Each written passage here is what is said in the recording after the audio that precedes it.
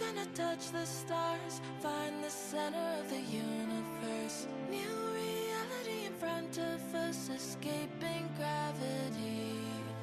We'll be rising high above the rain. Sunset never gonna be the same. Thunder calling us to outer space, escaping gravity.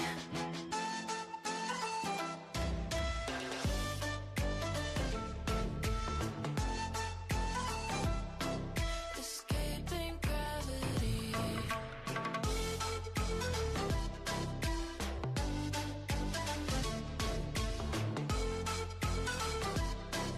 Escaping gravity.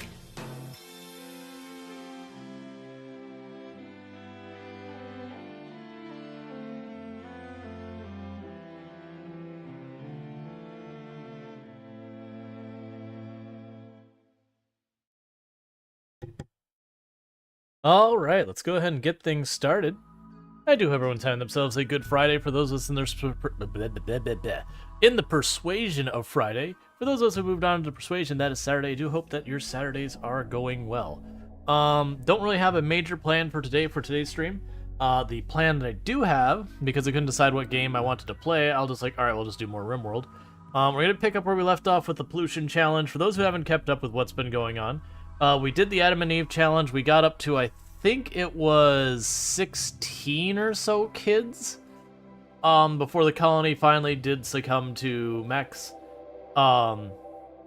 We did on the last stream mess around with some naked brutality in the marsh tile. Did 2 attempts. Both of them, like the first one died pretty early. It was just one of those things that were like right at the beginning of the game. I think it was Plague. I'm pretty sure it's Plague. And just, we managed to accept a refugee to get me through the Plague, and then the refugee betrayed us while we were still in bad shape and won the fight with a one-on-one, just seeing who could hit who more. And then the second one, I don't remember what happened with the second one, but it was the same thing, that it was a bit farther along, but we hadn't really picked up. I think we had just gotten our second pawn. But that's just the way naked brutality usually runs. Is it can sometimes take a couple attempts to get a round off the ground. Because also using marsh, my ability to like lean on traps was a little bit more limited because like half the tile was awful. I think we had just started building out like a defensive perimeter, and that's when things died in that colony. Yeah, no, I'm pretty sure that's where it got. We had gotten our second colonist. I had like 4 people in there that were like refugees or with like paralytic abasia and all that sort of stuff, and I couldn't keep the traps maintained because of just dealing with stuff, and so that colony eventually fell by just like 1 or 2 raiders, because it's just, it's that kind of situation. Early naked brutality stuff. And I was like, okay, let's, because of how long it takes to get up to that point, I'm like, you know what? We'll just do the pollution challenge, because I was asking around what people wanted me to do, and someone had said something with pollution. I was like, oh yeah, I used to actually do a challenge called the pollution challenge. I was like, you know what? I want to do that. So that's the plan for the first half of stream. Second half, we'll do the usual poll like in the middle of the stream to see what we're doing, and go from there. Because I've been kind of in this weird spot that I think a big part of it is I have a lot of games that are doing updates that I'm looking forward to that aren't here yet, and I'm being a bit more paranoid right now, just being transparent. I'm being a bit more paranoid about playing too many games that aren't doing well on Twitch at the moment, because it did hurt our numbers so bad that, like, not counting yesterday's stream, which is amazing, but like we dipped viewership for a good while from that, and we only kind of recently got back up to where we were before I was playing a lot more variety, like a lot more variety. So I'm kind of still just like, all right, I'm still gonna do some variety, but like, can't do that much. It's honestly been a little bit of a problem because I've gotten a bunch of keys that I'm just like, I was excited to get them before, but now I'm like, I don't really know if I want to. So I gotta figure out how I want to navigate, because I still want to keep the variety on the channel, but at the same time, Twitch and the way it works kind of punishes you for that. So you you have to juggle about, like, okay, do a little bit of variety, you know, like off the beaten path kind of stuff that you're not going to get that many new viewers from. Okay, put that aside. You know, play something established. It doesn't have to be like a big thing. It could be RimWorld, Project Zomboid, Oxygen not included at times, Space Engineers, like, hey, those kind of games. Like, that's fine, where it's got, like, an okay-ish viewership pretty steadily. But it's just playing those games that have, like, what's the viewership of this game normally? 0 to 10. And you're like, can't really do that. But that's just been kind of a thing that's been undermining me a little bit on a lot of stuff. My monitor computer didn't get flipped over, so let me quickly fix that so I'm not being distracted.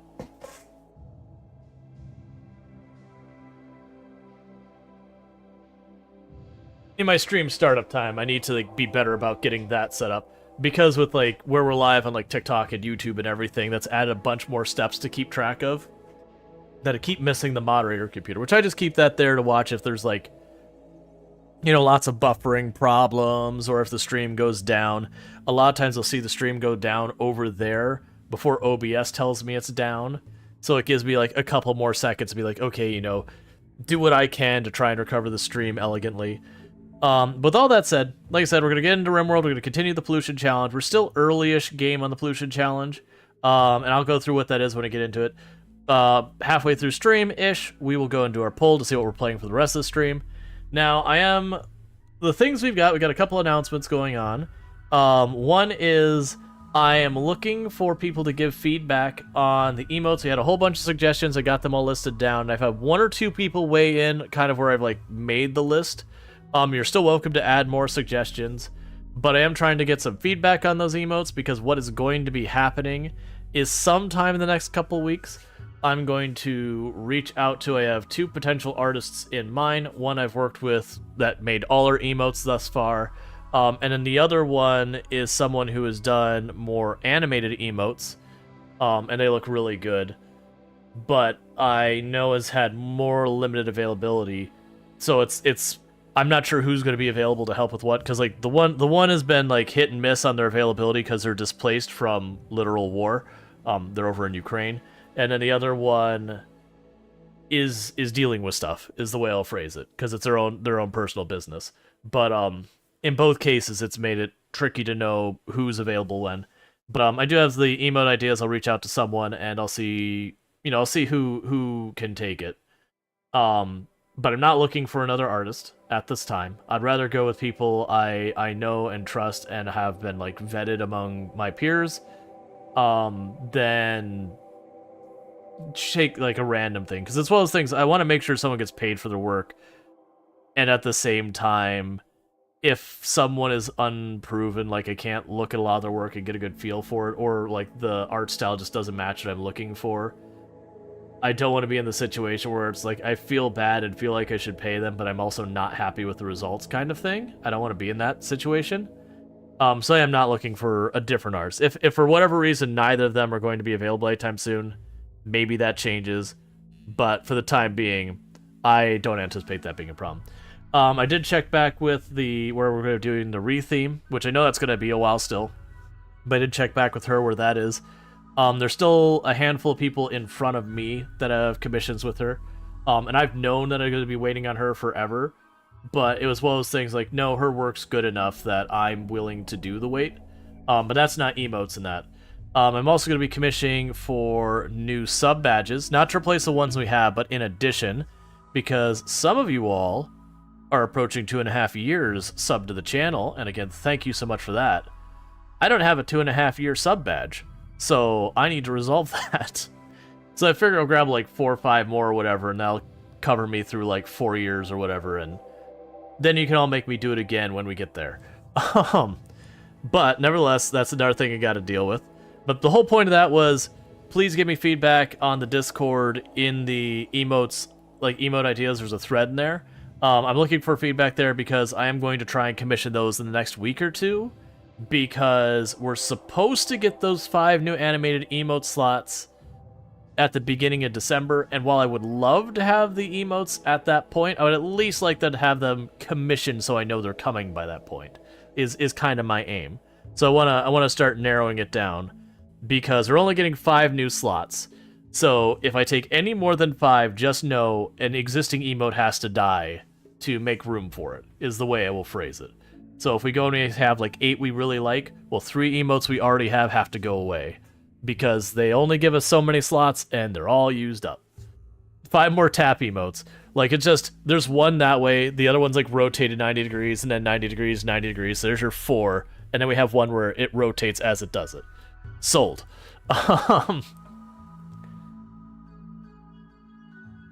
Honestly, if we get into a situation where, like, I'm still waiting on the, like, the commission to finish, I can knock that out in, like, 5 minutes. I would do that, just as, like, filler for a week or whatever it takes for the commission to finish. So it'd be like, you know, Rual taps, 90 degrees, like, Rual taps 90, Rual taps 180, Rual taps 270, and then we'll make, like, the last one Rual taps 360 or whatever. That'd be terrible. It would get spammed so much, and then I'd be like, okay, it's time to get rid of it so he can put, like, the actual emotes in, and I would get pushed back so hard. Yeah, Rual taps spin. I like Rual taps 360 for the idea. But, so there's all that. The other things we got going on is on the 14th, Coral Island is releasing 1.0 full release. So we can actually play it and get through the entire thing. I'm sorry, not banging the mic. I mean, I did, but I'm trying not to. So, like, we're going to be able to play through the entire thing. So it's not going to be that we play just, like, 8 straight days of Coral Island or whatever. It will be a new run because literally our save files will not work on 1.0. They did tell us that they've completely redone the beginning of the game. I don't know what that actually entails. I'm deliberately keeping myself spoiler-free on that. But that they've done major changes to the progression of the early game and all that. Not to mention, you can get married and yada yada yada, like all of that's being added. So all of that is going to be open to do, and so we're going to start a fresh new run. And my intention is actually 100%ing the game on stream. I do imagine some of those later streams will probably not be the best performing, but it's... Honestly, of all the games that have come out this year, it's the one I've been looking forward to the most, and I wasn't expecting it to come out this year, which is why I didn't say that before. Everyone go to his Twitch. Thanks. That was someone over on TikTok saying, everyone go to his Twitch. Yeah, no, we are on Twitch, YouTube, and TikTok right now, and by all means, you're going to get a lot more functionality on Twitch, because I can do points and bits, and I have commands and the bot and all that, which I can't do on TikTok. I'm sorry, you don't have that functionality. It's not me. It's blame the people who write TikTok for not implementing that kind of stuff. But yeah, so we have all that going on. So the 14th is that. Gotcha. But we also have Farming Simulator 22 has their new DLC coming out. I will more than likely be doing that. I believe it comes out on the 14th, but the Dare Drop starts on the 17th or some nonsense like that. I'm planning on doing that with the Dare Drop, and for those who don't know what it is, it's a thing where they give me the key for it, we play the game, and they'll be like, alright, make a hay bale. Like, I'll accept challenges, and if I complete the challenges, they'll give stuff like keys or whatever. And I can take those keys for, like, DLC or cosmetics or whatever, and I can give them all out to you. That's one thing that happens. But then they also have, like, a point system where they give points to me, the creator, and I can exchange those for money. The payout is pretty awful, if we're being honest. Like, we're talking, it is not a good amount of money. But I'm going to be playing that game anyways, so... getting enough money for a drink or something, or a meal, you know, whatever. It's still, I'm gonna be doing it anyways. Getting an extra, like, sub or 2 or 3 or 4 whatever's worth of money, sure. I won't be upset about that. And then after that, there is a Dare Drop for Construction Simulator, which I have not played, but is in kind of that same vein. I think that's on the 21st, is in that same vein of games, where you operate heavy machinery, but that's for construction.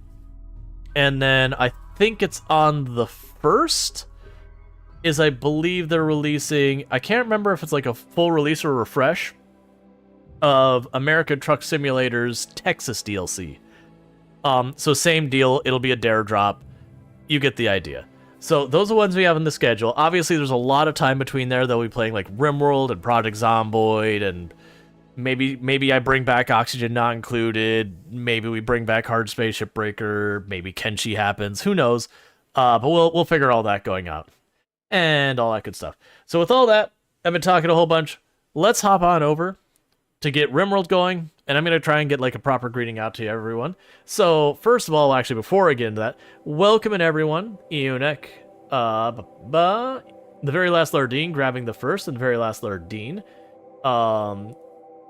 Dick Butte, Conrite, Kira Liz, I'm struggling to read today apparently, She-Wolf, and everyone else who is lurking, welcome, and we'll get in here. So we're going to be playing the colony of the faction YouTube comment section, of which our colony name is Hidden Comment. And what we mean by all that, it is as toxic as heck. You might look at this map and go, huh, it just looks a little barren. This doesn't seem that bad. What is streamer talking about? Why is this being implied that this is so terrible? And then I go down to this pollution filter right here. It's behind my head, but just my mouse is on a thing that says pollution filter. And then I click it. And then you go, oh, I see. And then we go out to the world. And then we always forget that it takes a little bit to load. And it makes us all sit here awkwardly for just a second, contemplating our life decisions. Mostly around clicking the world button at the very beginning of the run. You can do it, game. I have a moderate amount of faith in you. That faith is starting to wane slightly. Okay, I have a trivial amount of faith in you. Blue screens or PC. I haven't had RimWorld ever do that to me. There we go. And we go out to the world and go, oh, pollution. Oh, pollution. There's pollution. There's pollution. Anywhere I click, if we just hit random, I can't actually do random on this, but literally the entire map is pollutions of varying degree. Even if I go to the North Pole and a random spot in the middle, hey, look, pollution. That is our run. Now, that probably doesn't sound that bad, but the added difficulty we have on here is that I've given myself a whole bunch of arbitrary rules. So normally the way you'd work around pollution is, one, you choose the xenotype who's just immune to pollution. Choose like the vampire one, the wasters, whatever. I'm not allowed to take any pawn that isn't susceptible to pollution. If one was resistant to pollution, that would be okay. I don't usually run into that. Okay, you want me to do this for goodwill? Yeah, I got the food. Alright. So, you're not going to get a real bed, because I hadn't planned for this. Oh, right, you're considered a prisoner. Hey, it's not a fridge yet, but it will be someday. So let's go ahead and get that sorted out. But, so I can't just, like, bag up the pollution, walk it off the tile, and ditch it. Because that, well, the ways you normally deal with pollution in the game. The first most common one is you just choose people who are immune to it, and it doesn't matter. So wasters and vampires. Usually wasters. The next option is you baggy it up, and you ditch it. So you baggy it up, you caravan off the tile. So all I would do is I'd, like, caravan off the tile, drop it there, and plunk it on the ground. It's not my problem. And then the third way you deal with it is you get the drop pod launchers, and every so often you get a little bit of pollution and go, hi neighborino, and you launch the pollution at them, absolutely infuriating them. Now, that said, they have made it so the game, they've started changing a few things, like sometimes they'll just launch the pollution back, which I find very amusing. But what they used to do, and they still do this, is sometimes they will just send, like, there's the ranking for the raids of like 1, 2, and 3. They'll send like a size 3 raid. And that is pretty significant. Okay, can we get a fancy weapons out of you? I mean, assault rifle and an LMG are nice. The armor would be nice. Wooden plate armor? Okay, I see you. Actually, probably not the worst idea. We could get the flak vest to help. I can't afford a mono sword. Could be a devastating weapon in a pinch. Yeah. Honestly, I think we saved the money. There's stuff here I want. Yeah, so I wouldn't be allowed to take this gene pollution stimulus because if I use that to make my people immune to pollution, that would be considered cheating for the purposes of this run.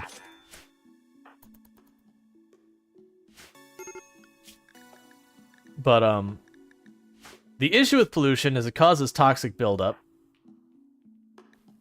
And toxic buildup can cause a whole range of sickness and disease. It can cause stuff like dementia and all that. And they all can be really, really bad. So especially early game, you will see me doing a lot of juggling about what zones people are allowed in. And what I'm trying to do there is, as I saw the flak and I debated it, I think I want to save my money.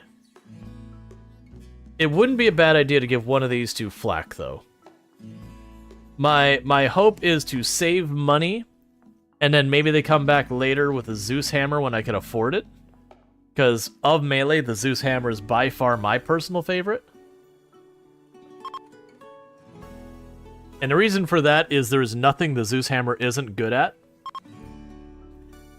Whereas, like, the plasma sword, for example, there's, like, some enemies it's amazing at and some enemies that it's not so good at. Alright, so our power is struggling to hold. I think we identified that right at the end of last stream. That's like, okay, we're at that point. I kind of do need a second battery, which I'm really not excited about doing. Because the issue is every additional battery you hook up to your grid, there's the bzzzt event, which is where the wires get shorted out and it starts a fire. Basically, the more power storage you have, the worse that event gets. So if you turn around and you have like 10 batteries on a circuit, when it blasts, it'll be an area of fire like that big.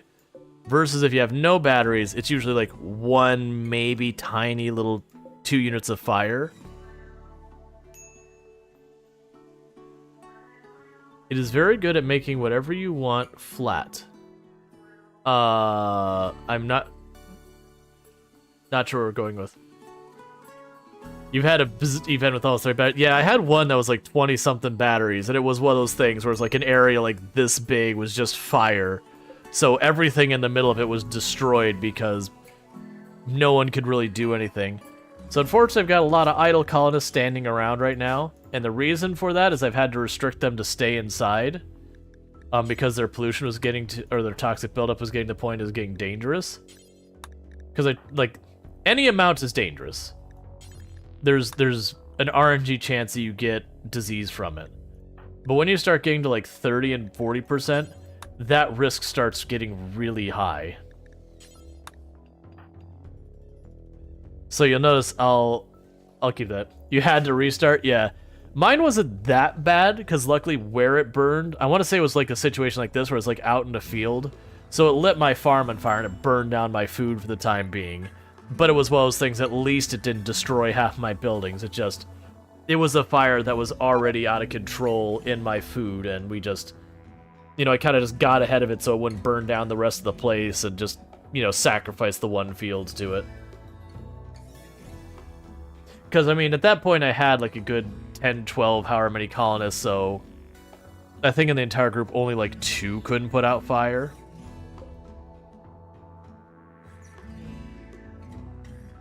Alright. And we've been having them bag up the pollution over here, so that way when we're going in here dealing with stuff, I don't have to deal with the pollution being a factor. What is going to end up happening is making sure we still have... Oh yeah, I'm trying to tame rats just so we can keep our taming moving. So that we might be able to get our hands on like a Thrumbo later. Hey, Chaotic Awesome. How's it going? Gonna do this real fast. Shout out for Chaotic Awesome. For those who don't know Chaotic Awesome, VTuber is absolutely fantastic. Plays a lot of Vampire the Masquerade Bloodlines. Does that with a couple guest stars here and there, like Pankraru, Bad Space. I'm blanking on the last word. I feel bad. There's a third word to that. Is Bad Space King? That feels wrong. It is Bad Space King. Okay, I don't know why I was second guessing the king part of it, but Bad Space King. But yeah, so absolutely fantastic content over there. I hop in there and I lurk, you know, from time to time.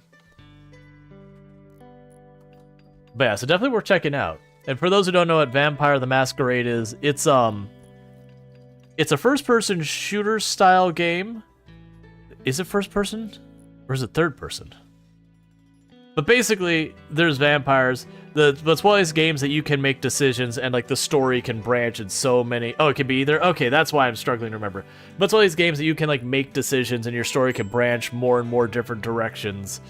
So you can play it in many different ways about who you become buds with, who you ultimately don't get along with, how you play through events. So sometimes you can be like forced into a fight, other times. Okay, so these ones are going to create lots of fire. Not super excited about that, so we are going to put everyone back in restriction so they're not out wandering here getting themselves killed. We do have the door locked open. That way when they go to attack, they'll choose something in here as their target. Because if I don't have the door open, they can't target something, they'll start smashing holes in my wall, and then my kill box doesn't work. We did get a couple traps set up. They're not great traps, but imps, I want to say, aren't you weak by default? Yeah, so they're weak to melee damage. And they slow heal and they have weak immune system. Yeah, okay, so they're not weak, but they're vulnerable to melee. But the catch-22 about being vulnerable to melee for them is they have a special attack where they breathe fire. And when they breathe fire, it tends to scatter people. So in this case, we are going to try and deliberately spread our people out a little bit. So hopefully when they breathe fire, not everyone gets caught in the cone at the same time.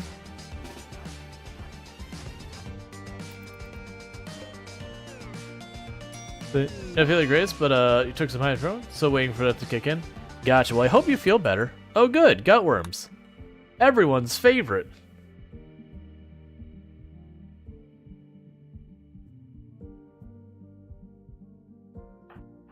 But I'm kind of hoping to bait out the fire so that they'll breathe at, like, rhetorical, for example, and they'll hit this cone over here and only hit rhetorical.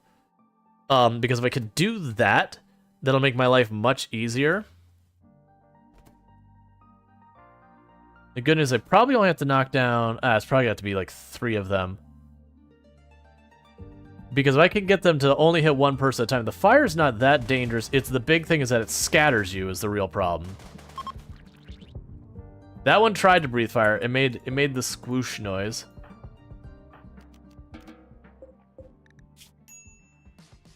Oh, actually...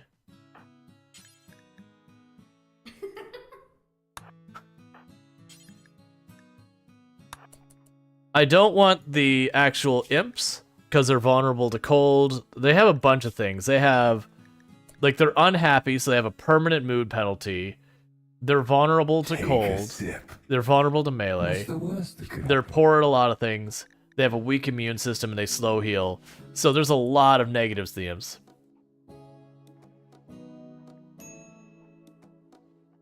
So they're another one of those ones I don't really care for. Alright, I do need to adjust my posture. Give me just a moment. There we go. But we went ahead and pulled their clothes off because I can't make nice clothes. So just in the off chance that they have, you know, a poor quality face mask. That's perfect. Are you sleeping? No, you're just watching the sunrise. That's fair. They're beardless, forget them. I always forget those cosmetic ones.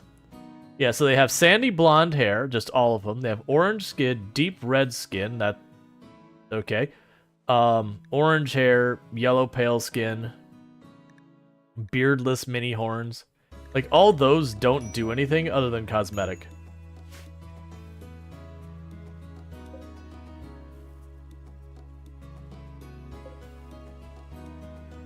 Okay. We can go ahead and unrestrict people again.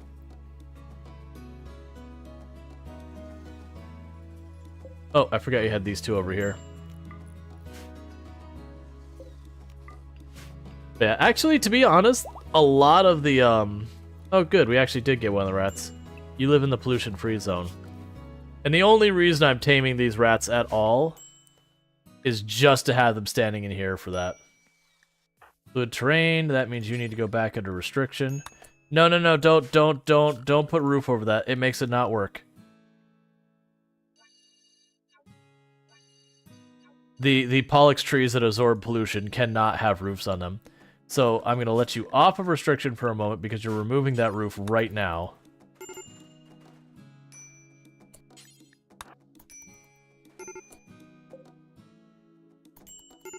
It says it's absorbing.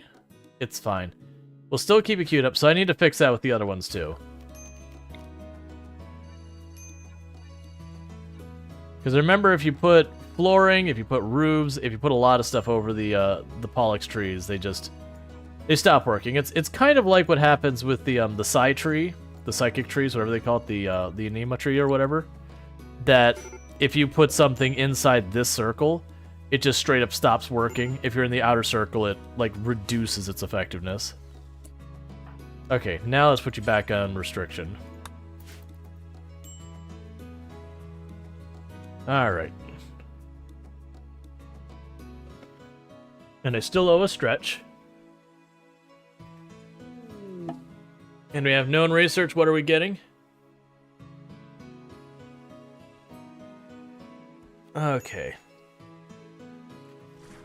And I know I haven't mentioned these in a while. The stretches I do when people redeem are what are called median glide stretches. And all they boil down to doing is you've got what's called your median nerve that goes up your arm. It has your nerves, your ligaments, all that stuff kind of goes inside there. But when you talk about stuff like median nerve compression and carpal tunnel syndrome, all of that is that nerve getting injured. Well, it's technically the sheath around the nerve. There's like a little tube that those ligaments and that nerve go into. Because all the carpal tunnel is, if you ever look at it, it's in your wrist and the bones here. There's a little tunnel right here that's like a little gap in there. It has like a little bone that goes across here. And that little sheath goes down in there with all the ligaments and the nerves in there, and then, you know, they go to their muscles and wherever they go to, respectively. But what happens is that nerve, the sheath around it, all that, when it gets agitated, it swells until it fills in the carpal tunnel where there's no room, and that's when you start getting problems, because where the ligaments, you know, doing their actuating where they moved up and down is perfectly fine normal. When it swells up so there's nowhere to move, now it goes from moving like that to it's actually seesawing that sheath, and it becomes really, really painful. But the reason you do these stretches is to kind of like warm up those muscles and those ligaments to make them limber so they don't become inflamed, so they don't swell in the first place. Oh, cool. We got Death Rest. I can't really use Death Rest in this run yet, but, you know, whatever.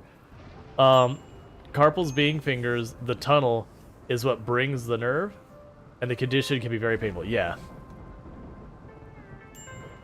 You get cubital tunnel issues? I actually have no idea what the cubital tunnel is.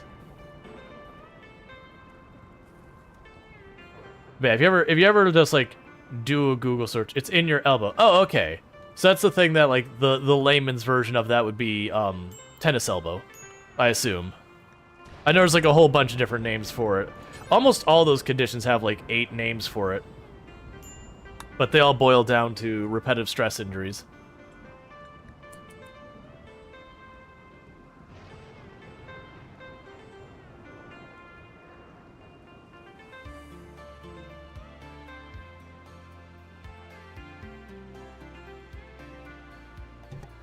Sorry about that. I was sitting here and just got that tickle in my nose like, oh no, I'm about to sneeze. Thank you. But stop getting yourselves all exposed to pollution. You're willing to give me a cold snap for a pawn you won't tell me about? No. Honestly, like, regardless of the event, I don't want a pawn I can't, like, at least get an idea of what I'm getting first. Especially when I'm dealing with confined space, getting a pawn that's like really rough, like, you know, a volatile meanderist or whatever. It's not a good time. Alright, attacks immediately.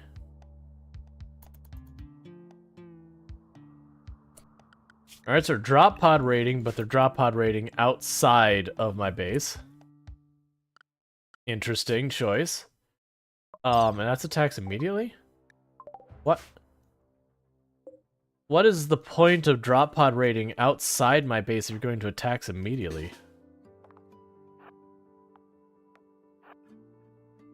I mean, they can live their lives however they want to live their lives, I guess, but it's a weird choice, man. That's all I'm saying.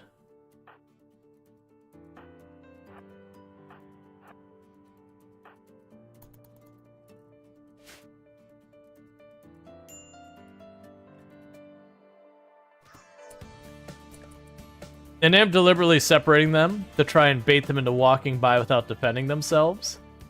And then everyone having range to open fire on them.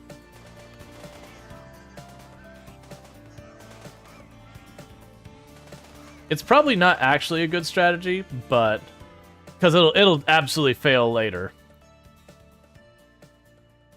What a waste.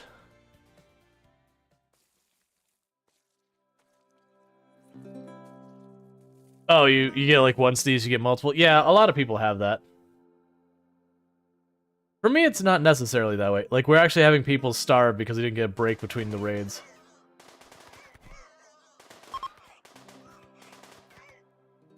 Okay, have a nice day.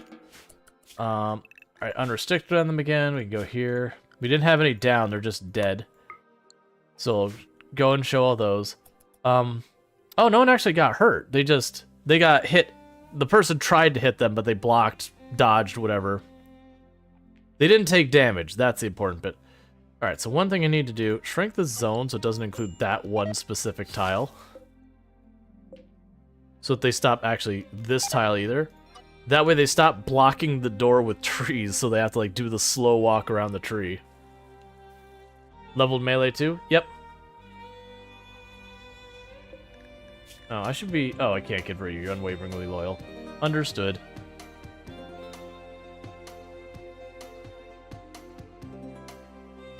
Alright. Surprisingly, I could actually use more dye. Usually I don't have to worry about it because it really doesn't take much dye to do stuff. But we are painting the entire base to be our colony's color, which is red. And kind of going from there.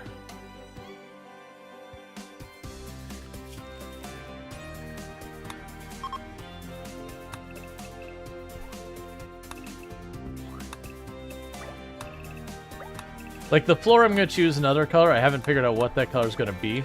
It's going to be something high contrast. It's going to be, like, white or cream or... Like, we're looking at this palette. It'll be any one of these ones in this row would work. Some of these ones are, like, the lighter colors in here would work. Some of these lighter ones over here would work. You don't want to have dark on dark because then it's kind of hard to see the difference between your walls and whatnot. So... we have only a couple days till the real Jubilee, as opposed to the Unreal Jubilee.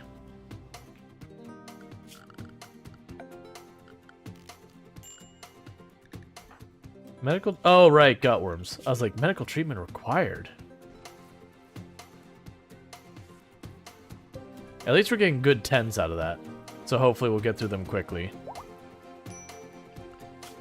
Oh, cool. We got both the rats. So how badly are they... You have a stab wound? Okay.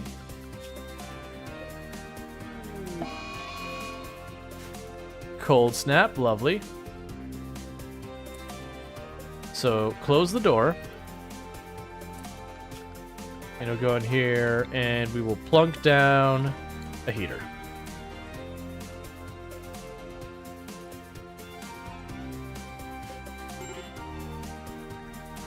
Major break risk. Right, because you proposed and the person's like, nah, fam. and then you broke up. And you're a little unhappy about it.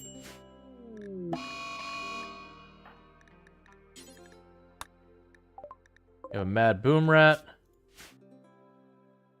Alright, same as we've been doing. Put you here. Kind of wishing I'd gotten the defensive positions mod in this one, but that's okay. Because the defensive position, I could put all these people in place, and then not have to worry about it more. Now, we're going to keep the melee out of this one, because it's a boom rat, so it's going to explode and fire. So my plan is just basically to spray it with, or not even worry about that, I guess. Good job, Trap. You did your job. I didn't realize we had traps that were still functional.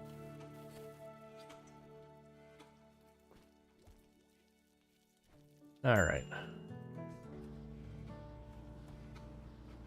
Oh, so I've got the pool table now. So I could do away with that.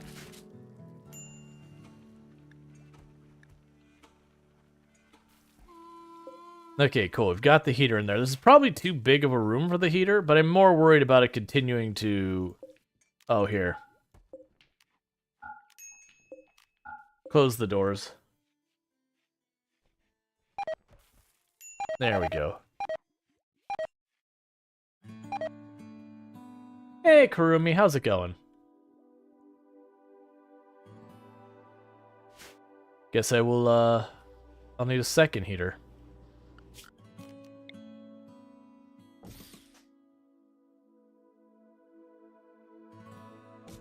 There, we'll have heaters in all the major rooms. It's a bit wasteful, but at least it makes it something I don't have to worry about. It can just be a thing that once the cold snap goes away, I could just turn off the heaters.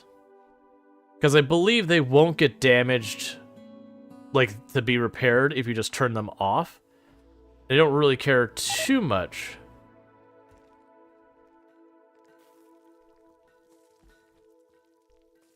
So it doesn't say ruined due to temperature yet, but it will get there.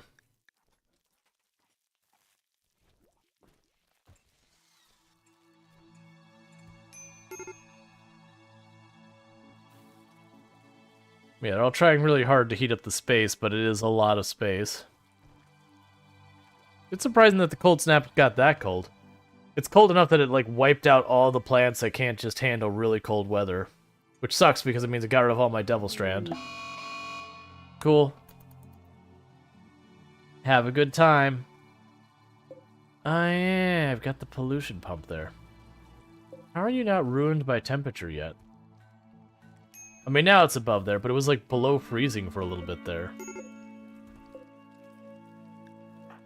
Hypothermia on you.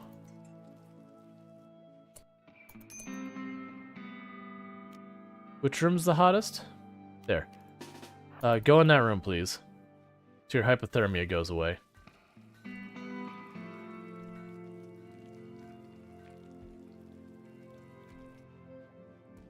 Oh, let's play in RimWorld? Excellent. It's a good game.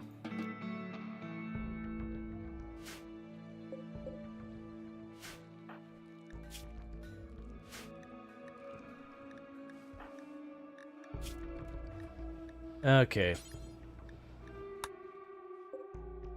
You're not doing anything despite the fact... Oh, it's because Nomver is taking the bench. Medical emergency on you because you're in extreme hypothermia. Carry them into that room right now. Because I also don't really want to, I don't really want to take this room out of here. I don't really have a place I can put them in as a prisoner where it won't cause side effects. So they make the storage room a prison, then they'll stop eating the food in there because it's, you know, quote-unquote reserved for a prisoner.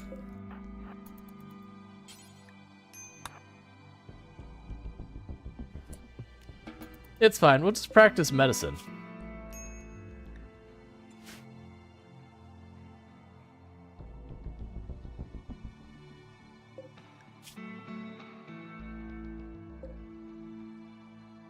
Could, like... One of you do a little bit of doctoring there.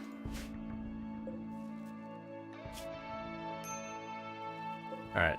I think we're gonna have to genuinely try moving up here. I'm worried that once I make this considered a prison cell, they'll stop using it.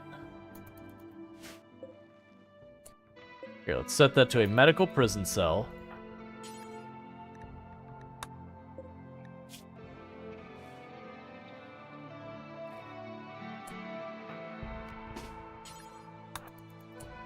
And it'll carry you in there.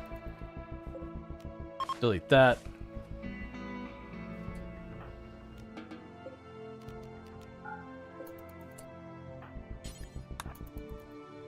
Okay, so we'll see how that goes. My fear about this is that they won't use the pool table and all that anymore, and so they'll start getting really angry about not eating at the pool table, not having recreation, whatever. I don't know if that will be the case, but it feels like the kind of nonsense I'd run into that. Alright, 1 month, sorry. My nose is being annoying.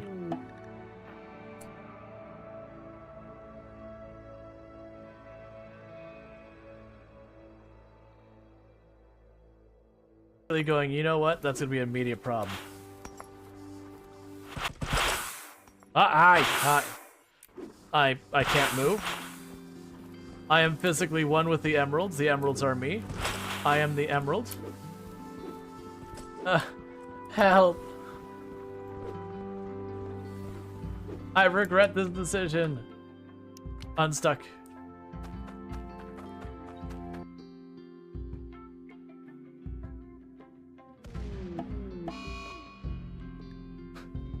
We had a marble meteorite just strike a duck and kill it. Okay. I get it. I get it, Cassandra. You didn't like that duck in particular. That duck in particular was a duck you decided did not deserve to live anymore. This duck, Duckling 11, Cassandra, not a fan. Just really didn't like the way the beak looked. There's something about it just really irked her. Okay. Takes a moment for those clips to stop. Alright, so we're not gonna have fire for this one. Actually, I'm gonna build a fire for it.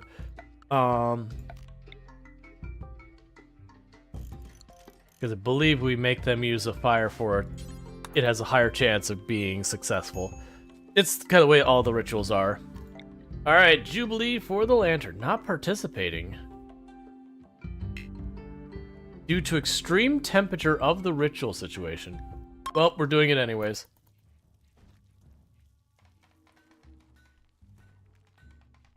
Basically, it's too heckin' cold.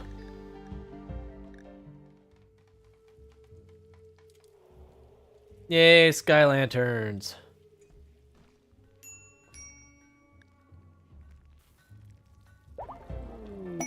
An unimpressive one, but it was enough for us to reform our ideology, which was the entire point. So excellent. Reform ideology time. So can you build a fire in the prison? I can. I just don't want to. Because that's literally going to be my freezer laser. So I'm being lazy and I don't want to do one than the other. So I don't want to do tunneler here, nor do we want to do tree connection because the poor people will be absolutely beside themselves because they won't be able to, like tree connection and natural primacy, because of how bad the pollution is, they will just melt down completely. We're not doing cannibal, we're not doing animal personhood. None of these are screaming to me right now. Like later on I might go transhumanist maybe. But we're not going to go that direction. So we already have physical love for each, so the moment they pair up, they can share a room. So I'm going to go research very fast. Because the rule I've given myself with the ideology is I may change one thing each time. That feels like a good move. Alright, you need to be back into restriction. Soon we'll start being able to get, well, I mean, I say soon. Hopefully soon, we'll get complex clothing, and I'll be able to make face masks, which will massively help with the pollution situation, because it gives us a 50% resistance to toxic buildup. Well, 50% resistance to pollution, which causes toxic buildup. results are kind of the same there. So if you're set to weapon... Oh! Change that to important as opposed to preferred, because this is also preferred. No, that's actually even lower. Preferred on the floor, important on the shelf. And then these shelves are like for just whatever else. Okay, that'll work. I want him to actually use that storage space. And the reason I'm not tossing the food in here already is because that ceiling is missing. Because I planned to put the AC in there. We don't have AC, right? Yeah, we don't. Just making sure it wasn't something that happened last second and I missed it or whatever. Yeah, I don't think they're using this room.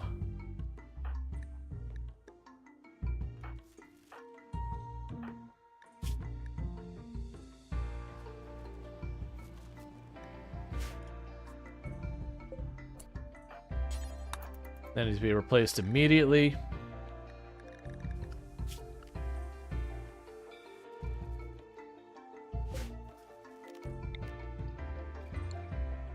I'm kind of hoping we get more power options that are more stable things, because like the wind and the solar are kind of hit and miss on when you get power. But we'll work on it. I probably need to build another one. We're already at that point. Yeah, you're just barely over, so I think we're at the point where I do just need to accept I need more power. So go ahead and put another solar panel down here.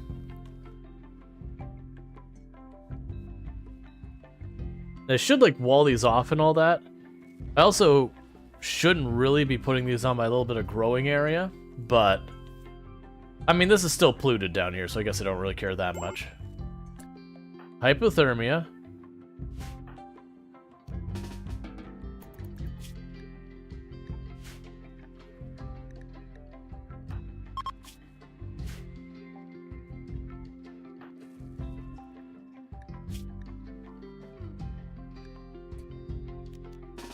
Look.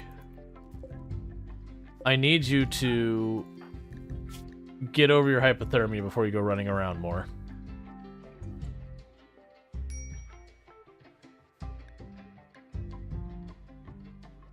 I appreciate you want to go play on the telescope, but not freezing to death comes first.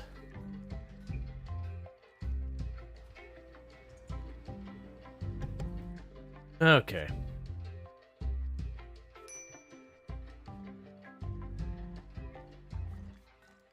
Just get over that hypothermia.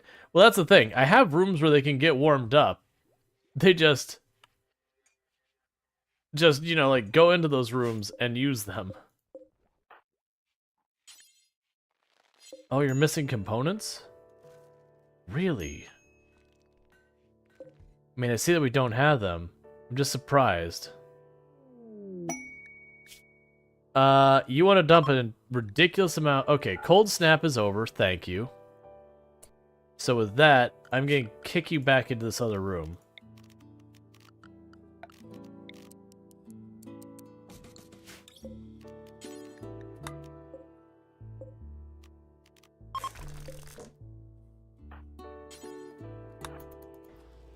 Okay.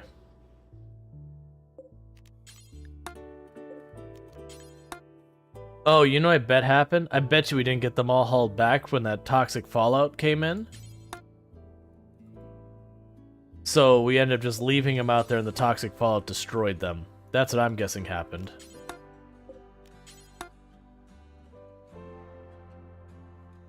Because we mined a bunch earlier and we should have had more left. Good luck, rat.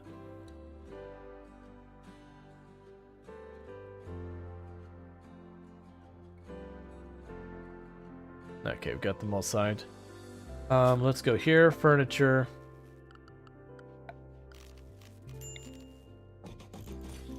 Animal sleeping spots. Alright, you're still too high. You can be free to go around again. You're still too high.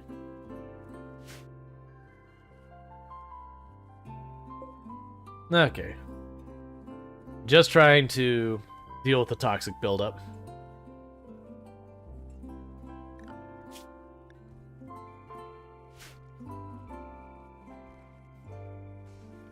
Ooh, we're actually dangerously low on food. It must have just all rotted around the same time. That's actually really bad, now I look at it.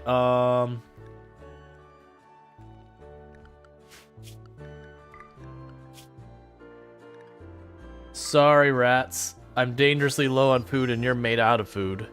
So, you know... Not trying to say much, but...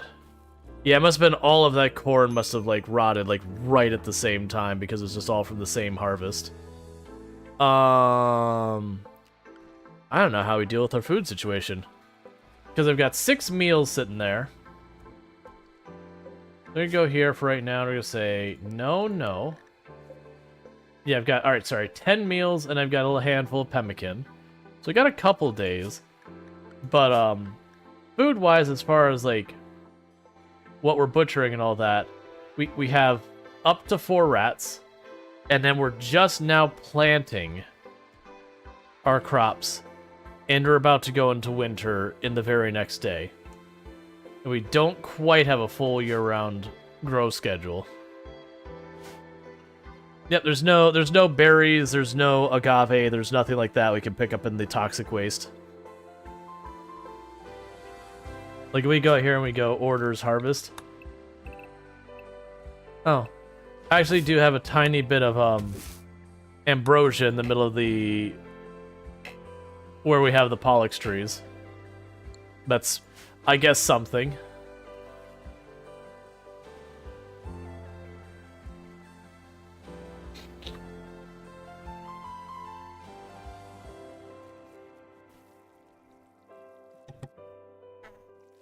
Tiny bits of ambrosia is better than starvation. How long are you here for, this person that I've accepted? 4 more days. Okay.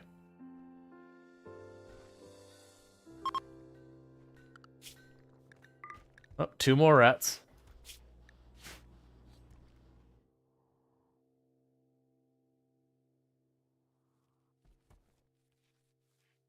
Gonna be eating healthy. Caravan? Well, no, I can't really caravan because the toxic out here. Me caravanning there and back, by the time they get back, if we're lucky, they'll be at serious toxic buildup. Because I have no protection for the toxic buildup. That's one of the things about the pollution challenge is you avoid caravanning as much as possible because it's so dangerous that when you have the thing where it's like, okay, the sun's blocked out by this machine and the neighboring tile, you have to do a thing. It's like, how long can I go without sunlight before that becomes catastrophic? And like, what can I do to try and run over there and destroy it as absolutely fast as possible to minimize my exposure to toxic? And like, I've had times where I will raid a base, and then I will basically set up my people in that base for like a day or two to let them ride out, letting the toxic buildup go down inside their buildings, to then caravan back. Alright, I don't care much about the piano. We already have those.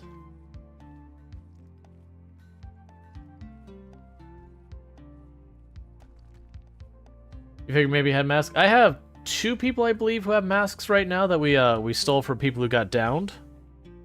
But, if things get really desperate, I mean, it's not an option, but it's one of those things that the people who go, there's a good chance they go and they only get back halfway and someone has to rescue them and they probably don't survive.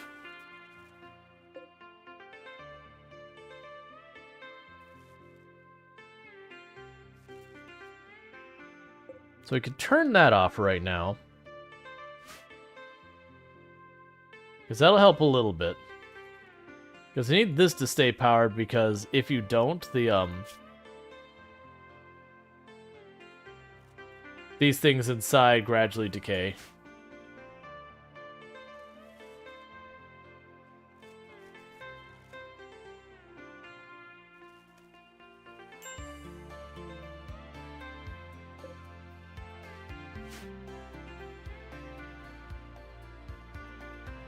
Alright, food's getting dangerously low.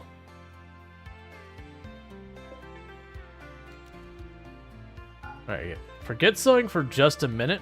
Go get that ambrosia real quick. There's the piano. And now we'll put them back onto that. Oh yeah, and the other thing that's not helping with our food is we still have those gut worms. I forgot about that as well. Okay, so now I can go back to sewing. I just want them to beeline and get that ambrosia because that's a little bit of food. And more than likely when these tox packs burst, it's going to kill the ambrosia. Because it'll now be in polluted soil and ambrosia can't grow in polluted soil.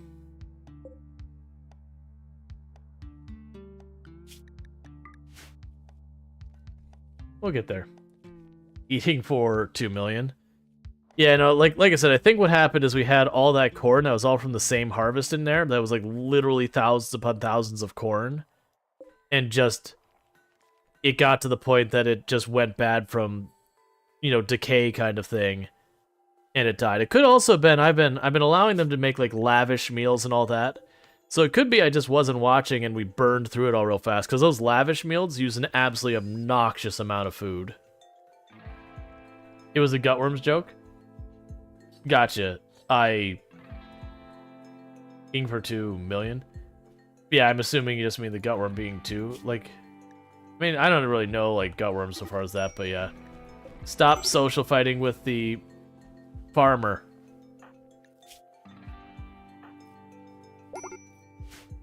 Yeah, stop farmer and cook social fighting. So we're gonna go to our assignments here where I've been saying don't eat raw food. Raw food is allowed now.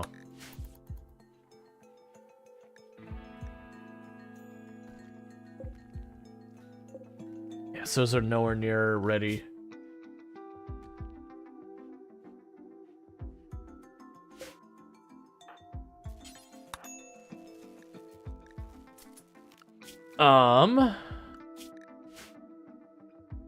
Well, we are officially out of food. Go and turn that off as well.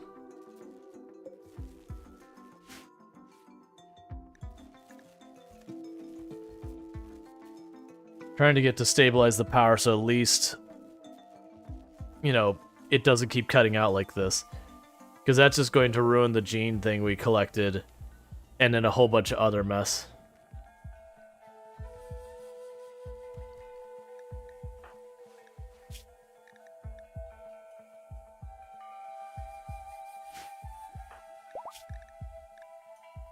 Or at least our farmer's back in business. I'm assuming you've probably already okay, so we still have ambrosia in here. Because they can eat that. I think there's a little bit of beer in here too. Technically, you can eat that. It's definitely not what we want, ideal, or whatever. It really doesn't help that we're in winter. Granted, this is still growing at a decent speed. We got a while left in that rice. I also don't think I can caravan. I think we'll end up with hypothermia problems.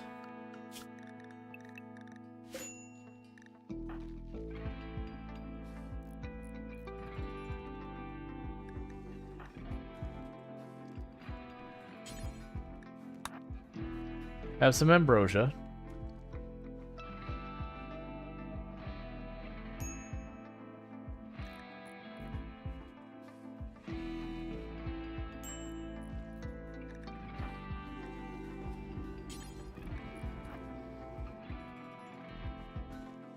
Everyone's just trying to last an ambrosia for a little while. There's our raccoon. Go get it. Let's go back to the food restrictions and turn back off raw. That way they take the raccoon back. They'll probably make like 4 meals out of it.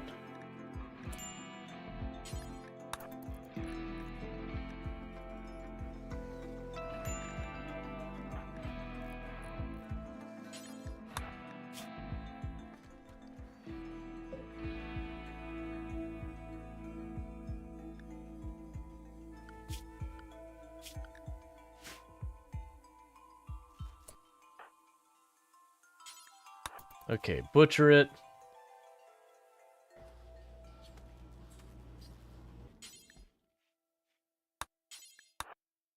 Make some meals.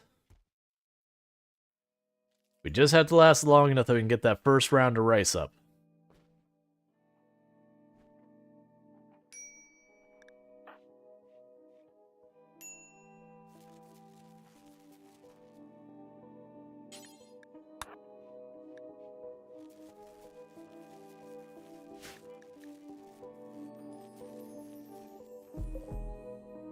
I still have those going. We don't have the component to deal with the last one. Is there other stuff we could turn off that I'm willing to? That's not electric, so that doesn't matter. So it's really just the research bench, the electric stove, this gene thing, the heaters, which is probably one of the biggest contributors, and the lights.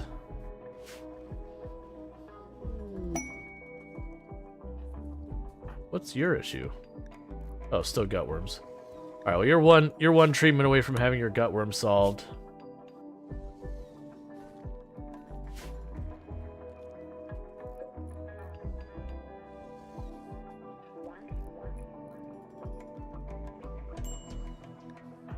Alright. We're gonna get someone addicted to ambrosia pretty easily here. Because they keep having them re-up. Alright, well, I don't like that.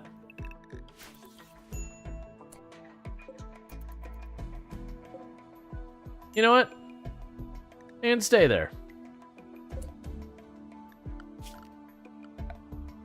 Alright, so your range is out to here, so we'll go like this.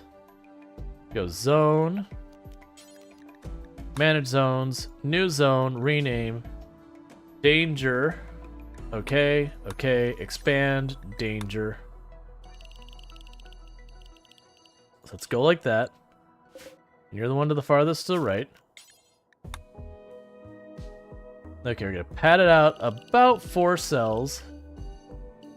So that's the danger zone. And so all we have to do now with that is we can go expand zone, manage zone, invert the danger zone. Okay, schedule danger zone. So what that should mean is none of my people go down to that corner, so when it wakes up, they'll just attack raiders or whatever. I don't care. The point is, it won't attack me.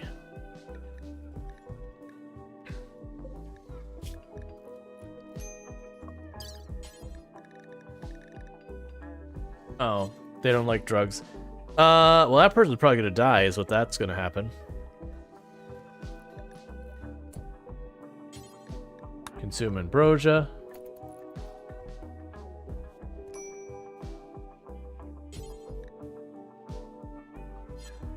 You're already on it. A mad ibex. It's dinner time.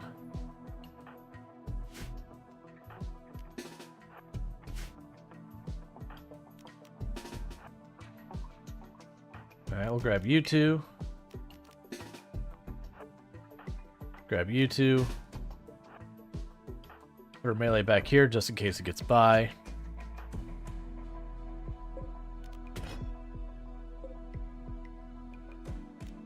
And then wildlife, we have another rat on the map.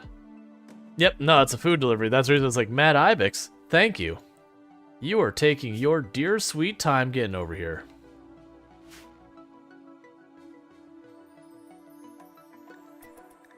Alright.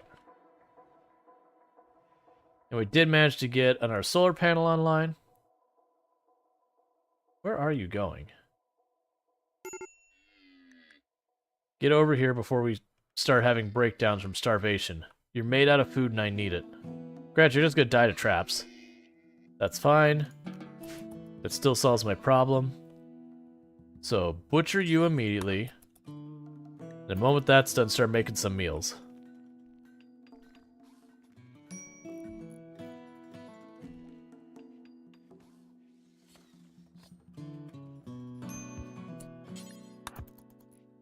Okay.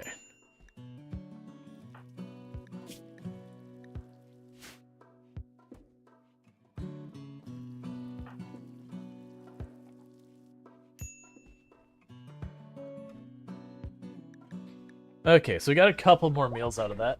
We just gotta float till the rice is done. Technically, I could start pulling it up at 60%, but we get a massively reduced amount. If I have to, I have to.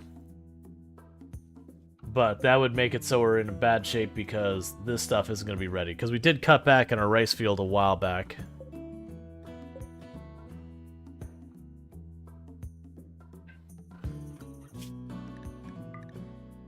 I'm kind of depending on trying to support stuff. So you should be over your gutworms. Everyone should be over their gutworms by now, right? Cool.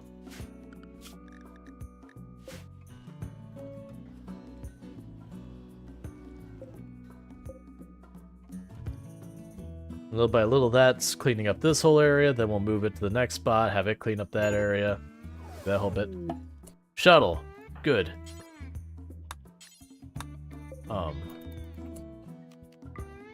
Why can I not? Oh, it's choosing the one character who can't haul. Exotic goods trader. Excellent. We hungry.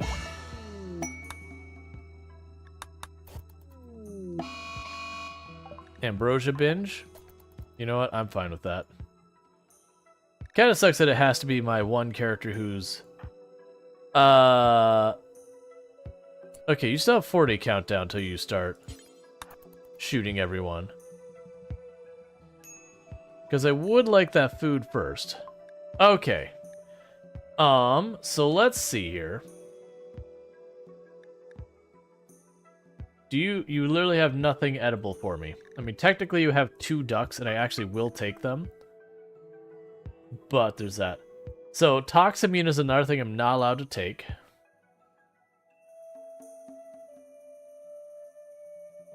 Super immunity with long hair. Done. I'm not gonna worry about the television. 4 glitter worlds. I can barely afford it, but yes. Okay.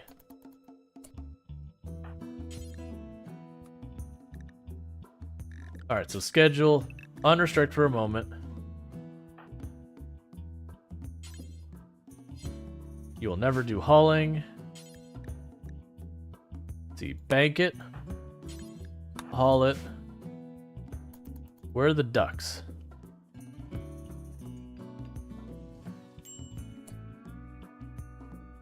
Let me just go about this way.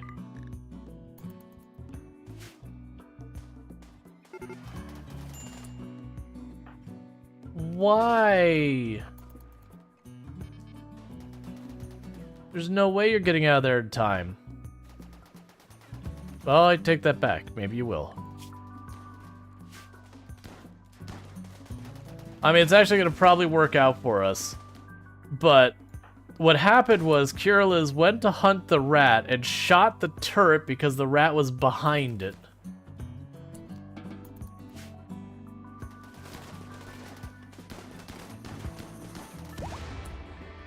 Good job, team. We have defeated the enemy.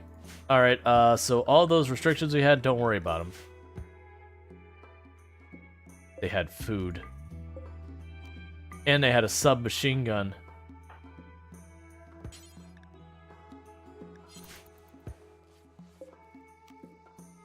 I should just leave the body down there in this case.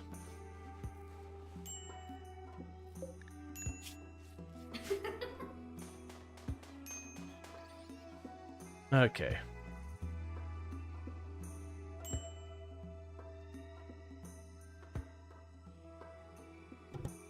Alright, sorry. Pilfer, pilfer. I mean, that's what we're doing. I'm kind of hoping more of them will go down, even if they, bandage each other up and get each other up. Ambrosia addiction. Excellent. That is not at all going to be a problem, considering I can't reliably have that. Disease infection on Kirliz. Did you get bandaged? You did.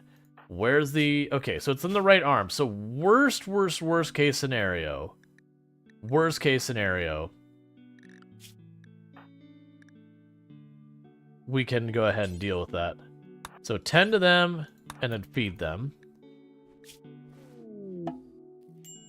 I'm not going to worry about crashing a shuttle to get... Go... to bed. Oh, it's not you. Where are you at? Oh, you're eating a meal. That I can live with. What a... Go to bed. No. Medical.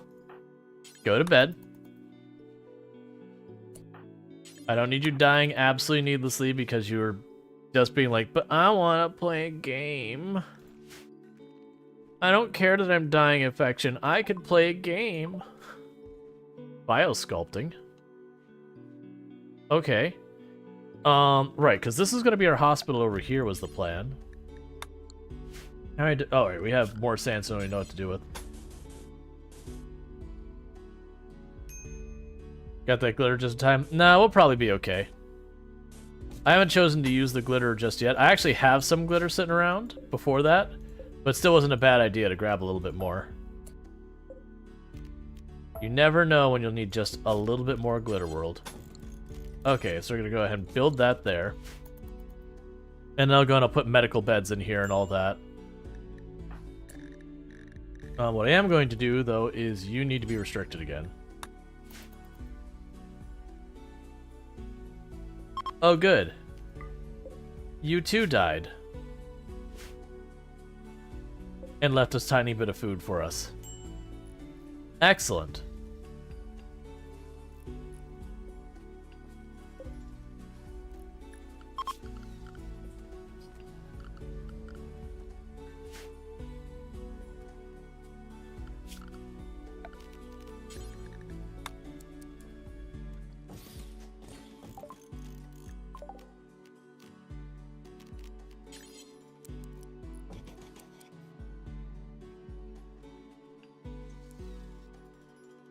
Yeah, we'll put 8 in there.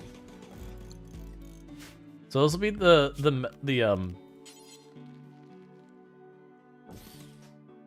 beds for medical. Now put a shelf for the medicine. And I might put biosculpting down here. Oh, we need to get the power down that room, don't we? That's fine. We can just cut it across right like this. Storage, critical, clear all. Medicine, do that.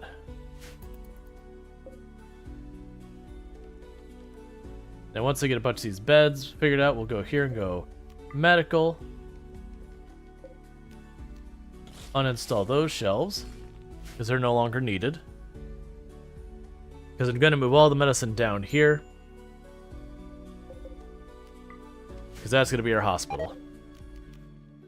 But we also need to go here, furniture. Put a light there. And it'll need a heater.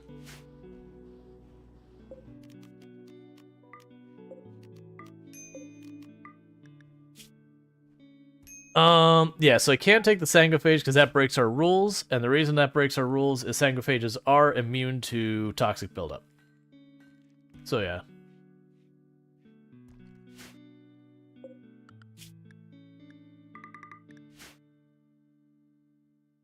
Alright, we're getting close. Unfortunately, the acidic smog does slow down the growth of stuff, but we should be able to hunt those handful of people, or the handful of animals on the map. They don't have a chance to really build up the toxic buildup that much. But if we go and... So we got biosculpting. If we do happen to get bioregeneration, then that lets us do a lot of interesting things.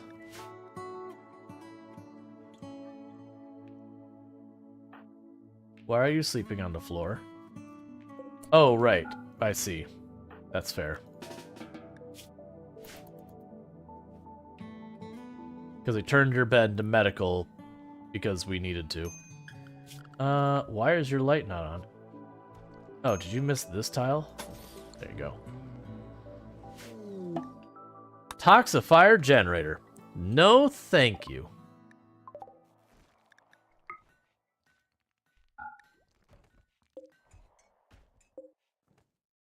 Oh no, if I got geothermal would be great. I'd have to rearrange this room, but that'd be fine. We'd like tuck this corner in to make room for the geothermal here.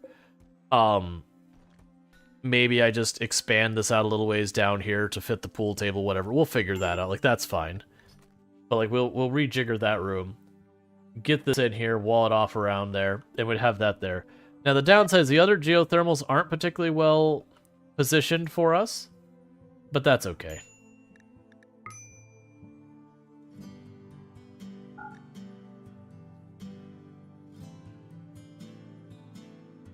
Are you never gonna build that wall?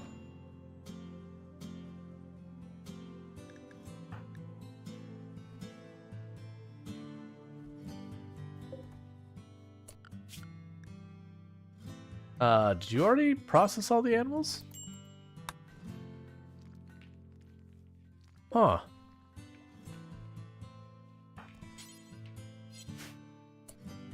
So where is the raw food? There it is. So you're starving. You were the first one to start starving. So you're gonna eat the rat meat.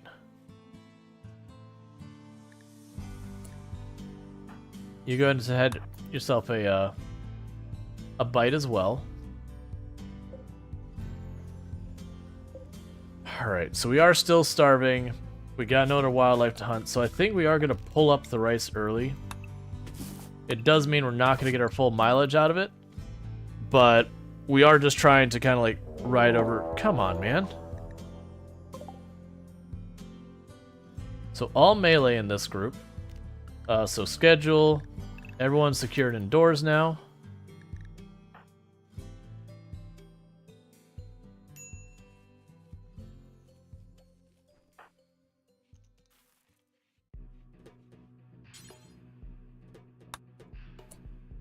So you're starving. Go eat the rice.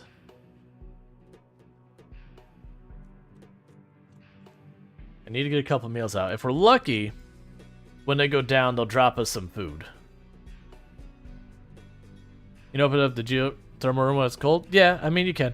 The only problem with using geothermal to keep you warm is it does become a maintenance thing of opening and closing the doors from when it gets too hot to not hot enough. You kind of have to keep bouncing back and forth between those. You know, I'm just going to slide you there so I can go like this.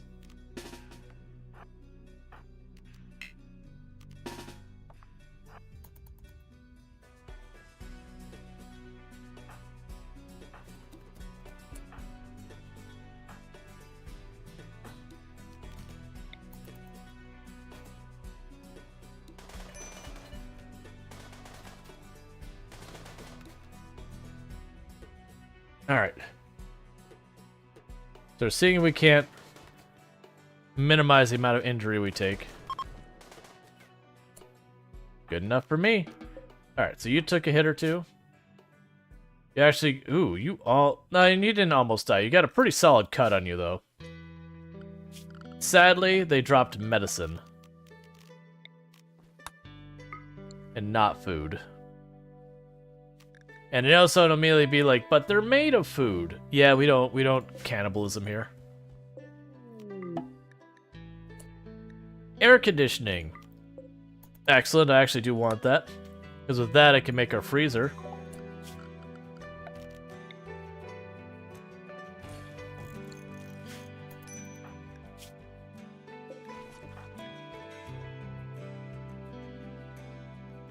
Man, one of the pollution bags decayed right here. Yeah, make sure I got that right. Alright, so you are starving.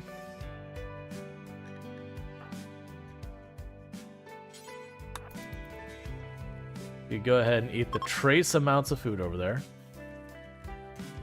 Okay, the smog's up, so we should be getting some of this other stuff. Alright, so you get a couple meals out. Mechanitor complex doesn't do me any good. I can't really caravan. Get this out of here. Meanwhile, we got a couple of shelves in here.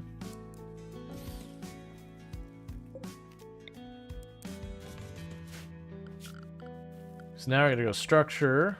Sorry, furniture.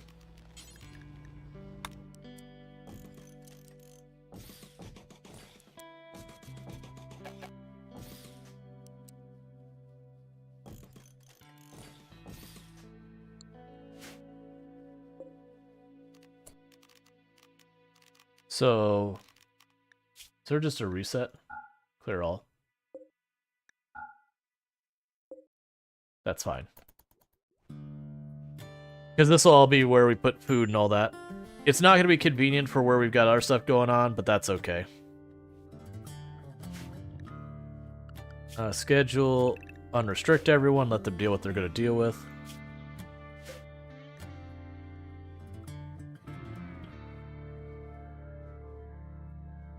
Oh, and also, zone, dumping stockpile here.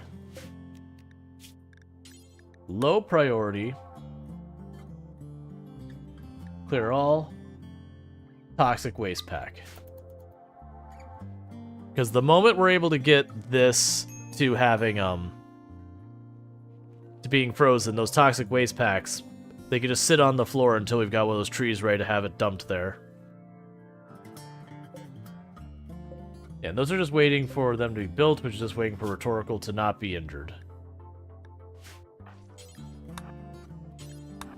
And I'm just going to pop in there and just do it anyways.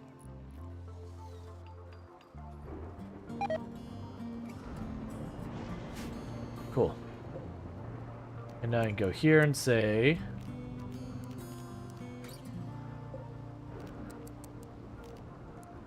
freezing temperature. So now it won't dissolve.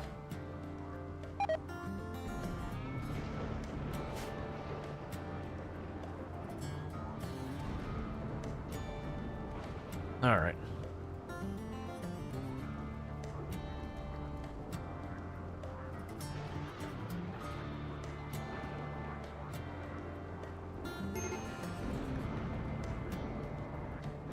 That's fine.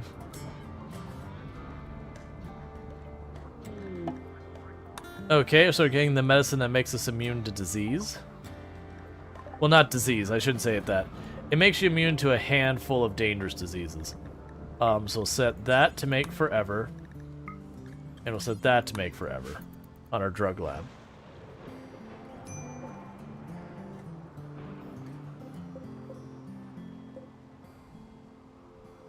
Okay. Alright, so you're almost fully healed. Then you'll be able to start building all those shelves. We still have a while left on everything and no real food rolling in quite yet. I can't pull up the strawberries early quite yet.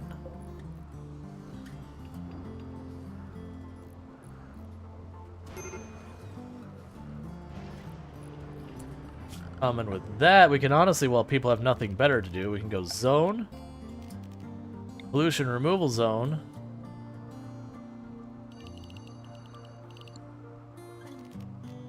Here, we can go... Let's prioritize them to clean up the actual kill box itself. So as I repair my traps, we don't get, like, all the toxic buildup.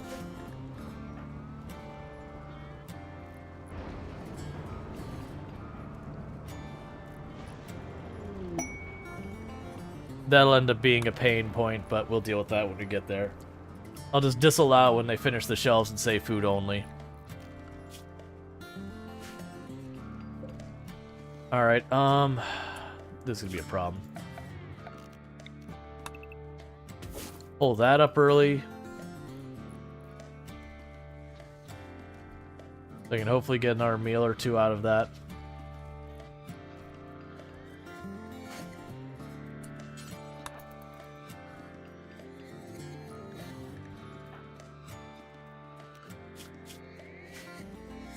Okay. Alright, so go down here.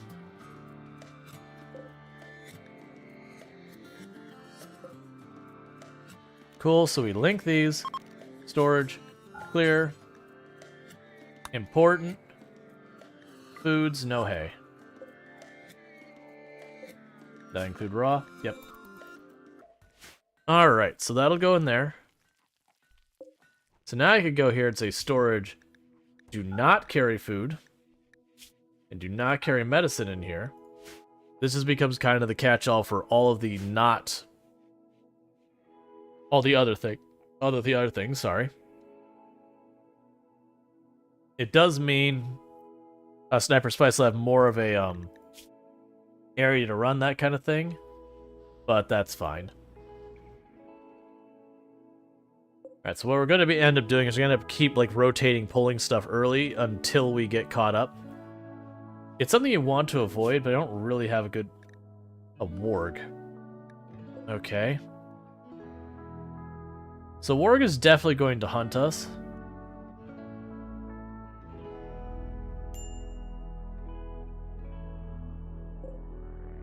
Yeah, so we're getting most of the stone chunks out of here.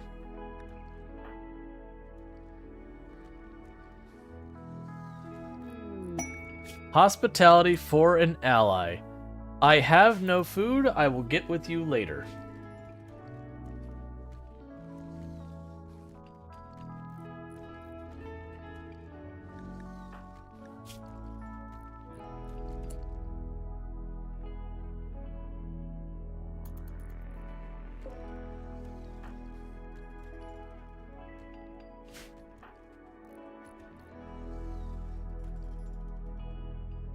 Alright, so that's probably going to hunt us pretty soon. Nah, you still got 29%. Okay, let's hope it doesn't hunt soon, because we have two people at the same time who are not able to fight. So that's going to hurt our combat ability a lot.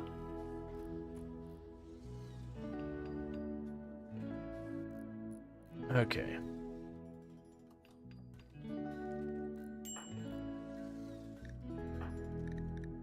Alright, put you back in restriction.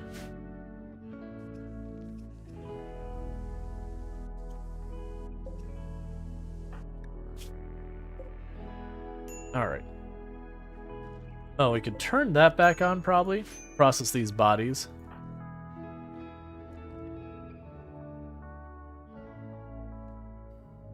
Okay, there's literally nothing to eat. But I could pull up another round of the plants. Except our person who would pull them up is currently in a major break. So that's cool. So if you could, you know, kindly get over that, that'd be... Oh, man. The next best person is at, like, 2 growing, so it really is just not worth me pulling it up till they're not broken. Hopefully we don't have too many mood breaks until we get there. I need you to stop wandering, please.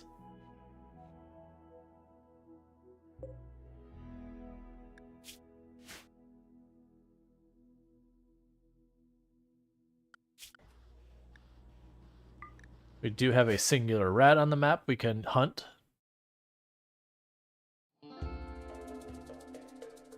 The warg would actually give us a little bit of food. I don't think they're really, really good food.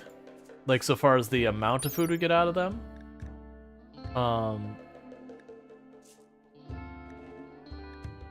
Yeah, it's like 200 meat, which isn't terrible.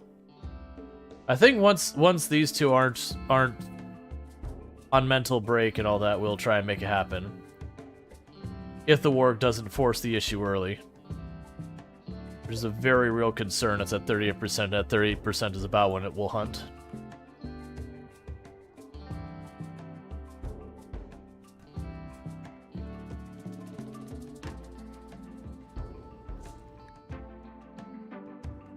Malleus, I need you to not be wandering. You've been doing that for like a day and a half now.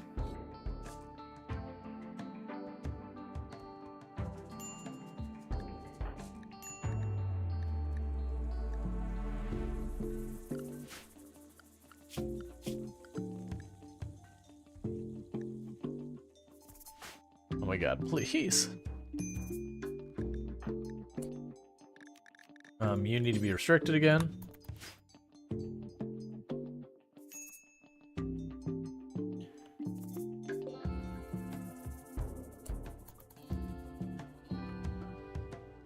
Malleus, I really need you to get over your break, please.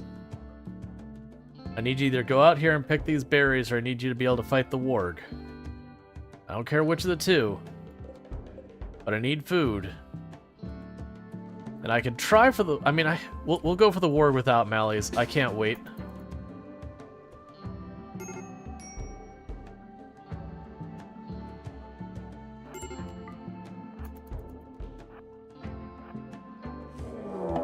There it is.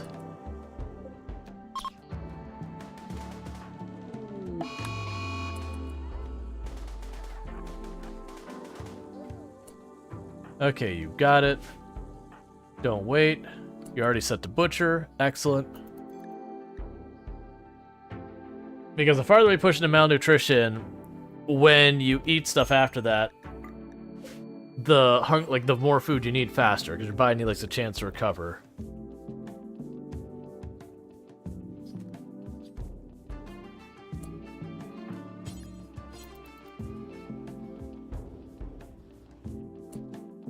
Nope, you are not done. What do you mean you're missing raw food?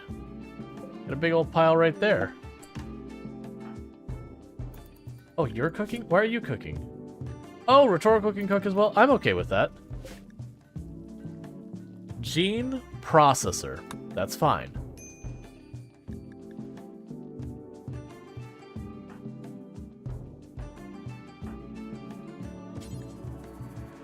No, you're not going to bed.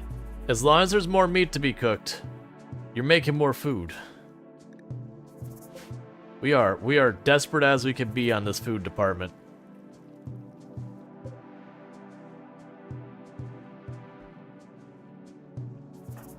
Yeah, so I got 2 rounds of meals out of that, which is just enough to feed the entire colony 1 round of meals and have 1 extra. So, yay. On the good news, it still bought me a little bit more time to get more of these grown to go through. Once we get back out of winter, we should be in a good place. Because we had plenty of food before, it was just we were making really fancy meals, and I think it just all rotted at the same time.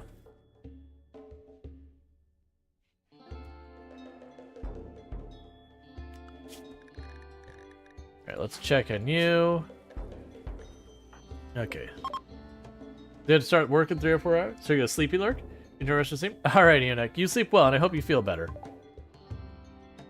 Like, I know you think you're on the road to recovery, and I hope that's the case and it sticks to recoverying. We're just eating so much rat. That's where we're at now. We're eating trace amounts of rat. Oh, and thank you for plugging the Ko-Fi and the Patreon. For those who don't know, I do have a Ko-Fi and a Patreon on the channel. I do have a thing on the channel. No one's taken advantage of it yet, which is fine. But if you do either a tier 2 sub or tier 2 on Ko-Fi or tier 2 on Patreon, I will have the bot announce the first time you either redeem something in the channel on a stream or say something in the channel stream. I can, like we'll agree on kind of just like a hello message. And if you do a tier 3, it can actually be like an audio thing. Which we don't have any examples because we haven't done it yet. Alright. Okay, so you're starting to get toxic buildup. Oh, here we go. More ambrosia. That won't help because aren't you addicted? Yeah, so you're addicted. Well, that's interesting. You're addicted and it was wearing off, but you had some. Yet it didn't reset your addiction. Which is interesting to me, because I fully figured once you had it, go right back down to 0. Unix away, quick words on stream. I mentioned this before. It's not that I'm not going to do words on stream anymore at all. I don't think it's going to be as regular a thing as it was. There's the idea of stuff that's foundational, distraction, or an addition to your stream. And there's just that basically boils down to foundational means it is something that it is core part of the identity or whatever your stream. It's it's what you're known for. That your stream is just not your stream without it. And then there's additionals and detractors. So an additional thing is anything that would benefit the stream that you do. Ooh, never sleep but unhappy. Awful crafting. Weak immunity. So, never sleep is a fun one. Unhappy's not great. but never sleep is, you could probably guess why, really useful. The other neat thing is that's just a regular gene pack, not the architect one, so I can use it on someone and then just separately extract the never sleep, and we could give all of our pawns never sleep.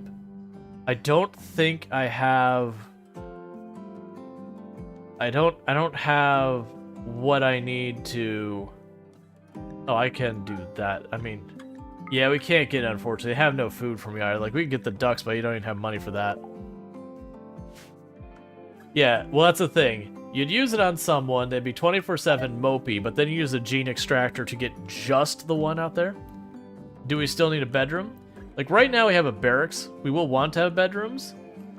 I just don't want to give up grow space for it, and a lot of the area I'm not growing in is polluted. So we're working on it.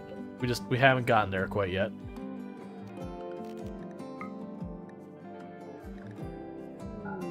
Research known. Complex clothing. Finally. Because with complex clothing, we get our masks, and with our masks, everything gets that much better. So production, electric, not stove. Electric tailoring bench, we'll make that out of wood because I've actually got wood for a change. Let me try again without the part where I fail to click where I need to click. Furniture, chair, power, run the cable up to the wall again. Well, more. And slowly but surely we have our pollution pump doing that. Pretty much any time I have stuff in this freezer, I know not to have my people digging stuff up by hand much anymore. But once this starts to go down, I can just send them out to dig a bunch. Because the freezer ends up just being a pollution buffer. That we just keep it frozen in there until we're ready for it.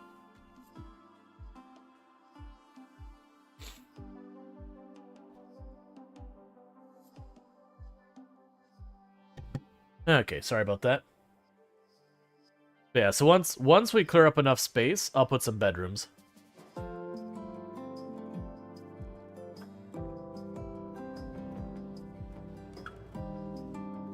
You can water our outside farm with our tears.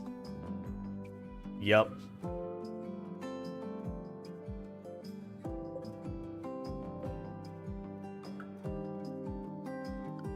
So we're doing a good job of pulling up the pollution here. Because like I said, I do want to get this trap maze, or this trap hallway, cleaned up. Because once I get this entire inside area, I can make the entire inside area the, when you're exposed to pollution, walk around here. Oh good, so it's all done. So we'll go to clones. We want all of this. Let's take the broad wrap and the burqa off there. What does our ideology want for ideology clothing? We have the tribal headdress and the head wrap. Okay, so we'll go here and say... where's the tribal headdress? You're here somewhere. Well, there's a head wrap. There's a headdress. Okay, so we do this until we have one of at least 80% quality. And with that, and we're going to put the face mask as the highest priority. And with that, we are now officially in business of getting clothes, and I'm sitting on 1,600 material to make that stuff with. I don't care about noble apparel, but cool, I guess. And with that, everyone's going to start getting all their fancy clothes and all that. It'll be great.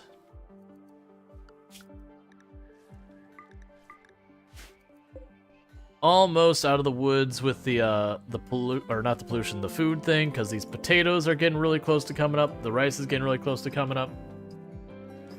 Got a couple more animals I can hunt real fast and just try and tide us over one more meal.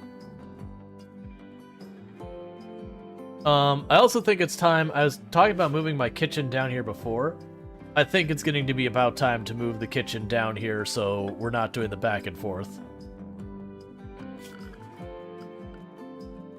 So what we'll do is we'll end up making this the kitchen. Could the game look any more than closer to Project Zomboid than this? Yes. By looking like it at all? I get that you're really into Project Zomboid, man, but it's like, this is Project Zomboid. It looks like Project Zomboid. It's like, but it really doesn't. It really doesn't.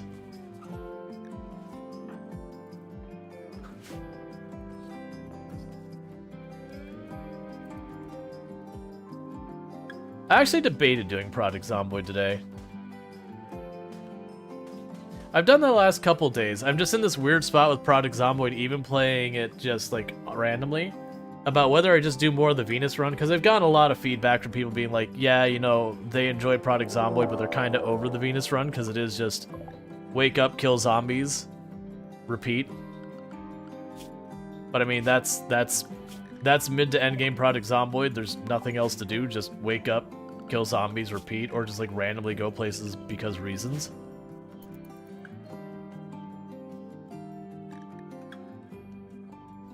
Alright, so we're actually gonna go here real fast. Yeah, no, I agree. It would be good to do a new thing, but I'm in that weird spot where I'm not really playing Project Zomboid on any real level to justify spending time. Like, I don't want to commit to a new long form run. In Project Zomboid, like, the short form runs tend to be very unfulfilling, unsatisfying. Like, outside, like, you know, the cursed CDDA, that kind of thing. But, like, the moment they get established, then they stop being that interesting. So really, if it's anything but early game Project Zomboid, it is literally just, it's time to, you know, kill some heckin' zombies.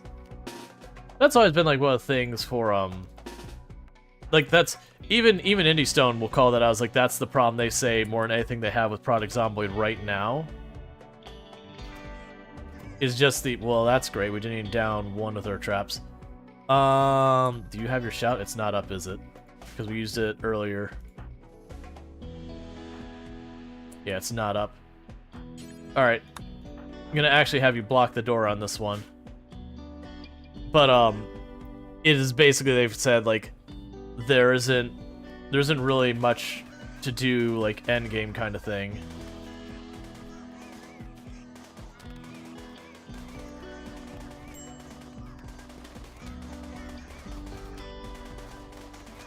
You're not allowed to stop there. That's not how this works.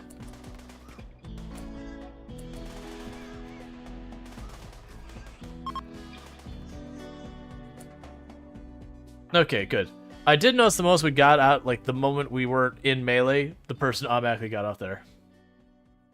Yeah, it's very much make number bigger endgame. Yeah, that's really what the endgame of Project Zomboid is like, how long can you survive, how many zombies you can kill, or, like, can I collect, you know, more of whatever it is you're collecting in your run. There's not a whole lot of variance to do there. Medical treatment needed. Oh, do you actually get shot? I didn't even see them get. Oh, right, because the one stopped here. Like, it seems to be when they consolidate the fight there, they can push back, and then they're allowed to shoot where they're not supposed to be allowed to stand. You found an oppressive high mate. Wonderful.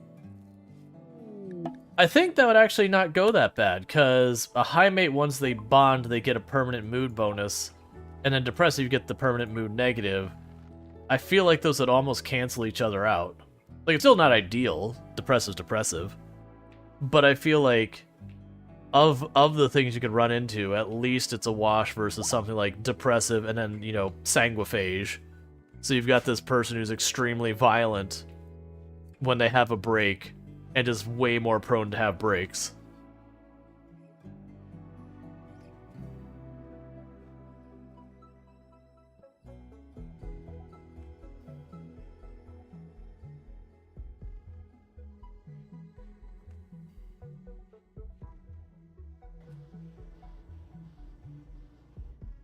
And getting all the corpses out of here. They still have granite. That's all granite there.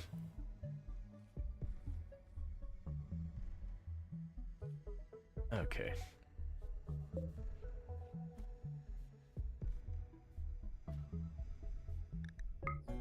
And that pollution pump's doing work. We've almost got this whole area cleaned of pollution. Once that's cleaned of pollution, I'll probably go down here and try and clean this area of pollution down here. And when we eventually get to the point that I have cleaned all the pollution out here, usually what I'll do is I'll put the pollution pump right along the wall and let it pull up the pollution on the outside of the wall and slowly work around with the intent of doing an expansion. Or what I might do is I might expand this wall up like that to include the geothermal, and then just plunk down the pollution pump up here, like not worry about doing it, man, just like slowly let it chip away at the pollution.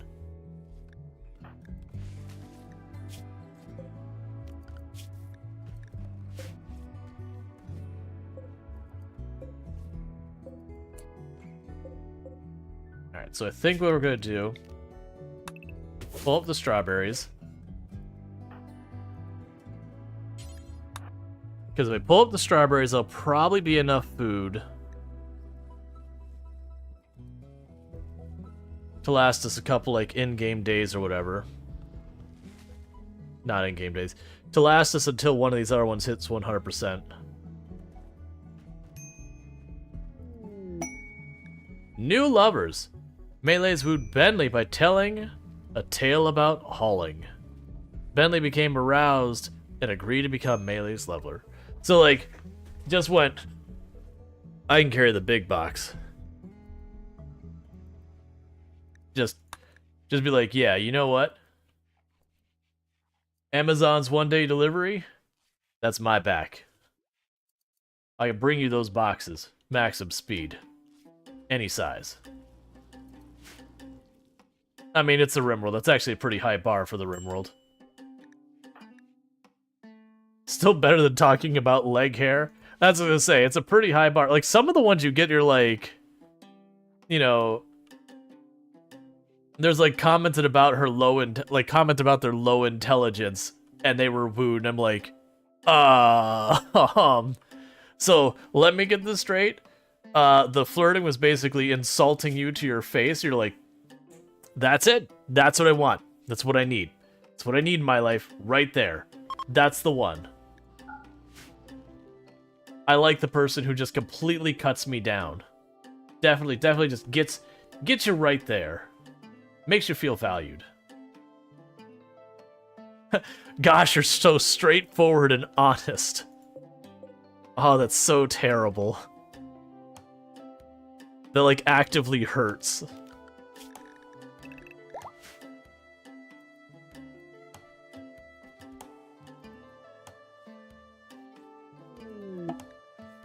Sterile materials. Heck yeah. So I can go here and say floors, sterile materials. They're attacking immediately, so we got drop pods in. So let's get everyone in position. Last time they did this, it did not go for well for them, because they kind of just fed themselves in ones and twoses, and didn't drop pod in at all where it mattered. Okay, so they're drop podding in on the edge of the maps. So they are bringing a mix of ranged and melee. Ooh, bolt action. Weirdly, actually, with the way I'm doing this run, a bolt action wouldn't be a win for me.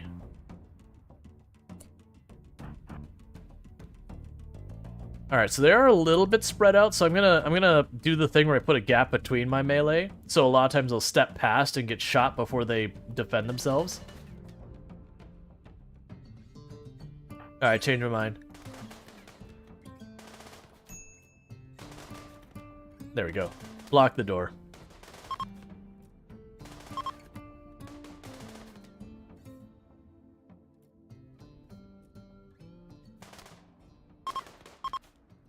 Okay, and scene. Alright, so what's your deal? You're a waster? Alright, your waster's about to lose their clothes. That's what you are.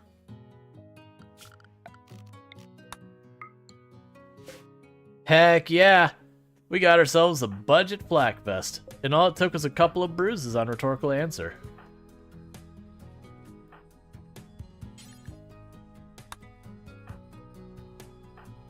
Every time I turn, it's like... Yes, let's haul the flak vest. Really need a strap on? We actually haven't gotten those traps rebuilt in a while, because poor Rhetorical's the one who keeps getting beat up because they're melee. Oh, you didn't die. I mean, you're still going to die, but, like, you're gonna go do it someplace else, that's fine. Probably get around, like, here out in the... like, around here out in the map, and then they're gonna go down from blood loss.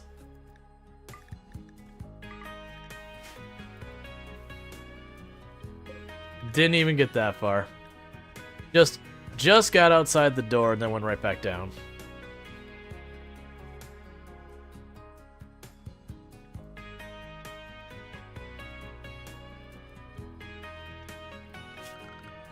Okay, and how are we doing on that pollution removal? Okay, so pollution's all removed from there, so I'm gonna go ahead and continue the pollution removal stuff. But I'm gonna move it to be over here. And we're doing that just so I can make, like... Put the stoves right here, so that they can cook right here without having to run all the way up and down. Cool.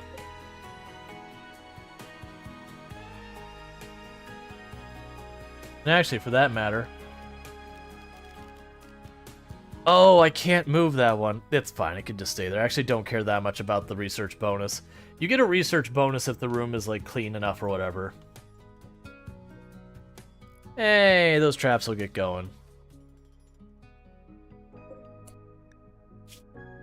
Who are you? Where did you come from?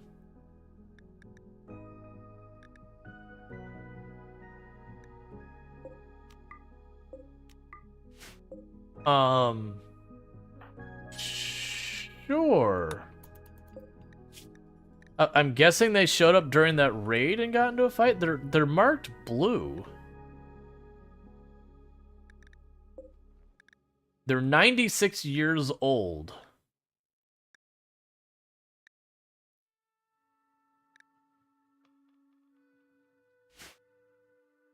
That's not something you see very often in RimWorld. Could you, like, treat them, maybe? In RimWorld, you usually do not see people that old. RimWorld is not a kind place for people who are getting up there in years. It's usually around, like, late 70s to 80s is kind of the fence of where it is near impossible to keep people alive. And it's not like fighting and everything else, it's... the game will have them start having all sorts of health problems.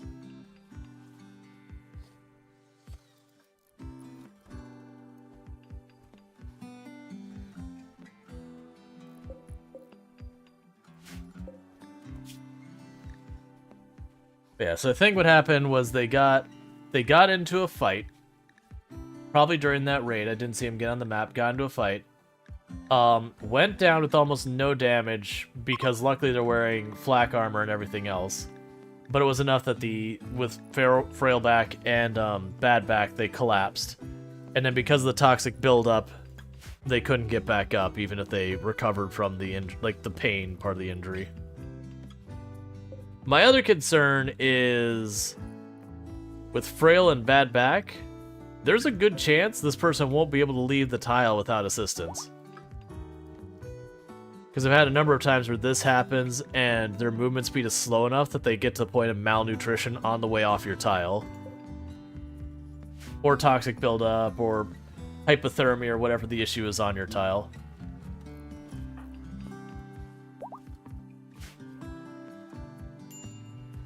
Yep, here we go. So nearly fully fed. This person is leaving the tile. Their maximum movement speed is 25%. Ooh, boy. Slow down, Speed Racer.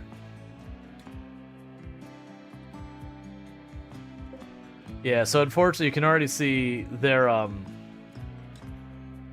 And this is, again, we're at 3 times speed. That's how fast that person's moving. So they're already at 50% hunger. And they haven't gone around to the other side of the building. And they got all that way to go. We'll see. This one might actually make it. No, actually, it's frail bad back. I think they are just going to collapse. So what I could potentially do to get around this is if they go down and I bring them back, and it's just from hunger, we can feed them, pick them right back up, walk them to the edge of the tile, and then put them down. And then, you know, they can pop up and potentially walk the last 2 steps to get off the map. And then once they leave the map, it doesn't calculate them walking to, like, caravanning across the entire world or anything like that.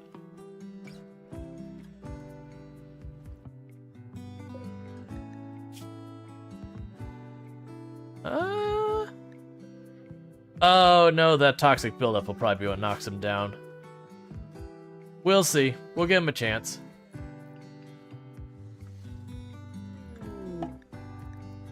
Deep drilling. Okay. I can get behind this. We'll plunk that up here, I think. So, production. Deep drilling. Actually, let's not worry about the deep drilling yet. I've got tons of steel and all that. Oh, there you go. Hey, buddy. Let's help you out, friend.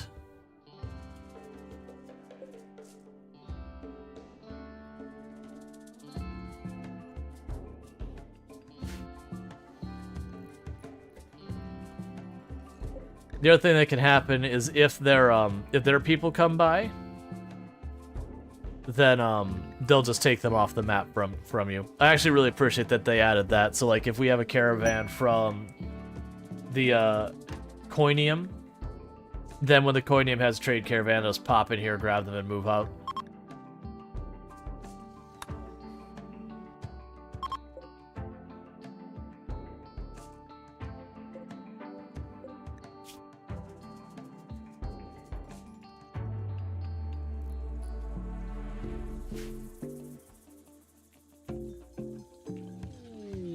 Alright, we got a low drone. They don't seem to be getting much done with the pulling up the pollution. I'm okay with that, though, as long as they're being productive somewhere.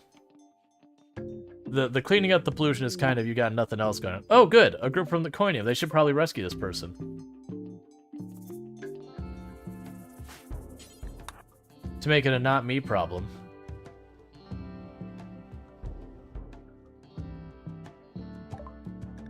Alright. So take a bunch of the stuff we don't necessarily want.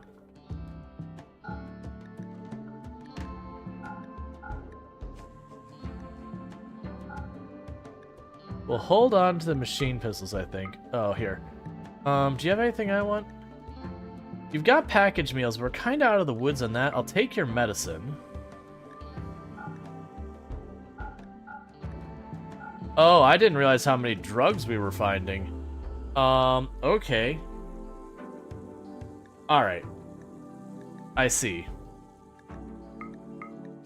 We could buy some friendship.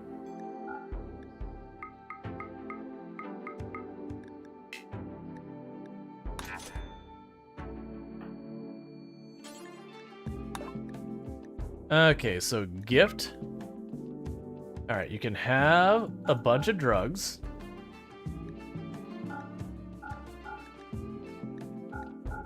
Because honestly, for our setup, stuff like heavy SMGs and that is kind of king. Alright, we're gonna have a bunch of clothes that we're probably not gonna use anymore.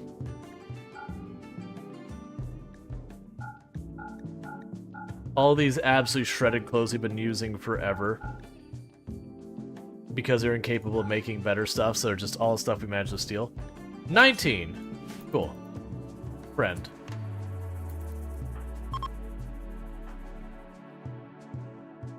Yep, so we're gonna go get their wounded friend. Thank you, Ian, for making it not my problem anymore. I appreciate it.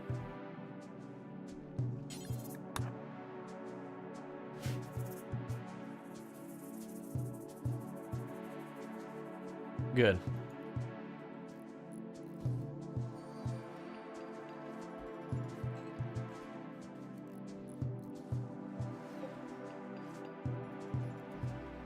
I probably actually need to make more room for the dye. We could probably just do this.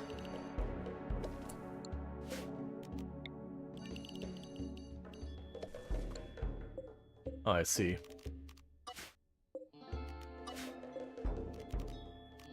And change that to more dye.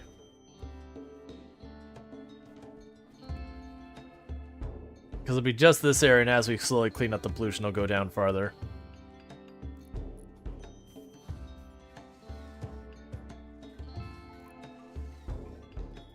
Now we're using basically all of our silver to set up the hospital, which I'm totally fine with. Did we choose a tile with higher disease in this one? I don't think we did. I think you're at like 1? 1.2. So we're not super terrible, but we are higher than normal. Because I think 1.5 is the highest. I think that's what Tropical Swamp is. So 1.2 is above average.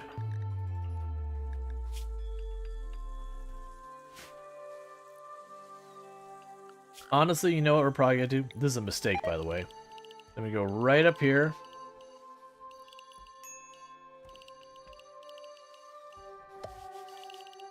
This zone, no pollution.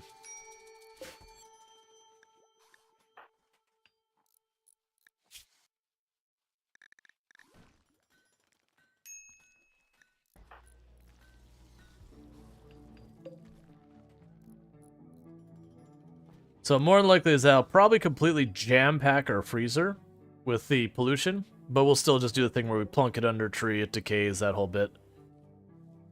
Because this is low priority to put in here, and that's max priority. I'm honestly surprised we haven't triggered infestation. Usually I'd have like 2 or 3 by now. The earlier, if I do just the 5 packs, usually infestations are pretty benign. It's when you get here and you get like 50 of those, or if you get... The worst one I think I had is I had one time I had like 400 or 500 in my freezer that I had been stockpiling up, and our power got destroyed and I couldn't fix it, and they just all rotted at once, and just triggered like 30 insect swarm or whatever, and just absolutely wrecked my face. Because it's also where all my food and all that was, so I couldn't not fight it.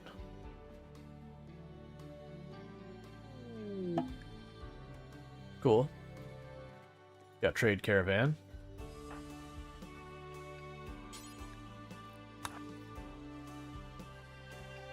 Alright, so we need to build a door or 2 on here. That runaround is not working. Okay.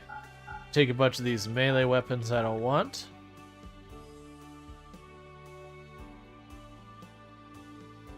Alright, we don't have a bunch more clothes that are ruined.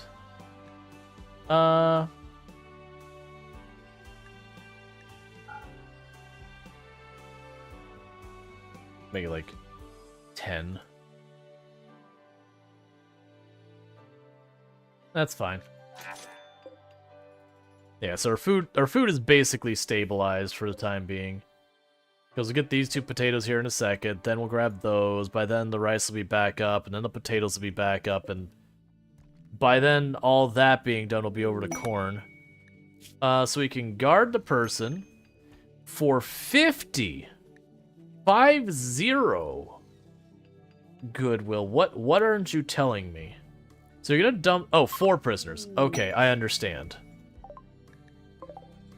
I was like, what the crap is this that you're willing to give me halfway to... Well, actually, 2/3 the way to ally from 1 mission. Okay. How long do I have to accept that? Because I'd like it 7 days. And then we keep them for 24 days, because 50, jumping us almost straight up to Allied, is big plays. If I can drag that out long enough that this corn is going to be about ready, then we're good. Because corn is just so much food. Is it prisoners? It's prisoners, right? Okay. Where the heck am I going to put prisoners? Like 4 of them. We definitely have to make a new space for that. Like, literally, I might just put, like, a room here. That's just my prison. Honestly, it's not even the worst idea. Like, it doesn't even need to be attached to the other building. Yeah, let's do that. So this zone here. Where am I gonna move those? So it's just brick basically in the zone. So let's copy that. Delete this zone. Because it's not going down here. That's where the kitchen's going. We're talking about putting the prison here, which is why I've got to move it. I don't want to put in here because it'll be a negative mood debuff. I can't fit that much raw materials in here, so it's going to have to go outside the perimeter. So, like, right now, honestly, as much as it sucks, I think we put it over there. Let's also, before I forget, put a door here and here. Help people move around a little bit. We can also save a little bit of space by going...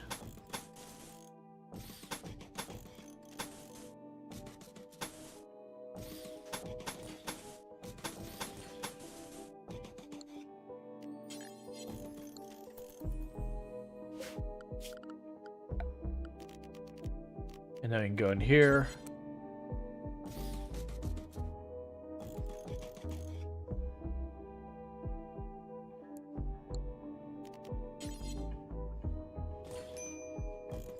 I'll even make it an actually decent place for them.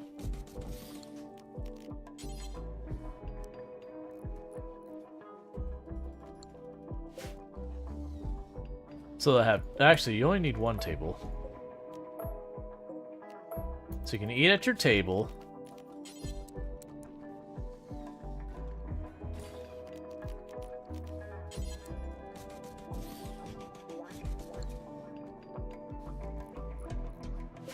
There. It won't be a nice room, but at least be something. We'd also go in here and say furniture. We'll give them a light. Alright, Neural Supercharge. Alright, the traps are all getting reset. So surprisingly, none of these have gotten broken to the point that I've had to replace them, because I'd replace them with stone if any of the wood broke.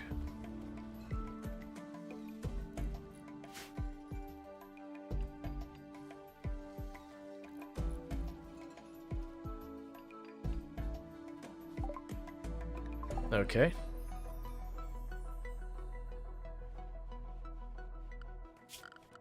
We can go down here to sandstone.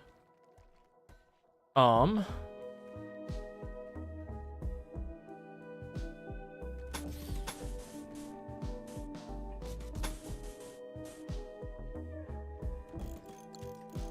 be a weird little room down like that.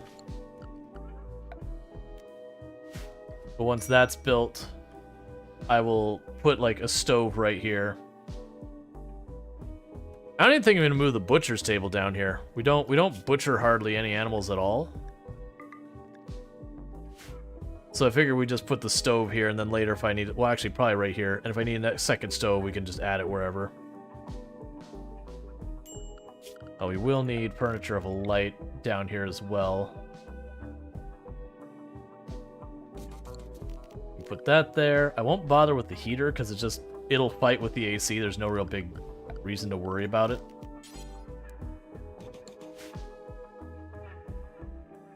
Oh, I don't need that either. Alright, now what's your deal? Why am I not seeing stuff get done?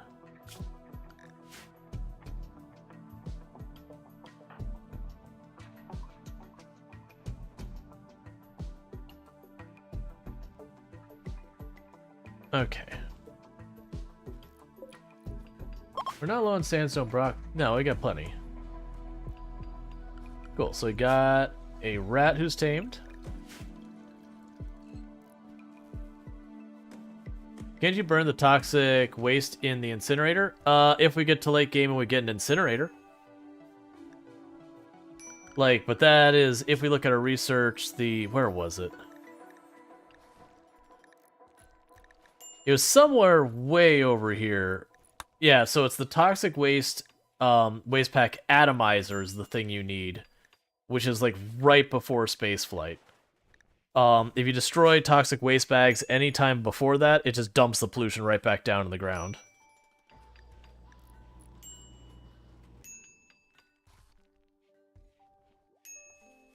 Alright.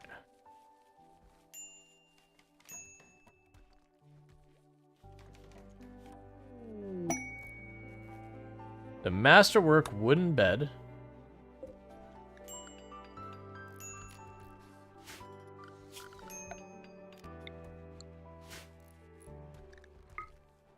Okay, that'll be fine, because now I can take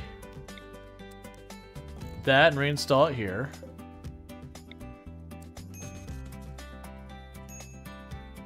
Which, generally speaking, we'll just leave this door open. Okay. Hey, Sir Ice the Mage, how's it going? An auto door is being researched. When I get fabrication, I might replace these two doors with auto doors, but not before that.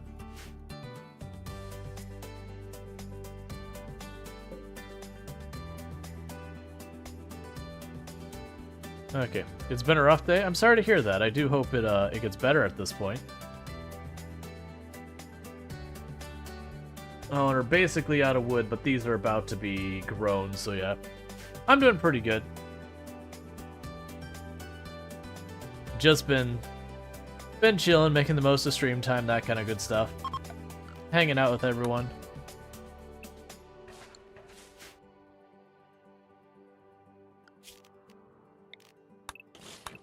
You can start putting a bunch of these random ruins to be deconstructed.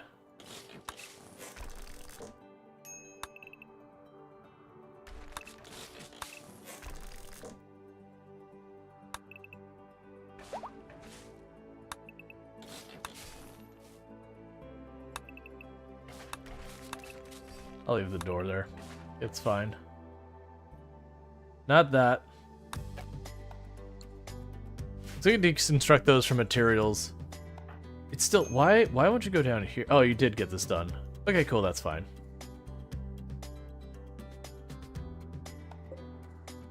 Alright. So I managed to be cutting all the bricks on the map forever. Sniper Spice now no longer has to walk across the entire universe to do anything. We already smoothed this floor out, I believe. No, we didn't. That's right, pollution became a problem, so I stopped them. But they had been doing it.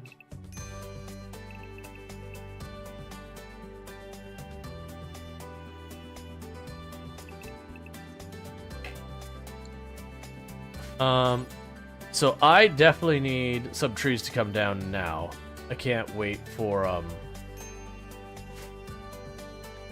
wait for a lot of this. Alright, so you need to be restricted to in the area. Because those doors have got to get built.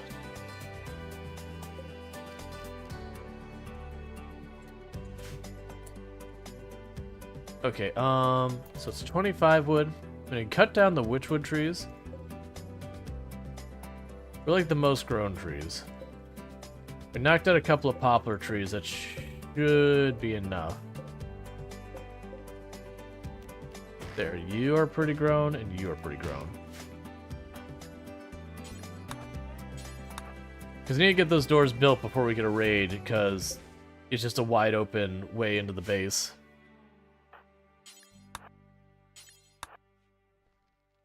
Alright.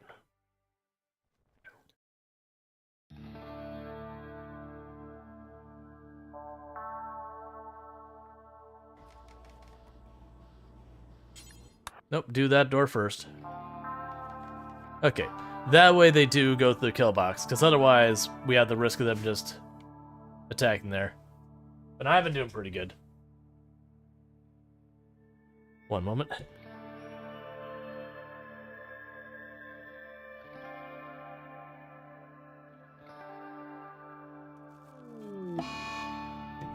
Oh good, solar flare. So this is the thing that actually gets dangerous in the long term in your colony when you're dealing with pollution. Because this means your freezer will go above freezing.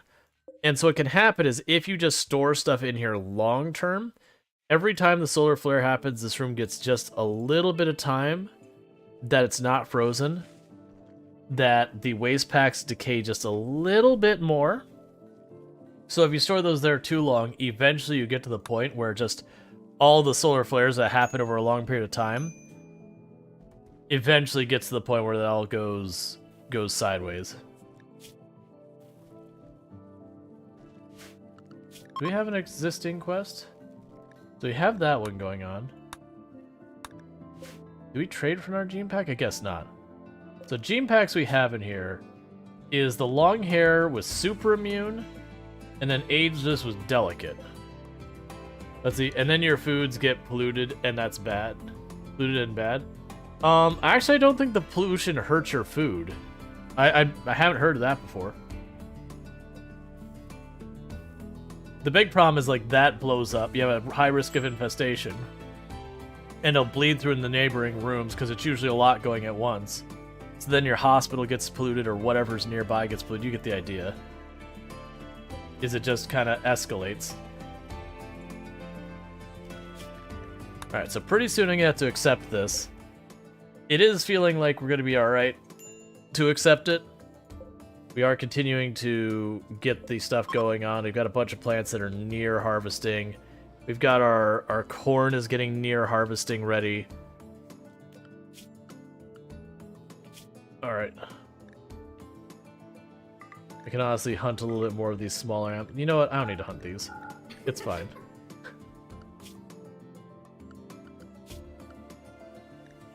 Oh, you two stay in there.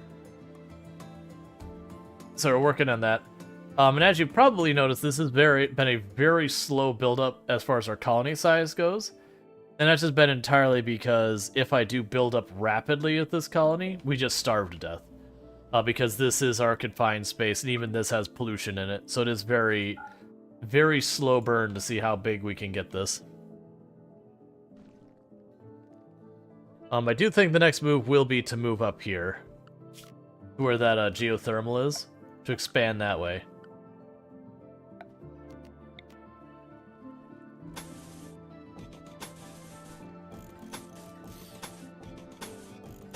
Also, in this style run, I end up running, like, redundant power cables almost everywhere. And that way, like, any power cable gets broken, it's fine. Like, this power cable gets broken, it's fine, everything stays online. So I do try and have loops all through the base. It's a little wasteful steel-wise. But then, you know, everything keeps working kind of thing.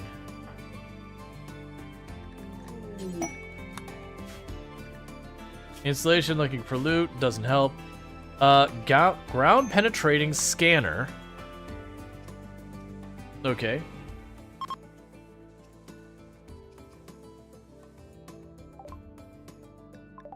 That could be useful. So that lets me see where stuff is. I'm not too worried about doing it yet. But the ground penetrating scanner wouldn't be a bad idea for as we start getting low on steel and other stuff. Or we get to the point where it's time to start working on plasteel. Stands in corner mods a few contraptions? Okay.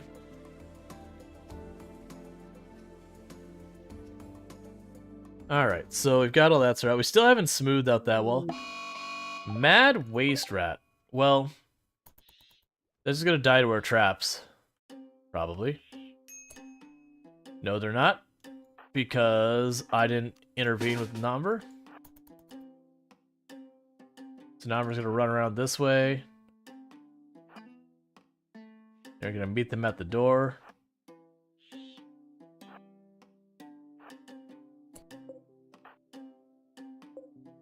Gonna hold the door for them. And everyone will rally. And it's dealt with.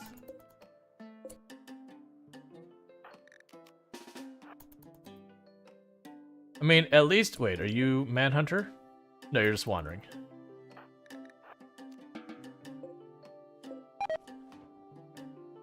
I was making sure we didn't have more going on. Okay.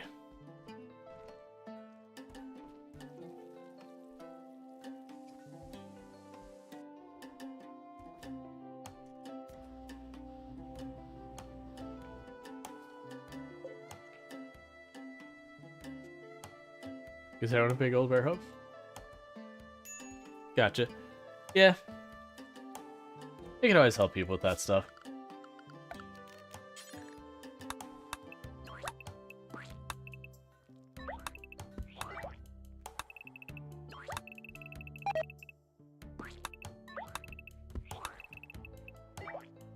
Just queuing everything up at the wall.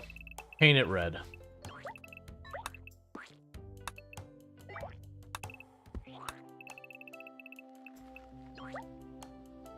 Alright, so I heard the toxic waste decay from that.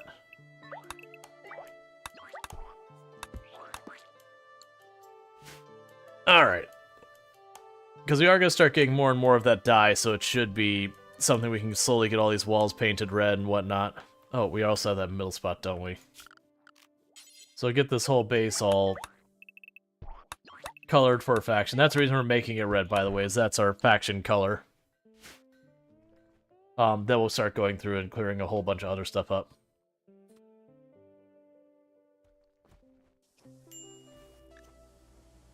Alright. Come on, just a little bit longer. The corn is just about ready.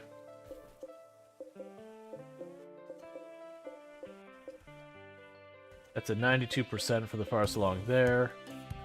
You're not as close. You're 83. Yes, you're 66. So we have the berries are almost ready. Wake up production. We've got a bunch of corn that is almost ready. We do have some stocked. Let's see, if something is stationary and you paint it red, is it going faster than everything else that's stationary? Yes, absolutely. Even faster if you put a painting, like a racing stripe on it. That's just how that works. And even more if you put a spoiler on it. Like, even if it's like, you know, a shed, if you put a big car spoiler on the back, you're definitely moving faster. No question about it. That's just how it works. I don't make the rules.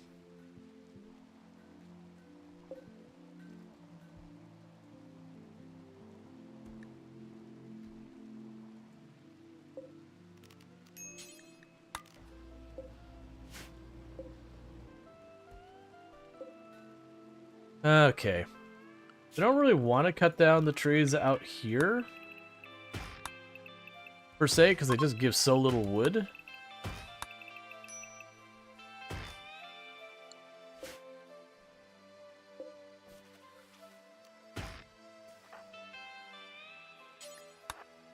But I do need enough wood to make this bed happen.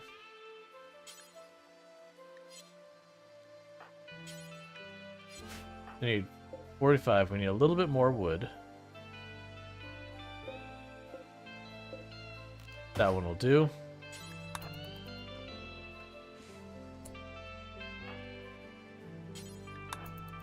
Alright, so let's get this bed built. Because I do want to accept that quest. Because 50 reputation all at once is really nice. Manhunter pack of cobras? Don't do that. That's our venerated animal. Don't do that.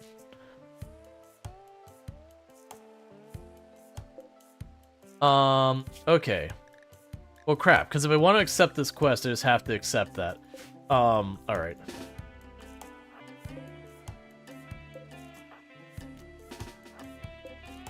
What I mean by that is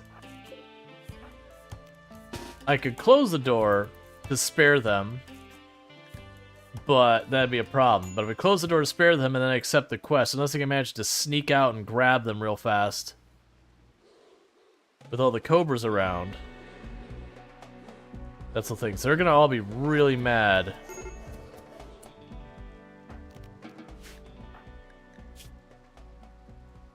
No, I guess they're fine with it.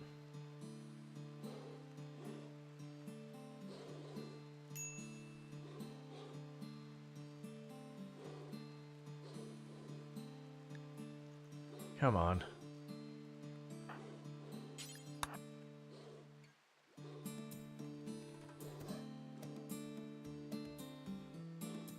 Come on, I would like you to go into the trap maze. Nicely done. Alright. Goodwill. Jump to them. Capture. Capture. Capture. Capture. Okay, so food's not an amazing place, so we do want to hunt what we can for food. To try and cover us till this corn is ready. And in the meanwhile, we will convert as many of them as we can.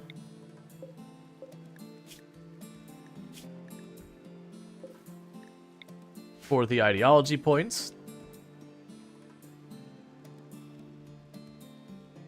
Alright. Meanwhile, how are you doing? You're doing okay. You can go back out in the pollution. And you're still too high.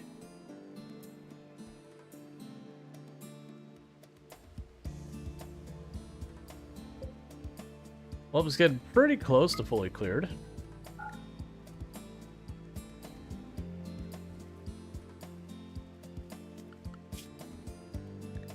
It would be nice to get like a bunch of other stuff, but yeah, that's not gonna fly. The one thing we are gonna probably run into problems is we are cooking our venerated animals. So they're not gonna be happy about that. Alright, so don't mind me butchering our venerated animals, which is a bit of a surprise, but hey, you know, whatever.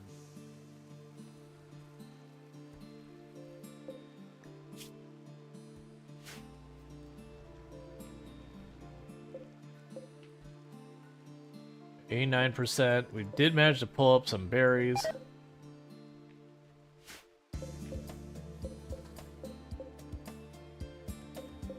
Yeah, so we got both of those are 89%, so we only got 10% we gotta hold out for. We've got enough veggies and meat for probably 2 more rounds of meals.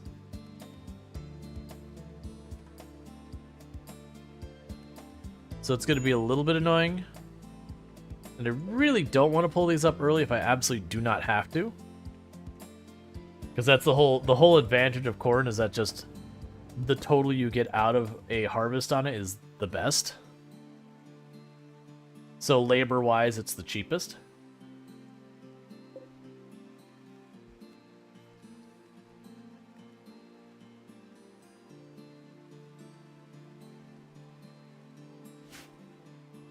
And how are trees doing? They're doing alright. The one down here is far enough away it's not really being handled well, but not much I can do about it. That's a pretty normal thing.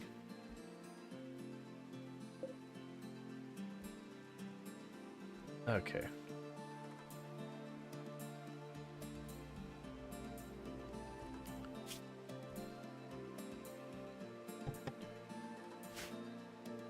Alright. I do hope everyone's been having themselves a good evening. What time is it? Okay, it's rolling at about 9:30, because usually we switch about halfway through stream. So I do plan on doing that, but that, right now... Oh, don't do that. Oh, it's just on Whitney? Just you? Excellent. Yeah, go ahead and do that. That's fine. When I saw it, I thought I was going to have like 4 of my people all have the fibrous mechanites and start melting down because they're in lots of pain. Because that's usually my luck.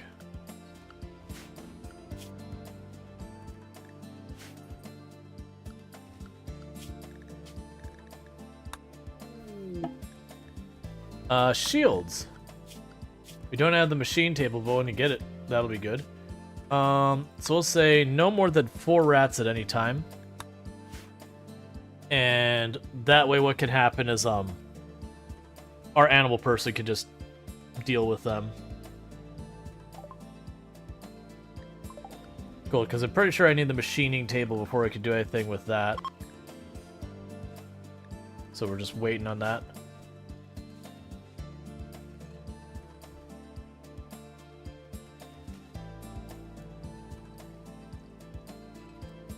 Alright. Now the good news with everyone getting their masks and all that now, the pollution is becoming way less of a problem.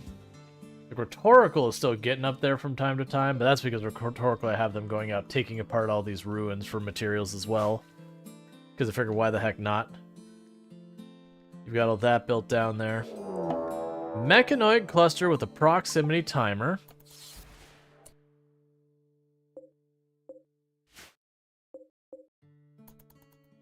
I don't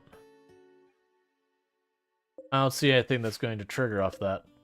Alright, so we'll just go here, go Expand danger zone. Danger zone's now here. Clear danger zone.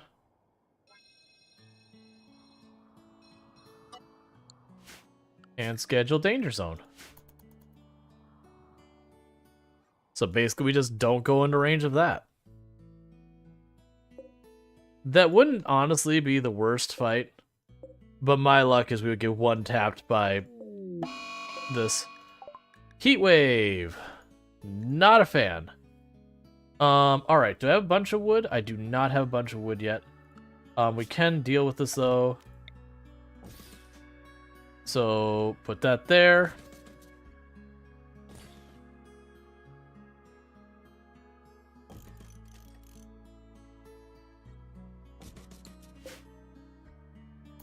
Yeah, I have coolers. I just don't really have... I mean, I could build the coolers if I really wanted to. Probably should.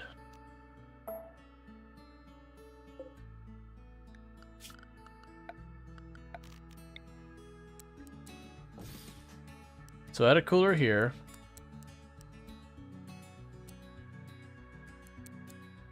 Add a cooler there. That one's probably fine. So the only danger of putting a cooler out here is they'll attack it, but I do think I'll put a cooler there with the intention of closing this whole area off.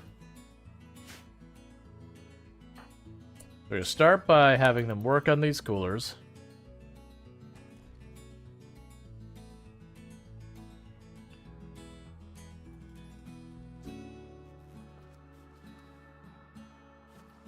So that way they don't die. Next priority will be the hospital. Because that's where people will be potentially downed and they won't be able to, like, run to a cooler area. Get Tessie lasers? Yeah, they usually don't kill me. The Tessie lasers just kind of scatter your people because they get on fire. Alright, so go get your food.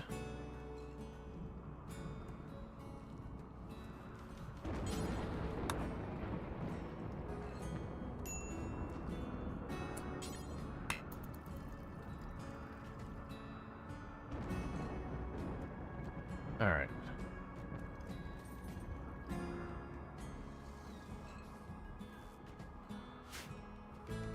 Yeah, the unfire bit is what starts to cascade bad things. Yeah, no, because like it whips across like 4 or 5 people and sets them on fire.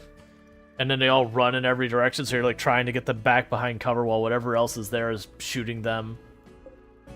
Yeah, it's the same reason I don't like the impids, because they run up and they breathe fire, and if you have your people bunched up, then, you know, suddenly you have your entire fighting forces scattering in every direction. Usually it only gets me in trouble when I'm not keeping a close eye on things, and then, you know, impids happen. Alright, so burn apparel, do forever. If it is not clean, burn apparel, do forever. If it is below 80% and it's not utility. That way we don't just keep a bunch of random clothes that we don't need scattered here. Research known nutrient paste. That's fine. I'm not super worried about that.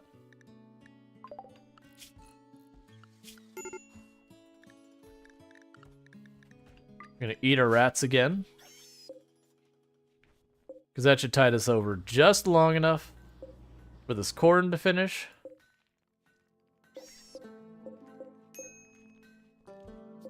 And then we'll get the potatoes up, and then we should be, like, swimming in food.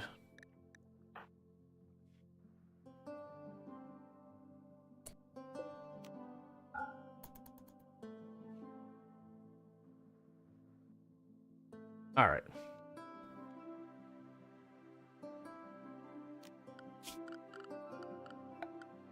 I mean, I guess I could do this. A sandstone block there.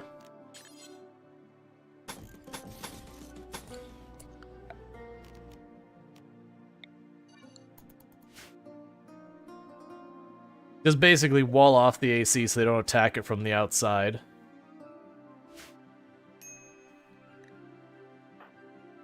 We'll pause this one from being built so we do know that barricade gets built first. You don't need to starve, we have food.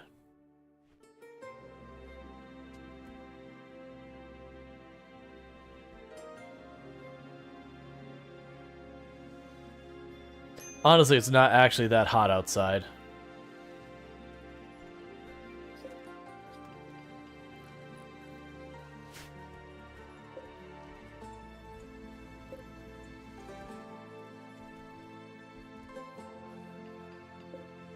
Okay.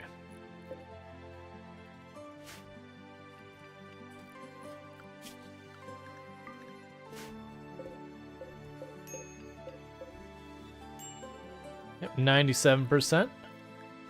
Why do we have a whole bunch? Oh, they're all in starvation. They're trying to not eat the food, and the reason they're trying to not eat the food is because it's made with cobra, which is their venerated animal. That's fine.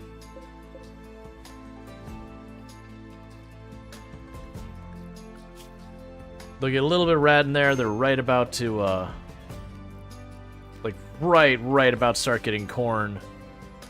And then we won't need to worry about it. So that's fine. That just means they can take all those meals made with cobra and they can feed it to our prisoners and they won't care.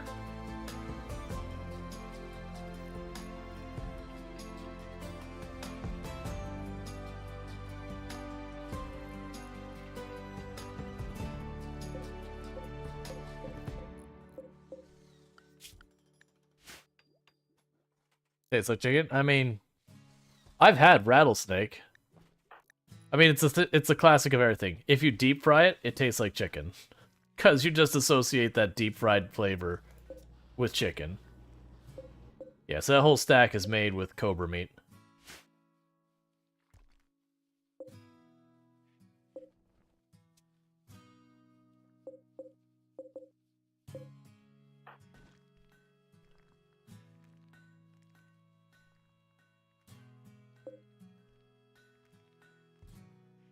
Yeah, snake tastes like snake.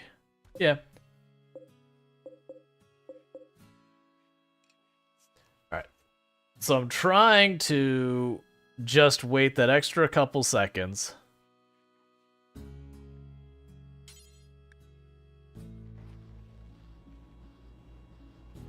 Here, you eat that. You eat the rice.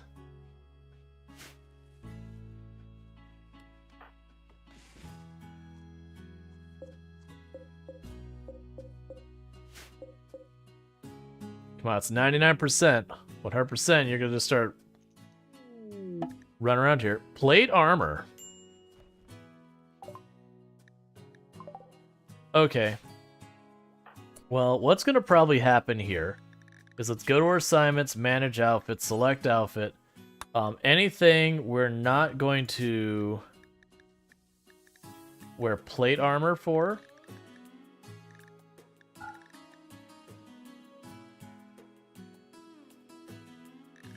Is there a plate armor helmet? It's fine. Actually, we could do a couple things. So bills, add helmet, do until you have one of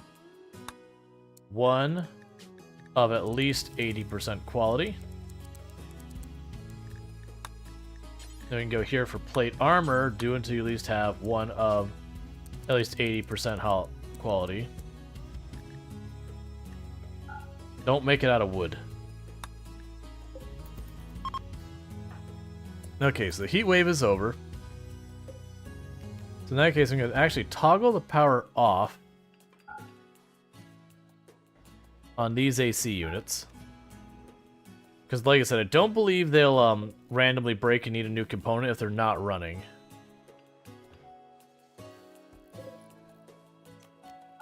Same with those, turn all those off. Same reason.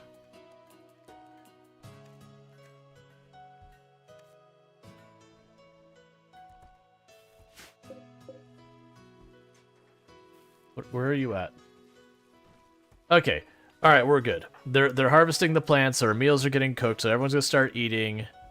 That's what we were waiting for, is just for that to flip over, because now they're gonna run around, and there's gonna be no end to the amount of food getting harvested.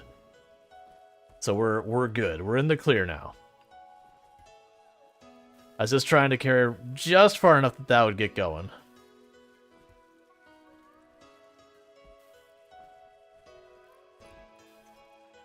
Okay.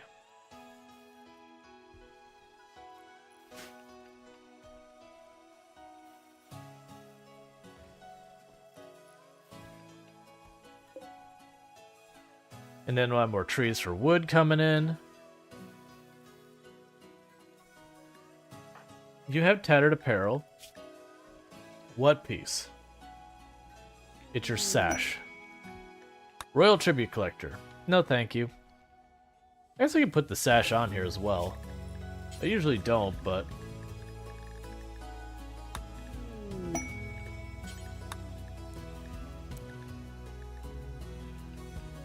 It's not what I chose? Sash?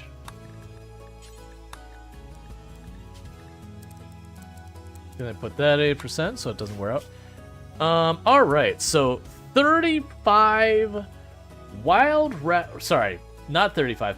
53 wild raccoons will attack. I could get a psychic emanator, which would be amazing for this colony because it's a very small colony. So I could plunk it down in the middle and it would cover most of the area. The bionic leg is not bad, nor is the social skill trainer. It's 4 in-game hours till they attack, so this could be an added bonus that I could dump them onto the Empire to deal with that problem for me. So I think we're going to do it. If the Empire gets out of here before they arrive, we need that to not happen. Is the way I will state that. We need that to not happen.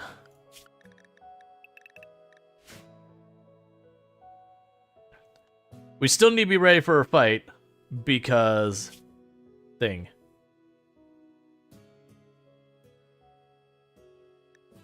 Yeah, since this just draws away, it doesn't even say kill them.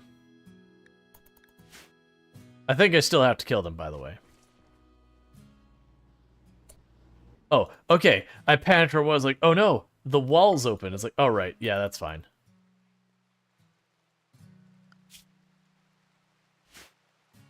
All right. That's not what I want. I just secured my food situation. I don't need that. Manhunter pack. Oh, they coming. Oh boy, they coming. All right, so let's actually go down here and have Rhetorical pop that door real fast so that we know... Actually, here, you're the closest. So that we know for a fact that they're going to deal with the Empire first. I only want to deal with the scraps. Alright. Who do we think is going to win this fight? Giant army of raccoons or 9 Empire fully kitted with armor and guns? My money is 100% solidly without question on the raccoons. I think this is going to be a very one-sided fight. Because while they're tough, numbers are numbers. I don't know why you're running that way. I closed the door. It might actually work out for him if the raccoons split up that much. Except for Julian, who decided to take point with a machine gun, as they get friendly fired into the dirt. You got it, buddy. Are they Toronto raccoons? They're all the raccoons.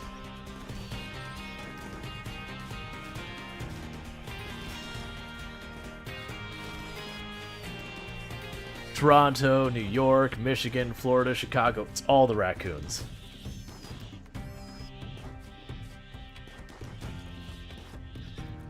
I'm surprised you haven't retreated yet. Not that it would do you any good.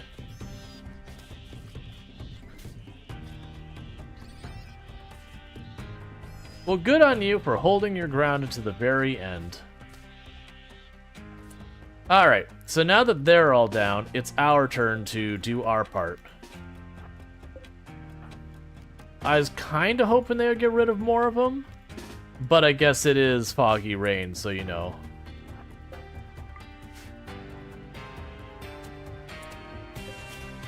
So how many do we have left? Oh, 16. That's actually pretty good. They drop some cool stuff. Yeah, the problem is almost all the weapons will be bio-coded, so you can't take it. Well, you can't use it, you can take it.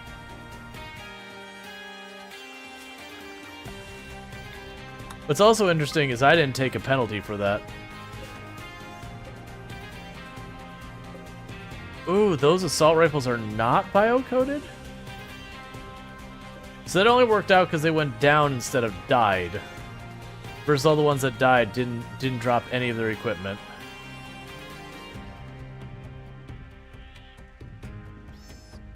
Alright, so we got 15 raccoons we still have to fight. Out of 53. That's actually the only reason I accepted it, by the way, was just the fact that I had that huge group of Empire people on the map.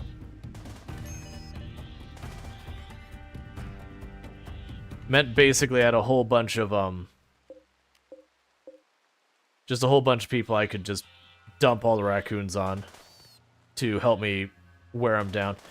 I was honestly expecting to get some kind of penalty for it, like, for each one of them down, get, like, -8 with the Empire or whatever. But as far as I could tell, literally didn't take any penalties, despite the entire group dying.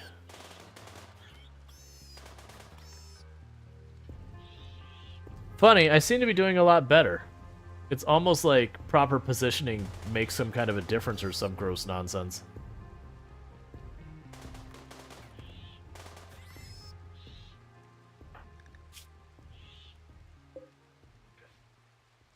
Alright, we got our last few.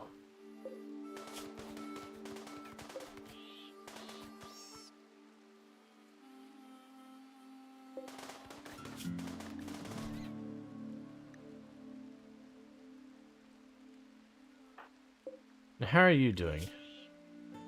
You got nicked up pretty bad. Why are you not going down?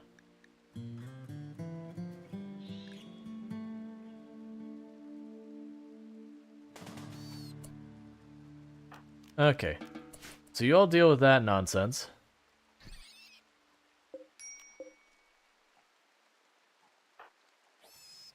Okay. All raccoons have been dealt with.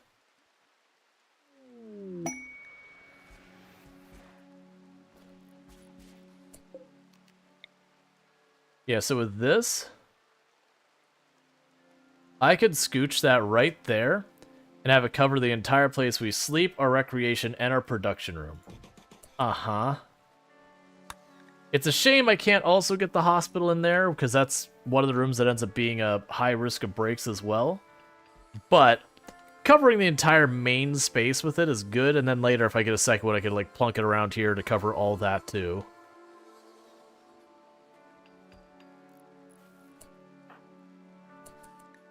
Why, you need to go to the hospital. I know you're hungry. I get it. But you're bleeding from everything.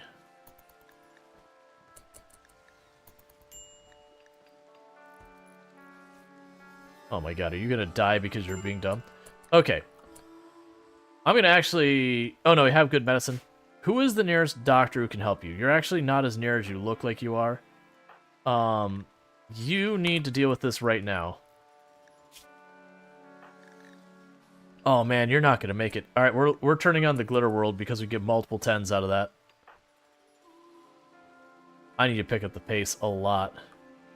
And this is all because he stopped and was like, No. You're not assigned to doctoring? Bentley. That probably just killed him, by the way. Bentley, I need you to pull off a miracle.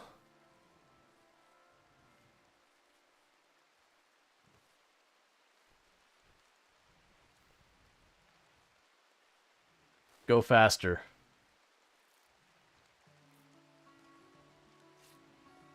You might have this, actually.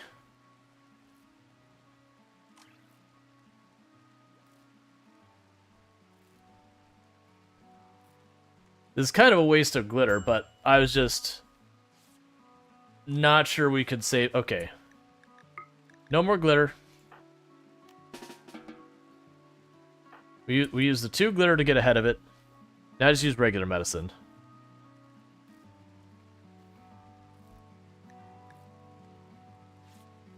I'd have been so aggravated if Sniper Spice died just because everyone, like, he decides, like, no, I'm bleeding from every imaginable part of my body, but, like, I hungry.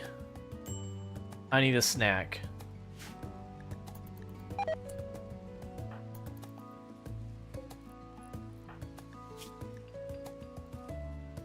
You just aren't yourself when you're hungry.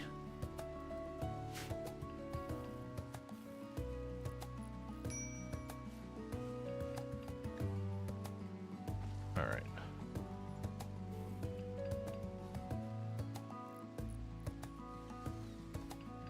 So they are getting rid of all the raccoon corpses. Rhetorical can help cooking. So Rhetorical's actually going to do that for right now. Because Sniper Spice is not going to be ready for a fight for a while with all those injuries. And our people won't eat anything that isn't cooked. Because I've got them... Oh, Rhetorical's doing that thing where they're going to carry... No, I'm intervening. Cook the food. They're doing that thing where they carry the stuff to the freezer. And then they don't cook and they carry stuff to the freezer. And then they don't cook and then they carry... Oh, they finally figured it out. It took them 4 attempts, but they got there.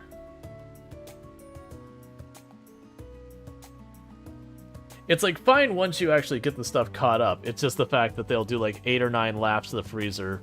Not even use the stuff they bring into the freezer. Okay, so everyone's got some food. For a little bit. Or can get some sleep. They'll wake up, we'll do it again.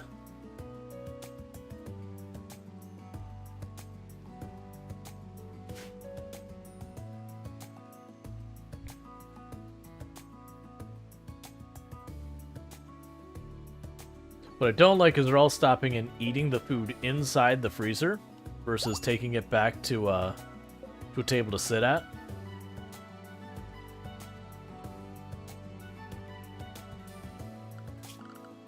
Honestly, you know what I might do? I could put a table right here. I mean, they'll probably still not use it. What am I talking about?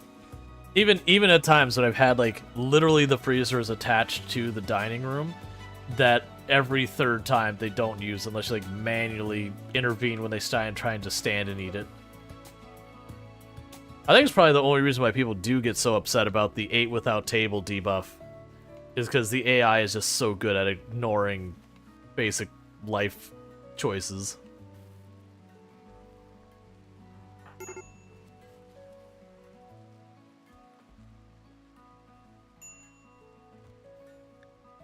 You can stop coloring your clothes and maybe cook... There you go. It's like, maybe cook dinner. Everyone's waiting.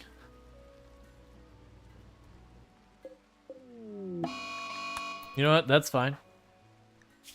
Have a good time. I would assume with extreme blood loss and malnutrition, it would take you about 30 seconds drinking to knock yourself unconscious with levels of alcohol.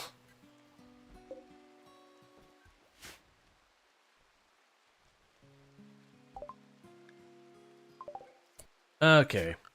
So we now know how to make hospital beds.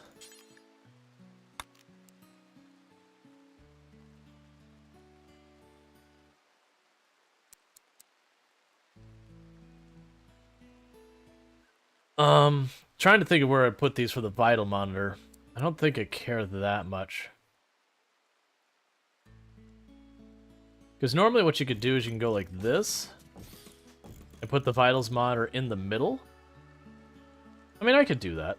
And we'll take apart these beds and we'll do it here. Where it's going to make this like into a lab / hospital, we'll just do that. Because you're so glad it doesn't take medicine to make hospital beds anymore. I don't remember doing that. It sounds like it's something they did. But it's one of those things that must have been like right at the beginning. To be fair, I vaguely remember not making hospital beds very often. But I think it was probably not enough components was the issue. It took 10 medicine back in the day? Gotcha. I remembered not making them, I just didn't remember why. Alright, so let's go ahead. We want to select strip mining tool.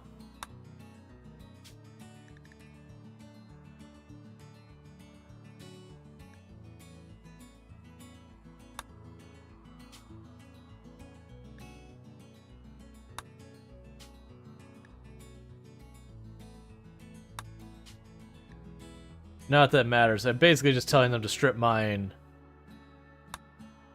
every one of these things in the off chance there's any materials we care about. Spend so much just to make 4 beds and have no medicine to deal with any sick people. So one of the things I need to do that I held off on, which now I'm wanting to do, let's see. That's the ground penetrating one.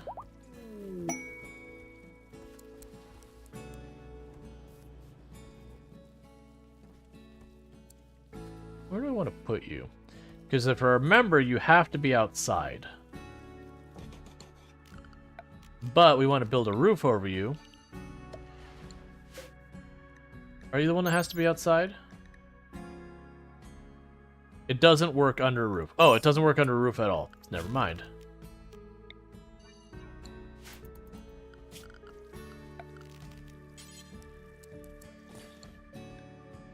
Okay, so we did convert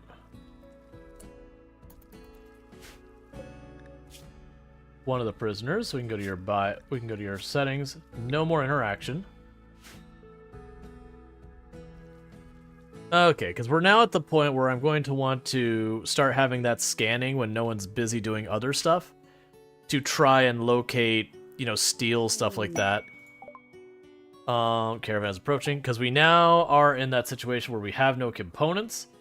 There might be another thing of components tucked to one of these, but if there is, there's just not many components left on our map. And so I'm going to need to be trading for components as much as I can and getting them from anywhere else I can. So give me your 40 components. You may have my giant pile of random bits and baubles of, you know, leather. You can have my beer, because someone is currently having a break where they're drinking also. I'll just solve that problem.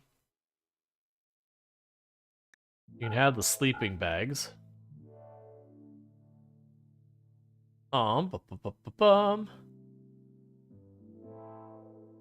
Thank you, Steel Siege.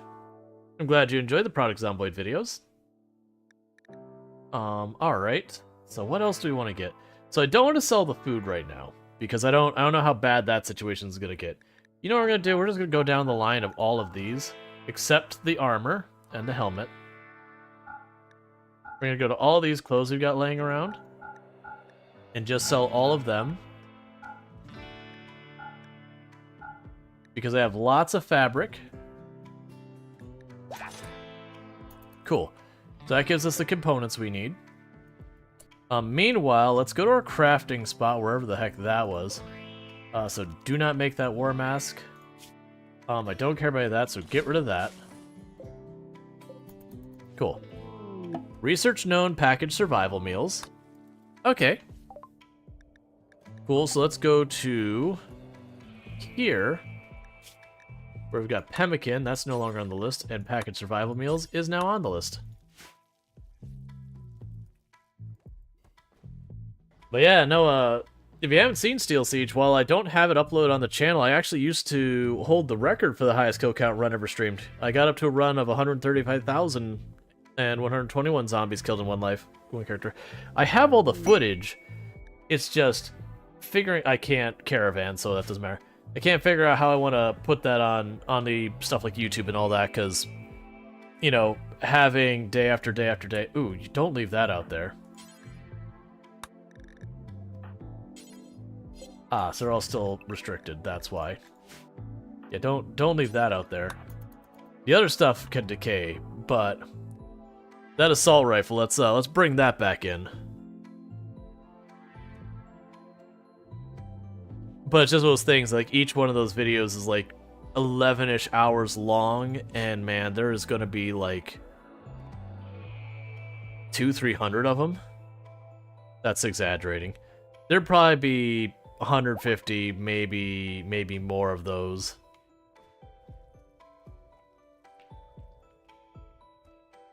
Yeah, and that said, that was the record. I said it, and then a while later, one of the other, like, friends of the channel beat it, and they're still on their record run, Mr. Lamprey UK.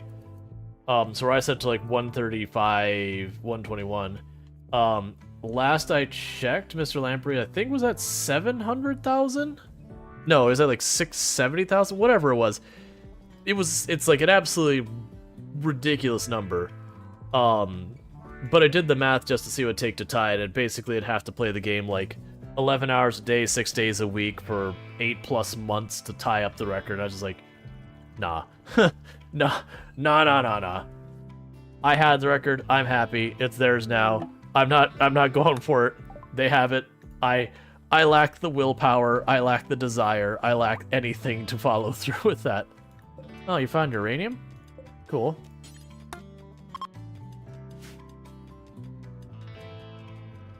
Alright, and for those who have been tuning in, we are doing a pollution challenge for those who don't know what's going on here. It seems like a perfectly normal colony until I hit this button. That red, that's pollution. That causes this toxic buildup. Things don't grow in it, animals die in it, their corpses decay in it. It's a bad time. So basically we're slowly chipping away at our little spot here in the middle. I've given myself a whole bunch of rules around this that I can't just bag it up and walk it off the map or drop pot it out. I can't take pawns who are immune to it, all that kind of nonsense. So if you're like, streamer, you don't know how to play this, you can just do this. I just have a bunch of arbitrary rules that limit a lot of the easy ways of dealing with all these problems. Alright, so you're getting pretty close to pumping up all that pollution. Our freezer is not super full of toxic waste, but getting there. Oh, right, because we had everyone restricted. Oh, right, I don't want them free. I want them on danger. Because we still have these over here. I just chose to ignore them. And the reason I chose to ignore them is they're not aggroed. So I'm hoping that what we can do is we can get ourselves the machining table. Because once I get the machining table, I'll have EMP. And once I have EMP, this will be easy enough. I'll just probably take 2 people, have them run up with EMP, drop one there, drop one here, and just spray shots into them. It'll be fine. Yeah, so you just need people to work on you. You have to get this game tried? Oh yeah, RimWorld is an amazing game. My one recommendation is it does have DLC. Do not start with the DLC. You can buy it if it's on sale or whatever. I strongly recommend when you first start playing, don't worry about the DLC. Just play the base game, learn the base game. And then once you're like, okay, I'm comfortable with this, but I would like more, then get the DLC. Because the DLC adds extra systems and kind of tweaks the way systems work. So if you were to hop in and do that right from the get-go, you're kind of having it alter the way base mechanics of the game work before you know them. Okay, so it looks like Malleus has proposed marriage to Bentley. Bentley agreed, and the two are now engaged. At some point in the coming days, or quadrums, they will have their marriage ceremony and invite all the colonists. Consider placing a marriage spot if you want the colony where the ceremony occurs. Bentley name will be changed. Her last name will be Balbo or Balio or whatever the other person's was. But yeah, for those who also don't know RimWorld, there's it's kind of like playing just a colony builder, except you have like a dungeon master who's actively just trying to ruin your day, but in like a fun way. But some of the things that makes it tough is the fact that they all have like moods and all that, that if their mood gets too bad, they can have mental breaks where they go start smashing stuff up in your colony, start lighting things on fire, or start fighting each other, or all sorts of negative things. If you're lucky, it'll be something like just go in the room and they'll cry it out or whatever. A brutal, let's see, brutal in every single way colony builder. Yeah. Alright, speaking of which, mech cluster. Okay. You have a 10-hour countdown, and I cannot ignore this one because it has a mortar. So the Lancer's the scariest thing to me. That Inferno Cannon's not my friend, so we cannot wait on this, and unfortunately I did not pick up your weapon. Okay, grab the armor.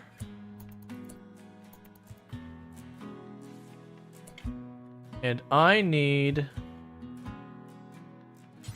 you to grab your knife. Alright. There's no waiting on this one. We gotta run. So the plan is straightforward. What I'm going to do not fire at will.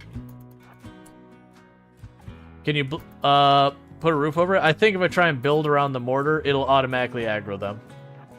Like, honestly, sometimes just standing too close, even if they don't have proximity center, will still do it. Okay, so I think the plan is going to be this. I'm going to run down here. We're going to pop combat.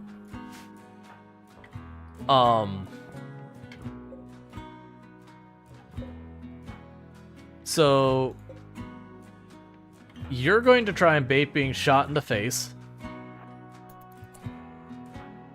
You're all going to spread out so you don't just get peppered to death.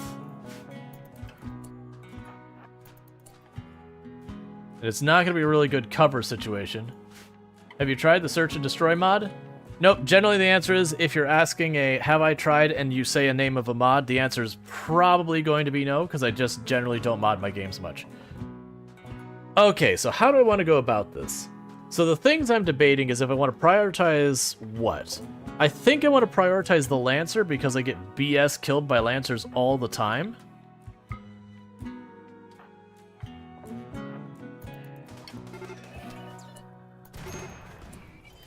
Alright, both my medic. Oh, well, that's probably us dead. I did not expect it to aggro that one, too. Well, good luck us. I'm surprised it chained over to that one. So I need you to get back in position. Need you to get back in position. Please get back in position. Never mind, you're already dead. Ah, you don't have fire and will on. That's not the right one. Yeah, no, I didn't expect it to chain over. Please stop running away from things. Actually, you can stay mailing that. Yeah, because what's going to happen is we're going to just get chain lit on fire and they won't stand and fight. Yes, this is over. Yep, nope, misplayed it.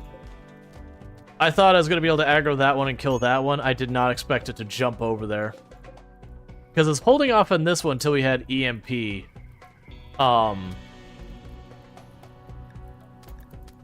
Because there's no pressure for me to deal with that one. Versus this one at the mortar, the moment it would go inactive, it would just keep shooting in here again and again until I came over here and killed it. It would do it forever. And almost everyone is on fire, or otherwise bleeding a lot. I'm actually surprised you went down. Like, from that, I figured they're gonna die. It's just, they didn't have that many injuries to go down. And that's all it takes to lose a colony. I mean, maybe I should have realized that was going to happen, but I usually don't have situations where I've got multiple of those on the map. Like, just in general.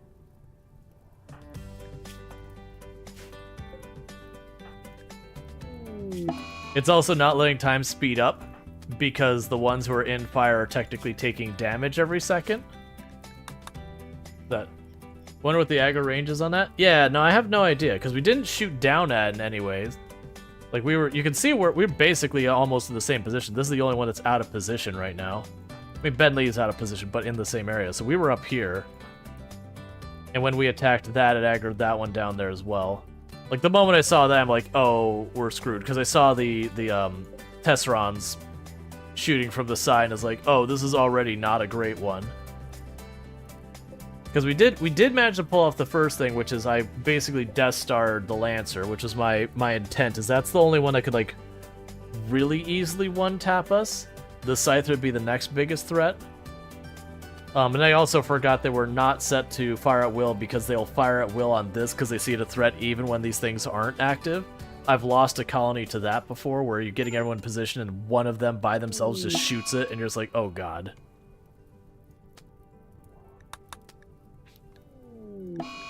Oh no, a mad rat.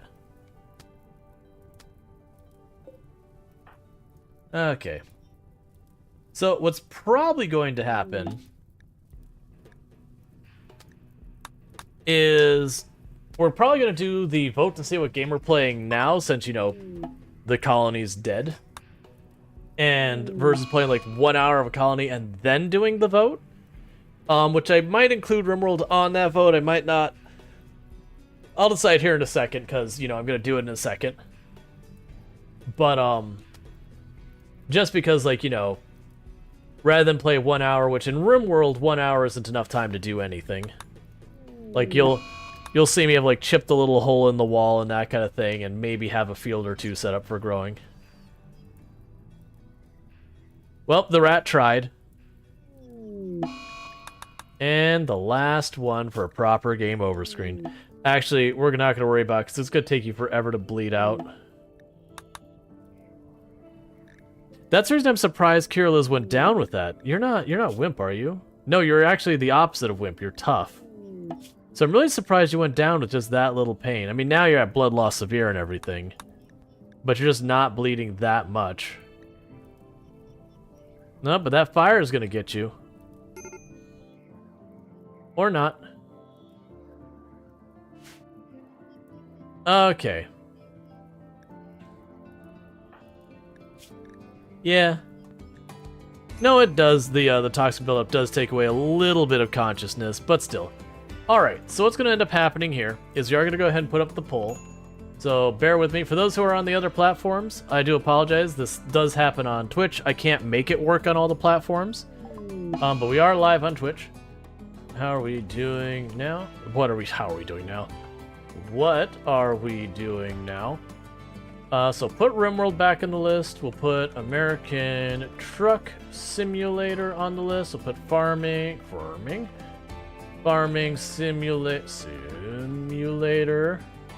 22. Project Zomboid I'll put back in the list. And I need to put one more thing on here. So let's see what we got on our game list here to consider. What else do I want to put on there? I'm still holding off on, like, Starfield and all that. Like, now it's actually not a bad time for me to do Starfield, except for Coral Islands update is dropping in just a couple days. And so I don't want to start Starfield, put in, like, 2 days and be like, well, not doing that anymore. Moving on.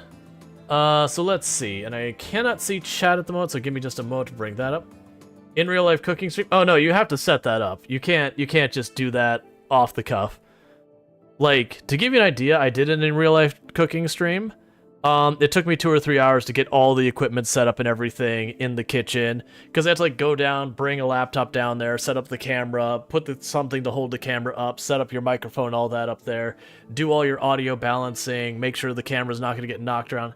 Like, I think I took a picture of it when I did it. Like, I had, like, not a step ladder, but a full-blown ladder, so I could put, like, the camera up so you could see down at the food and all that. It's a huge process to do those kind of things. You don't just off-the-cuff them.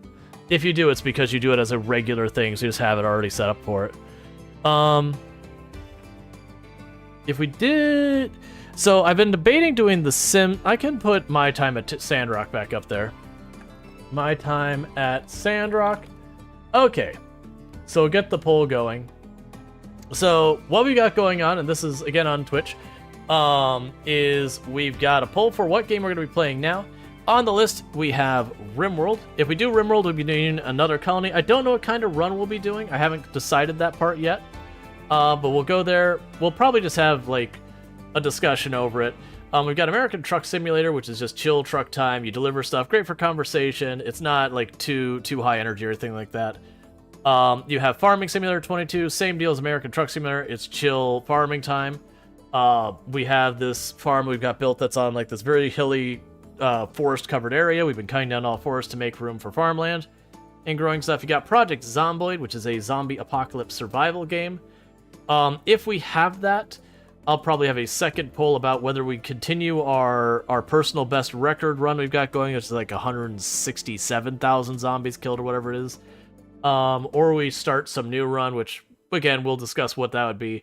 We've got My Time at Sandrock, which My Time at Sandrock is a slice of life / life sim style game where you play as what's referred to as a builder. That basically people say, I need an assembler, and you make an assembler, and then they pay you. But there's also, like, a main story you go through it, but it's very, like, Stardew Valley, Harvest Moon, Animal Crossing, Sunhaven-esque. It's just kind of the focus on it's a little bit different. Meanwhile, while this poll's going on, I'm going to quickly use the restroom and all that, and I'll be right back. And I do apologize for those over on the YouTube and TikTok side that you can't see the poll or anything like that. It's just limitations of how live streaming works. There isn't a tool that I can put up a poll that you can participate in all three platforms, at least not yet. So if you want to get in on all that, you have to come to Twitch. This isn't me trying to force you to switch. I'm just pointing out the limitations. All right, so bear with me a moment. I'm going to quickly use the restroom, and I'll be right back. So thank you again, and I'll be back in a moment.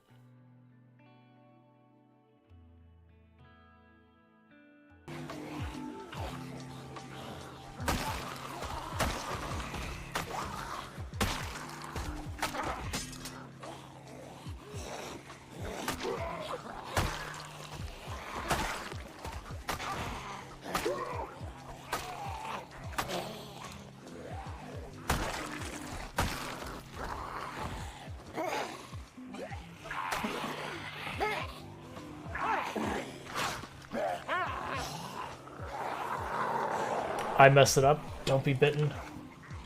No! No!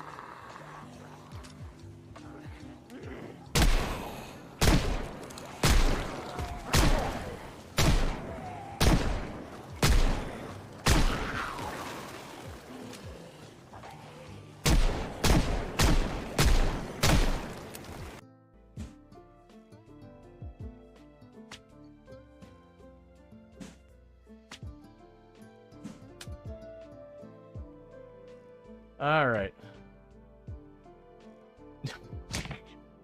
Of course. Of course. Keep the threat on one side of me.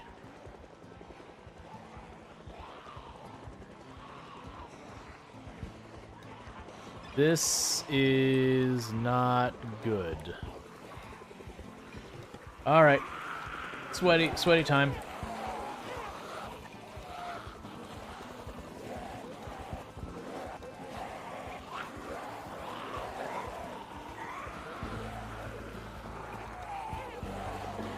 This is really bad. That's that. Alright, and I am back. So we do have 18 votes for RimWorld. I'll go ahead and get us back to the main screen in the meantime. Oh, that's not the one I want. Main screen in the meantime. So we still have just about shy of a minute left. It doesn't look like hardly anyone has voted against it either.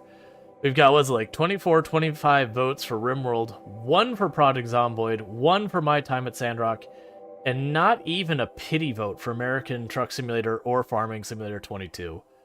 It is one of those things that I have been bouncing back and forth on how I want to address like some of that kind of stuff. Like it's a thing you run into when you're streaming that most people do lurk, which is absolutely a-okay. Lurkers are literally the backbone of Twitch and all that. But sometimes it's like, okay, like here's the way to think about it. If people are into the game you're playing, they're gonna most likely vote for the game you're playing. All right, so RimWorld did win, nearly unanimously. Does it say how many, like, who was the highest voting? Because like when I'm looking at the mod window, it doesn't show me that information. Can we like just, I don't need the name of who it is. Like I don't want to call someone out, but like. How many points was the highest individual spent? Because I'm just curious to see if it was like one person just as a joke spent, well, not as a joke, but spent 11,000. Okay, so it means at least like not quite half of the votes. Yeah, like not quite half of the votes are one person. All right, I mean that's fine if people still want more RimWorld. Is there something we're thinking about for the colony? Like what style colony? I won't do a whole another poll for it or anything, but is there any type of colony you'd want specifically? Because we just did the pollution challenge and we can do that again.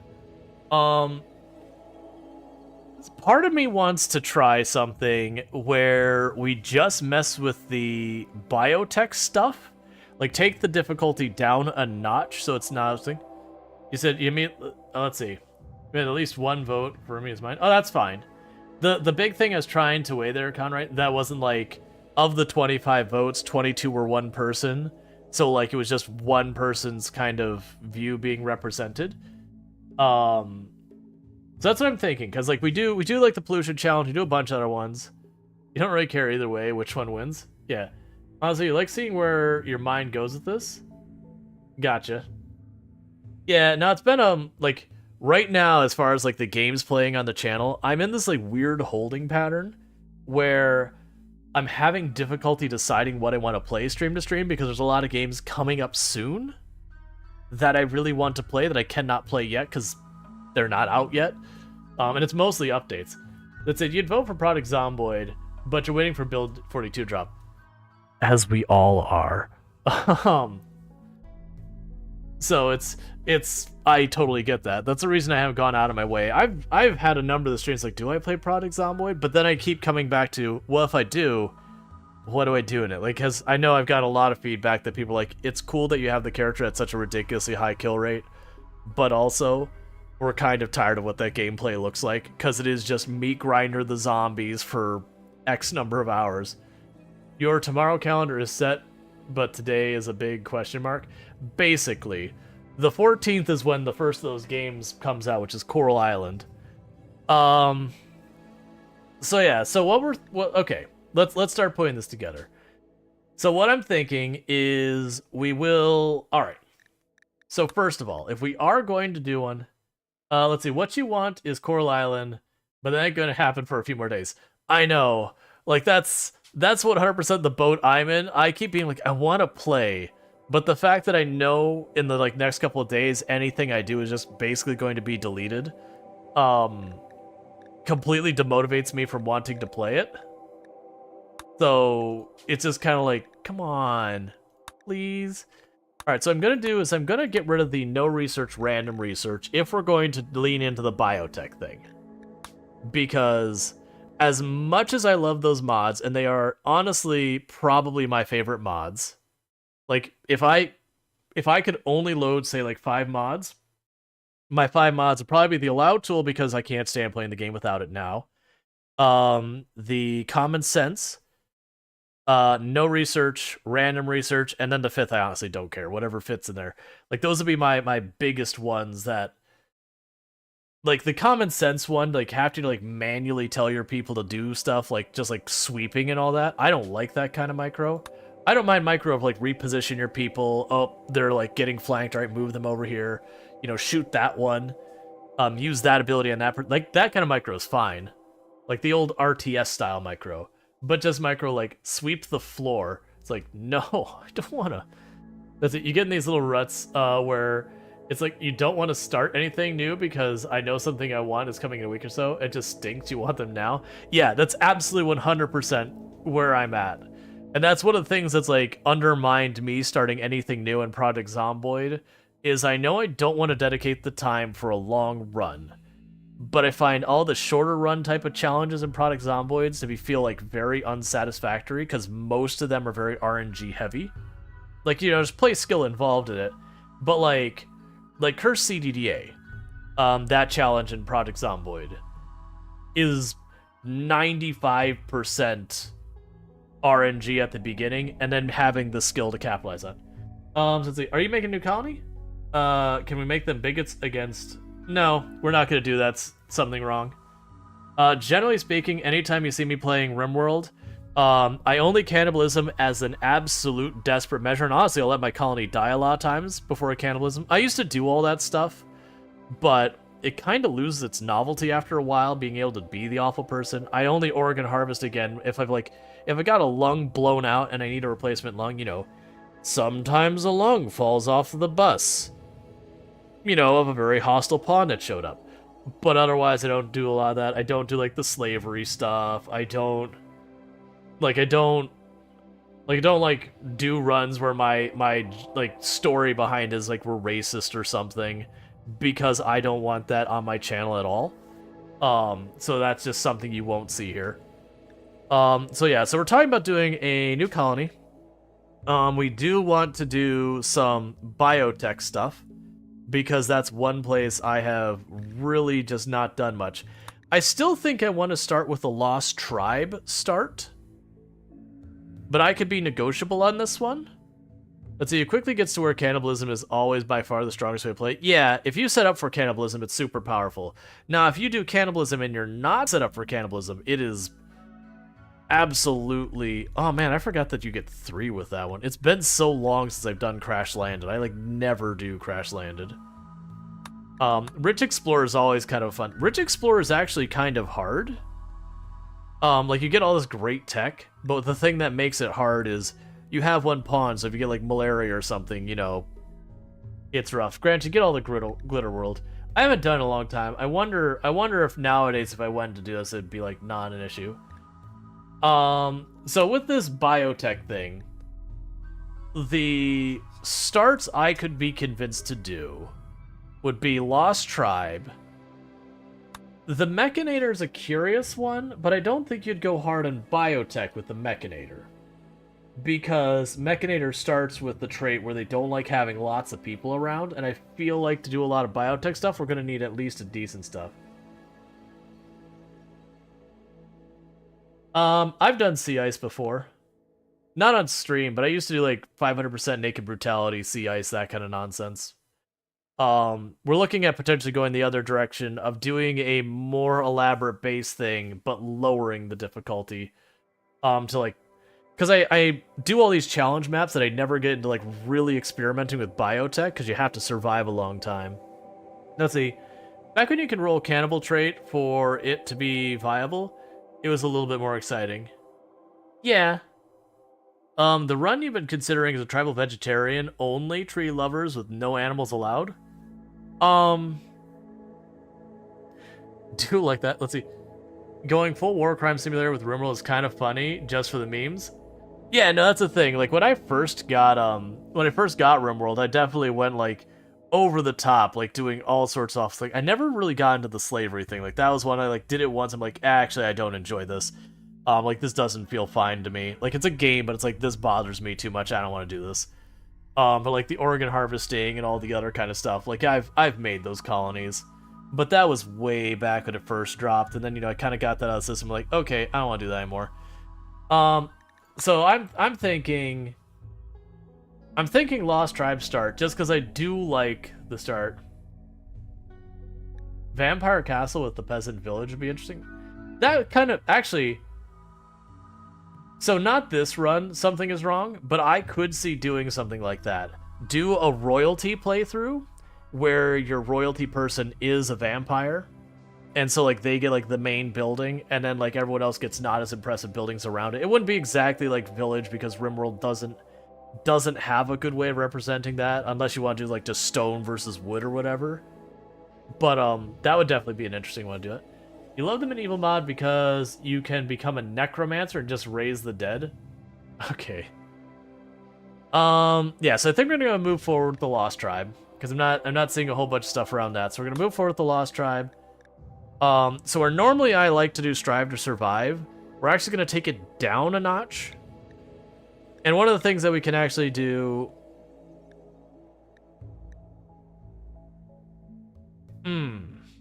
So I always play on commitment mode. I am wondering for this... No, we'll leave it on commitment mode. So we're going to take it down a notch. So this is honestly going to be a lot easier than I'm used to doing, even though it's like experienced strategy games that are on their first game thing, experienced RimWorld players who want some breathing room to pursue funny or weird goals. I mean, that's literally what we're doing, is we're going to be messing with that. I am going to leave Cassandra up so that we at least consistently have trouble. So yeah, it'd be something like a vampire and his family could be the inner sanctum, and that they barely ever leave the... Yeah, not, like, that's the thing.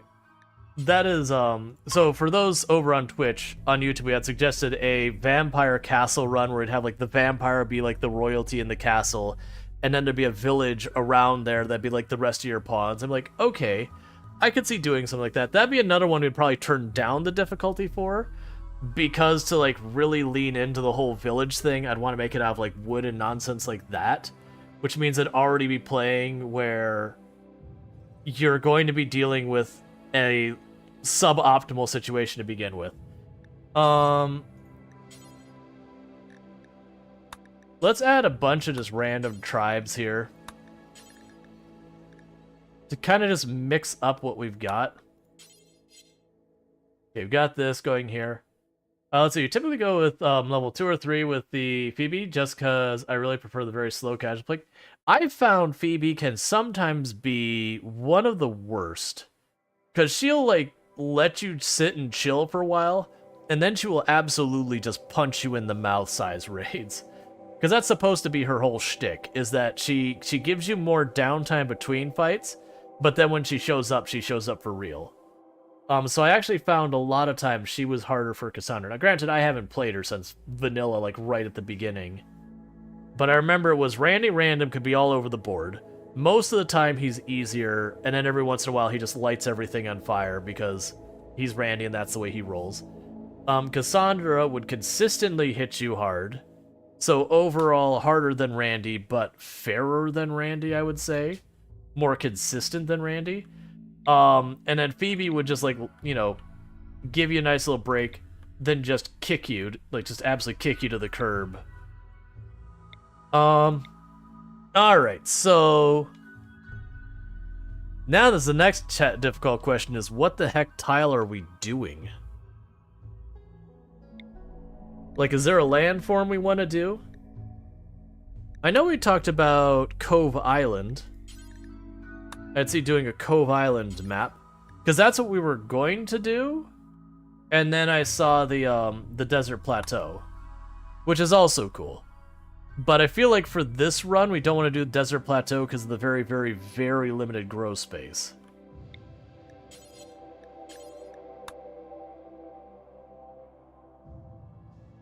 The Cove Island will limit us a little bit, but actually that would be, like, it would, so that's the interesting. This would be both defensible and not really defensible, because more than likely we won't find a geothermal on that Cove Island. Peninsula would be cool.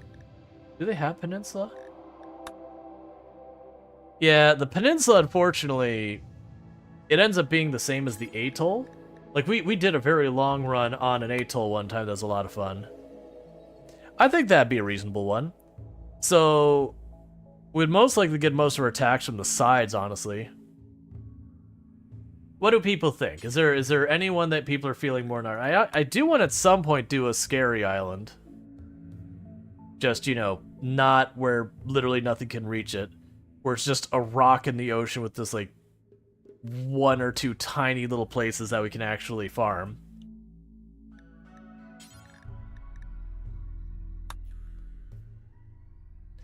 Oh, that's evil. It's, if you don't see what's happening on this mini-map, it's a cove island, but like a third of it is marsh, so you couldn't build on it. Like this whole area you can't build on. There's like, do a scary vampire island. Well, we're not doing the vampire run right now. We're looking at doing some biotech shenanigans. Yeah, you know what? I'm down for this. It's actually kind of weird that they'll be able to invade from the left. I don't know. Let's look at another one before we jump. Oh, we're all the way up in Rual. Okay, that'll work. How's your grow season and all that? So you have year-round grow season. You are a very hot map. You are a very, very hot map. Okay, that's actually a bit of a problem. Like that is a very, very hot map. Okay, I could do this one as well. How are your temperatures? You're just as bad on heat. Well, I mean, you get colder, but... Because they're doing a tribal start. Maybe a cave map?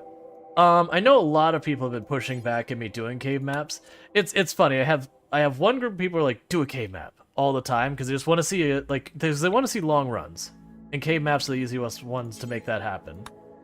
And then there's the other ones who are like, absolutely do not do a cave map, because they're tired of seeing cave maps.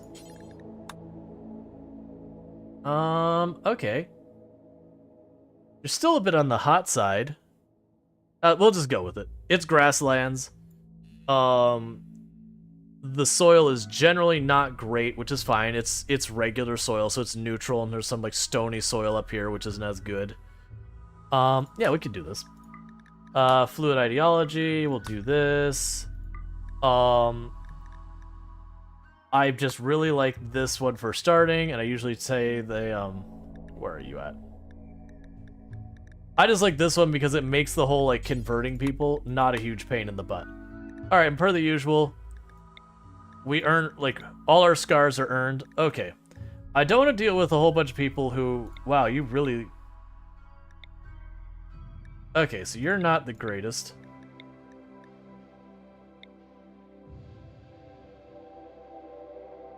I don't want to deal with that. Sure. Yeah, so Undergrounder actually here is going to be a negative for us, because there's no cave for us. So it looks like we're going to have everything but plants represented here. So that's not too bad for a start. And the name of our ideology is the Way of Ethics. Excellent. So bear with me for just a moment, because what I'm going to go ahead and do is just upgrade or update my titles so it's accurate. We'll go ahead and say something else later because it looks like we're RimWorlding today. Let's see, what is the word we're looking for? Oh, I hit caps lock. So what I'm trying to do is come up with a title that has to do with the xenotechnology stuff. Let's play...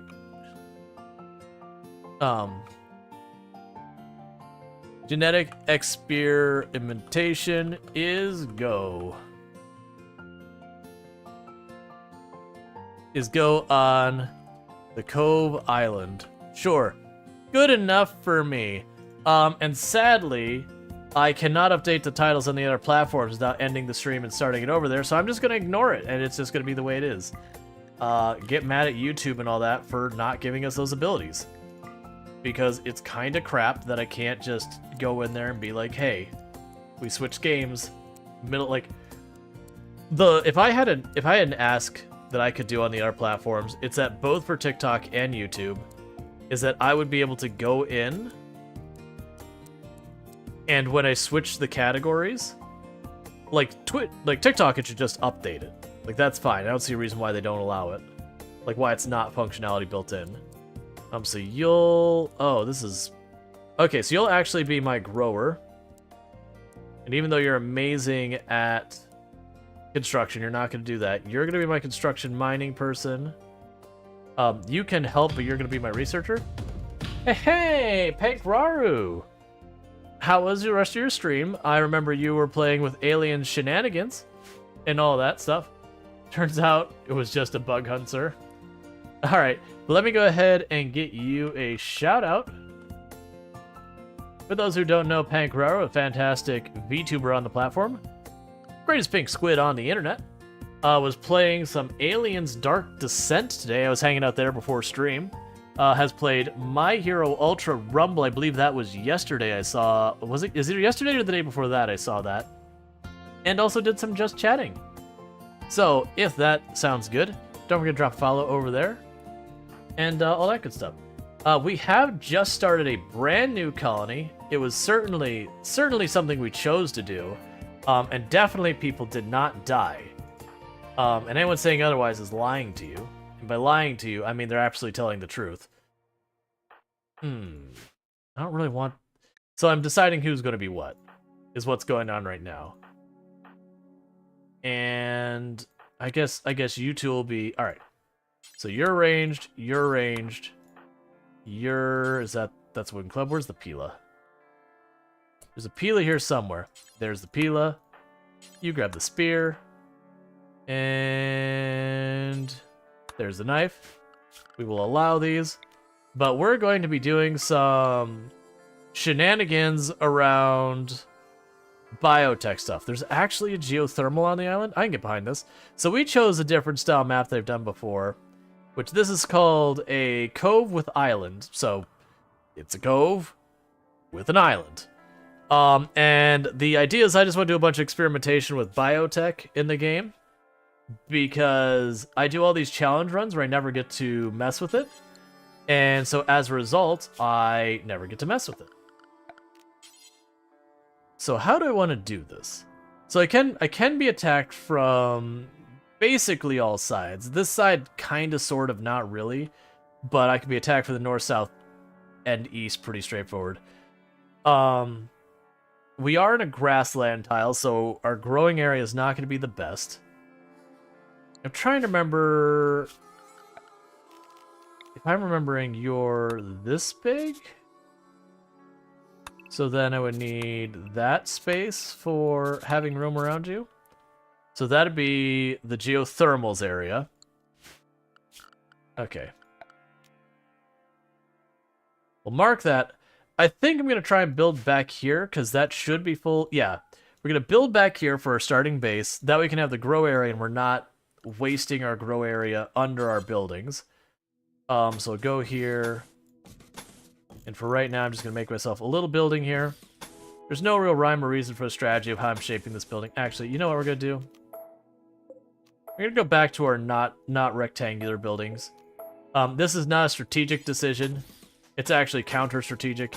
It just looks more interesting than all your buildings being rectangles all the time. And the reason I made it that big is so I could put crafting tables on that side, and they'd work. Alright, so now we can unlock that, go furniture. So where I normally do random research, no research, this time I don't have those mods. Because the goal is we are going to, like, make all sorts of bizarre Xeno-type stuff and see how it goes. First thing I'm going to do right away is get some rice in the ground. That's not rice, that is. Get some rice in the ground right away. And the reason we want to go out of our way to make that happen as fast as we possibly can is rice is the fastest growing of the crops. So we want to get that so we can get kind of like that first bit of food just to carry us over enough that we can get then better food. So kind of bootstrap us up to the better food. I am noticing there's actually... Oh, right, because it's grassland. There's not going to be a lot of trees. I am deliberately avoiding building in the rocks in this one. One, because I want to be on the island, because that's more interesting. And then two, I end up doing a lot of stuff, like with the pollution challenge we just died on. Which we died dumbly. There was a mech cluster I ignored because it didn't have anything to trigger it attacking. And so I was like, okay, I ignored it. And then there's another mech cluster. I'm like, okay, let's go attack this because I need to attack it because it's got mortars. And when I attacked it, I was between the mech clusters and they both aggroed from it, which, okay, I didn't realize they were going to aggro. But at the same time, as well as things going, okay, I probably could have dealt with the first one. I just kind of chose not to. Oh, did I really? It's fine. I just chose not to deal with it. And so I kind of just saw it as getting punished for delaying.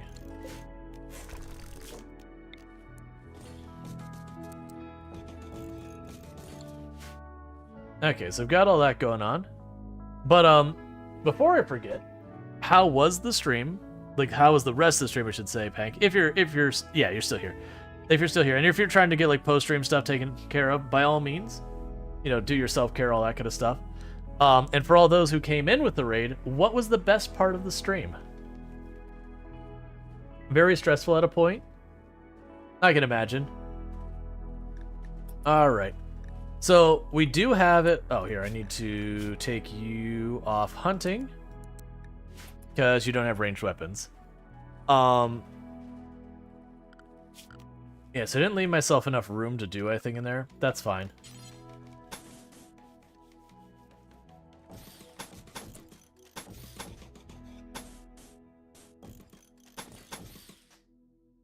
Yeah.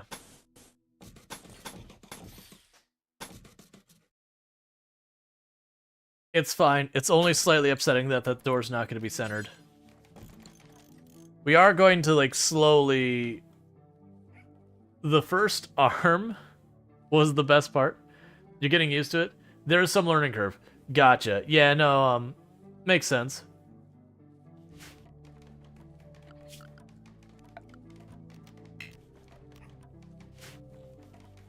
Okay, so we could go here, Bill's butcher any animals we get.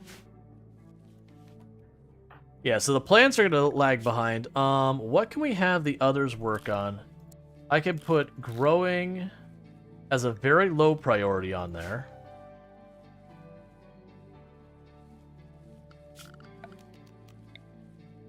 So next up, make a field of potatoes.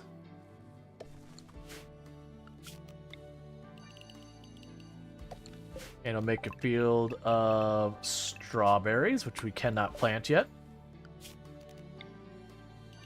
And I'll make a field of corn.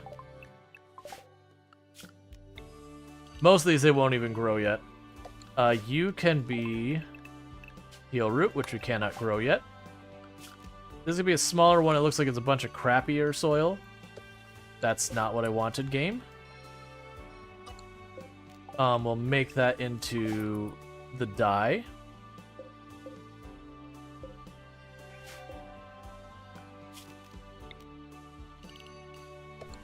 And you can be cotton. And... oh, right. I forgot this one because we did choose to do... we didn't do our no research, random research. We do actually have our pawns are competent enough to plant trees. So I'll plan to plant some trees here for right now. Okay. Yeah, so they're doing their best to get stuff going.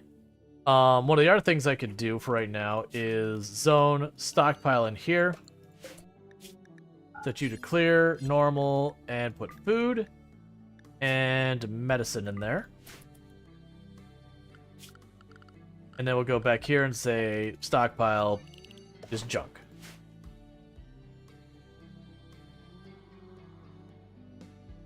And then we can go over here while we've got, just so we're doing this.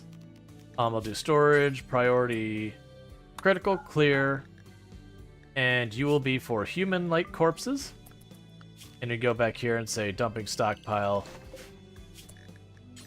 critical, clear, do not allow fresh, and just corpses in general.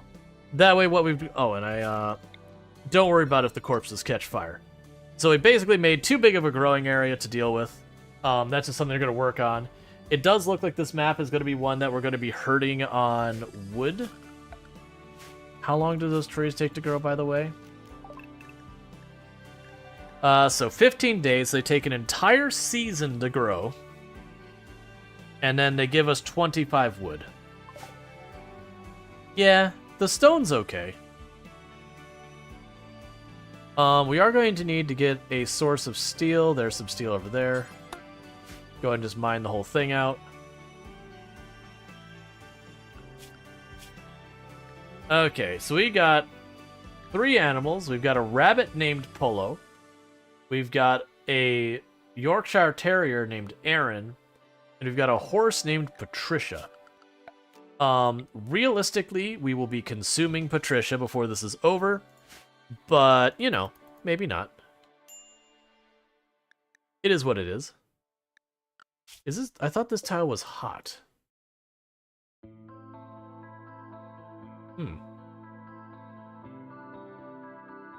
Yeah, no, I mean it's got a decent range.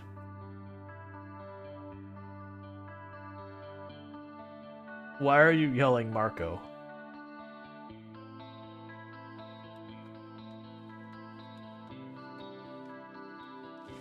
And pretty soon it'll ask us to name our colony, so be thinking about that. Because you're consuming Patricia. Sorry, don't get the reference.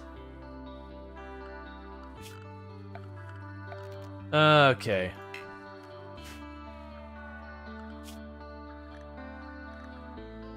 It would be nice to get Muffalo once we get our food established. You monster. Hey, I don't even know if it comes from television or games or what. It's just the reality is there is more stuff out there than there's time to consume it, so a lot is gonna get missed. Oh, also, zone, do not build like a roof over top of that. Addams Family? Is it Addams Family? Like, I know I've seen Addams Family, but man, that's been... It's been more than 2 days. It's been a while since I've seen any Addams Family. I don't think it's Addams Family. I would think I would catch on, like, I'd remember it if it's Addams Family.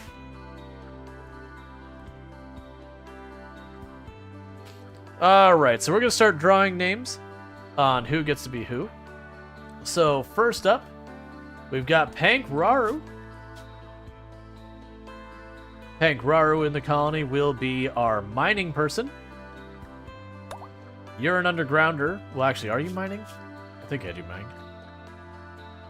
Yeah, so you're a constructor slash mining person. Sadly, we are not diggy holing colony, so you're going to be out and about and unhappy about not being in the mines. But we will have you mining. We have our next person, which is Conrite.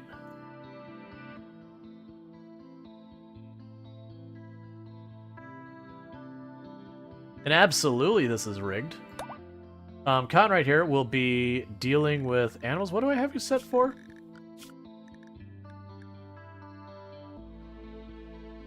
Basically, you handle animals and you haul and clean. So we've got a dedicated hauler right from the beginning, which is something I always say I should do and then I don't. So, there we go. We've got Moriarty.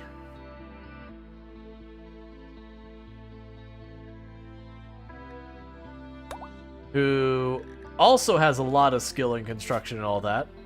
But, despite that, what priorities have I given you? So Moriarty is... Alright, so we've got our cook and our crafter.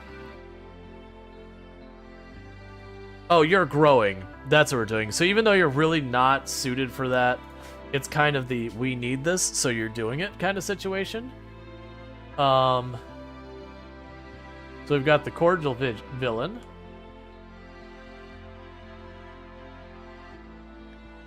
And the cordial villain here will be our cook.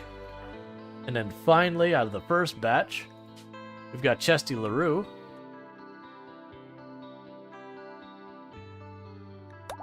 Who is going to be our dedicated researcher. Once we have more wood and other materials, I am going to just go here and say, hey, if you see a tree, get rid of it.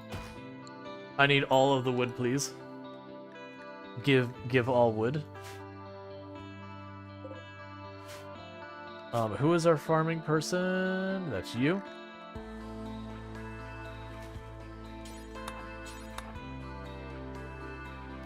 Alright, while we wait for stuff to grow, we're going to eat all our animals.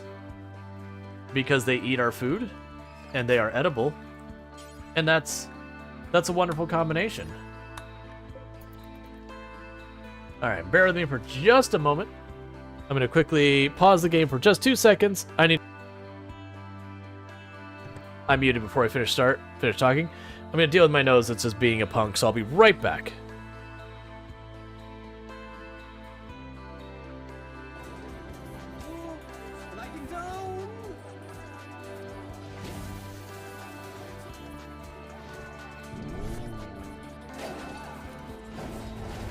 I need to not be holding the button if I do that.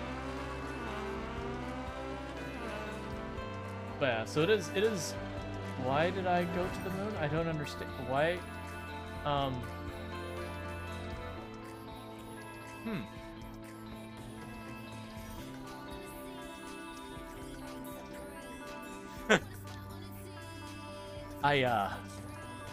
think I found a bug in the physics engine. What do you think, chat? I'm not sure what I hit, but I didn't just slam into the roof and get stuck here. Like we kind of glided up here. I have to find out. Okay, and we're back. Sorry about that.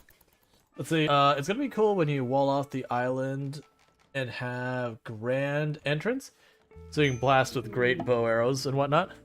Yeah, we'll have some fun stuff. We've got to get to that phase though. We've got visitors coming that can trade here.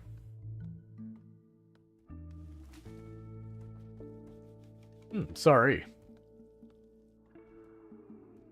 I do think for this one, because I have the sand out here, I am going to try and, like, wall off, like, around the edge of the sand as much as possible. Like, it'll be, like, a weird, like, border to it. Who has the highest social? I actually have someone here who's good at social. What is this colony? I never have someone who's good at social. You also don't want anything I have, so you can kindly just go away. Oh, we should also set this to raw materials.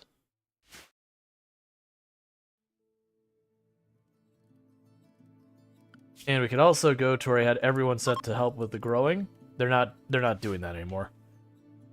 All right. So you need, oh right, I forgot.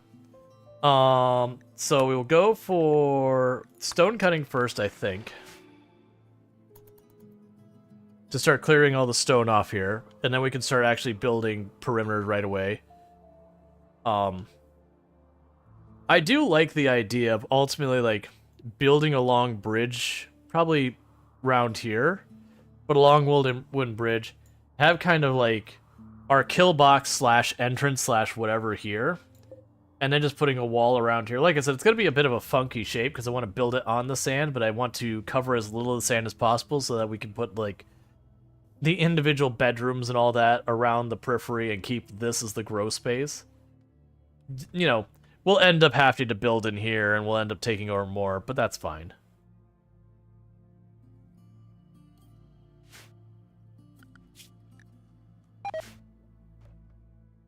Okay.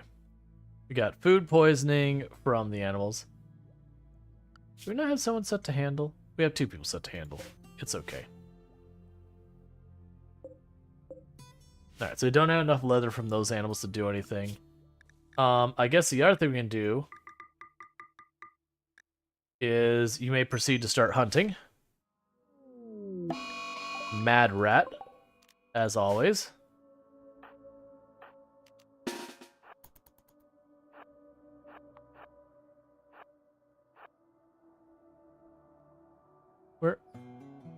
Where are you going, rat?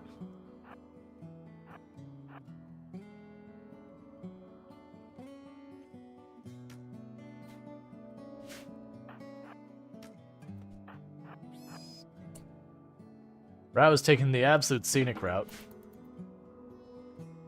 Alright.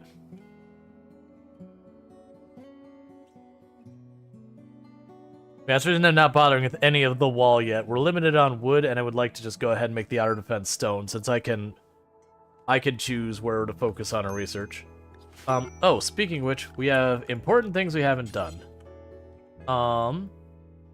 We need a place for them to do the hoop ring thing. And honestly, for right now, I can just put that there. Okay, so we got our first bedroom here, so one of you is going to lose your bed.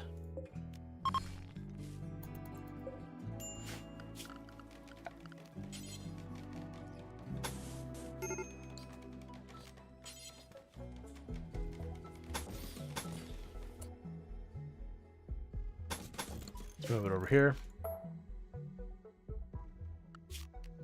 Alright.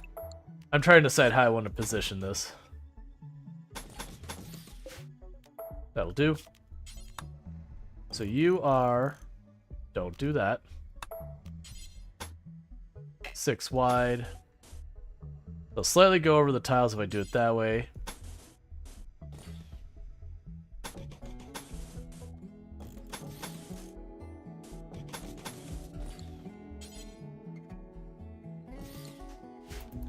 I'll get another room built here.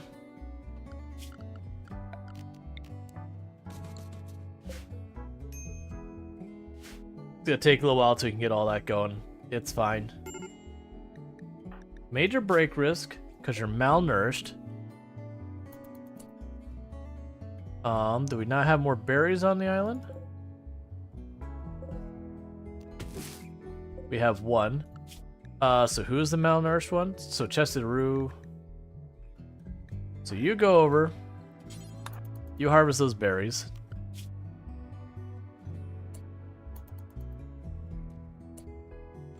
And Chested Rue can go ahead and eat them right now.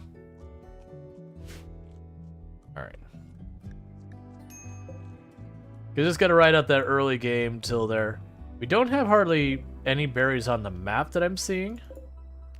That's not true, there's a whole bunch over there.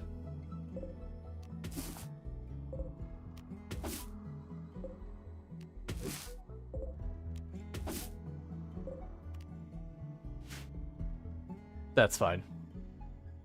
Okay. So they'll run out, they'll start grabbing all those berries so that people don't starve. We just gotta basically float until we get the rice. Once we get the rice, we'll be good till we get the, you know, potatoes, and I'll go rice again, then the corn. You get the idea. But I am having us build, like, wood bedrooms right now.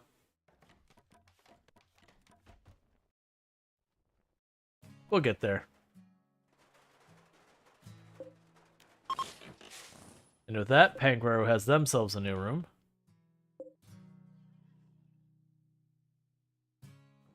No, you don't. There. There's only 5 people, so that gives 2 of them a new room. None of you are already related to each other, are you? Or in relationships? No. Okay. Okay, so we need to name our faction, and we need to name our colony. So the faction right now, we're planning on going and just messing around with, like, doing all sorts of genetic experimentation, that kind of nonsense. Whereas when it comes to the actual map, we're on this little island in this cove. So we're trying to find something thematically around there.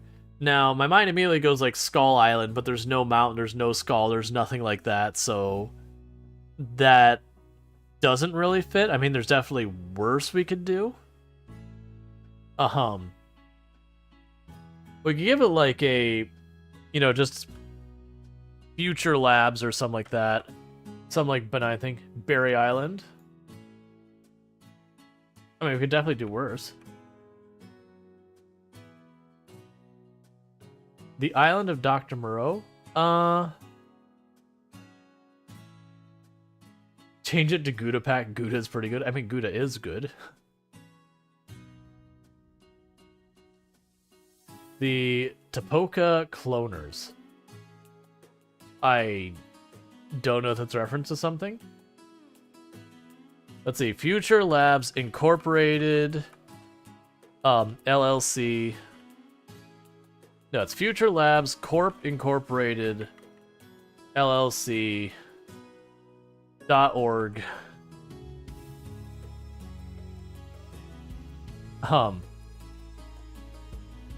There's gotta be more. If we go say from Star Wars, yeah, I remember that one. Name it after a colonist? I mean, that could be a thing. Genco from Repo, the genetic opera. Oh, there was, in Fallout, there was some ones who did. Yeah, Genco, yeah, that's good. Well, is it Genco or Genco? Like, it's spelled this way, but how would you pronounce it? Genco or Genco? Because that's spelled like it's Genco, but... They make it like a company town in the 1980s something. I don't know how you'd with it. A tribal packet. Jurassic Park. Camino Capital. Gotcha. We spared no expense. Just, yeah, they'll be like... We spared no expense. Genco LLC Incorporated. When they sing, it's Genco. I'm gonna go with that. We spared no expense for the faction or for the colony name, and just Genco LLC Incorporated. Cool. Because we have our buildings made out of wood, so we definitely spared no expense.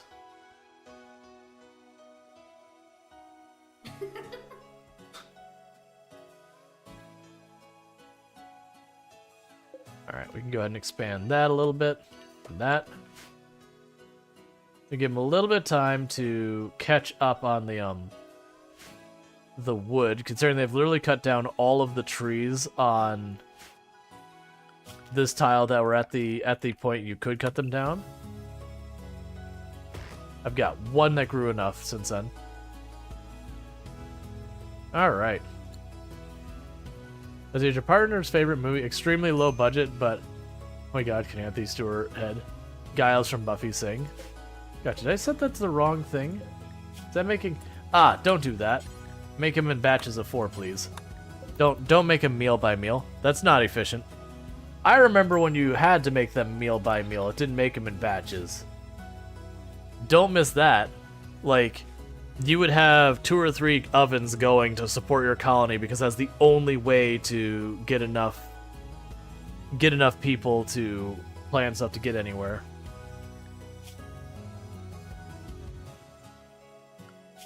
Alright, we can go in here and go furniture. Put a torch in there to speed up the working.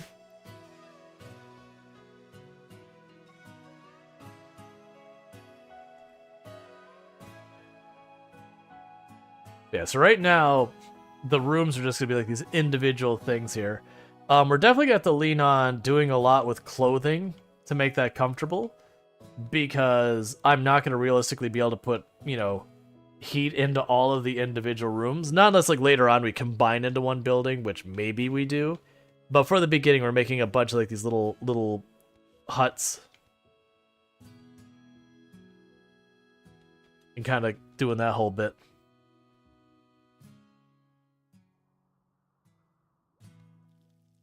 Alright.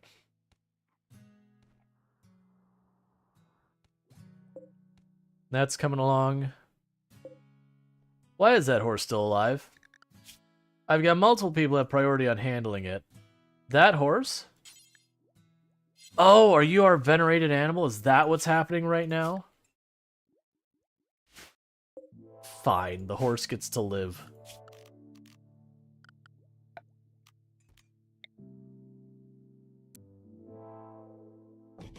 That wasn't the plan, but it's a venerated animal, so fine, the horse gets to live.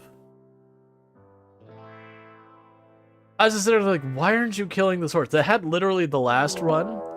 The last round we had, it was a cobra was in our colony. And I'm like, why aren't we killing the cobra? Yeah, I'm gonna have you not go that way.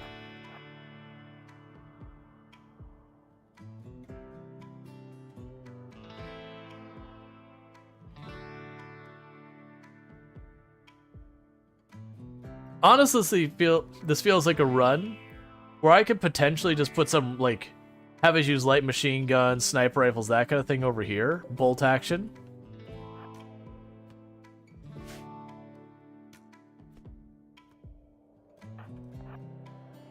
Please move, Moriarty. I appreciate the hustle.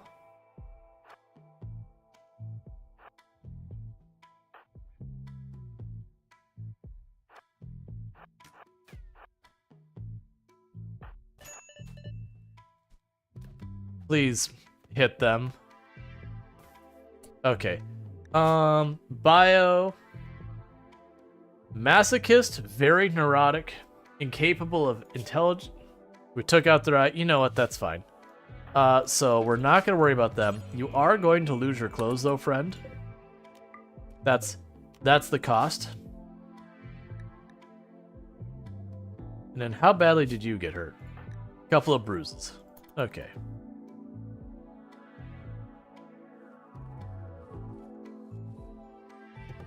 Now, who are doctors? So we've got 2 doctors. Okay, so there's stone cutting. Complex clothing next is probably going to be important. And somewhere in here I'm going to fit a stone cutting bench, I say to myself. Not entirely sure where we're going to make that happen. Make a turn a table that way. It's probably not the best, but that's what I'm going to do. Basically, I'm packing this place in too tight. I need to make a larger room. So no random research? What happened to the last run? I misplayed 2 mech clusters, and where I thought everything was fine, I put myself right in between and aggroed them both. Because I didn't expect the second one to aggro. And in this run, we are going to be messing around with a bunch of the genetic stuff, because I never do. So we've actually toned down the difficulty just a smidge from what I normally run, to like give myself much better chance of doing that. And we got rid of the no research, random research, because I will need those off to be able to mess around with the gene stuff. Because otherwise, my luck is we'd be like, let's do gene stuff. And then, you know, it wouldn't happen.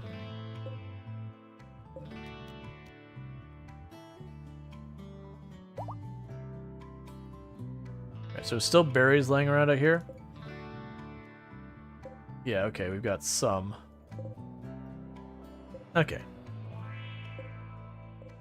Yeah, no, it was a misplayed thing that I was like, okay, they're probably not gonna attack me, and like I didn't consciously think that I was like, you know, I had left them alone. I was like, yeah, it'll probably be fine. Yeah, so the lack of wood is gonna be a real pain point on this one.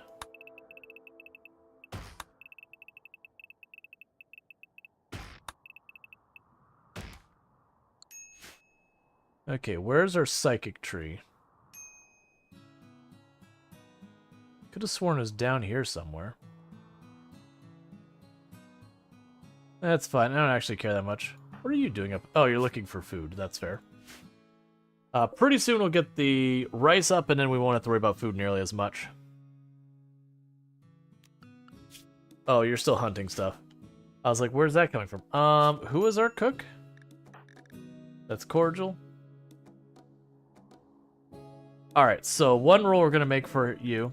Bills, details, range. Basically, if it's not on the island, don't go get it. Just to prevent what happened there, which is we have stuff you could be doing over here, like butchering these animals, and instead you're running for like a set of berries on the edge of the map. Alright, meanwhile, it's time to get the next building going.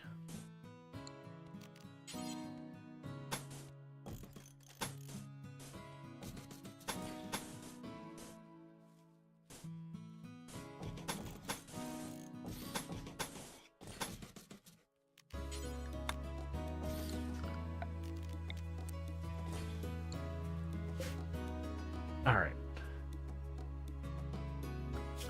And we'll queue up the next one as well.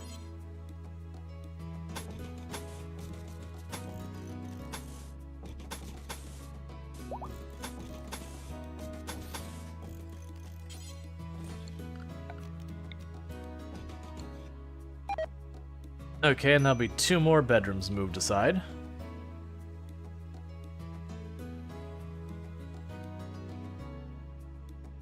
And I'm even okay if some of them have to be, like, separated out from the others.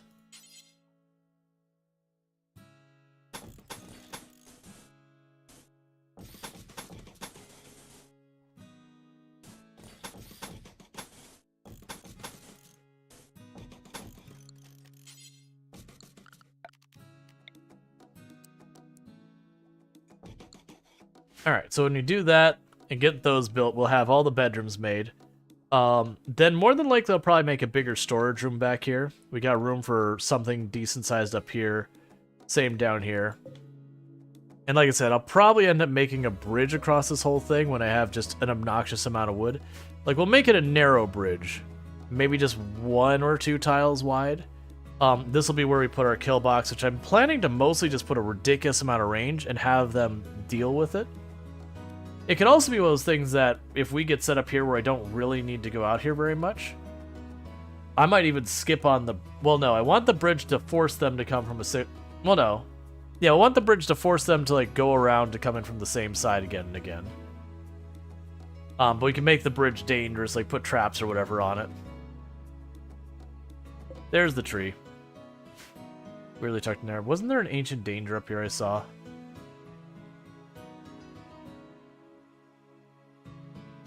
Alright, well, I don't see an obvious ancient danger. There could be one in here. Like, one of these walls might be not just stone, but like brick. But I don't see an ancient danger. There's not always an ancient danger either, so could be fine. Alright, so we're getting the first of our rice up. That's good. So Pank Raru is idling.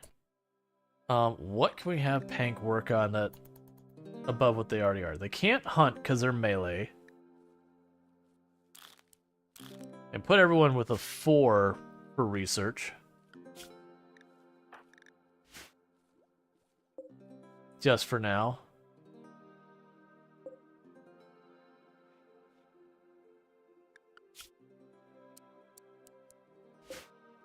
Okay. Why'd you still start with the tribal then, though? You could have started a bit farther? Yeah, no, I figured that much. But being able to choose my tech, we can get there pretty fast. I'm not super worried about that.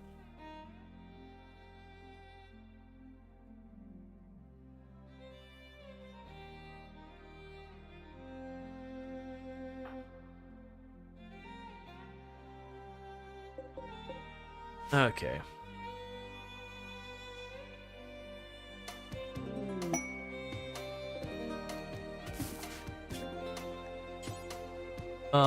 And wait, Chesty the Rue is the one with high social? Yep. Alright, we will actually mess around with this.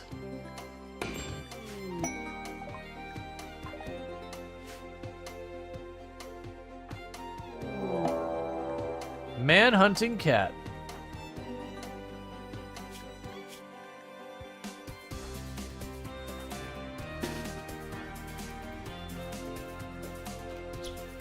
Not the cat. That cat is absolutely going to catch you. Could you just strafe a little so we don't peg you? Nicely done.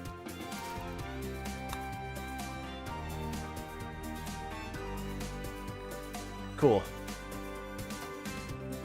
What are we doing with this run? Last run was Toxic Run. So what's the game plan here? So the game plan here is we're going to be messing with like the Xeno whatever. Effectively trying to make like, you know, super colonist nonsense or whatever.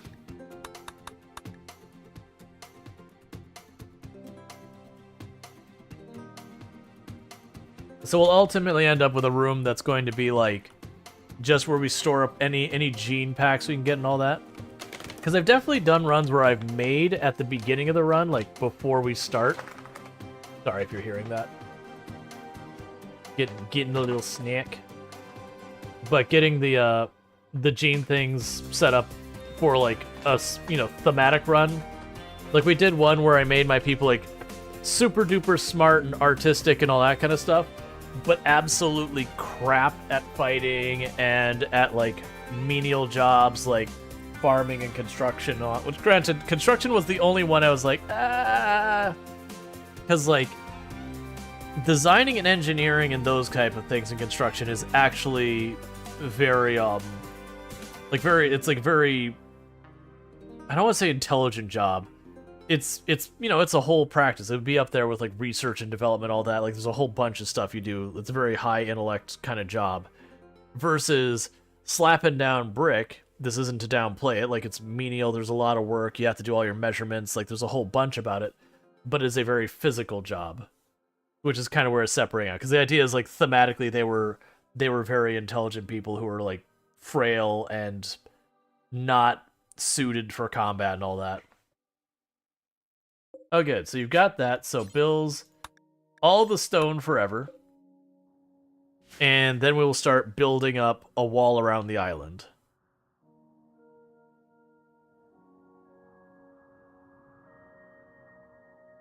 So, meanwhile, while we're getting those cut up till we know what we're going to have the most bricks of. So, we'll go over here. Because we're going to go mostly up to the edges of the island as best we can without crossing them too much. So I think the kill box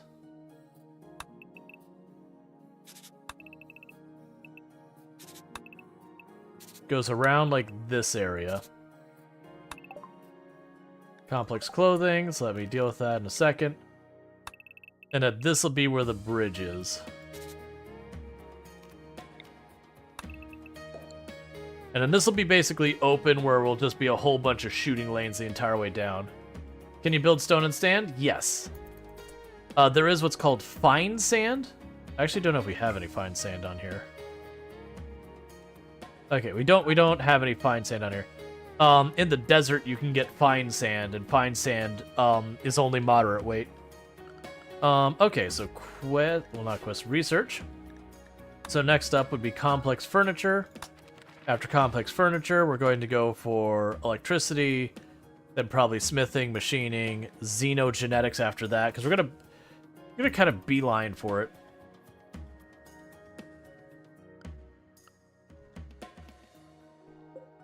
Alright, so you're all losing your bedrooms.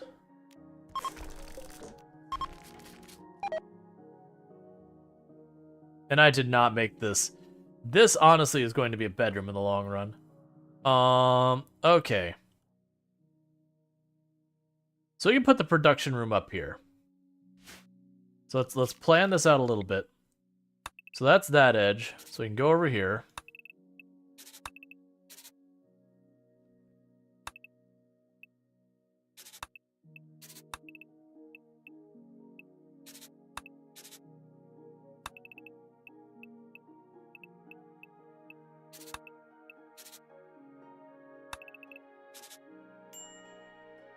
Okay.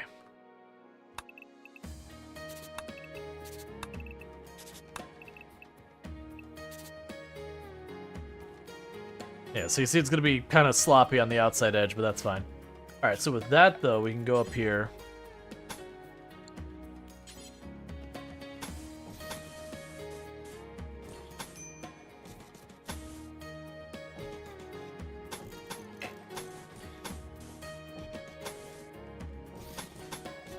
Make ourselves a proper production room. Because the one I made over there is just too dang small.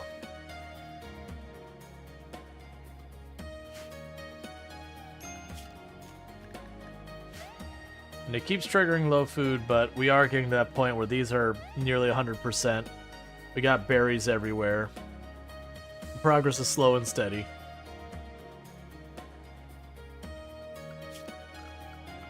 Orders plan.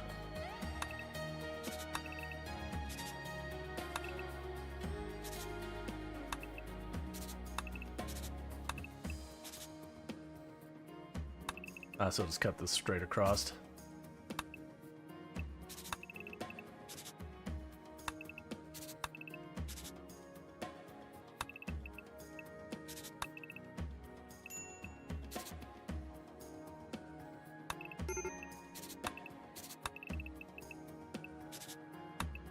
Alright, they're getting mad about food again. I'll deal with that in a moment. Just trying to figure out if there's going to be any pain points with this. Yeah, I'll just cut that corner off, I guess.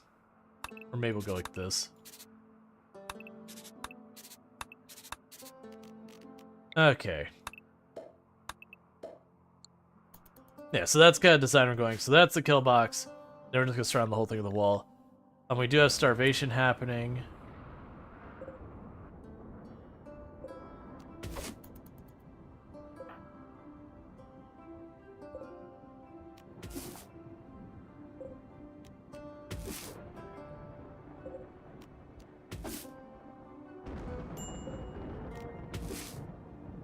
Okay.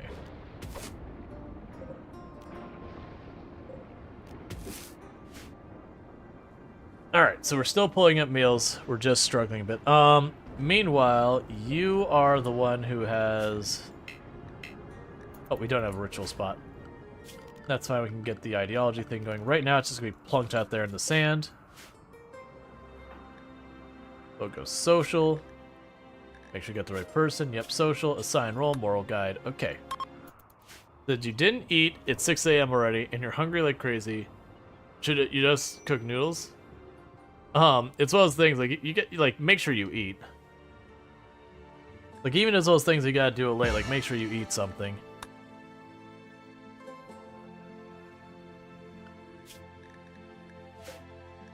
There are two colonists idle. We don't want that.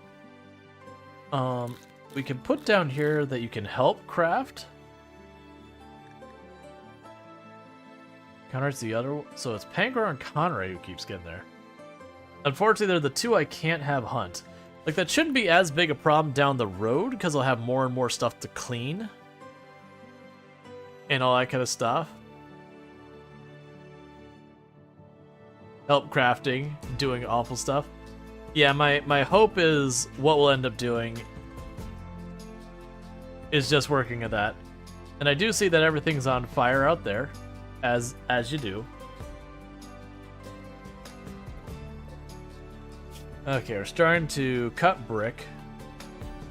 One thing we could also have Pank do, because Pank does our mining, is a bunch of these like little rocks off to the side that aren't going to do anything meaningful. Get them all knocked out.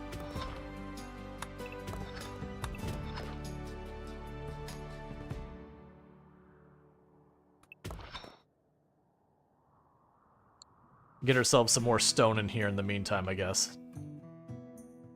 When the map is not on fire, something is wrong. Yep. It's always suspicious when the map is not actively on fire in a given moment. There's apparently 102 wood just sitting over there not being used. Lovely.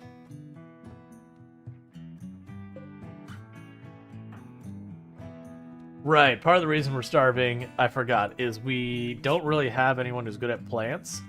So Moriarty's doing their best. But that does mean we get much lower yield out of our plants when you grow them. Alright, meanwhile, let's go to our assignments. Manage food restrictions, no corpses, no raw food. That way they stop eating the raw rice, so we get the full value out of our rice.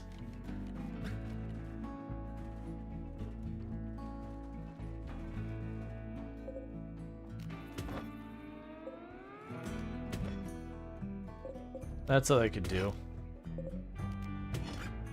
Tell them to haul all the stones, so if they don't have anything else to do, they can just carry stone chunks over here. Tidy up the island.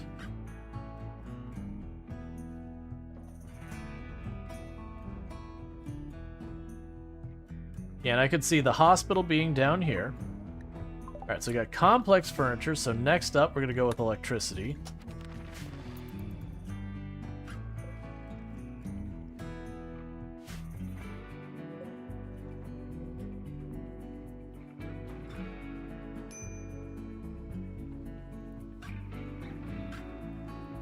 It managed to burn almost the entire map. That was not the island. Like, the island was the only thing spared, because mostly we already cut down just about everything here.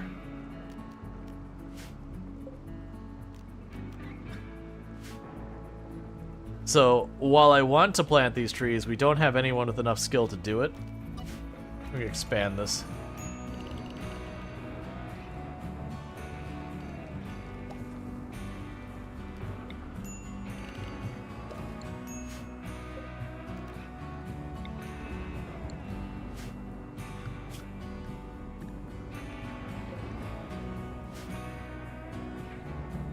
Okay.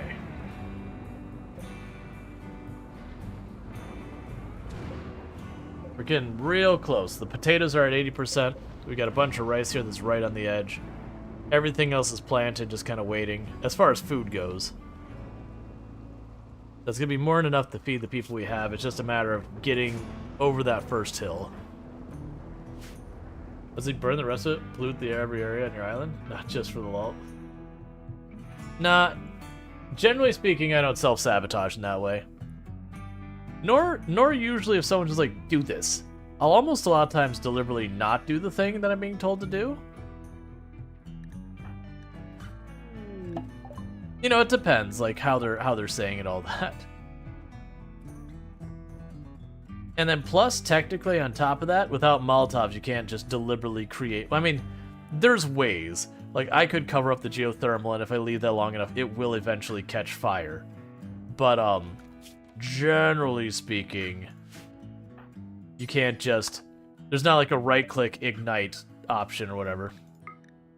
Give me your pemmican.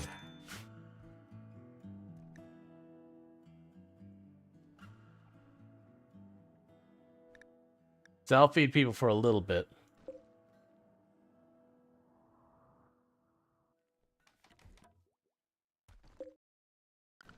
All right, we're gonna have to harvest the rice early.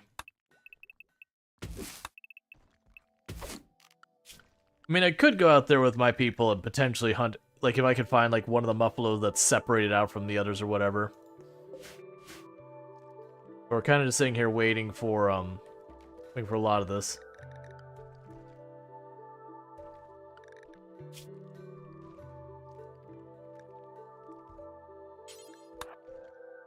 focus on that. I appreciate you're out there trying to get me wood, but also, we need food.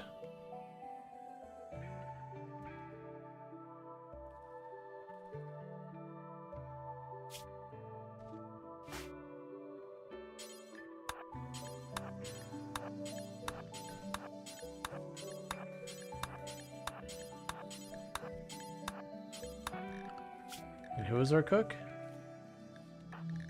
You are. No sleep. You cook.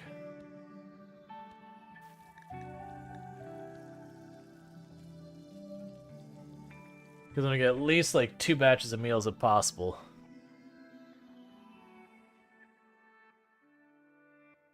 Alright, so that's getting really close. Yeah, we got some of that that's up to like 94% in the potato field.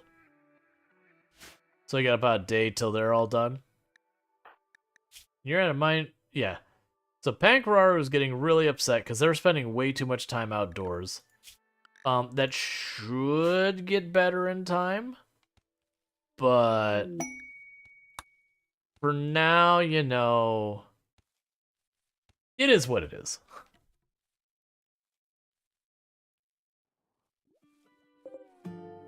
Yeah, so we've got marble chunks.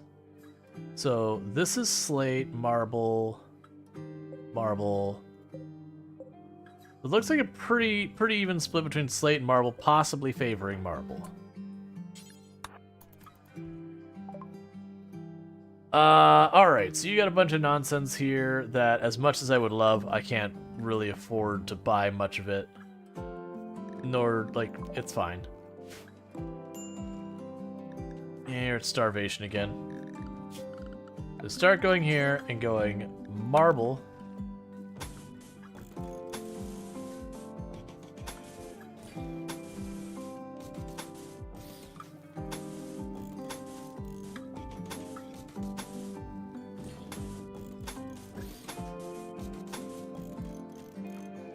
I'm gonna put one door back there.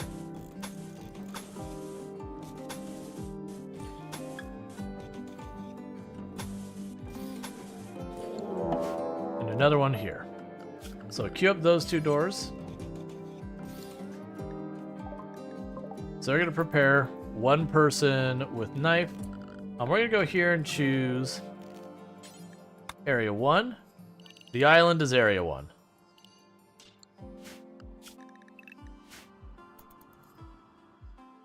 That way no one's off on their own. I partly hope either they run up that way or the person attacks while they're out here and I can just ignore the whole problem. But you know. Things don't always go that way.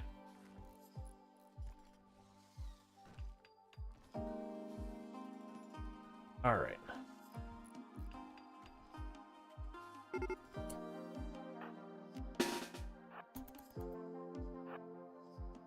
We'll just chill right here for a moment. No specific reason. Do not fire at will.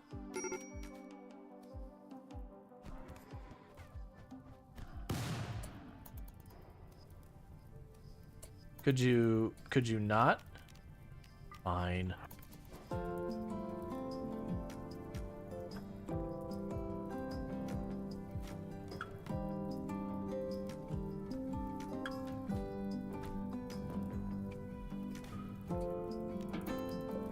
Alright, so we're trying to catch up with that fire. Meanwhile, strip him.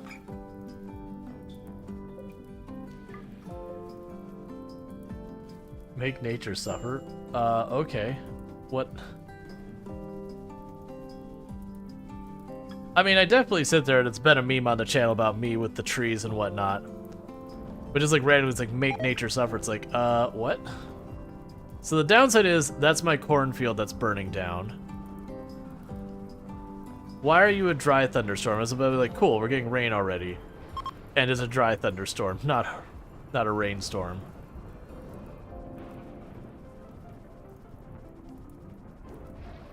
That do be RimWorld being RimWorld.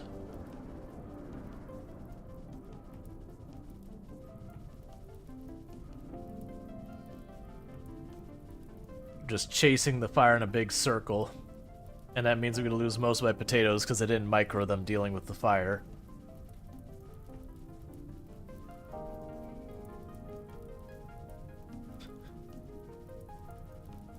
It's going to just light the corn right back on fire again. This is what happens when you don't micro. So what you normally do is you put your people in the direction of the fire that you don't want it to go. So instead they're just doing this thing where they're like watching it rotate around in a circle. I also like how they're leaving the person on fire there. Okay, so we lost about half our potatoes and half of our corn. We didn't have anything up here, just a little spot of that. It's not the end of the world. It does suck. Especially since we're dealing with constant starvation. And that's mostly because our grower isn't skilled at growing yet. We'll figure it out.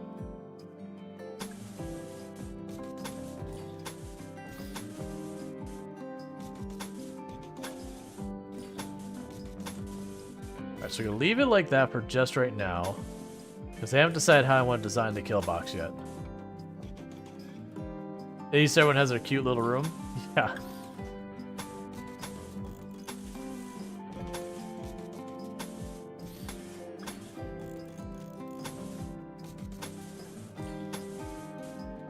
Just like the other side, I'll put a door here, put a door down there, put a door here, put a door there. And then what I think we're going to do for this spot is we'll go like this.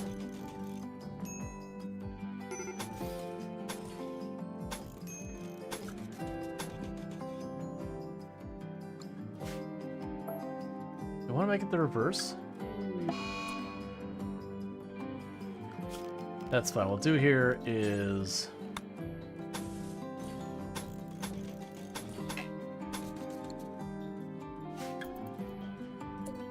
these should all be reversed.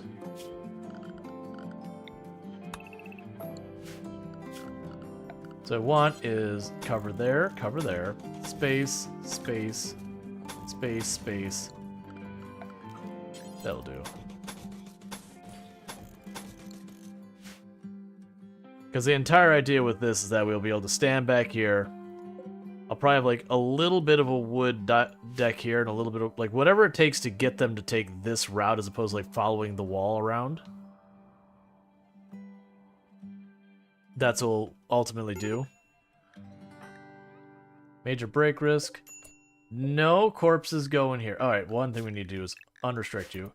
No corpses, like no human corpses in here. Because always every time they walk by, they'll throw a fit. Smoke leaf, everyone. We don't have smoke leaf. Oh, I take that back.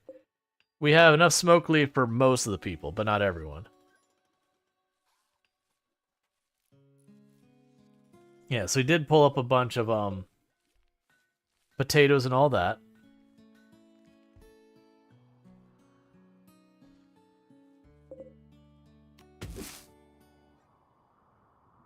Yeah, it's gonna be a matter of just trying to keep growing things. Spacecraft, cool. Ooh, actually several spacecraft. Another one attacks immediately. So let's grab everyone. They'll probably come this way.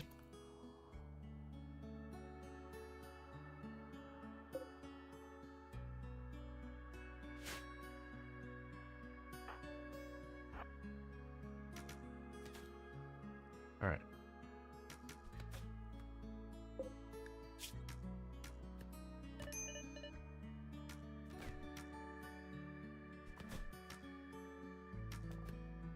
Okay, another one down. Just some bruises, so we're good to go. Because once I get that set up, I can force them to slowly walk through the water at us. We'll go for like really long-range weapons. That'll be good for just about everything but the mechs. The mechs, that'll be a problem. But one of the things I could do later is like dig a little room here to keep our melee in. So when we do have the mechs running up, we can potentially snag the lancers and all that back here once everything starts jumping ahead. We'll see. Alright, so you're already bandaging them. Are you all bandaged up? Yep, cool. Alright. We still need to get a place for our tailoring bench. Which I'm actually going to go ahead and tell them to build just up here in general.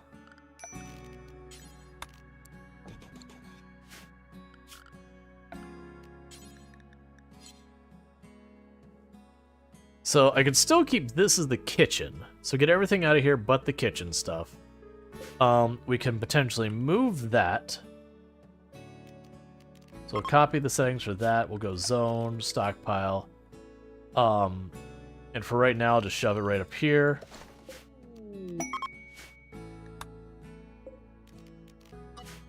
That way they keep all the bricks and all that up here since they're crafting up there.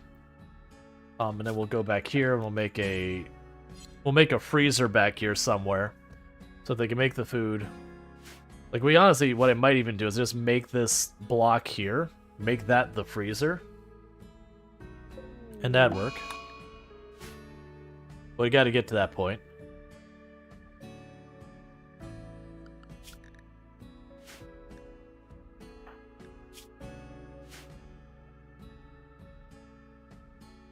Also, where's our grower and why aren't you doing stuff? Oh, right. Our grower and our cook are the same person. That's going to be something we're going to have to change. No, that's not true. The grower and the cook are not the same people. Pankraru is the grower. Wait, Pankraru is the grower? No. Moriarty is the grower. Right. There we go. Because I need to keep you growing stuff.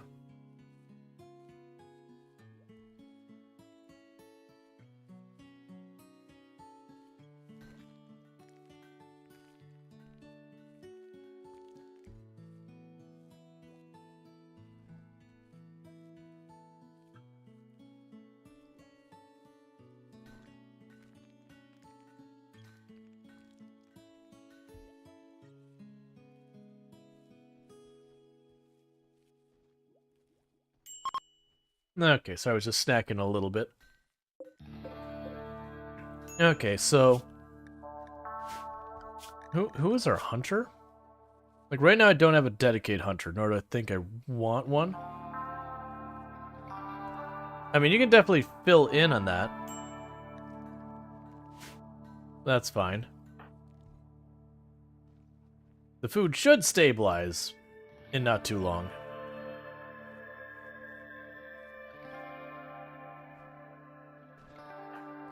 Oh, I see what's happening with the food. They're making too much food because they don't have a place to realistically store it.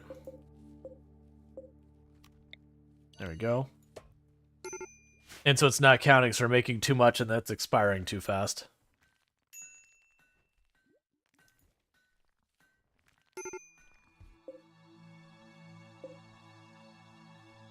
I'm going to actually have you haul those so they count. So I can actually see how much food we have. Alright, how much longer till you get better, Pank? Never mind, you're better.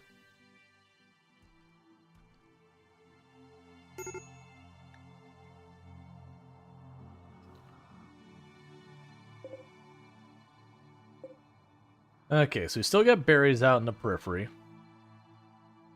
that people need to haul back.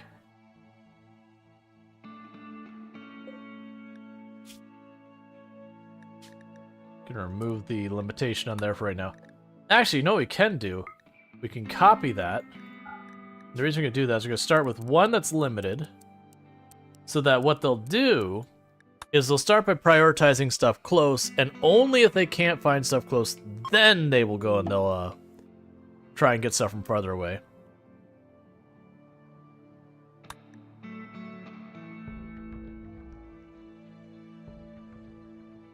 Okay.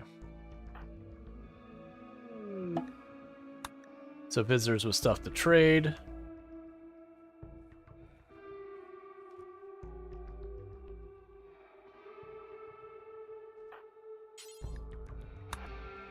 Alright.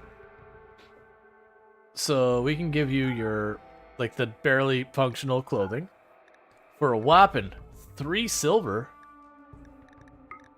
I will take your trace amounts of food, though, please.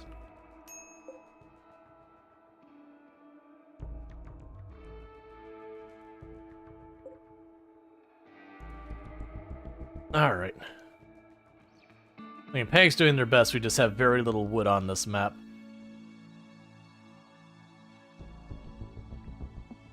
Which is why I've got the giant tree growing zone. It's just unfortunately until the,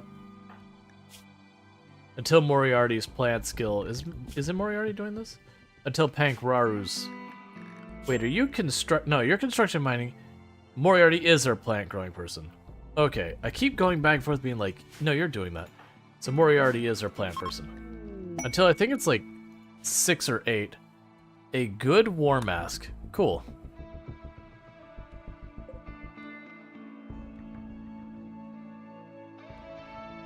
So we're just waiting on all of that.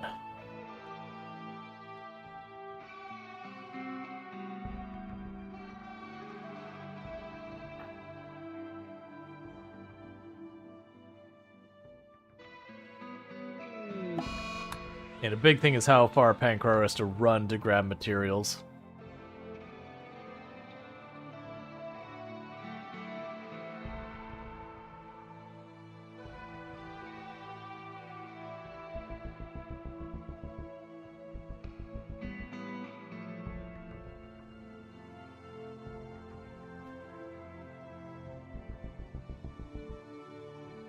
Because, oh, we got that built, so clone, paste that.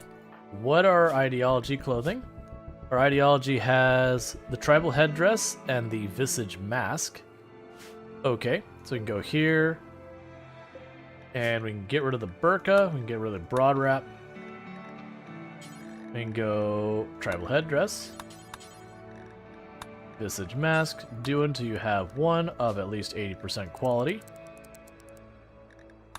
And the only reason you do the 80% quality thing is that way, as they wear out, it doesn't keep counting the ones your people have discarded because they're all worn out and destroyed. I was hoping I could just click and drag it. I hadn't tried in forever. Cool. I think that'll be good. Wait, parka? Get rid of the parka.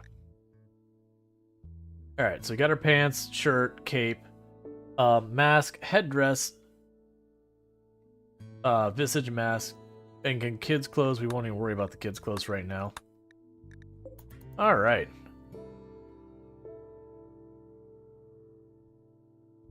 So just keep all this moving along. That'll be good.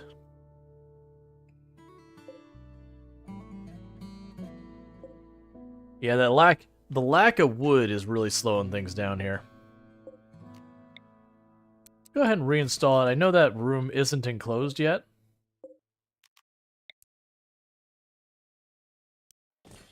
Oh, don't do that. But that way they don't have to, like, run around.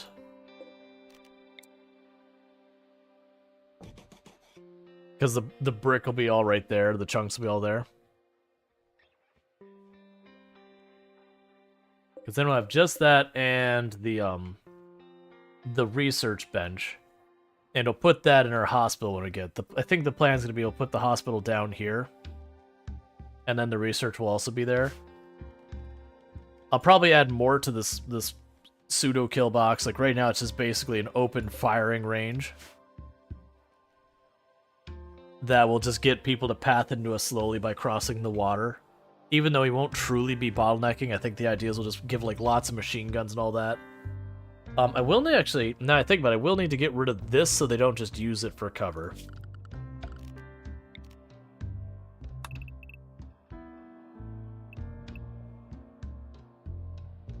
We can start with that, because that should support everything. Tantrum because you're ravenously hungry. Even though we have meals made. Oh, set that to auto-rebuild before you break any of your walls. It's just Pankraru's having to run way too far away to get materials, so... it's causing problems. Soon that won't be an issue. A very relative soon. Good, you didn't actually destroy any walls, you just damaged a bunch of them.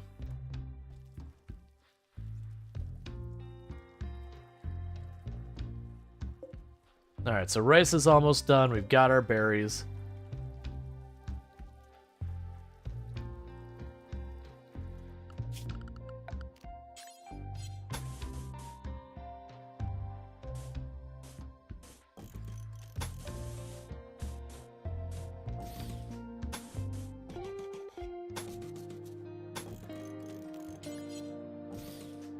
And this will be where the freezer goes. I think that'll be the plan.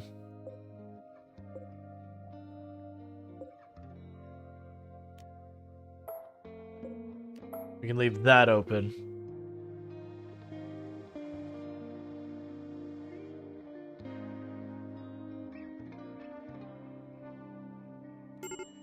All right.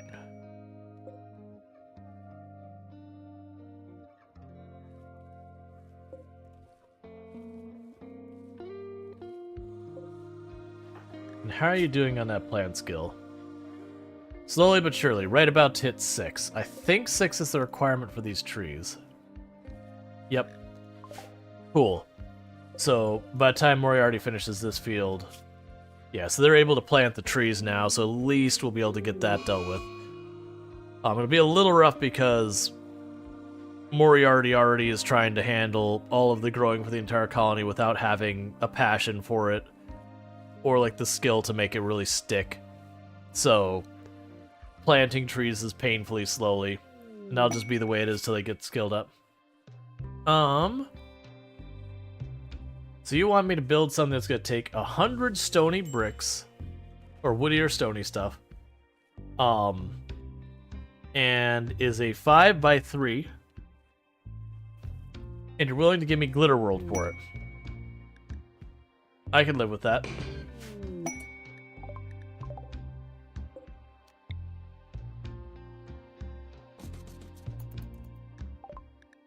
And a Muffalo is self-tamed. Alright, so I kind of want the Muffalo. So that's a female Muffalo. So let's try and get our hands on a male one to go with it. Because if I can get that going on, that gives us a source of wool, which will be really good for clothing that's very well insulated. Alright, so you're missing stuff. Okay, so we're going to say marble. Okay.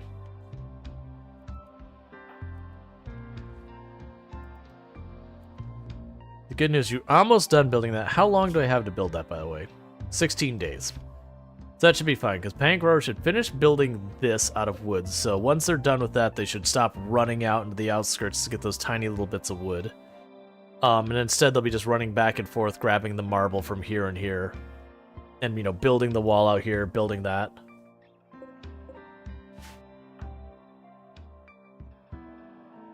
Oh, do we have recreation? Yeah, so I don't have recreation locked in the schedule. Let's do that too. So we keep their moods up. Ship to the stars, we're definitely not doing.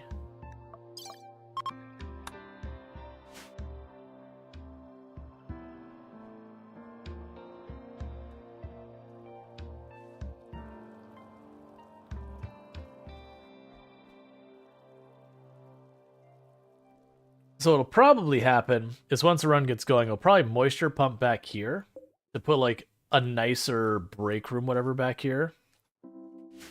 But that'll be a thing to worry about later. Alright, so you're starting to make clothes for us, so that's good. Okay, we did get a second Muffalo, so I'm going to go ahead and go to the wild one and say no more.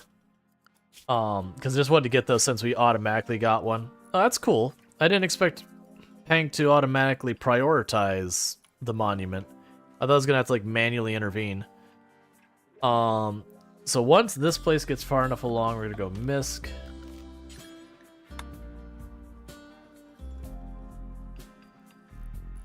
Plop it right there. We'll put the pen marker in here.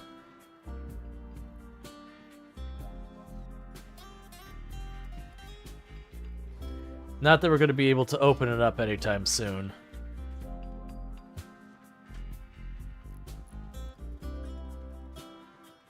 It's going to take quite a while to build all this.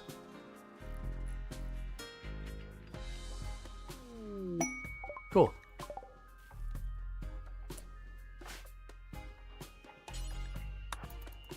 And we got Glitter World.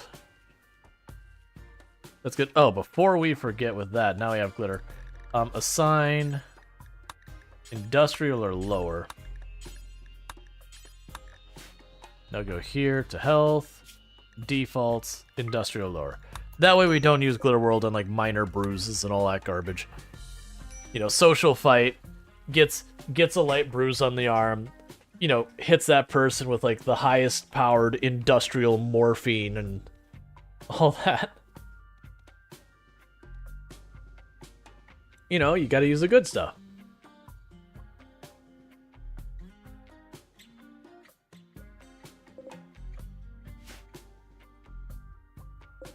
So you are getting clothes made.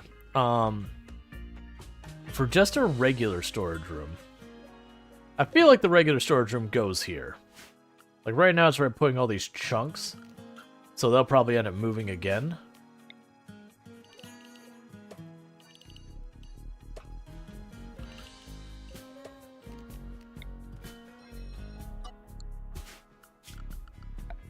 That's just the way it be.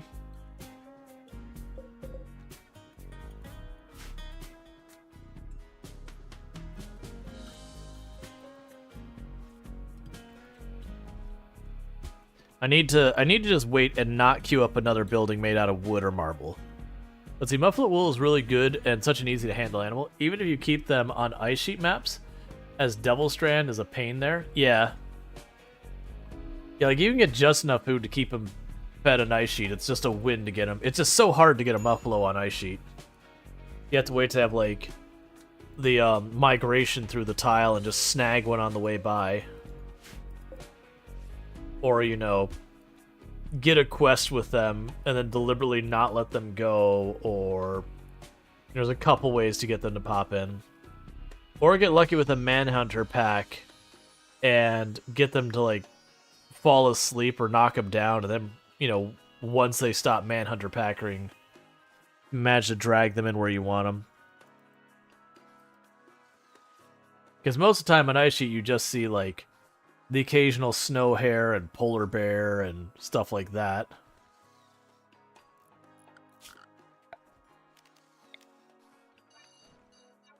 Right, that did not have a roof.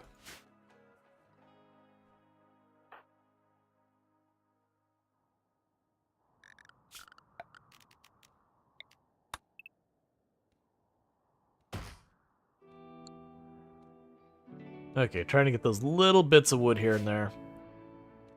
Unfortunately, Moriarty is not able to keep up with this yet.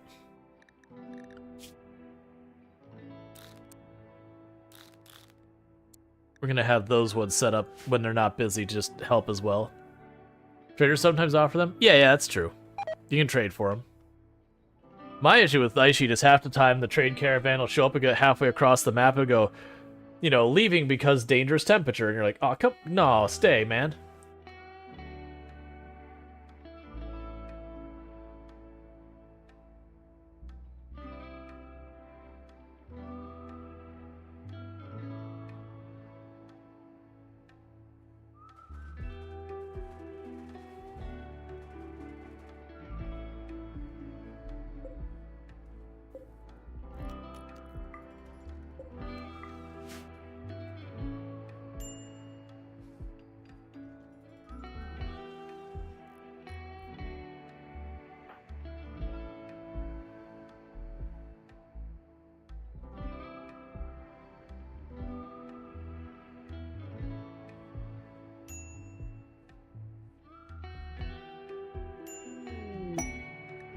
That's it. We got squirrels. So I'm not going to take random people that we have no idea about. At least not right now. Our food is still only okay. And that's mostly because Moriarty just doesn't have much plant skill yet. So while having an additional person could help me plant, maybe, if they ends up being one of those things where they're just a pawn who cannot plant, then it made my situation much worse.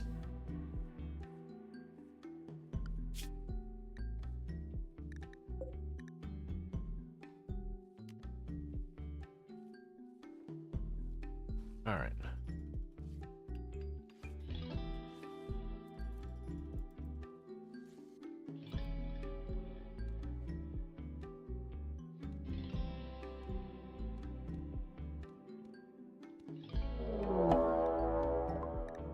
Okay, so they're attacking immediately. They'll probably still come from up this direction, so let's just move over there.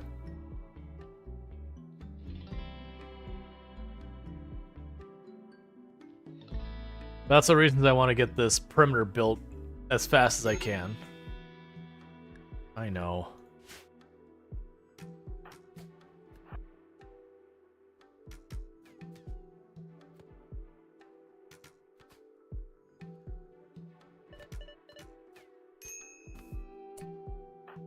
Okay. One bruise.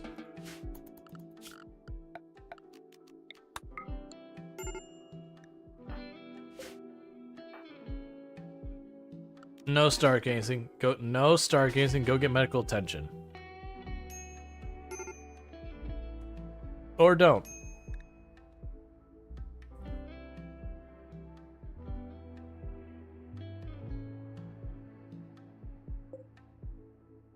You're making all these nice clothes and no one's picking them up because they're sitting outside because there's a single tile that hasn't been built here. I'm going to intervene with Pankrar and make Pank build that last square of tile. The last square of wood. Just to get that indoors.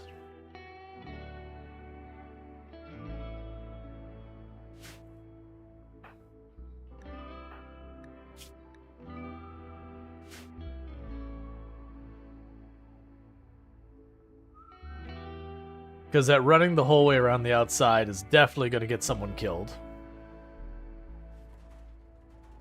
So I just want to get all of this patched up, get people, you know, getting nicer clothes.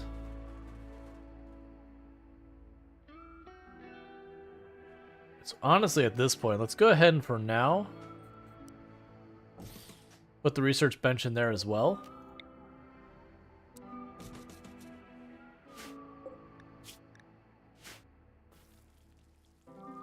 Just clear up room in here.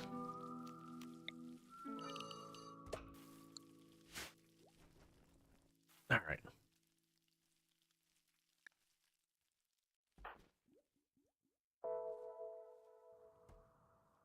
The good news, it does seem to be just prioritizing the northern front, which will work out, because that's where they keep trying to cut across, is right here, because it's the narrowest channel. So eventually, once we make the wall far enough, this becomes a shorter route.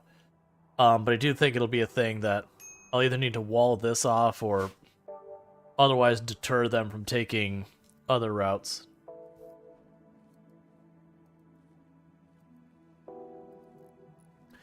Or they'll just randomly do spots. That's fine too. Okay, good. You're finally getting trees planted.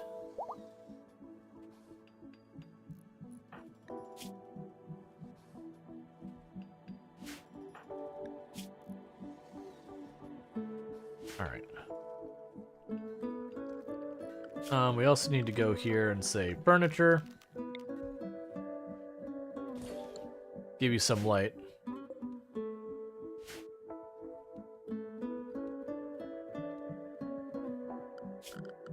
I guess for now as well, we'll go zone, stockpile, storage, clear, and yes to apparel.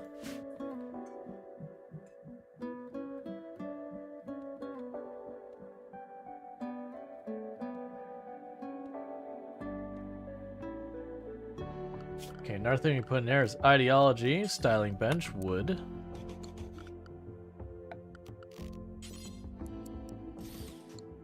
So that way people can start dyeing their clothes and all that, their favorite colors. Get all pretty.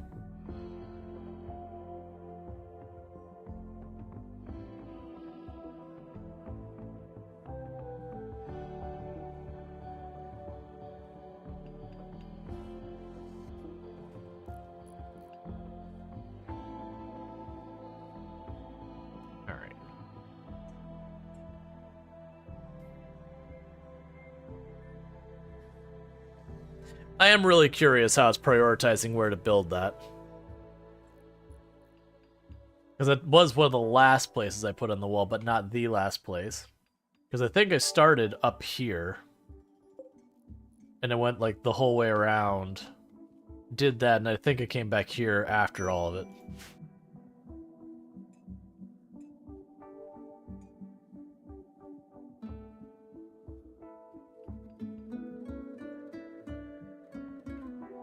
Okay.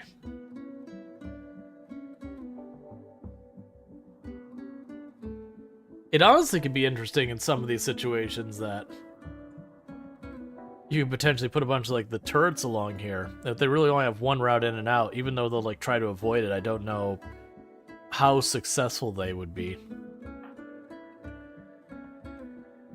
Yeah, we're almost out of wood out here.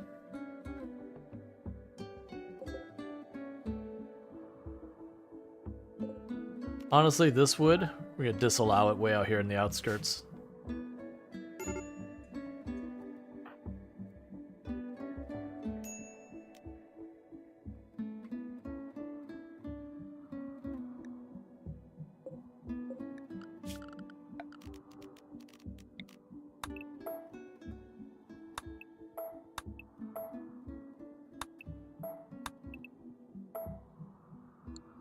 Oh, we do want to disassemble those. Basically going out here where we still have trees queued up to be cut down. Canceling all those, because like right where we're going up to the edge of the map is kind of dangerous. Because you go to the edge of the map and you get caught by something that's tougher than whoever's over there by the edge of the map, then you just hope they don't get kidnapped or bleed out before you can get help. So we're just going to deal with the fact that we're going to struggle on wood for a little bit. Don't do this. Work.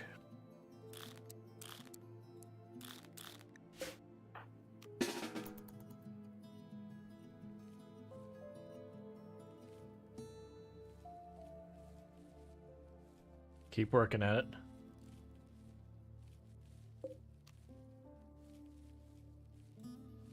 Let them get by. Cool. Alright, so now we can take you back off that. The big point of all that was to get rid of the blight as fast as possible. We were lucky that it hit the dye, which really doesn't matter.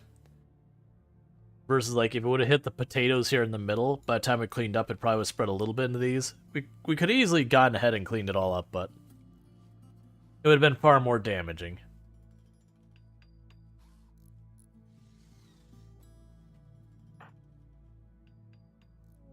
Okay, saving whoever you are, I don't care.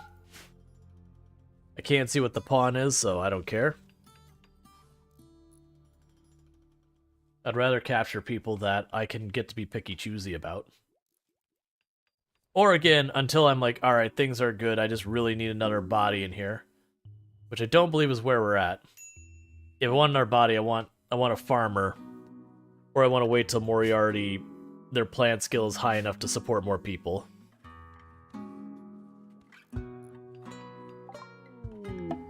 Cool, so we have electricity. So with electricity, I'm gonna probably drop back to smithing. I mean, it could go for air conditioning. Okay, so let's see. So I do have a geothermal in the middle of this tile, and I could just literally beeline to geothermal. It'll take us forever to research that, but then power's just set. I'm gonna do it. So yeah, so we can get the geothermal right away. That gives us, right away at the very beginning, that it's going to take us forever to research that, because unfortunately it's a very expensive tech. But if I build a geothermal here, we can pipe the power wherever it needs to be. It's not like it's infinite power or anything like that, but geothermal puts out, it's something like 3,000 or something power. That'll be enough to accommodate most of our early game stuff. And it won't be till like the mid to late game where I'm going to need to supplement it with other things. Because I also don't think there was any other geothermal like that's really usable. We got this one right at the edge of the map. That one's right at the edge of the map. Those two are right at the edge of the map.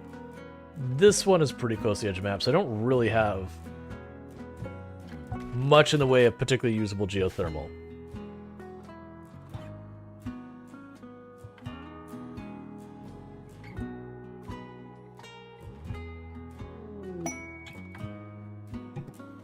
Alright, the Deserter. So I'm not looking to be enemies with the Empire. I'm actually thinking low-key, I don't normally do the Empire stuff, But I could see in this run befriending them trying to gain ranks a little bit.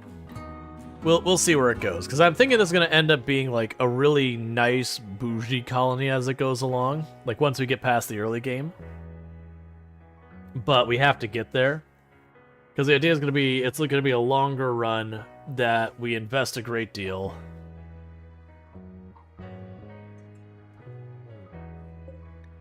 Storage. Get the components.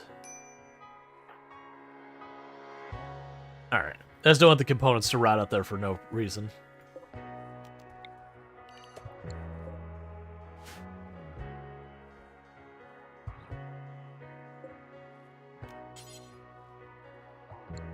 We'll leave that alone until we have more wood.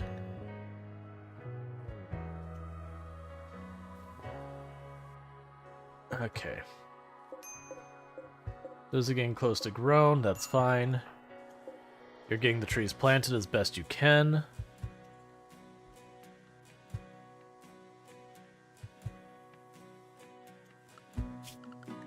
I think we should have everyone set to attempt to grow. If there's like nothing left there. Okay, so you're out of marble, so we can go over here and we'll make this structure. We'll make it a slate.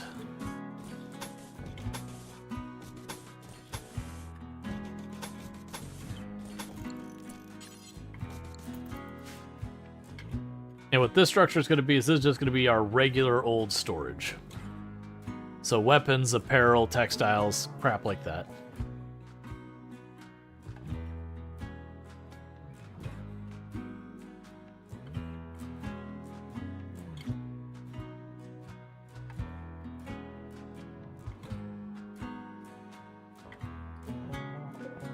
It's just right now catching up all the clothes needs.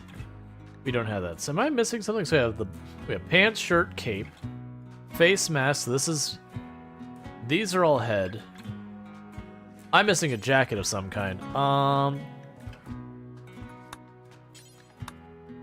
Duster.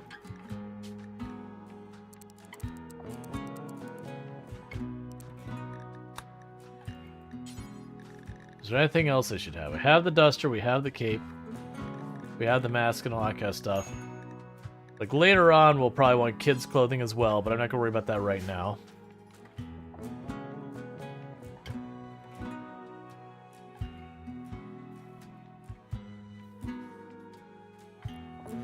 Alright.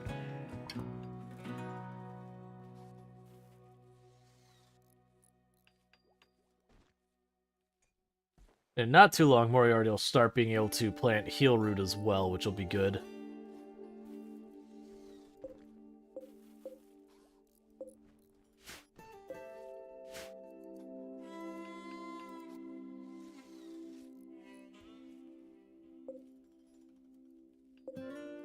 Yeah, so I actually got a decent number of components there. We got a whole bunch of steel.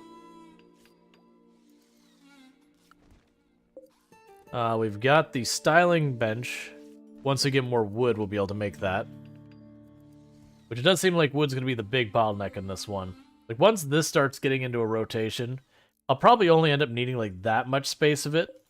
But I'm overplanting right now till we get into that phase of the game. Because it's just...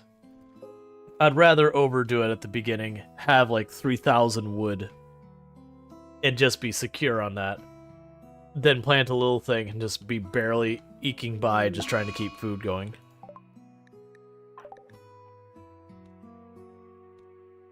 Yeah, so you're picking out, which doesn't help us.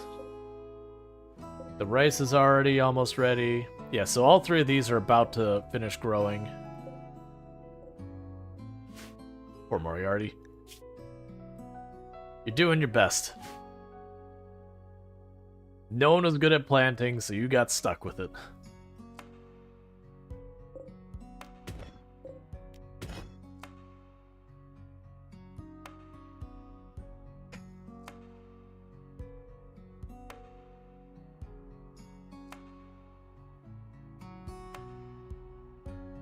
Yeah, so I think my plan over here is to basically carve that back as far as possible. It'll put like a column over here. And if someone wants to take cover behind it, that's fine. We'll shoot the column and drop the ceiling on them. Mostly, I just don't want them using that for cover when I'm fighting from the kill box. So I just need to get it far enough away that that's not a concern.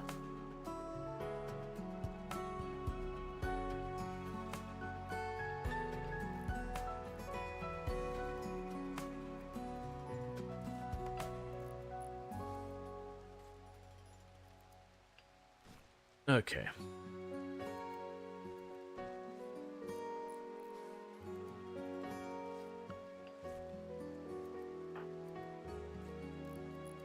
Yeah. Pretty soon, Corge will also stop tailoring because we're going to run out of cloth. We're down to only 47 left. But a lot of our people are clothed and have masks and other nonsense. So we're doing pretty good there.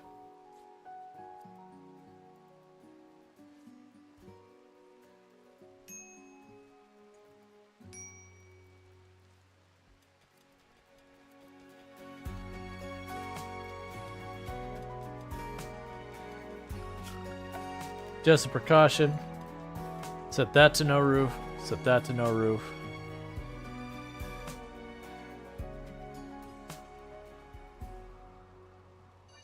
None of those should have roofs. We'll set those to no roof. Just because I've had the bad luck once or twice, I'll have someone mine out what I think should have no roof. Oh, you have cancer?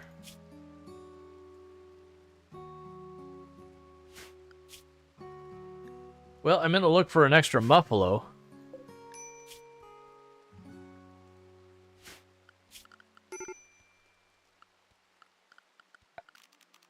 Because that's super depressing.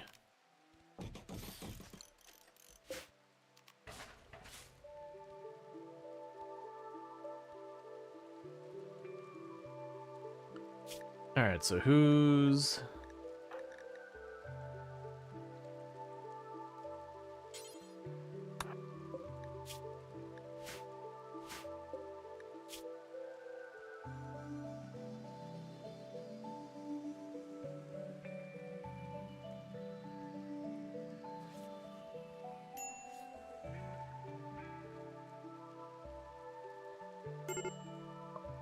Can we make that work? Nope. 10. You know what?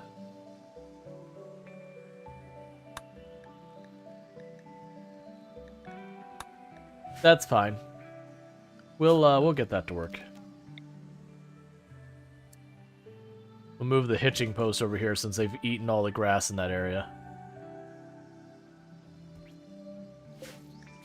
So we're trying to do some surgery because that muffalo we got actually has kidney cancer.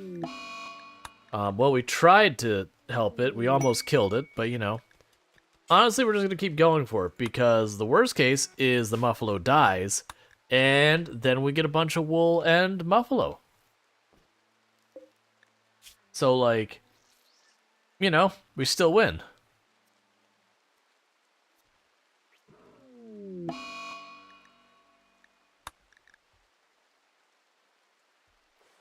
It's probably fine to go again, right? It's only on the very edge of death. It'll be okay.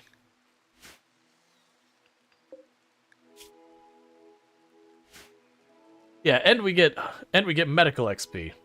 Are you our doctor as I'm having you do this? Or not a doctor or a cook? You're definitely a doctor. Okay, you're not the cook. How are you not dead?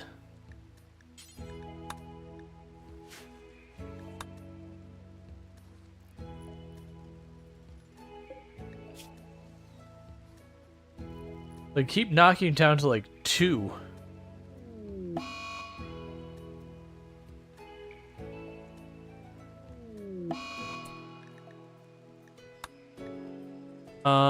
Okay.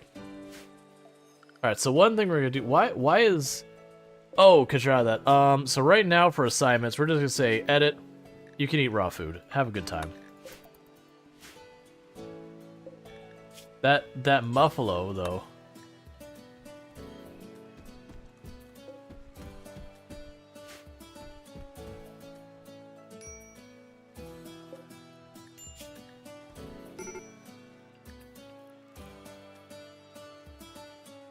Yep. Food poisoning's on the menu.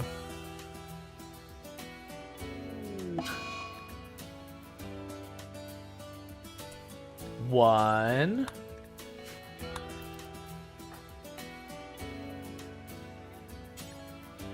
Now I think you got it this time.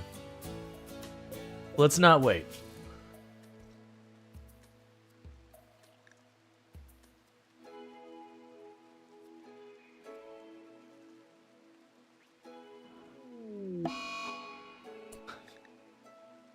How are you not dead?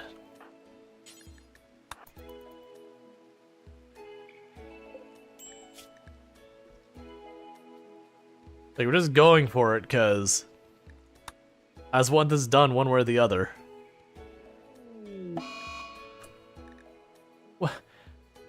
What is, like, what are you made out of, Muffalo? Build your buildings out of that stuff. Because, my goodness, you're indestructible.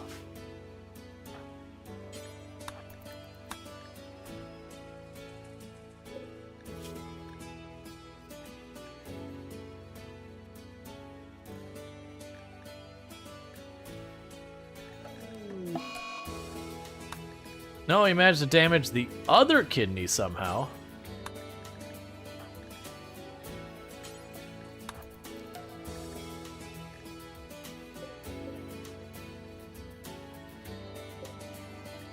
I think they actually use the glitter world at some point.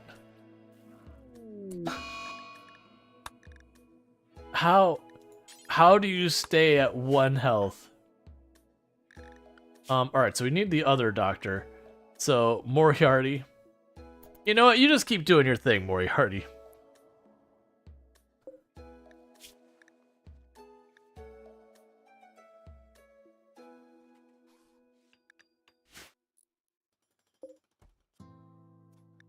Oh, nope, you're going for another round? You got this. This is the time, right here. Oh, you actually did. Good job. How many failed surgeries was that? Like 5? 6? Let's see, what happens if a person is missing both their eyes in the game? Are they incapable of walking? No, they can still walk. Thank you for the follow. Welcome to the stream. Like, when you look at your pawns, you'll actually break all the things down here, like sight and all that. So you see, like, sight is the only thing that'd be affected. So basically, it'd penalize their accuracy.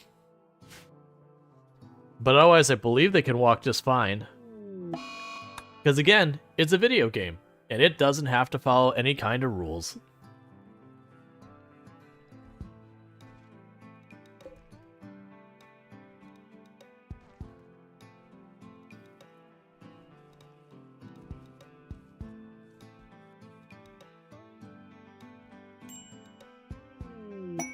A buffalo is self-tamed. Okay.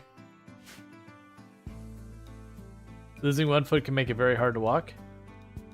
Yeah, in real life, in RimWorld, I think it just penalizes your movement speed a little bit. Yeah. No, blind people can walk, but the idea is you're just, like, walking around out in the wilderness. Like, okay, so there's a distinction of legally blind and, like, everything is black.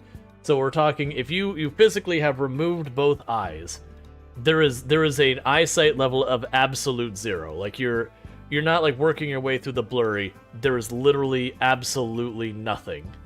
You can walk, but you're gonna have to walk way, way, way slower because you're gonna have to have something to guide you so you're not just tripping over everything. Losing a big toe makes it surprisingly hard to walk. Yep, because you usually pivot off of it. But that's what I was saying. So, like, in the game, I don't believe it penalizes you in any way whatsoever so far as you're walking with eyesight. I don't believe that. That's a mechanic. Like, in real life, you can walk. It just, you'd have to slow down to be more careful. Like, you know, feel things out as you walk around. If a pawn loses 1 foot, darkness can make you move 0. Oh, yeah, you'd probably be considered darkness with that? I've actually not had that. Like, I've had a run where we did blind pawns and all that. Like, they actually had the trait that they're totally blind and all that. But I didn't really pay attention to like all the specifics and how the mechanic worked.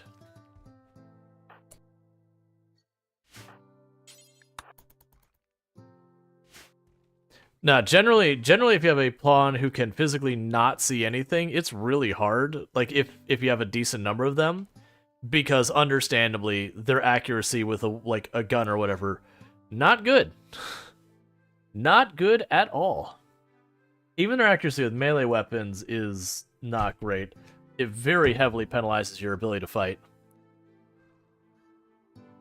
That's actually why when you look at the when you have the choice of, where is it? Social. When you have the choice of your memes here, that you'll almost never see the other factions take the blind trait because they are very ineffective fighters most of the time. So making an enemy faction have it gives yourself gives yourself just like an easy person to fight.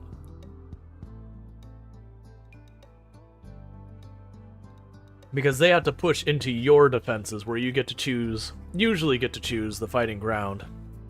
Which means you have like the cover advantage typically, you have the advantage of being able to have, 5 or 6 people open up on like one at a time feeding into it.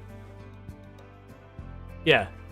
Oh yeah, no, in the game, that's how you deal, like, not just blind, but like people with vision problems or people who just have terrible shooting skill or anything like that, is, hey, if you can't work with like precision, you can't give them a sniper rifle or a bolt action, just give them a minigun or a light machine gun or a chain shotgun.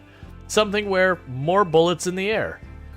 That is a very sound strategy. If you put enough bullets in the air, it doesn't matter what your accuracy, something's gonna hit something.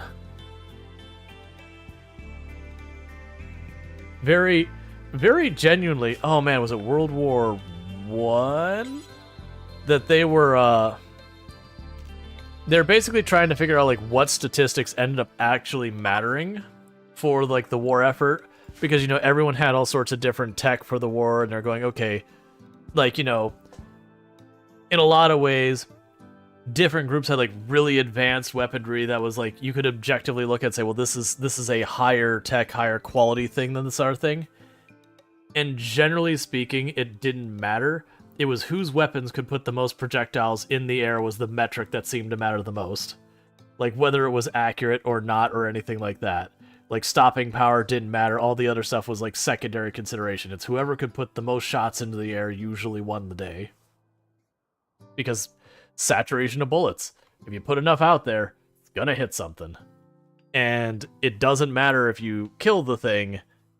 Most people, when they get shot, not exactly going to be going to continue the fight very well.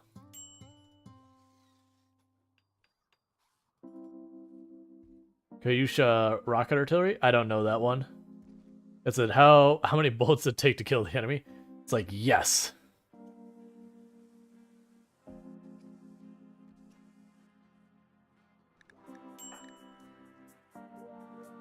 Replace all oxygen with lead. Win. Basically, there's obviously a lot more that went into it than just that. But as far as like comparing in battles, like who won and like what they're trying to find, like what common statistics could they figure out, like, between people who won and lost battles, and it was usually in favor of just whoever could get the most in the air. Once you got to that phase in society.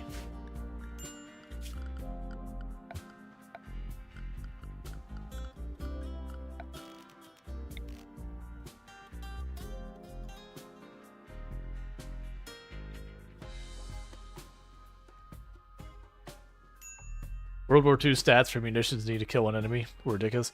I haven't seen those, but imagine.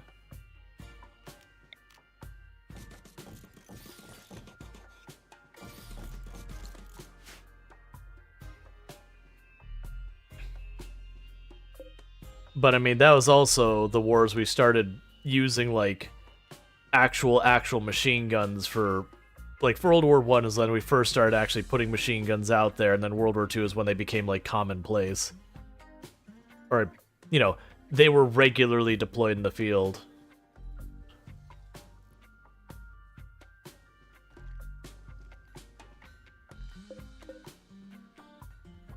And I think by the time World War II rolled around, we kind of figured the whole, maybe don't just, you know, the person stopped shooting, let's rush them. Oh wait, now we're all dead because we just ran at a machine gun.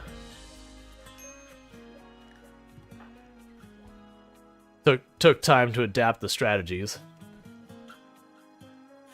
They would have been very target-rich environments? No, not really. Because you had lots of like trench warfare and lots of like bunkers and those kind of things. And the idea was you had lots of these very defensible positions, and pushing them was a very big deal. Like getting armor involved and all that. When we're saying armor in this context, we're talking tanks.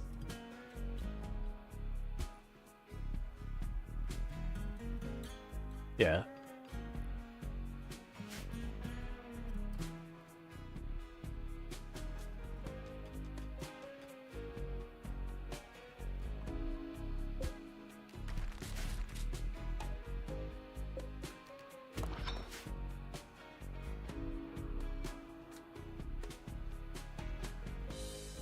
There's a lot of interesting stuff to read about those wars.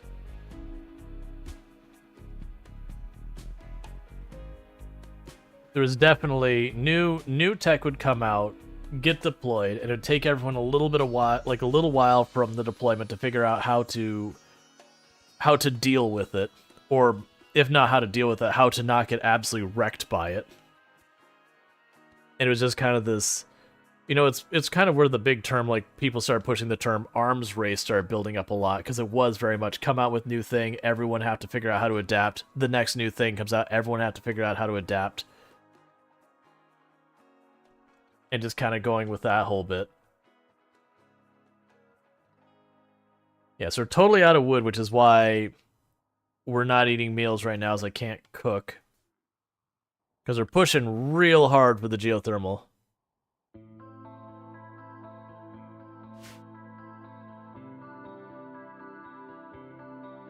Yeah, now I never looked at some of those statistics. But yeah, you would have rapid fire, low accuracy weapons that would throw the numbers really hard one direction.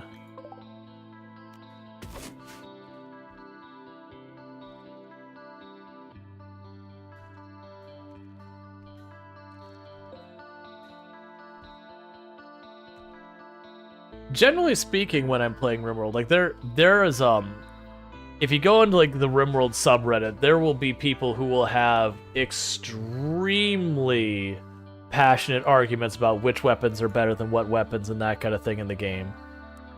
And first of all, it is one of those games that are like, well, there's pros and cons with a lot of weapons. There's definitely weapons that, like, this weapon is just better than that weapon because they fill the same niche, and one is just the better version. But mostly it's situational is what I was going for. Is like, you know, for this one, I'm actually probably going to want a lot of stuff that I put a lot of rounds at longish range. So assault rifles, light machine guns, stuff like that. The pulse rifle, like those are probably going to be the strong ones for this situation. But like the last colony you noticed, I was using mostly, I always forget what it is, like the little Uzi MAC-10 kind of looking gun. Like that, auto pistols, the heavy SMG is kind of pushing it. It's basically where they could kind of snap shoot as fast as possible. Just because I put them directly on top of where the targets were. And so that would give me a huge advantage over like bolt action and that, because they would have to turn, they'd have to start the aiming process, and meanwhile they're getting shot at by, 6 people instantly.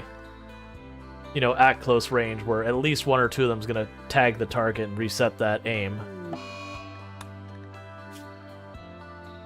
Okay, so you want to send someone to visit, and you're willing to give me a stack of hyperweave, or some standings. We'll probably take the standings, honestly. Alright, so you're busy having a breakdown, so we'll just have Conrite look at that.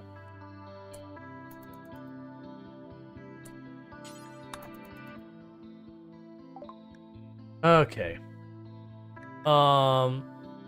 Honestly, I'll probably trade away the horse. I know that's going to upset my people a little bit, but I'm not really going to use that horse. And I could use money.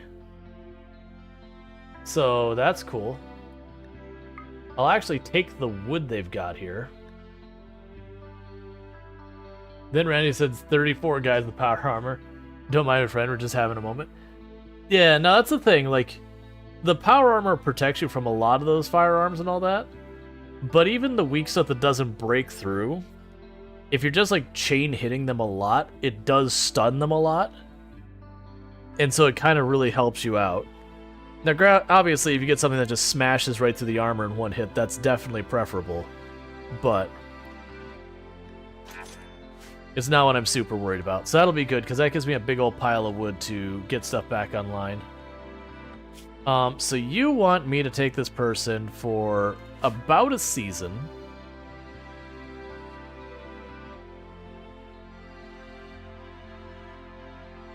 Alright, someone's gonna have to share a bedroom is what's gonna happen here. I take this person for about a season. I'm gonna take it for the goodwill.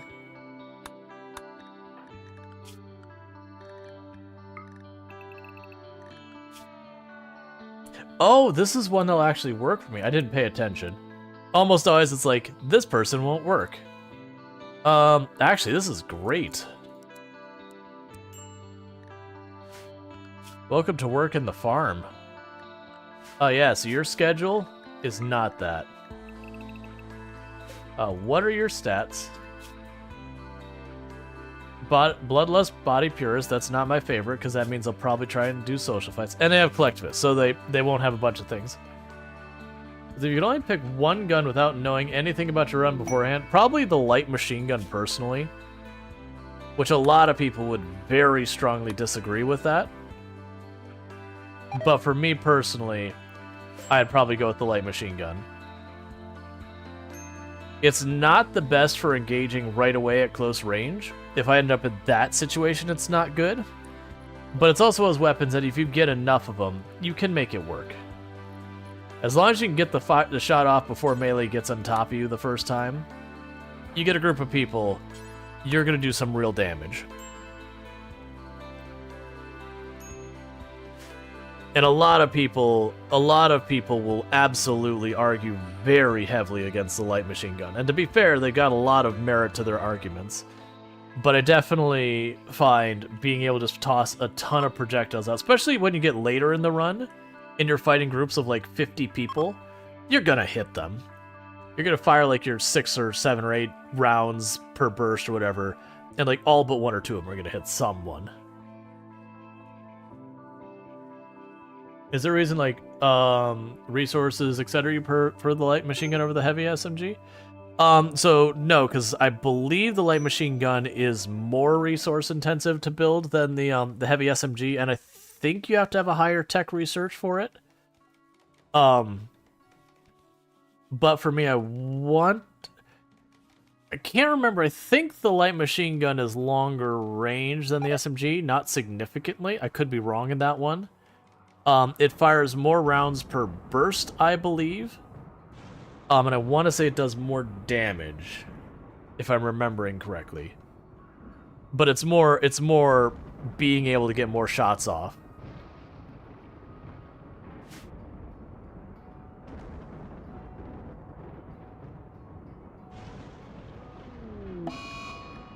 I also find that the heavy SMG, I have less reliability of hitting my targets.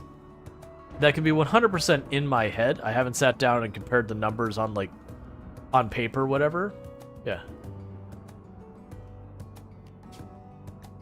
Yeah, that's like the light machine gun is entirely about putting projectiles out. The only reason I don't say the minigun is usually by the time I unlock the minigun and just how ridiculously expensive it is. I think it's something like 10 components per minigun. That it's just rare I can actually make it happen.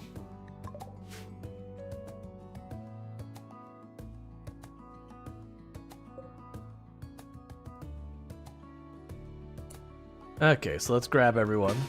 I'll come back here.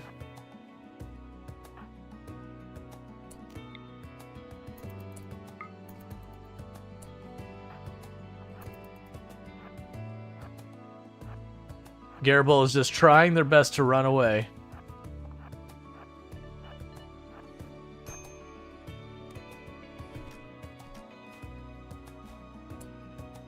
Okay, so you downed them. Okay, plants, great memory. They lost a finger, but I can live with that. But what am I going to make a prison? It's a shame that door isn't there. Okay, well, congratulations. That's a prison now.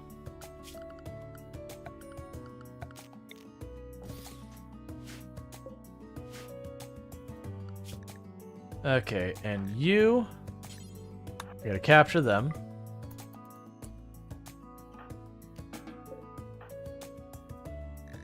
Alright, I forgot who it was. Yeah, you capture them.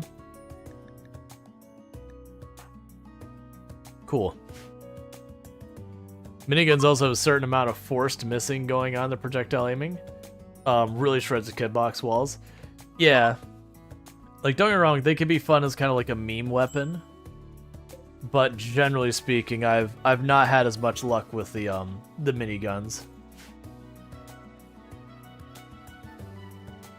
Hey, Des, sorry if I missed your comment. I'm split between Twitch, TikTok, and YouTube, so unfortunately, I don't get nearly as much chatter on TikTok or YouTube, so it takes me a moment to like notice the chat a little bit more. I try and keep on top of it, but I haven't found a good solution for combining the chats on my end. Because the only one I was able to find was oh, what is it called? It's not streamed together. It's got a name. It doesn't matter. It's a thing where I have to like point all of my stuff at it, and then it would broadcast it back out. And that's cool for a lot of things, but I personally would prefer sending them all out individually. They still have a speed penalty, right? What still has a speed penalty?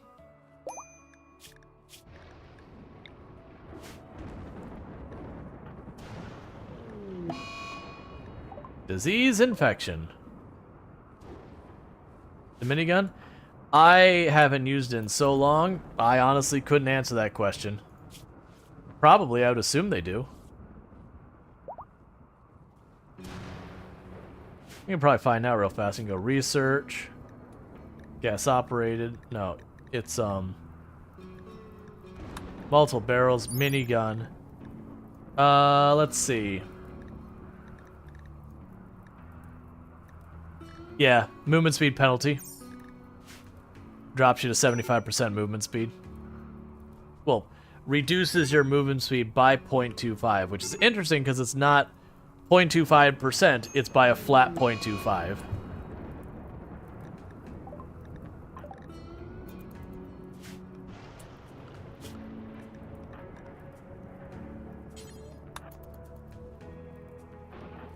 Of course it hits the only person who could, like, preach heal.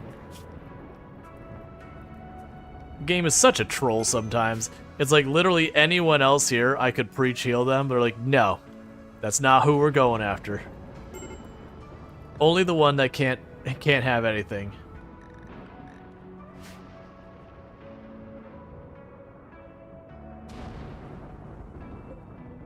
Okay, so you finally finished that. So you go here and grab the shelves, slate.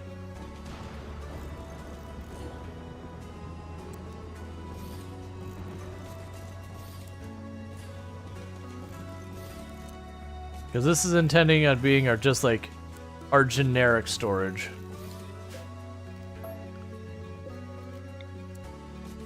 So apparel, weapons, all that's gonna go in there. You leave that door open. And that'll help us get all those clothes off the ground and all that kind of nonsense. Alright, so we're still treating that infection, which you are losing to badly. So this person's gonna get released. The reason I'm releasing them is so I can get them out of here as fast as possible.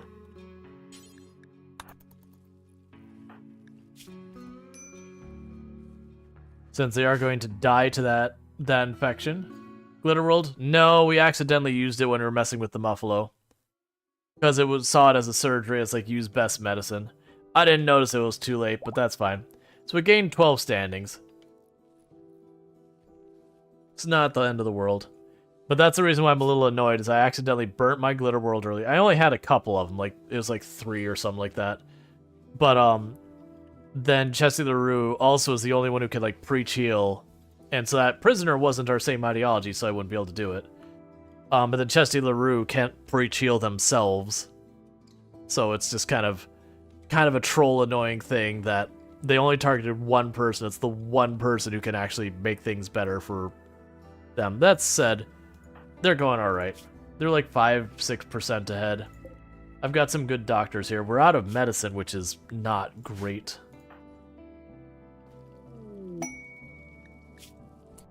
The Burning Cats. So we'd have 5 man-hunting cats. I'm going to just hold off on that, because I need to make sure we've got people up and in good shape for keeping this flu from killing one of our main pawns.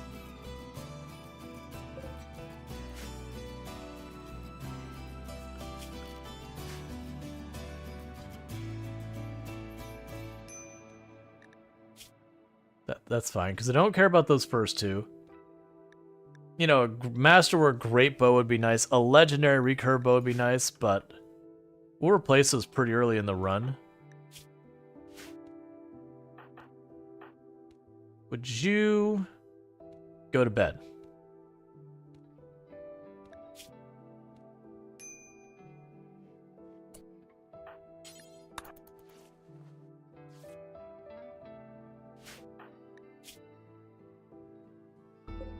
Okay, is there... I don't think I saw a heal root on here. Yeah, I see the berries, but I don't see heal root. I guess this tile can't have heal root. Like, just naturally spawn, I mean. But we've got it planted now, but this will be decided one way or another long before that's ready. Because what I can do... I mean, we're ahead by like 6 or 7. What I can do... Yeah, we saved the Muffalo.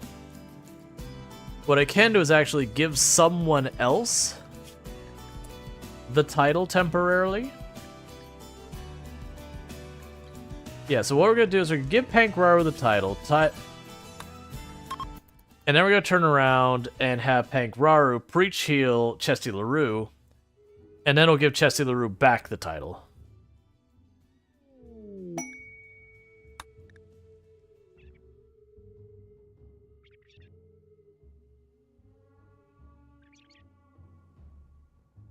Which means we will take a mood penalty on both Pankraru and Chesty LaRue for losing the title. But it won't be that big a deal. For each health, Chesty LaRue. And now I'll go to you.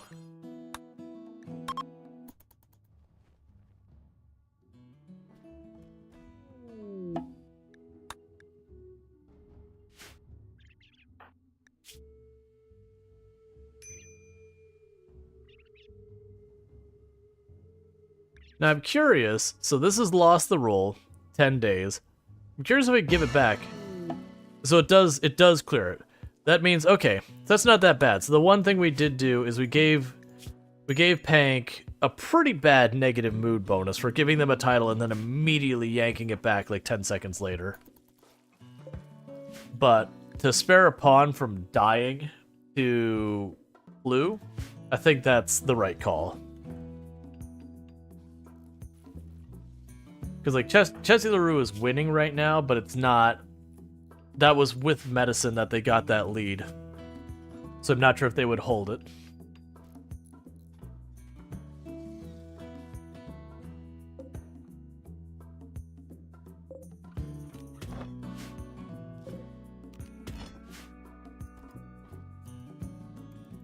Alright.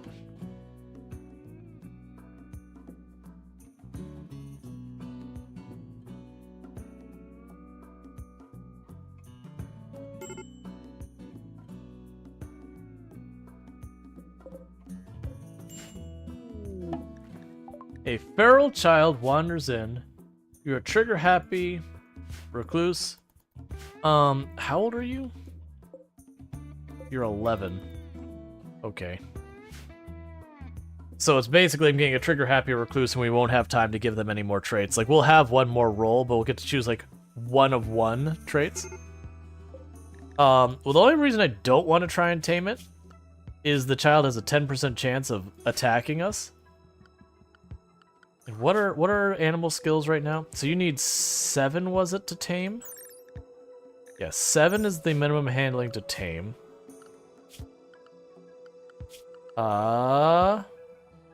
We have one person at exactly 7.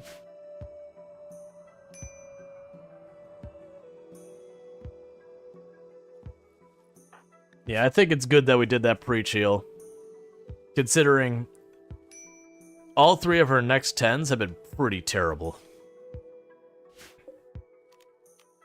Oh, you'll be for colonists again.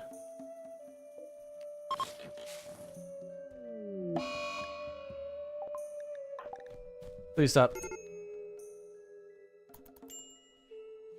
That was her whole stack of components. The problem is, if I want to go tame them, I'm going to send people over as a group to try. Where are you? Where did you go? Well, I guess that's close. 10% chance of taming. It's not worth it. Because they're going to have a mood penalty from the recluse, like, forever. They don't have any, like, they've got more than 0 of every skill. They're incapable of, like, intellect. Trigger happy is whatever. So I'm basically getting a pawn that has no passions, and like you might be able to give them a singular passion before they hit adulthood. Probably not.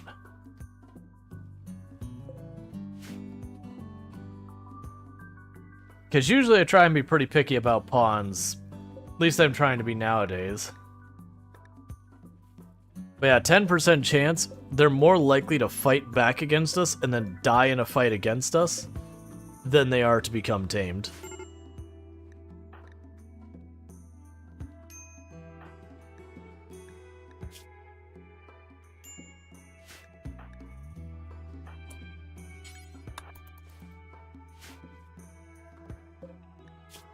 %90 chance to fight, not fight.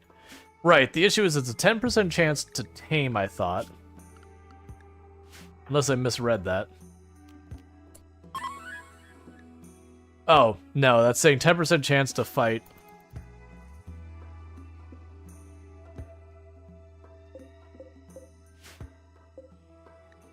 I don't know what we're gonna do with this person. Like, that recluse is gonna just be a negative modifier forever. And we can't get rid of it. I don't want it. It's a permanent negative move modifier that as our colony grows just compounds. I think it actually gets... I can't remember. I know it doesn't get super high. Does it get to like -12?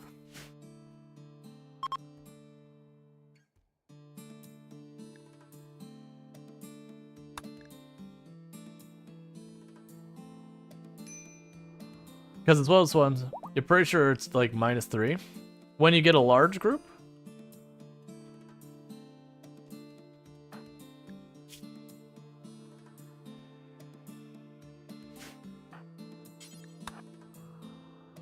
Yeah, because I've never taken recluse super far. Take the poor quality bow.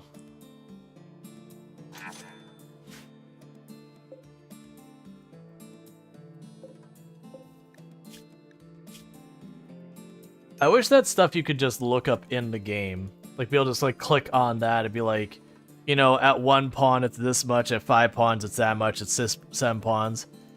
You know, they don't have to, like, pull up a wiki to find it.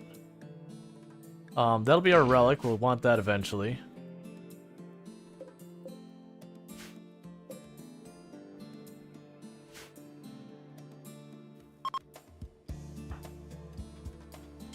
If you're gonna mine this, start from the outside in, that way you don't collapse the roof on yourself, please.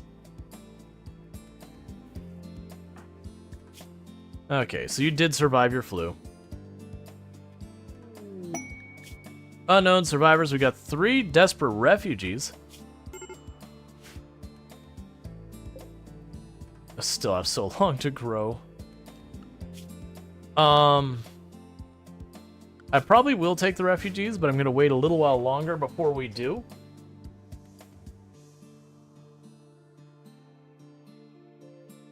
We're still hurting on wood and all that. But pretty soon, they're going to get this entire field planted. And then it'll cut down some of these trees and we'll be more stabilized with all that. We still don't have the perimeter done yet. We're still cutting brick.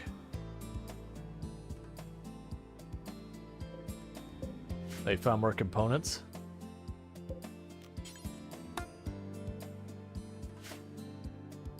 But I'm going to try and get some of this marble up so we can finish this wall and all that.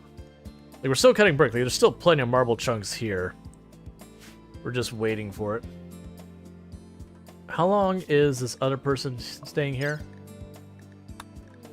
6 more days. So, at a minimum, I would have some overlap. Now, the refugees that are showing up, they do have kids among them. So they won't be able to betray us, so I'm totally fine just leaving them with their weapons. Yeah, so you're... Oh, you got a psychic drone and the penalty from the losing your rank. And slept in the cold and outdoors and on the ground. Because that's just... I'm hurting on materials. Once these trees start popping out, we'll be able to get, like, beds and everything made and start getting people a little bit more comfortable. I could risk putting down wood flooring. I don't like to, because wood flooring is super flammable, so if the building catches fire, it's usually that building is just done. Versus, like, the stone buildings with the stone furniture and stone floors. You know, some of the stuff in the shelves will burn easily, but otherwise it's not that bad. Okay. Tiny amounts of wood.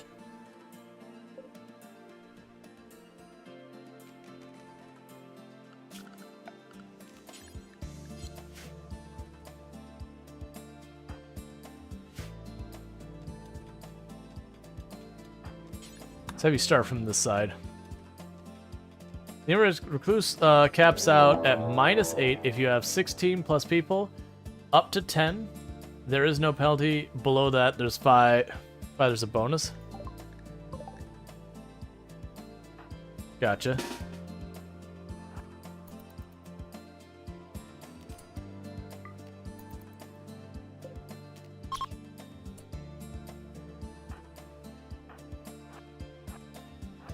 -8 is so bad. Because we're at a lower difficulty, so I also suspect we'll be more likely to be able to hit those.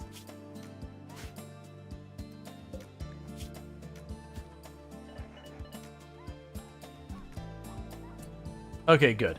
I was like, please don't make Pank have to take a hit from a warg with no armor.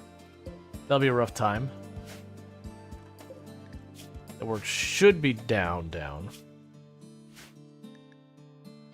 Yeah, I don't think I want to take someone who's going to have a permanent, like, because for once we get the colony up in size, it's almost like taking a pawn that has, like, depressive right from the get-go.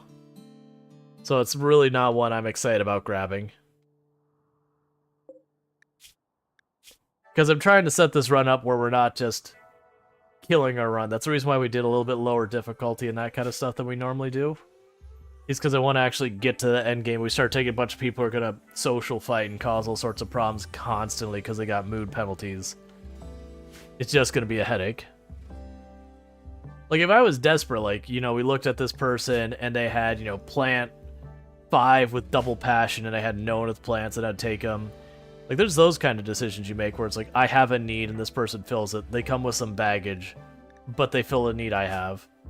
But in this particular case, they literally give me nothing I want. Like, they're offering me nothing and then coming with a cost.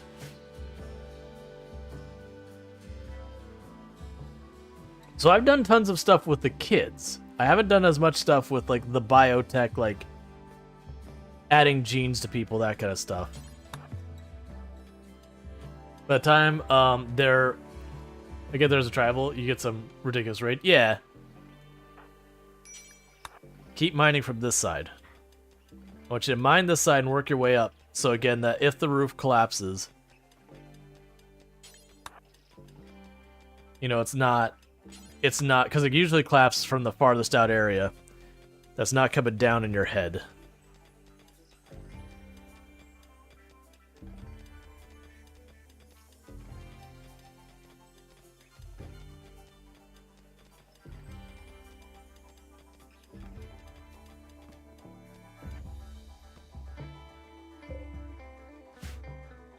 Okay, we want to drag those ones out there, so again that the enemy can't run up here, use that for cover, and go cover to cover fight. Shoot Frenzy, that's fine.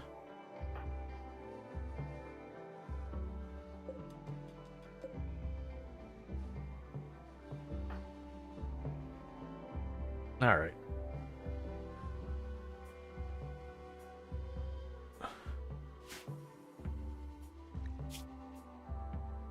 So we are working on our tailoring and all that. The cord is getting there. How are we doing on this, by the way? Okay, pretty good. We're down to just 2 garments that people don't just have ready. Yeah, and I'm going to be pretty picky early on the run. Like, if we get to the point that we get our base really well set up, then I figure like I got a lot of wiggle room, I'll take some less ideal pawns and just work with them. A rat has chosen death.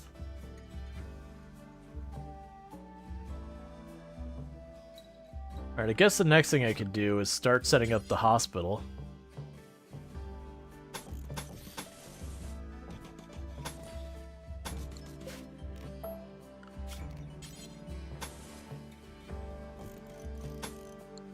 Actually make it one larger so I can also fit like research and everything in there later.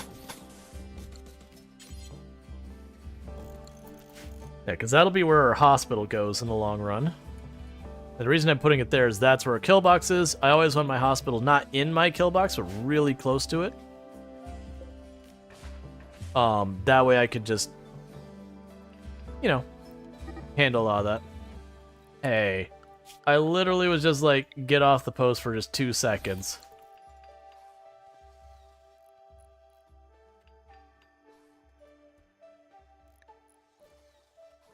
Because they were starving.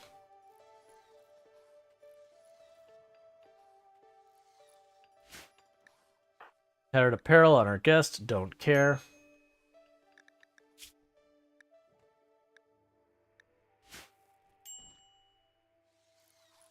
Alright. And he won't be making the beds yet. I'll just make things on the floor. Because basically materials.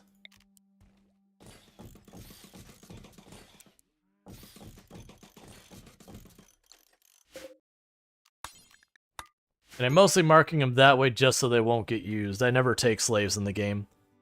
But that way they don't start trying to sleep in here until it's at least an enclosed space. Oh, hey, you know what we could do? Hey, Pank. Good. I went to Pank and was like, hey, we're okay if you didn't get the title, right? And Pank's like, yeah.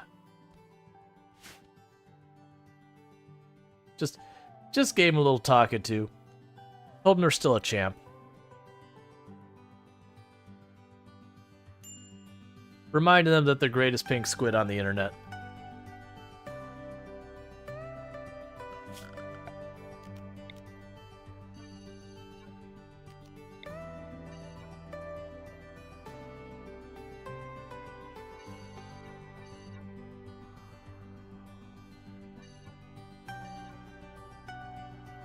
Okay.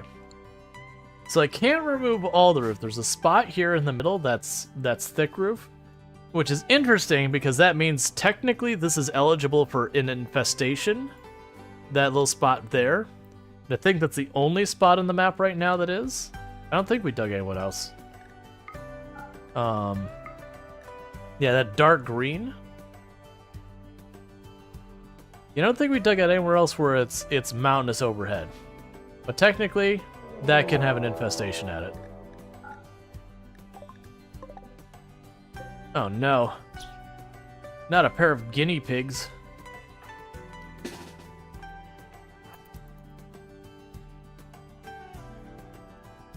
Stop going the whole way around. It's not what I want. The reason I want to get this done, to force them to cross here, even if I had to like build a little bit of a bridge for them or whatever.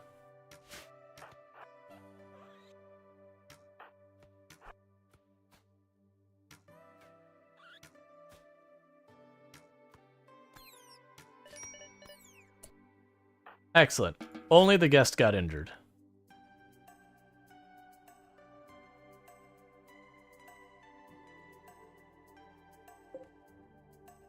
It's okay. My luck, the child will self-tame. If they do self-tame, I won't sacrifice them. I will keep them.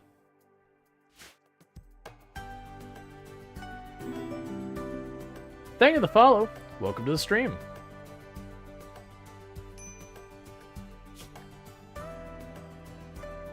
Alright, so we're going to wait just a little bit longer on that one. Like I said, we will be taking that quest. Because I got tons of raw food, we just really need cooked food. And we're waiting on these trees to grow because this map basically doesn't believe in wood. And you're having a bad mood because... awful barracks. Slept on ground, slept in cold, ate without table. Alright.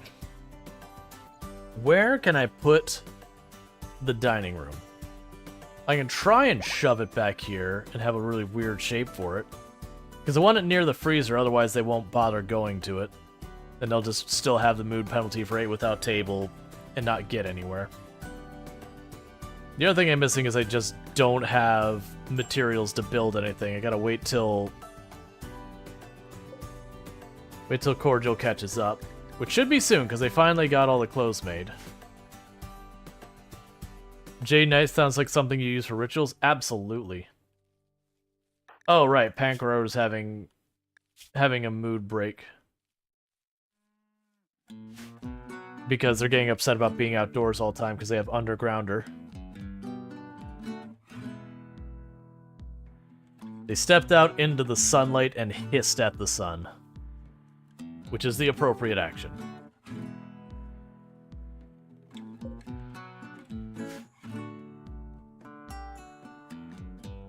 Alright, I think it's time. Quest will accept them. For right now, since we're not ready to make this into an actual hospital, congratulations. You all sleep there. Work-wise, dear lord, you're all terrible at childcare. And you're also not good at being doctors. You can handle animals well. Kinda really hoping a Thrombo walks on the map. I don't really need help with the mining and all that. And honestly, even the growing is stabilized now.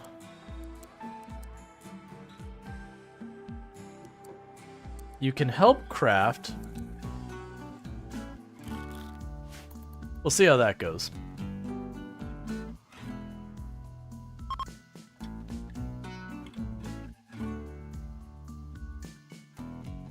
I'm a little curious why mom here is running around. Well, I'm going to assume mom. That was not a correct assumption. Why female parental figure is running around here with a gas mask with children without them.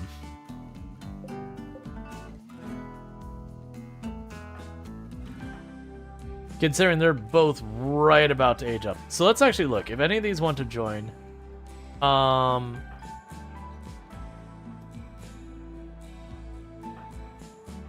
ooh, if Isabel tries to join, we will 100% take Isabel.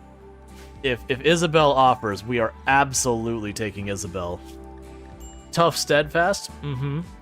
With a passion for combat, I can work with that. I can make them into just a carrot, like a pawn that just hauls and cleans if they don't get any passions or whatever, and just make them into a dedicated fighter.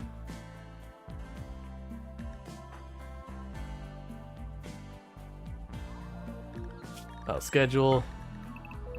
Recreation.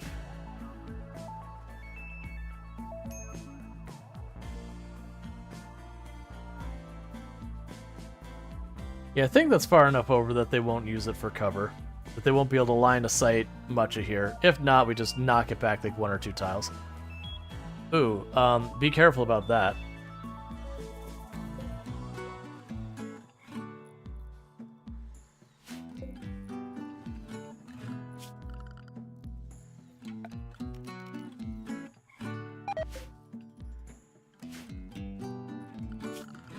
Okay, so what I can do is if I have them put the wall there, they can mine those tiles out. Or sitting there, because it was just because it was detached that collapsed.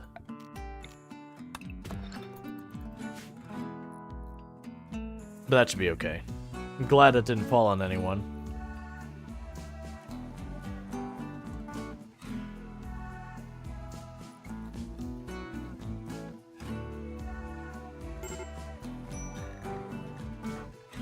So, you're all starting to go idle.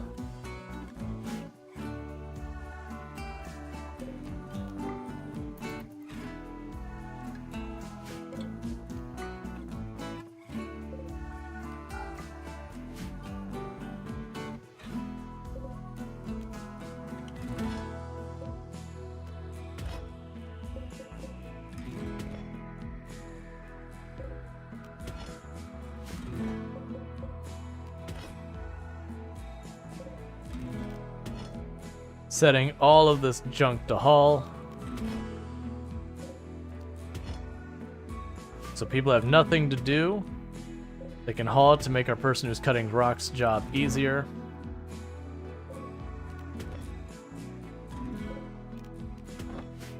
And then with that, we deprioritize haul to be after clean. That way they clean, and then just anytime they have spare capacity, just run out and haul. We also take you off hunting so it stops saying that. Alright. So we deprioritize handling at our ponds. I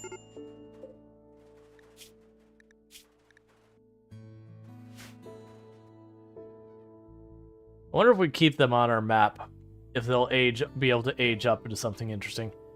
I'm debating taking the elephants. I don't think I want to, because in this case, I'd keep the elephants back here and just throw them in the fray, and they would... Please don't collapse. Okay, cool. There, we'll leave it like that.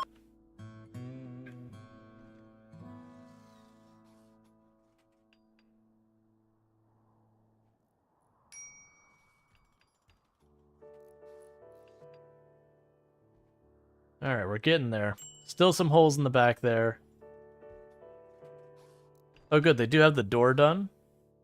Alright, so we're gonna go to furniture, slate shelves. That's where all the medicine and body parts all go, and we'll be able to put research benches like fabrication in the middle here later. But also, you will need a torch for light. Okay.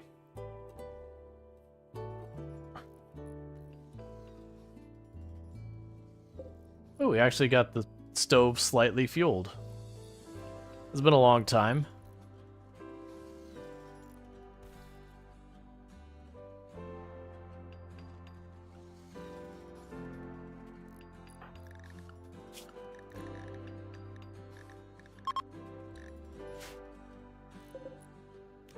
So link those, storage, clear, critical,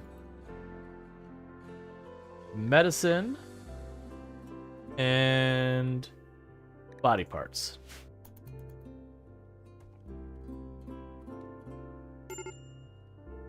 And now that is a hospital. This side of the room, those are medical beds now. Mad Boom Rat, sure, we could do that.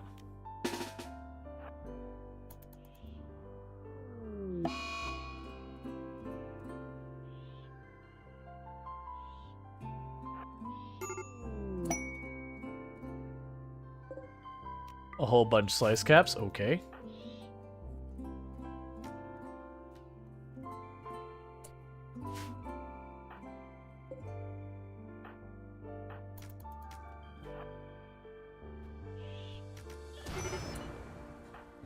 Someone had to run up and deal with it. Sorry, children. I did send the other adult with you.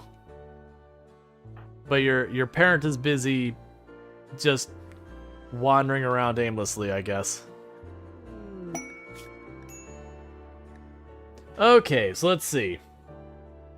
If we send 3 colonists, we can go and attack this thing to get information about the Anbond relic. If I get some food, we'll get that going. Who would I send? So Pankraru wouldn't be a bad one to send, because they're our construction person who's busy just waiting on materials. Oh good, here's one person out of here.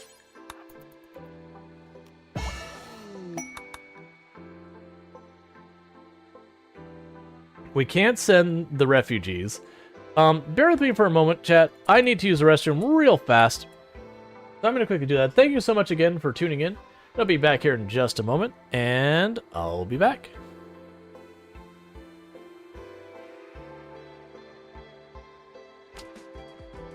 It counts. It counts. Yeah. Your child will be 100% safe in that treehouse. I wish it kept the treehouse up there. And we could build a bridge that stands. But it takes an engineer to build a bridge that barely stands. Alright. I have a potato harvest all...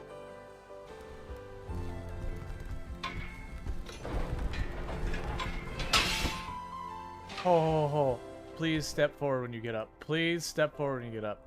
Buddy. Buddy, you and me, let's do the worm over on this side.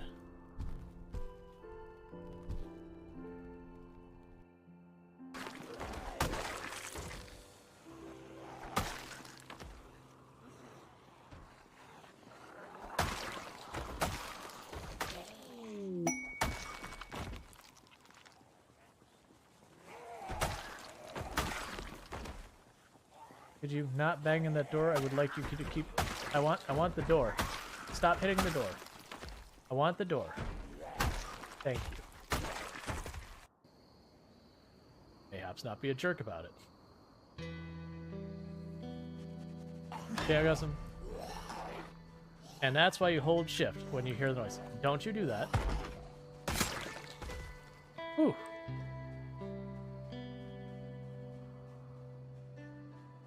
Well, I'm amped. Who's amped?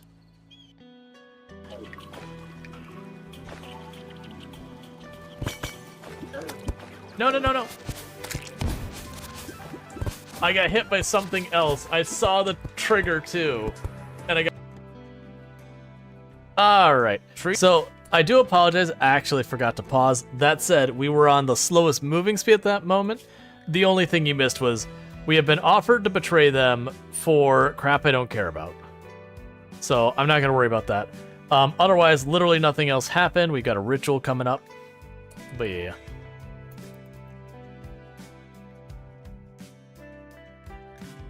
Okay. So good news is pretty soon we'll get that. Oh, you're just tired because you've been walking around in a mental break for a while.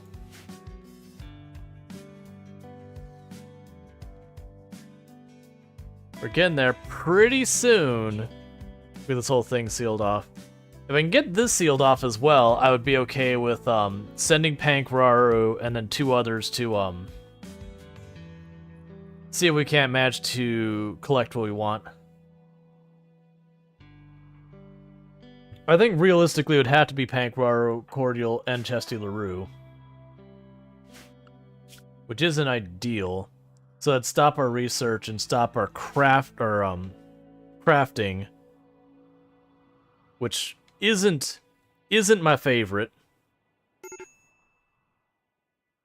But whatever. Major break risk because you ate raw food.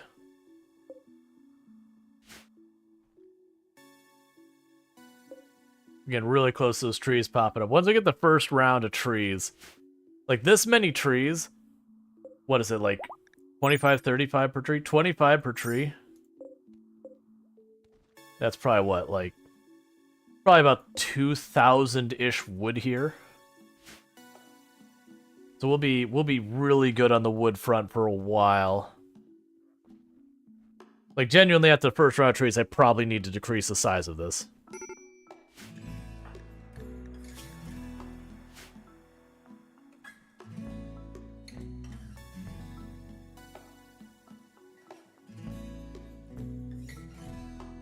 Yeah, so that's all going to be one layer thicker when we get there. And then we'll start adding all the other stuff in here. We'll add the extra door, we'll get the ACs here. So that's what we're probably going to do is geothermal. After that, we're going to probably go for air conditioning to get that set up. Because then we'll have a freezer and we can handle that. That'll massively improve our food situation.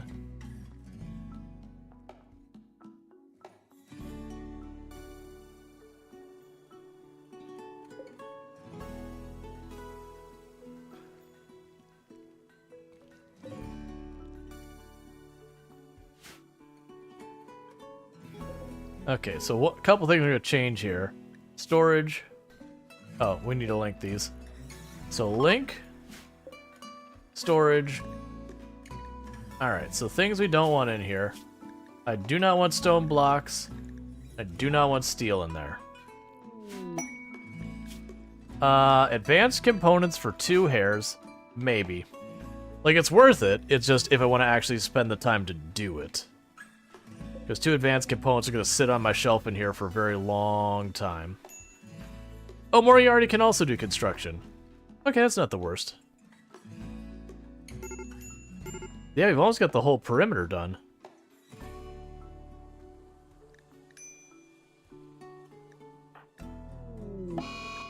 Insulting spree because you slept in the cold. Come on, man. Sad wander because you slept in the cold. Okay. So for the next 9 days, we can do... Is that a Sky Lantern celebration? Is that what I'm seeing? Yes. So I'm going to try to wait until those two aren't having a break. We'll do our Sky Lanterns. Okay, so we no longer need that because our pen is officially enclosed.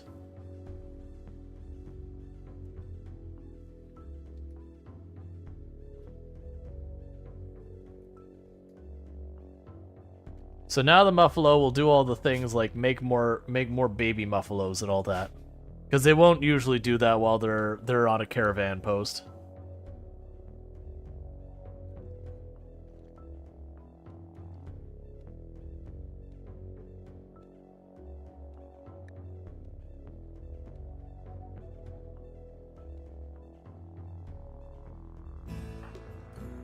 Please stop insulting our guest. Go to bed. Yeah. Can you still insult someone having a break? They shouldn't respond to it, really. I guess they could still potentially social fight. Alright, well, everyone's gonna have massive negative moods, so we're gonna wait for that to fall off.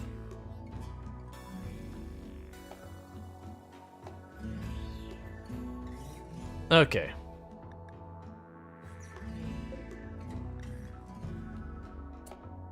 So let's see if we can't... I don't have wood. I was like, let's do our festival real fast. Yeah, that's not gonna happen. I don't have wood. Hi. Who's the handsomest boy in the whole wide world? I don't know. I feel like you'll need to pull more than just myself for that answer. No, a data point of 1 is enough. Hi, Brandon Sign. I feel like you really need to pull more people than just one for that one. No. Hi, Kira Liz. Or Kira Liz. I don't know. He says it's Kira Liz. Well, I said that's what I've been going with, and I've asked people to correct me if I'm wrong, and I've never been corrected, so... Hi, Conreact. Conreact. Is that right? I believe it's Conright. Oh, hi, Conright. I know I've been corrected before, but I'm also like, I think I have it right. You notice Rual never gave an answer, so... I did notice that, Burnin' Sun. He refused to answer me. So even your poll of 1 is inconclusive. I noticed that. He always won't give me an answer. I'll be like, who's the handsomest boy in the world? I'll be like, who's the handsomest boy in the world? And he'll be like, or no, I'll say, who's handsomer than you? I'll be like, you're the handsomest. And he's like, no, I'm not. And I'm like, who's handsomer than you? And then he can't even name one person. He won't answer me. I've answered it before. You just say something funny like Bob Dole. I said Ryan Gosling before. Yeah, you have said Ryan Gosling. I know where I stand. I realize I put the door one off of where it should be. And I'm just contemplating if I actually want to take the time to move it or I just really don't care. And I'm very heavily leaning towards I really don't care. I think I go with this and we'll have that one tile be a cursed, not double-walled tile.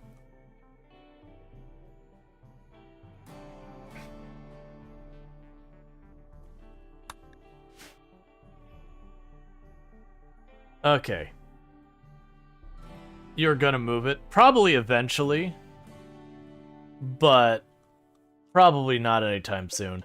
What'll most likely happen is I'll end up... Nah, I probably won't need more ACs for this one. I think it'll be fine. Meanwhile, we can go into here, because... You can go like this. Okay, so I see. I know I want to lay this one out. Because of that, we can go here. Put that like that.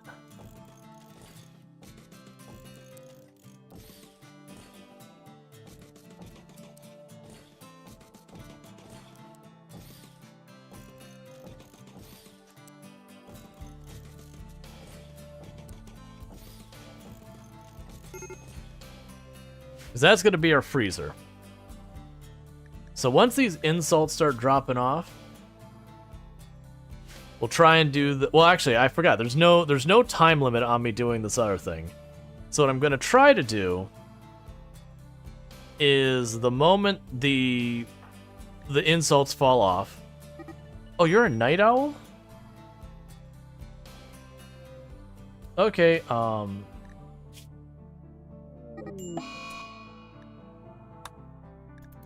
that's fine. So schedule Night Owl on you. Put your recreation there.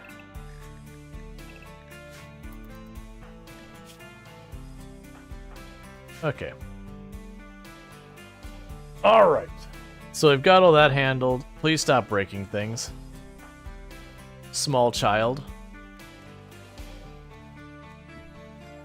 Small child, terrible things can be made to happen. I want you to consider that while you're in there beating on all the walls.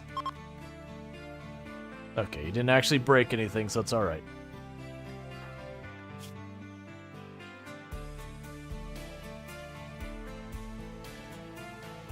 So you're still insulted. Of these ones, you're about to have insulted drop off. You're fine. And your insult is going to drop off soon, but I need you to not be injured. Going, because like I said, I think I'm going to send these three out to do the away mission. Because they should be plenty capable of, you know, holding their own in a fight.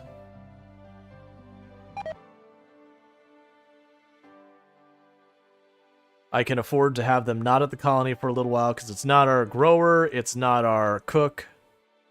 It's the other ones. These three should be these three are incapable of betraying us, because they'll never have refugees will never betray you if they have children.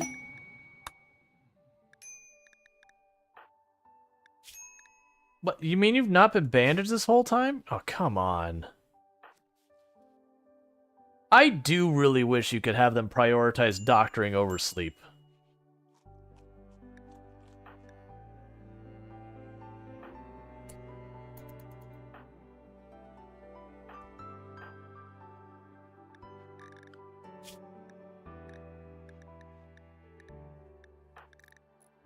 There, finally.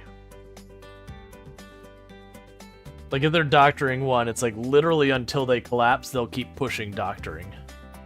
is what I want them to do.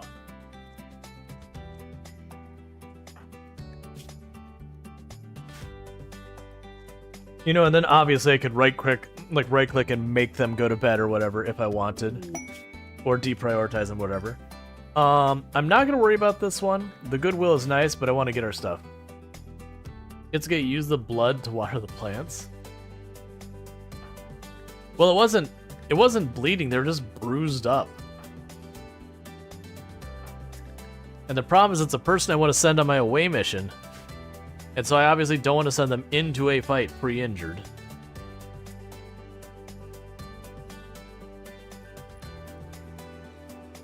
That's annoying. Because, like, I'm not going to bother, fixing it because they're going to keep, every time they build a new shelf, they're just going to do it again. So we'll just wait till they're done. They'll get sorted. It actually kind of works out because I'm using the block to build stuff in there right now. So we'll go ahead and get that happening.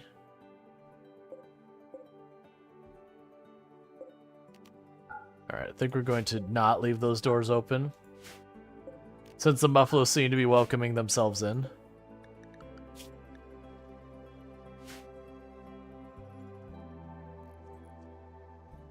Alright.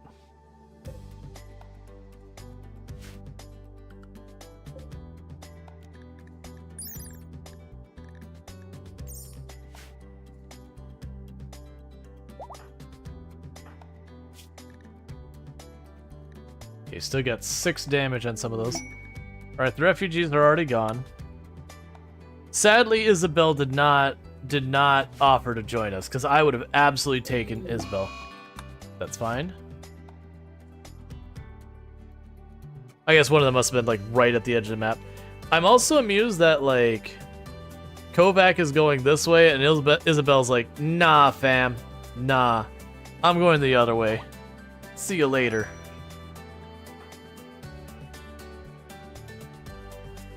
Alright.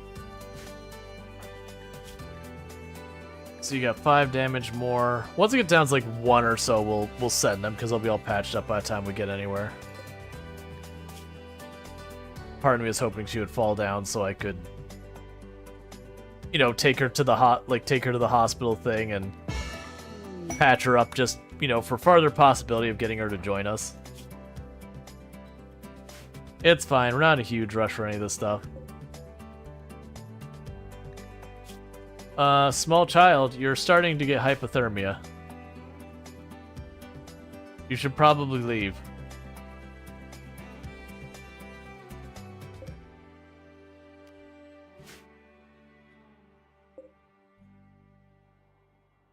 Okay, are you about ready to go?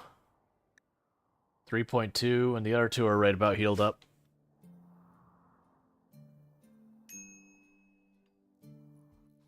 Oh, good, we finally have medicine.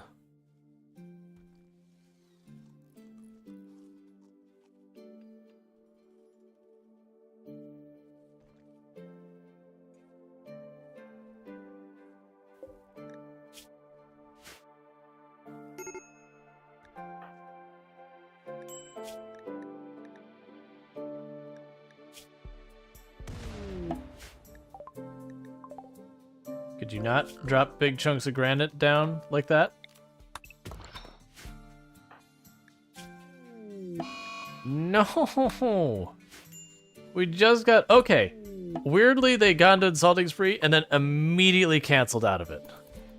I was about to be like, no, we just got past that. Oh, you are terrible. I am saving your life. You are not welcome to stay. I'm making this very clear. You are not welcome to stay.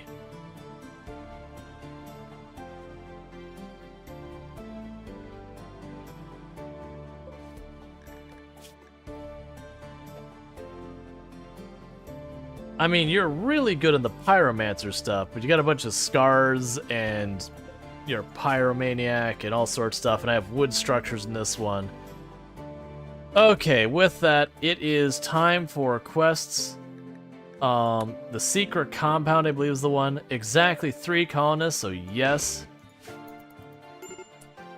All right, away team is go.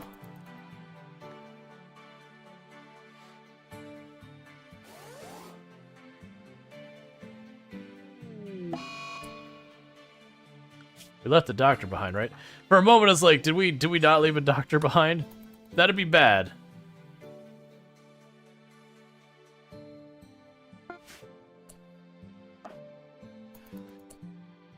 Okay, so we've got the complex. We have a very small team here.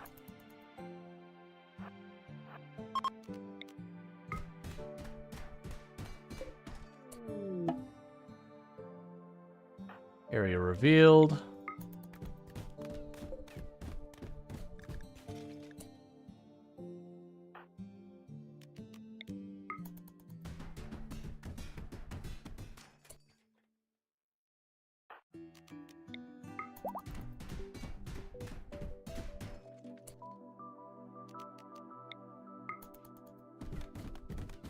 They're trying to explore the whole place before we get into it.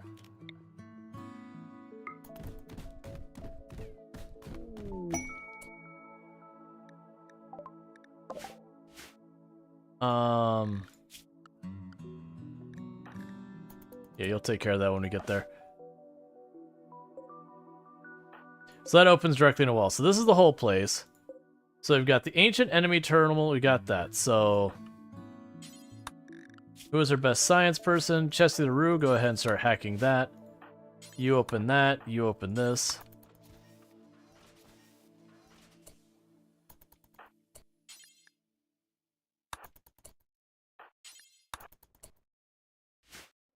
So the enemy terminal will do stuff. The ancient comms will also do stuff.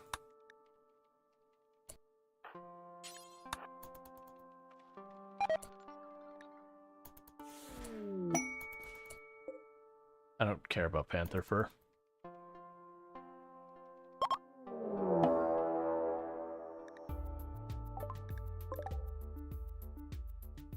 You know, honestly, we can probably just get in the shuttle and leave, can't we?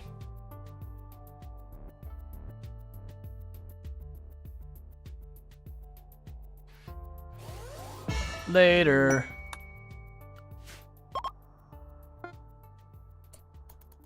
Cool. So we did get some Luciferum out of it, and some medicine. And then we also got the data from one of the things for our relic, which will be nice. Alright, and let's get talking to you before you leave. Because exotic goods traders are kind of one of the things we want. Yeah, so these will be one of the ones... Yeah, so... Gene reimplanter could be fun. Yeah, so we won't worry about a lot of those yet. Take the Luciferum, please. An Archotech arm that I can't possibly afford. Oh, you tease me.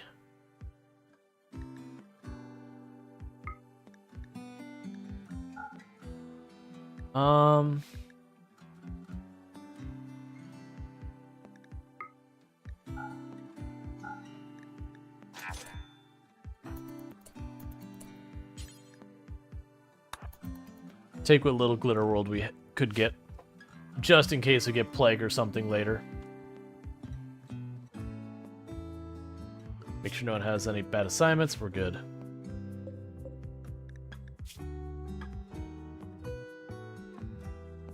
Okay, you're holding up all right. Okay. I will leave that door open.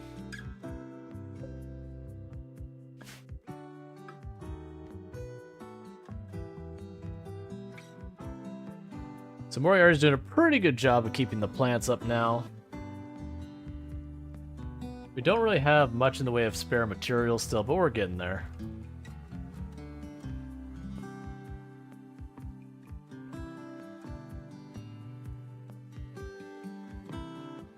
Trying to think of how I want to expand on what we've got for the kill box at the moment. Because it's really not much of a kill box, it's more just the enemies will run this. I mean, right now the enemies could come from any angle, probably walk along the wall, get here, and be a problem. I do think ultimately making a wall to like force them down this would be the right answer. But I'll have to wait till I have materials to build any of that. It could also be interesting just to do like the moisture pump and slowly work it across here to again make like one long bridge that we just make into like there's no cover, big open area, try and throttle them. Donkeys join. Hey, donkey friends. Hate to be the bearer of bad news, but I already have some good animals for having me, you know, take me places. So I don't wanna alarm you, but the only value you have to me is as food.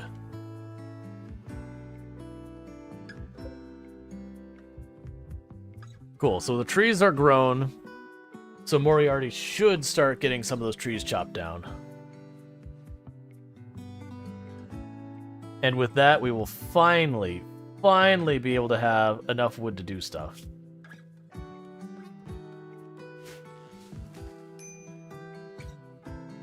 Did you botch harvest the first tree? You did. Quest expires. Well, we can do that.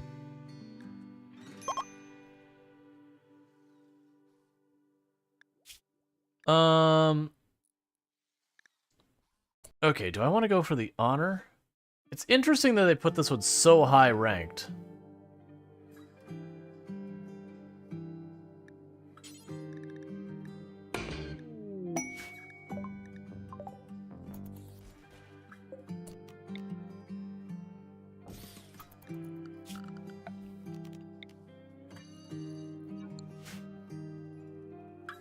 Okay. I also still need to do the thing where they get their title.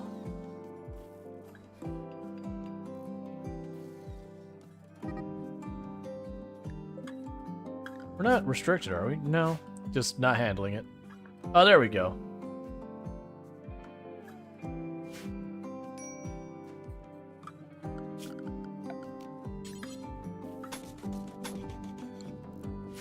Okay. Thank you for the follow. Welcome to the stream. Alright, so we've got all that set up, so now we can go here, zoom way in. Select those. Link, storage, clear, important, and food. Sorry, food. So we stop putting everything else in. That's going to be a freezer in the long run.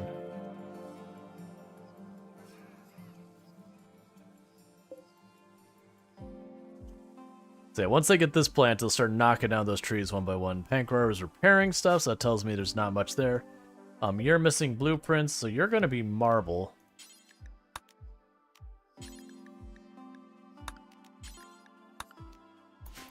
Because that's what I've got handy.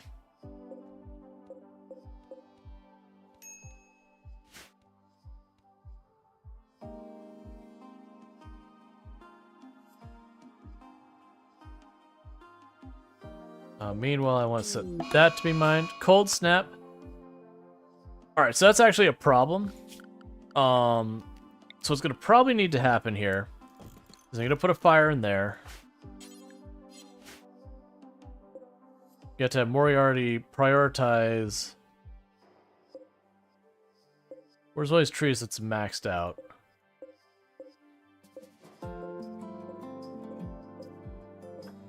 Yeah, it's close enough.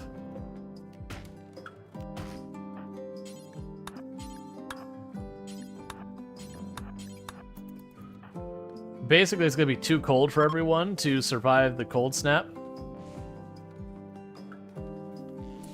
So what I'm doing is I'm having Pancrar prioritize making the campfire. And we're going to switch all of the beds to be here.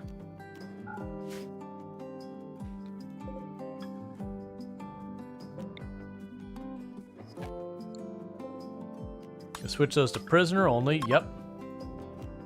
Delete the spare bed that's up there. So that way they all go in here where it's warmer.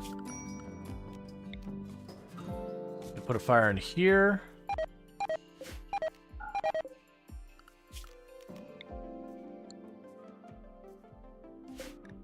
The child is gonna die almost instantly because how cold it is out there. There's not a whole lot I could do to help them.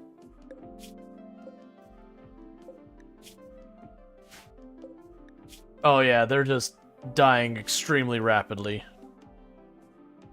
And I can bandage them up, but they'll just step outside and they'll go down again. It'll be just a cycle. So unfortunately, that'll be the end of that story. We'll try to rescue him, but I don't anticipate it going well.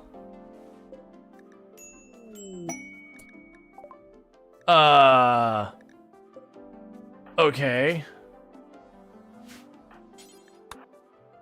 Well, they joined.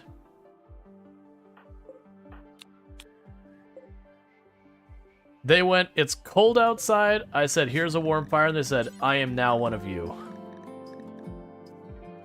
Alright. So.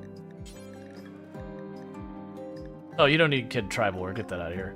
So, kids' pants. Kids' parka. Kid shirt. Kid romper. Do until you have.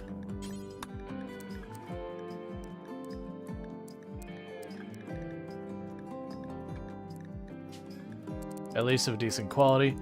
Don't only be a kid for like 5 seconds.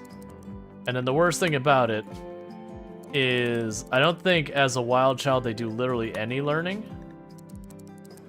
So we're gonna get a trait that's gonna give a choice of like 1 of 1. Yeah, so we're gonna get 1 of 1 choice of trait.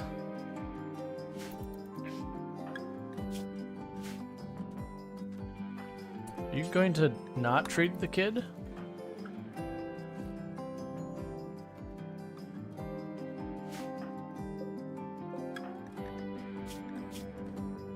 Alright, well, with that does mean we have a new colonist, so that's going to be number.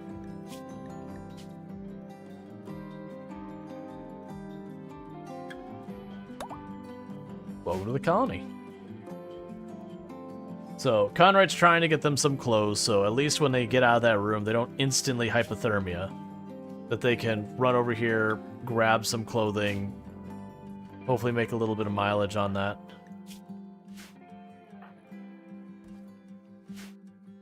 So it did only go to 20. Let's cancel that. We'll keep the fire going here so they're comfortable when they go to sleep.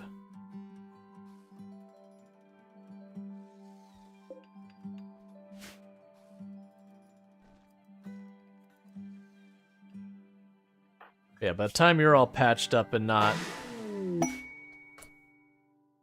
That was the sound I was not sure about. I was like, what? So your title has changed to an acolyte. Okay, we'll do the ceremony for getting the title.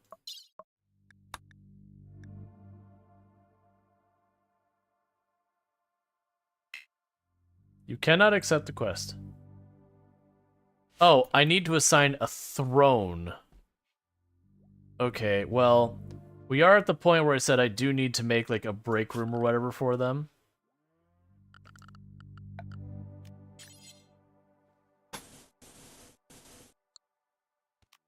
Here. Come on.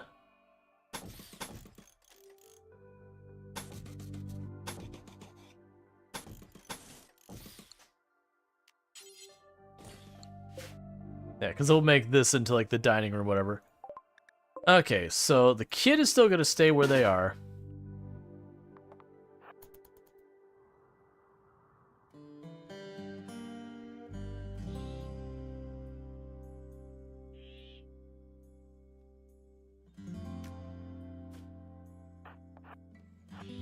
Yeah, that's afraid of.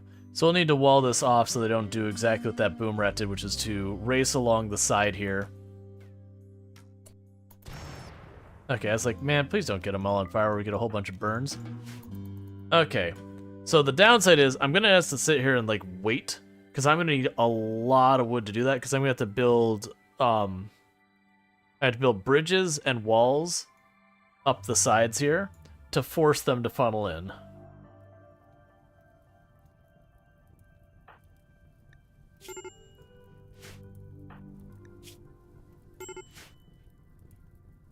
Okay. Surprised you're not cutting those down, considering you can't grow anything else right now. The villager's machine, I'll deal with that when we're in better clothing. Because I'm also not in a huge rush to do that either, because I need to make a temple. Potentially make the temple or whatever down here.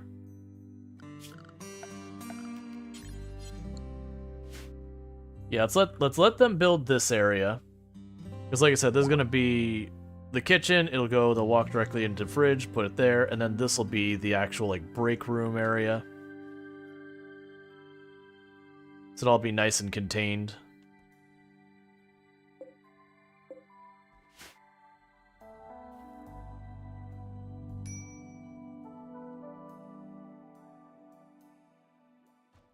And even though you might as well combine your like rec room, temple, and your dining room, in this case I'm probably not going to have the space in that spot. I'll probably just make that like the rec room, dining room for now, so we can reinstall this, plunk it down in that corner. We'll probably make the temple down here. We can worry about adding more bedrooms like up here and over there.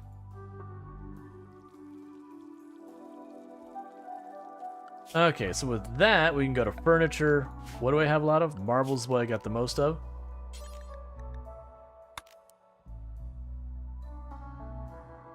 Do a 2x4 marble table. The chairs have to be wood, because I'm not using steel or anything like that. Recreation.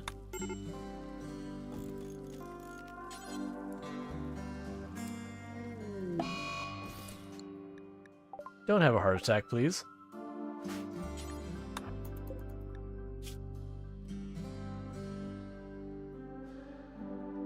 How old are you? 68 and you're having a heart attack? That's pretty rough, man. No! I specifically said you individually were not welcome to stay. Because you're terrible. You're banished. Get out. That's right, tend to yourself and your own heart attack. I told you you weren't allowed to stay. You didn't listen.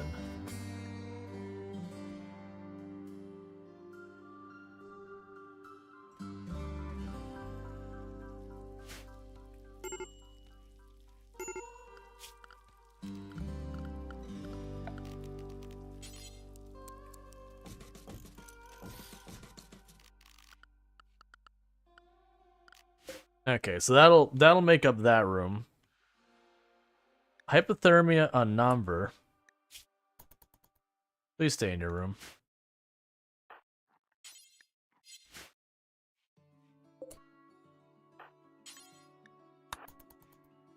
I say, please do not let that fire go out.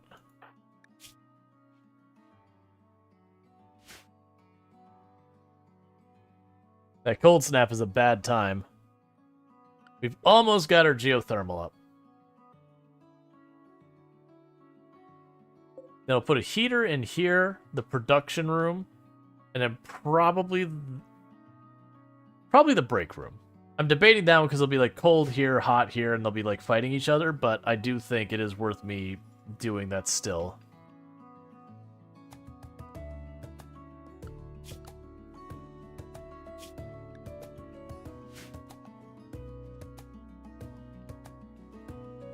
I also want the cold snap to go away because our entire field's going. So what are you working on? So you're constructing? Why are you not cutting down the trees? They're at 100% grown. Do you not want to cut down the trees? That's kind of how this works. What? Why aren't you planting new trees? Is it just because of how cold it is? Okay. So we're good there. So now we can sit there and say, do not automatically refuel. What is even happening with you? Why won't you cut down the trees? I need the wood. There, finally.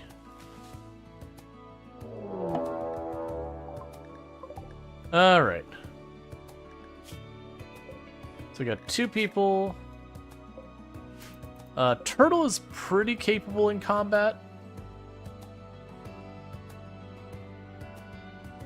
The other one, not as much.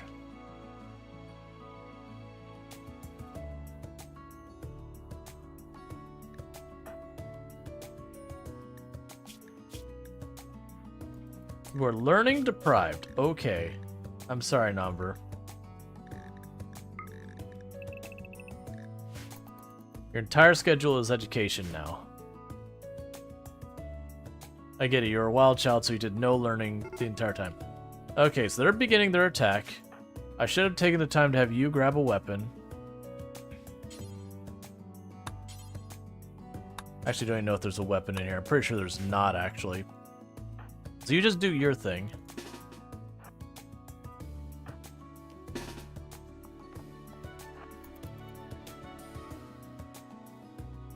Are you gonna run the whole way around and go up?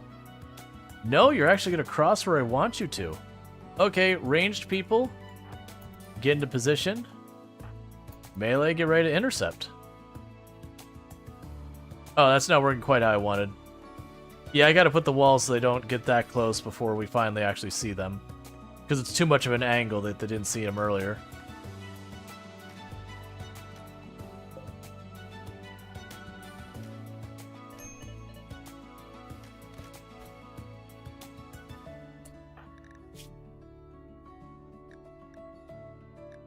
You took a pretty bad torso stab. Let's have you back off a little bit.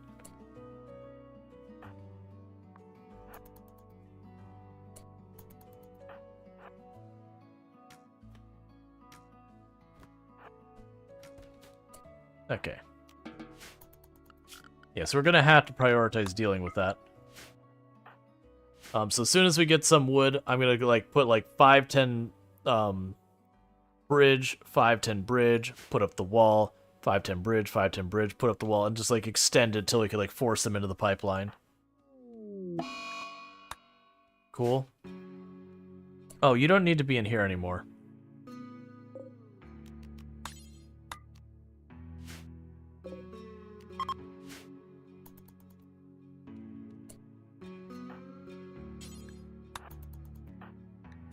Okay, tend to their injuries.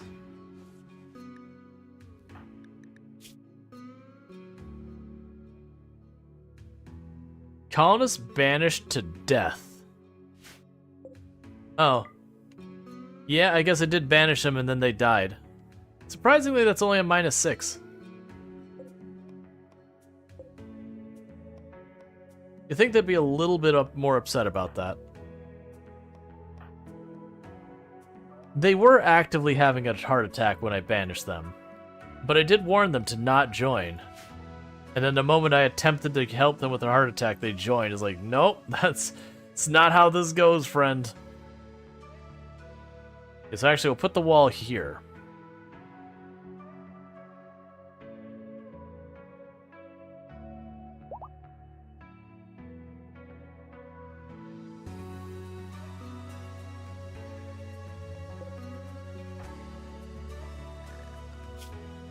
Alright.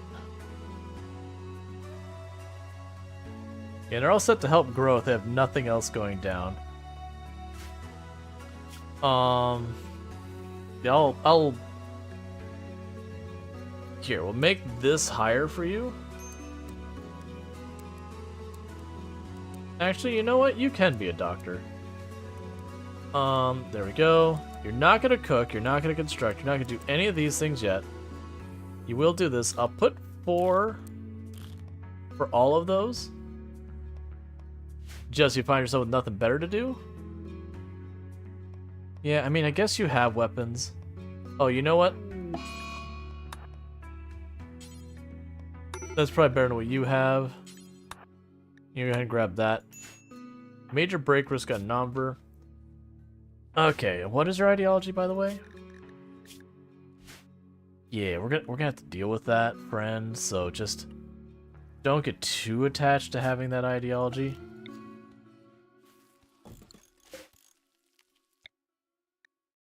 Okay.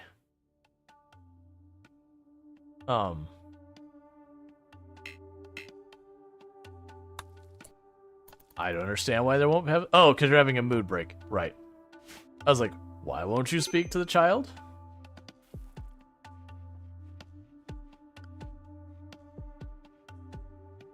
Let's go ahead and delete these and don't autofill them. Because by the time we do,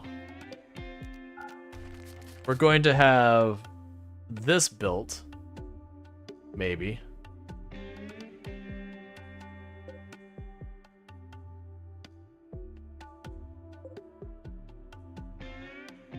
Yeah, I've got the components, they just need to be hauled back.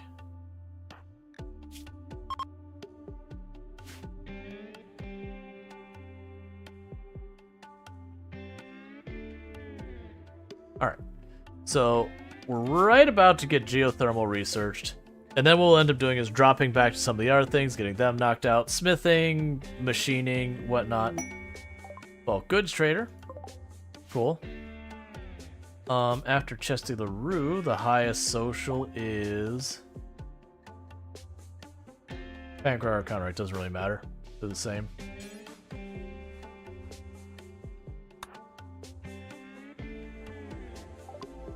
Okay. So... you can have all these scraps of leather. You have the slightly worn out mask.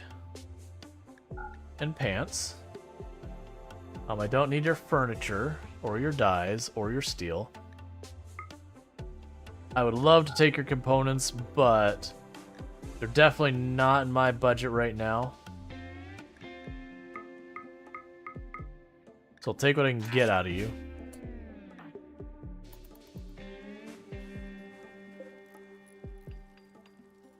Oh, I made a steel billiard table. It's fine. It's already 99% done.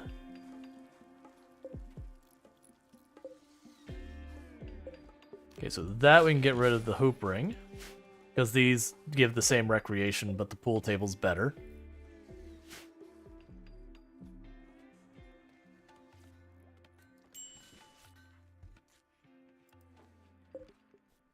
Okay, and how are you doing? Are you going to actually manage to sneak in a level of learning before this is done? I think you might get one level of learning in there, so we'll get a choice between 2 traits. I'm just hoping for something that isn't awful. I don't need it to be good. I just need it to be not objectively terrible. I'm setting the bar nice and low for you.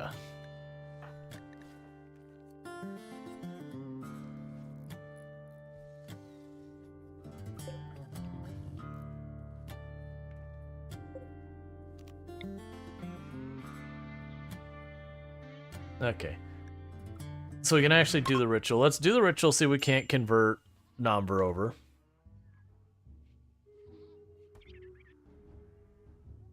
Because the way I figure is we just knock this out.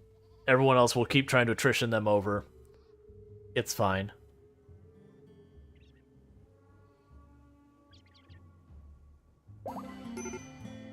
It was effective. Yeah, so you're almost already converted. So you gave me a gift of a uranium helmet for a child.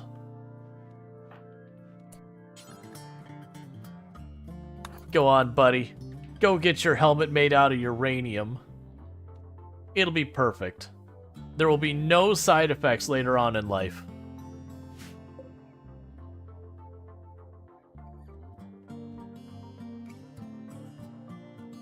It'll definitely not have any negative issues. It's a helmet that weirdly keeps your head warm for some reason. Can't quite put your finger on it.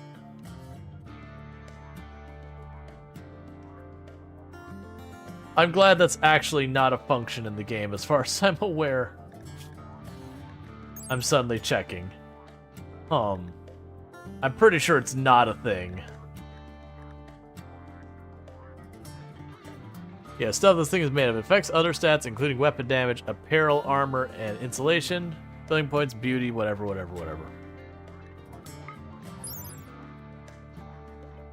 Dark heavy metal, best known as fuel for nuclear devices. It's extremely density and hard to make it good for certain types of weapon, armor, and ammunition. Yeah, so I guess it just... good. Because honestly, it's not enriched uranium actually isn't that bad when it comes to being like radiation. It's when you enrich it that things get funky. Alright, so let's go ahead and structure. Slate. Pancreas deserves to not have to sleep on the floor. Oh, that's not quite big enough for what we want.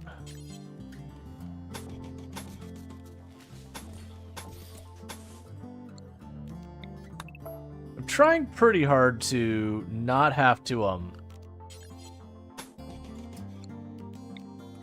dig on growable soil. We'll do it because no matter what, it's going to happen eventually. But in the interim, yeah, I can build here.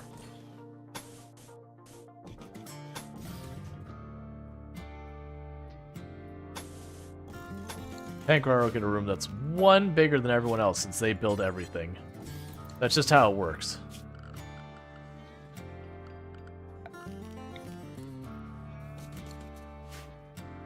Okay.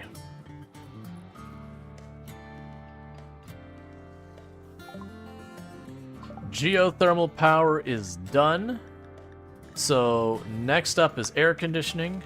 So I can put that geothermal power to use, making our freezer work. So power, geothermal, structure.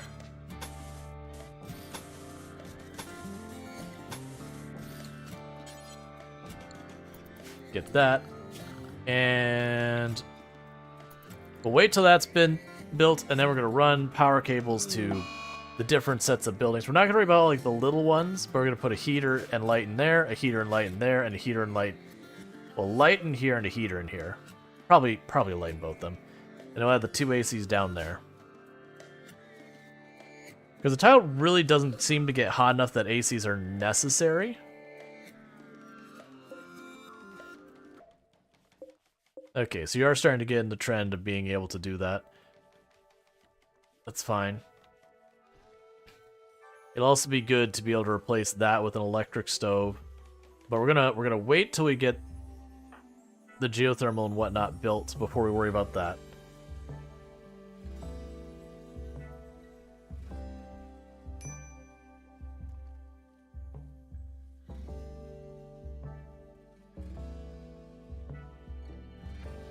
Because we got a bunch of components down here.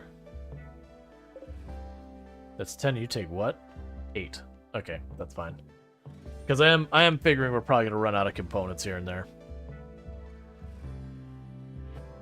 We've got steel there. Got steel here. Got components there. Got components there. Got steel over here. I'm not mining all the steel because I'll end up having just big piles of it everywhere. But the components, we're going to be at the point of ripping those wall for all stuff we need to build.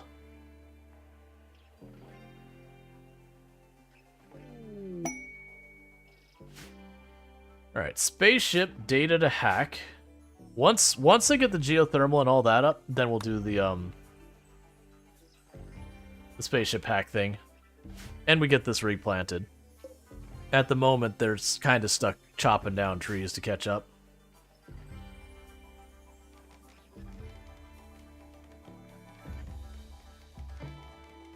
Let's see. Melmer says, so the most abundant isotope of uranium is 99.3%, has a half-life of roughly 4,400,000,000 years. If anyone was interested. So yeah, not particularly radioactive on a scale of human life cycle. Yeah, and that's the thing. It's just regular old uranium. Don't get me wrong, it is radioactive, but like only barely so far as it's what it's putting out. It's when we enrich it that it actually becomes, you know, becomes the thing that is scary.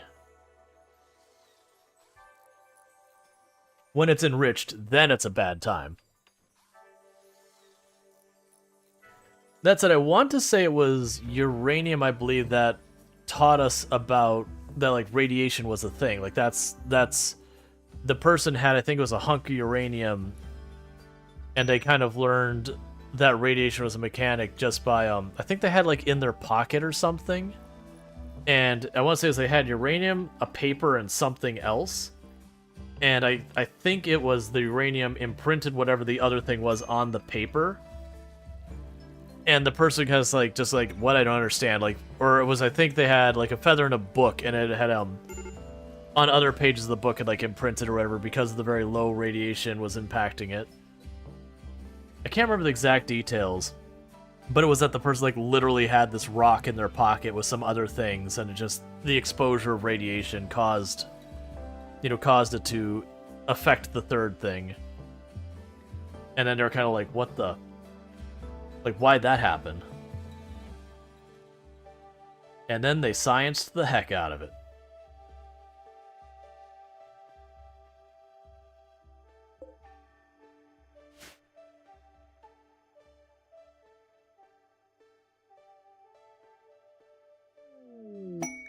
Yay, ambrosia. Well, that ambrosia is not going to last. It's literally where I'm building the geothermal. Oh, and we already set that to... Yeah, don't build a roof over it.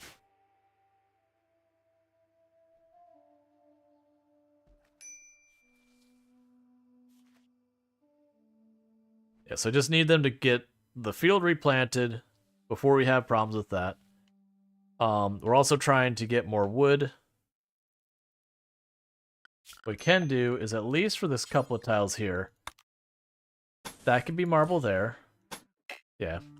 And everything past that, I'm going to have to, like I said, it's going to be wooden bridges. But I don't actually need it to be durable against hits, really, because most of the people are just going to scatter down here. It's just entirely to get them to start down this path. And I think I'm going to lean in for light machine guns. Because then the only thing that could be able to outrange me is stuff like lancers and that. Which I'll have to do to tackle that is we'll keep our people to like one side. And then the moment they get in there, you just step out. You know, and things kick off. And have you prioritize building that, if you do not mind. That way we can queue up the other things.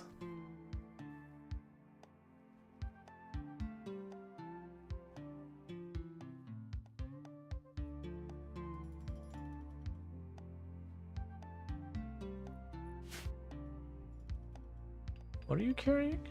Oh, one of the dead bodies. That's fair. All that urgent. It's been sitting out there forever. Okay, so power. Alright, so one power cable is going right up here. So I can get that room hooked up. Another power cable is going to go right down over here. Same deal, so we can hook that room up. And then the last power cable is going to go straight across the middle of all this. It's going to wrap around this way, staying in the walls as much as possible. Okay, and so from here we'll go furniture. So you get a light, you get a light, you get a light, and that's fine, you get a light. We'll start with that.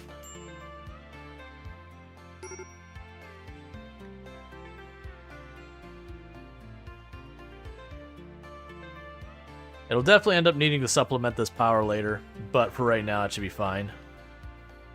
The downside is none of the other geothermals are in particularly good place. That's the next best one. And I could use that, but that's pretty close to the edge of the map. So I don't actually expect to do much with it. Okay, so we got our components back. We're doing okay on steel. I will queue this up, so when I don't have construction, they knock that steel out to get me more. But we'll get there.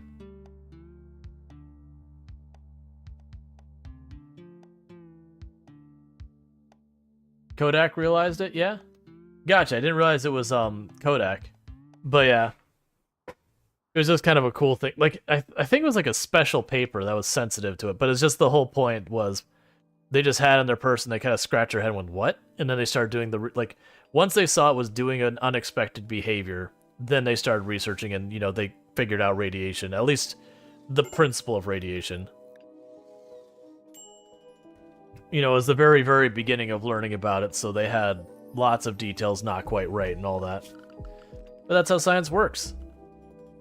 You come up with a theory, it's right-ish. You realize there's mistakes, you adjust your theory, and it gets better and better and better as you go along.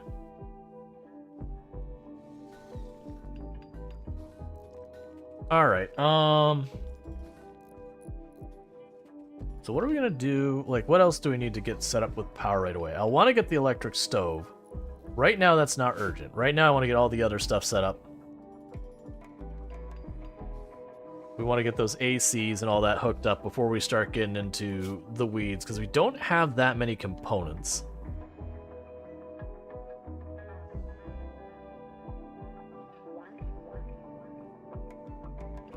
Alright.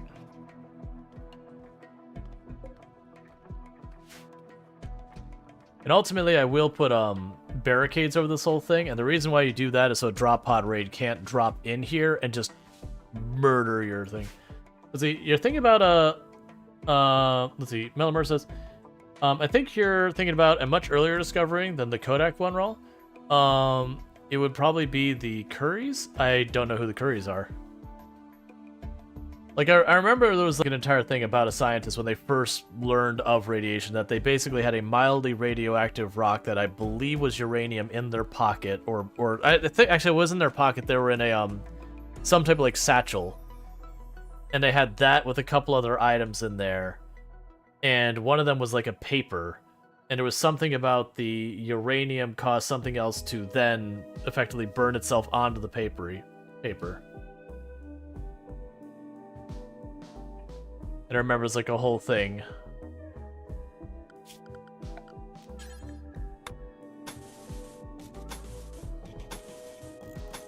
But it was like that to my understanding, led to the discovery that radiation existed. Or that it exists in the world.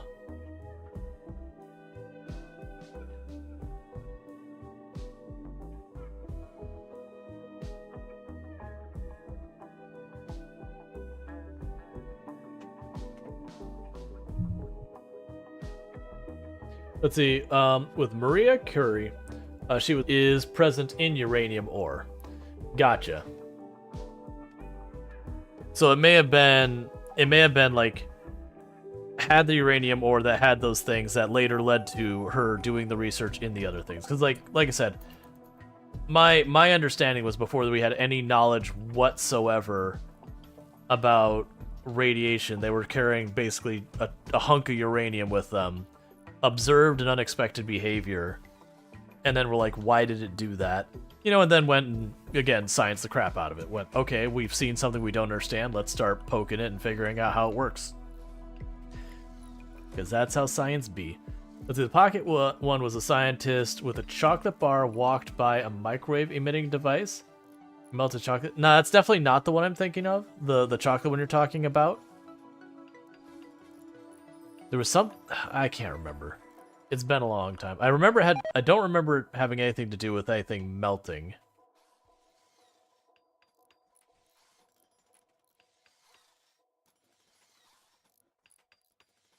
But memory is not reliable, so I could also just be wrong because of memory. But I feel like I would remember if it had to do with something like chocolate melting or something like that. Because I also know me hearing the story about chocolate melting in someone's pocket or whatever, I dismissed it as just whatever. Right, I need to start the next research. Okay. So I'm going to do xenogenetics now, even though I can't really use it yet, just so I can get the gene bank. So if we get the opportunity to start getting genetic stuff, we can, you know, shove it in the bank for later use. Let's see, Melmer says, you vaguely remember a story of dots being imprinted on photosensitive paper from storage of some radioactive material in a drawer or something, not pocket. Yeah, I think when I said pocket, I was wrong. I think it was like a satchel, like a briefcase kind of thing. I'd have to go back. It's been so long since I read about it. So I probably have details wrong where I'm conflating like 2-3 stories into one story. And I know back then, it wasn't unusual for high school science teachers to be like, hey class, close your eyes and you can still see this cool rock I have here.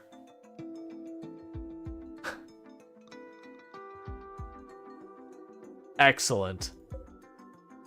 It's one of the many things that, like, we're in the infancy of learning about something. Like when we, oh, what was the disease that was on the Titanic? Where they would check your eye. I think it was they'd check your eyes. They'd like go like, I can't remember if they check your eyes or no, it was check your tongue. They were going for oh, what was it?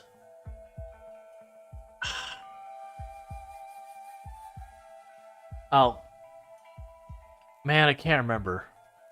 It was a respiratory disease, as well as ones that you got and you're basically dead at that time frame, till we learned antibiotics.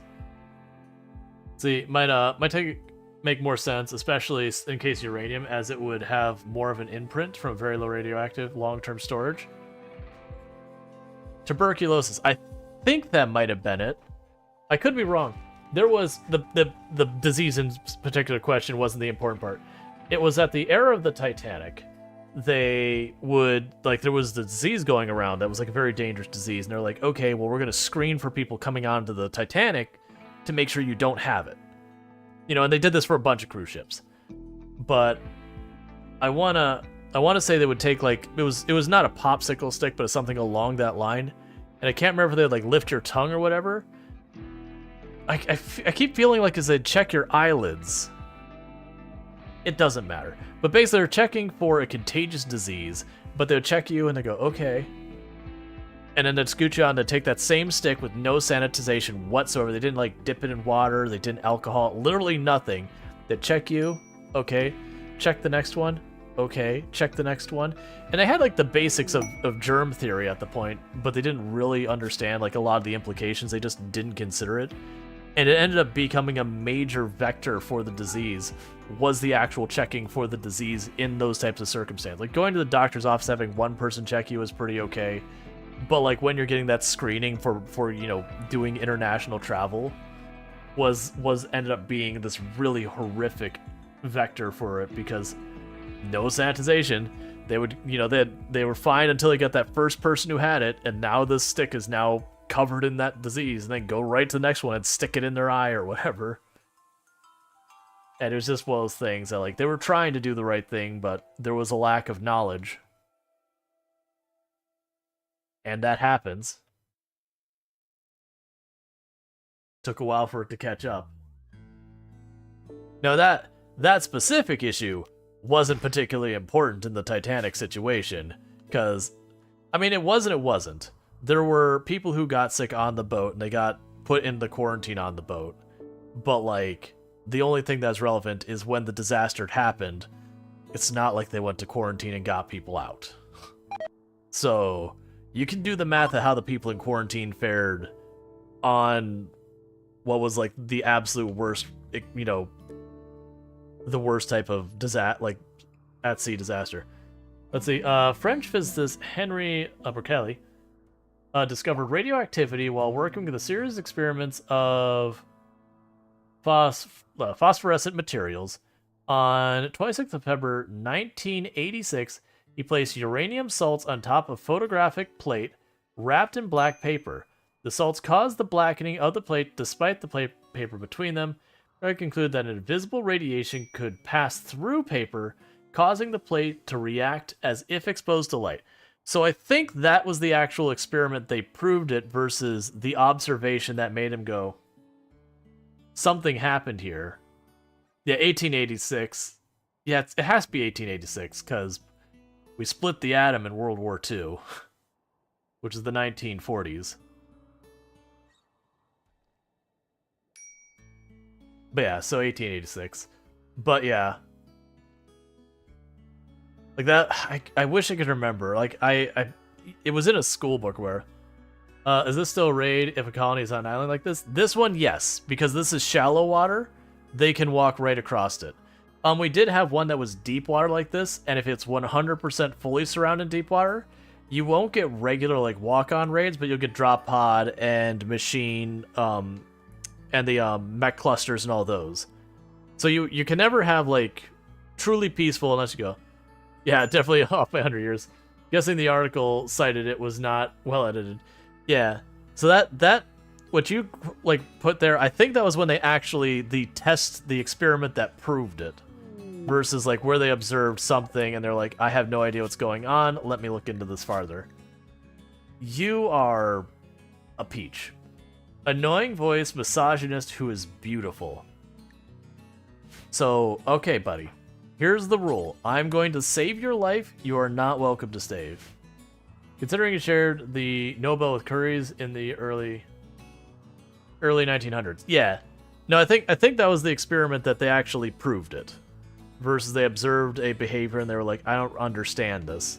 And then, they started testing, and that was the actual experiment they set up to be like, okay, let's actually confirm this is a repeatable thing. Is what I'm guessing happened. But, like, I'm going based on memory from a book. And this is 20-plus-year-old memory, so I need to be fair and say, hey, I could have my details completely wrong.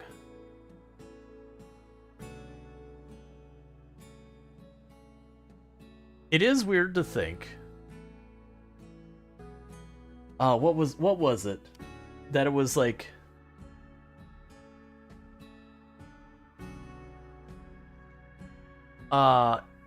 was it that there's more time between from today to when my birth, like when I was born, to when I was born and the end of World War II, I think is what it was. Just basically to scope out that's like, actually that wasn't that long ago. Like, those are the things when you hear people talk about, they're like, oh, that was, I see number is not big number, but it was so long ago, and then you look back and you're like, oh man, like, if you just double my age, we're there. And you're like, well, I'm officially depressed. I think it was something I was talking to Toom about, and she mentions like, wait a second. Oh, come on.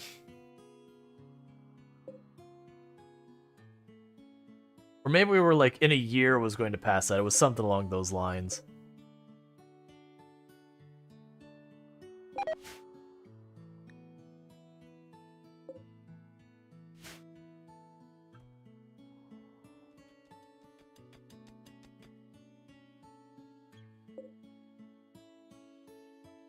We said you lived longer post 9/11 than pre. Trying to think about. There's so many things when you stop and you think about time that it's just deeply upsetting. The one I usually pull on my hat, people have heard me mention this a number of times. It's farther from today to the original cinematic release of Jurassic Park than it is from Jurassic Park to the first time we landed on the moon.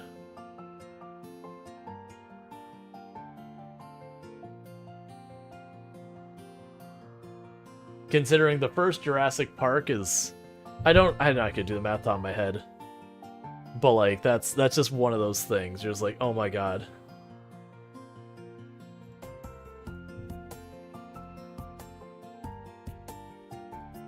Time hurts. Time actively causes pain. Do we actually already research the air conditioning? I'm sitting here going, yeah, we should get the xenogenetics and all that. And I could have my freezer running. Okay. So you got adorable little monkeys doing adorable little monkey things. Mostly trying to bite people in the face, because that's just, adorable little monkey things, I guess.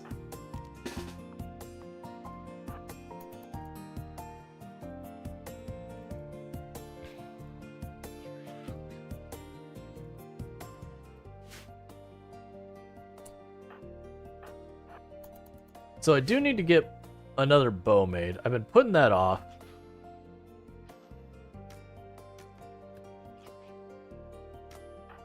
Actually, you get back. Oh no. The monkey's using pro strats and went behind cover before it on its advance.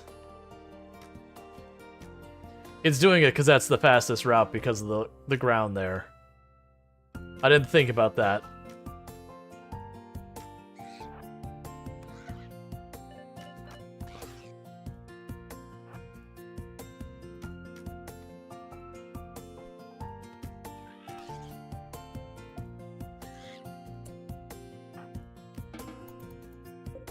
Let's see, then you get the whole, oh god, I'm speaking to an educated adult who wasn't alive. Oh yeah. There's been times I've heard someone complain about something or other. It's like, you know, the people you're complaining about, that's been enough time that they've had children who are old enough to drink by now. So just where you're talking down at them like they're kids, keep in mind they're old enough to have kids and it not be like creepy or whatever. They had like a super duper young teenager of like, no, that they got to like legal age, had kids, and those kids are now old enough to drink. And I've gotten one or two people to stop and go, oh god, you're right. Like, so stop. It's usually someone whining about millennials. Just I'll just preface it. It's usually someone whining about millennials. And they'll be like talking down like millennials are like little children. It's like, yeah, just so you know, there are people in that age group who are getting to the point of grandparents without any teen pregnancies involved. Not that there's anything wrong with that. Like, that's a total separate issue. But just to you know, not have it like where someone's like, oh well, it's this extreme scenario. It's like, no, that's doesn't have to go there.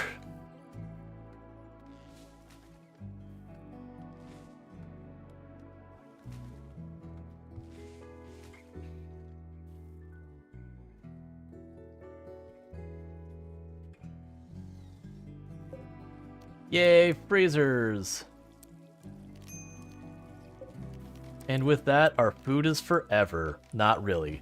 But we have freezers. And freezers are useful.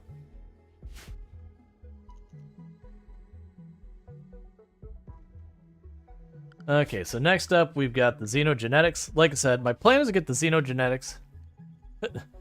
Dang, youngins, get off my lawn. You almost would be like, dang, youngins, get off my lawn. Look, man, you're the one who hired me to do your plumbing. Okay, so we can get Rev the Join, who is lazy, incapable of caring, has a bite on the neck. Yeah, that's going to be a no.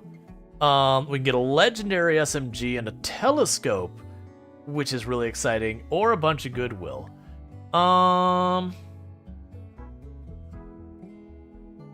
So we don't have to keep them above 50%, but so you rescued them. So they're not prisoners, but yeah, I'll do that. Telescope is really good recreation. I'll do the same thing we did last time, which is that's not medical. Are you like, why are you still here? But we don't actually, like 13-year-old edgelords and speaking the same way my classmates do at 17. You know, kids getting divorced. Yeah, I'm trying not to make this a thing about like one generation against another, because no matter what, when you get into that whole mess, you end up misrepresenting individuals and all that kind of nonsense. But that's kind of the whole thing, is like people, that was my whole point, is like you'd have people talk down about a generation just because, and you're like, but it's like the thing you're talking about down about, like, you know, where people are like, oh, millennials are so lazy. It's like, we are literally like the ones doing all the work now. And again, that's exaggerating. To be fair. But it's like the lion's share of people working fall in the millennial age group. And that's not to say other age groups didn't pull their weight, yada yada yada. Just the older generation is retiring and the younger generation is either in the earlier phases of their careers or not yet old enough to work. They're getting there. That's how age works. And that's not to like negatively speak about any on either side of the age groups. That's just how time moves. It just slides. It was mostly getting irked about people being like, you know, they need to work. It's like, they are. They are.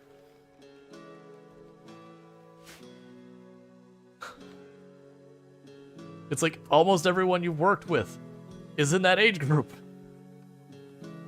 Stop talking down to us.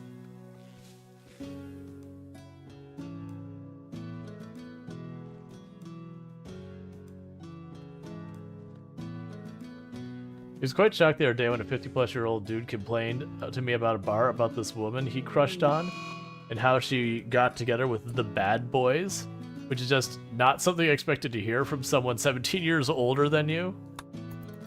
I will admit I have not been in that experience.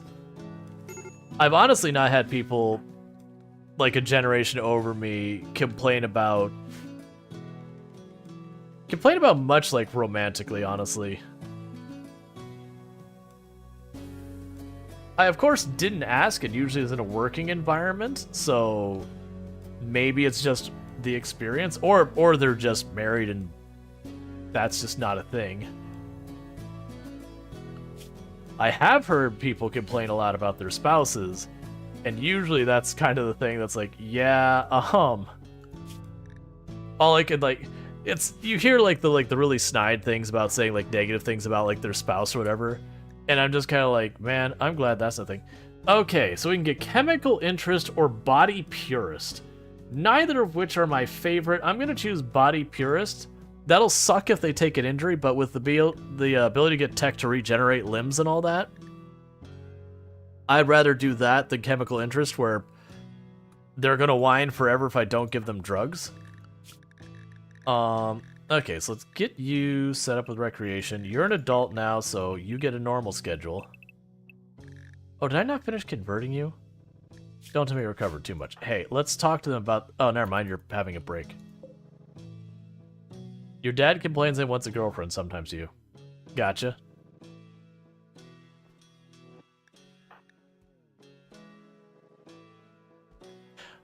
I do wonder what it'd be like being... like being in like your 50s or 60s or whatever, like 70, like anything over like, honestly, over like your 30s, and what it would be like dating at that age. Not like in a negative way. It'd be more just literally a curiosity of how much the same or different it'd be than, you know, than dating like in your teens and early 20s where you're expected to go out constantly, do stuff or whatever. Whereas even in my age, I'm already like, hey, do you want to go out to the bar? No, not really. It's not really the scene I'm interested in going to. I mean, there's a group, sure, I'll go, I'll have a good time, but just going for the sake of going? Nah, I'm good.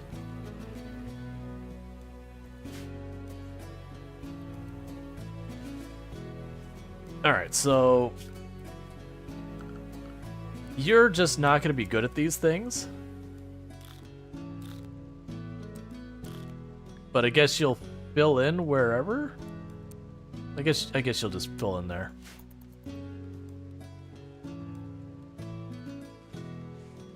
Liz, I like never had the hey let's go to the bar phase. So I won't say I didn't, but it was a little bit more nuanced than that kind of would be.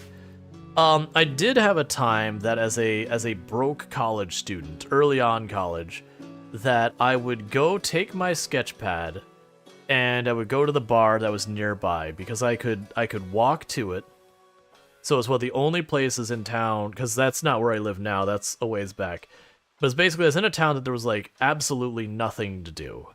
Your choices for stuff to do is to get in a car and leave town, or to go to the bar. It's pretty much what it was. Because like half the activities there had been either shut down or whatever. Or it was like we had a movie theater in town, but it was terrible. It's the kind of movie theater, like, you know, they make the joke about where you like walk around in the movie theater and you hear your shoes go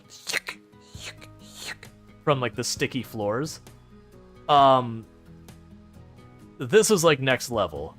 Like you could literally like lose a shoe because it got stuck to the floor and then you have to like pick it back up kind of things. Like it was gross, the seats were all terrible. Half the time it didn't work. It being dating later in life.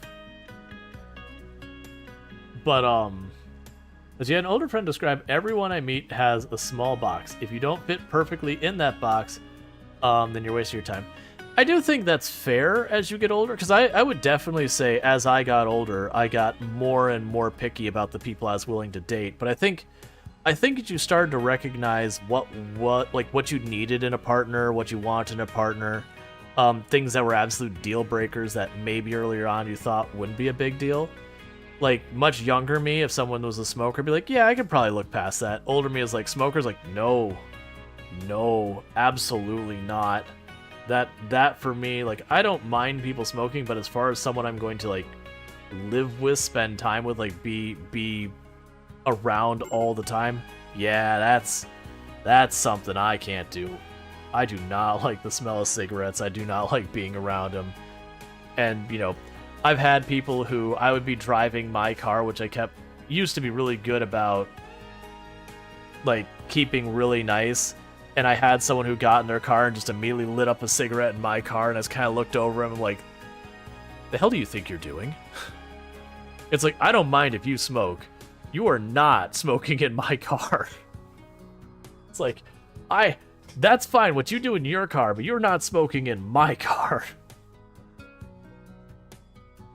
Just like, it's like, you're not smoking in my apartment. I don't need my stuff all smelling like cigarettes.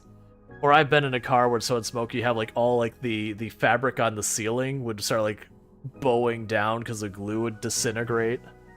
It's like, nah, it's cool if you're fine with that. That's not happening in my car, man. You didn't even ask. Yeah, that was the whole thing. It's like, hey, what you do in your own time, that's fine. I was like, you're not doing that in my car. I was pretty unhappy with them. Like, it's one thing if they asked, and it's like, yeah, fine, whatever. But they just, like, lit it up. I'm like, excuse you? What? It's another thing if, like, I got in their car. Hey, if it's their car and they're smoking up, it's still a little inconsiderate to not ask if the person's cool about it. But, you know, it's a totally different situation with someone else's stuff. Alright, so we'll get that so we can start storing Gene stuff. Kissing a smoker. That's actually the thing that made me realize, because at first I was like, yeah, I can look past that. But that was the thing that made me realize I couldn't, was I had gone on a couple dates with someone, and I'm like, oh, that's not good. And again, everyone has their different preference. There's some people who are totally cool, but like for me, that ended up being a deal breaker, and I didn't know that when I was younger. But I also think it's good to be picky. Now, it's also good to be realistic and all that, as well. Like, if you're like, oh yeah, so I'm only gonna date, you know, like, you know, I'm gonna have, like, this completely unimaginable list of things, then yeah, you're just not gonna find someone. But, like, knowing what you, like, what you do need, like, you know, you need a supportive partner, you need a partner who's not gonna judge you, that kind of stuff. Like, having those lines in the sand you've already figured out. But it is the thing, I feel like also your patience with a lot of stuff as you get older gets less and less. Which I honestly think is one of the things that contributes to people who get married young and then things don't work out later on. I think it is one of those things that they have a lot more patience with stuff, but as they get older, like, nah. Like, I only got so much time, I don't want to waste it on this.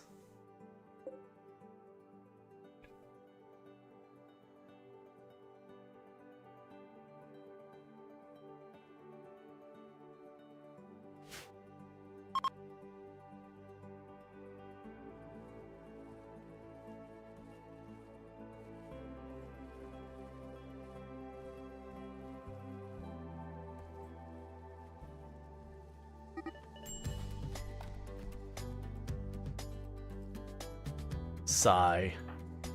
Good old social fights. No major injuries, that's fine. The good news, at least we have medicine and all that.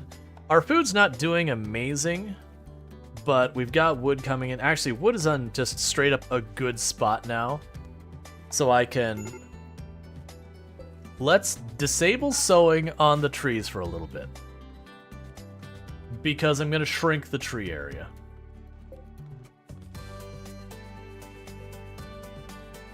There was something else I was gonna make production-wise.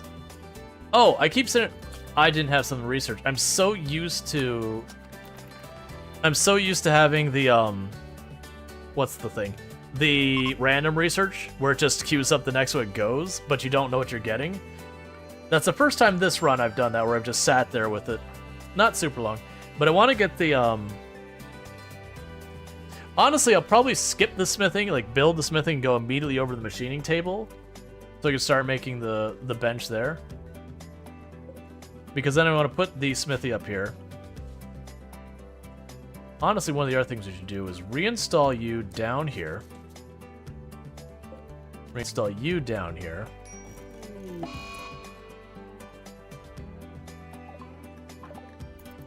Stop breaking stuff, please.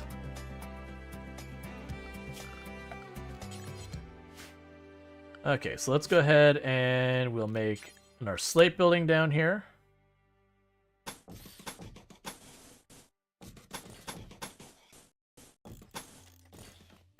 Yep, now I mod very lightly. That's always been how I played games. Oh, right! This whole time we haven't been building our actual furniture because we didn't have wood and I didn't want to waste what limited stone we had on it. So we could start the rotation of making beds, like make this room, kick the person over there, make the furniture in that room, kick the person over there, and just do the rotation so that people are actually sleeping on beds. Because we're only one full year, like almost 2 years into this run, and people are still just literally laying in sand when they go to bed at night. Because all the sleeping spot is that's not like there's some frame or anything. It's kind of like just having a spot like, that's my spot I lay down in the dirt.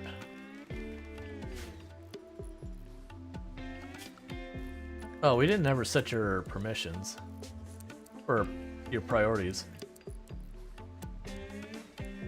Hopefully you're not cooking. Okay, you were cooking, but you're actually good at it, so that's fine. Because I've done that one before, is I haven't watched when we got refugees in. Because, like, you know, a fight kicked off right then or whatever, and you just overlook it. And then you turn around, and you realize what has been cooking it, or like cooking 2 or something. And then half your colony is food poisoned.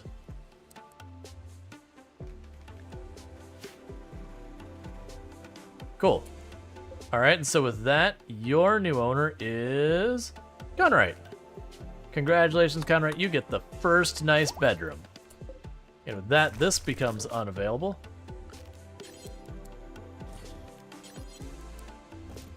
And for the record, having a second dresser doesn't really do a whole lot. Technically, because it can have, you know, a positive appearance, if you have like a good make of it or whatever, it can help, but it doesn't give you the bonus as having the other dresser.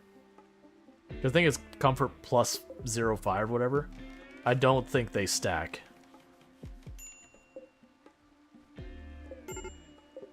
They might. Actually, they might. It's fine. I actually don't really care that much. Muffalo 1 is having a heart attack. Is that because 18 years old? Hey, poor Muffalo 1. I'm sorry, but your services are no longer needed here.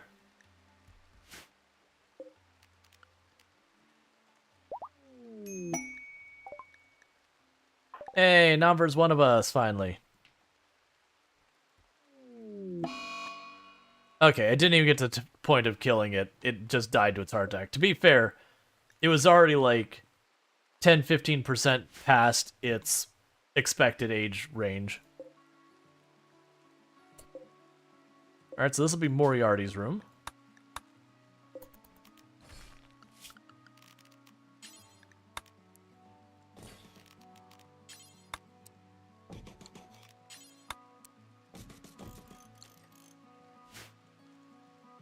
Okay, actually, keep sewing it. I was like, stop sewing. It's like, I'm building all this wood furniture. I'm actually going through that wood pretty quick. Go ahead and keep sewing it. How are we doing? So we're sitting on a bunch of components. We do have a bunch more steel we have mined. So I think what we do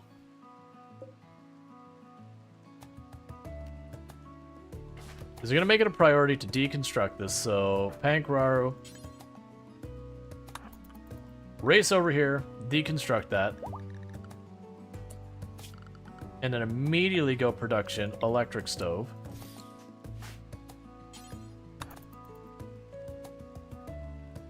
and get that sucker built. Because that'll take that from requiring wood.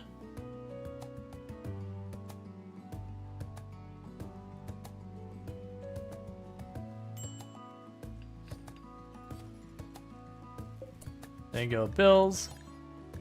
Cook simple meal. Do until you have... We'll make it 20 now. Site T. Do forever. Okay. And actually, if we can make side T.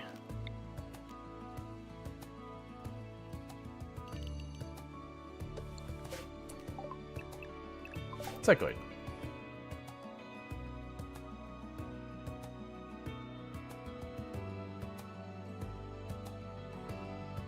Oh, the other thing, and I probably should have been using the wood on this whole time, is starting to get that sorted out. Because that's actually a dangerous situation here. So let's go here and say orders, structure, and like I said, we'll go about like 10 blocks. We'll get those built, put the walls up, then we'll do the next 10. Because the goal is just get them to have to go around so they can't just run up along the wall and then attack us from there. The reason I'm only doing a little bit at a time, that way I actually get the wall part built. I actually don't know. How much is a bridge? It wasn't that expensive. 12. So it's not cheap, but it's not super expensive.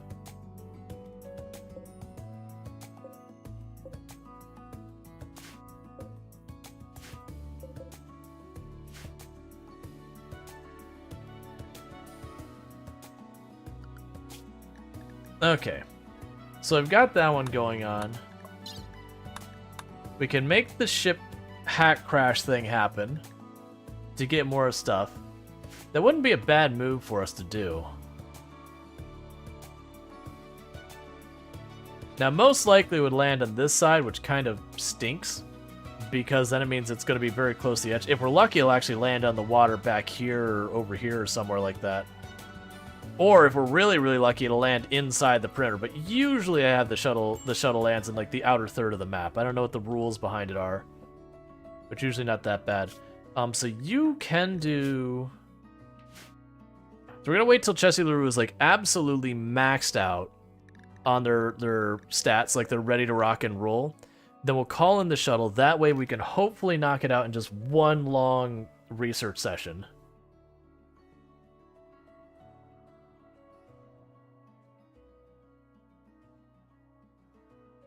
Okay.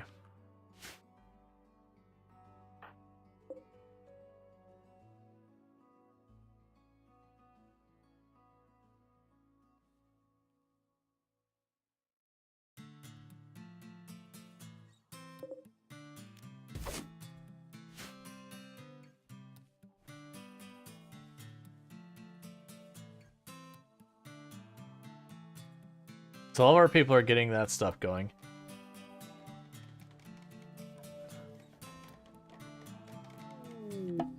That's fine, I don't care about the goodies. How are you doing? Okay, you're basically as set as you're gonna be. Alright, so quest. There's a ship hack. Where is it at? Not really where I wanted it, but that's fine. So, you, there now. That's the right person? Yes.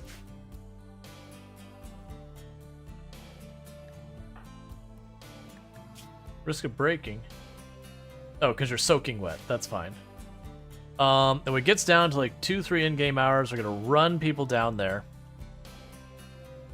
Because I want to take advantage of it while I have the refugees here to help me in the fight. But Chessie LaRue is about as maxed out can be so far as being able to hack for as long as possible and as fast as possible. Okay. So let's grab them. Grab Nomver. And you two support, but I'm going to try and keep Chessie LaRue the whole time hacking.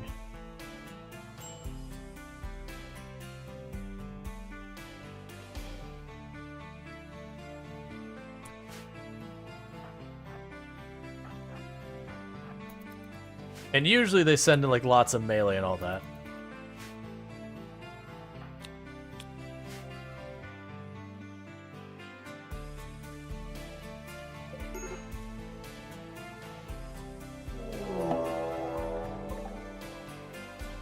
Oh, we could really take advantage of this. Run to the edge before they can get out of the water.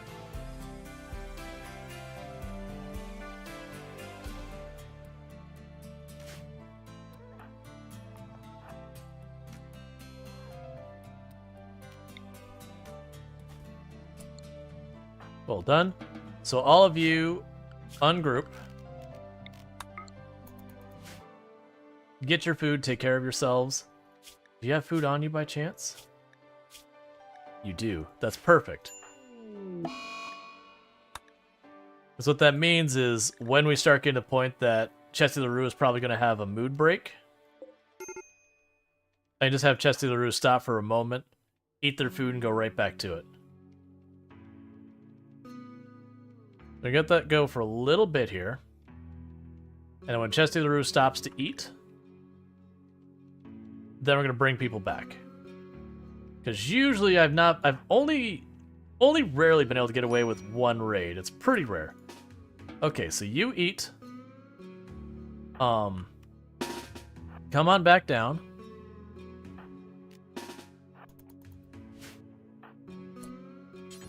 Go back to hacking. That is not what I wanted to happen. Alright, well, next up is you. Really? You broke with that little bit of a penalty?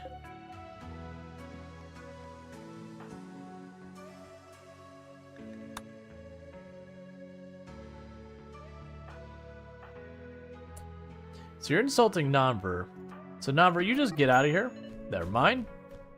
Don't down him. Just walk away. Just walk away. Oh my god, just walk away.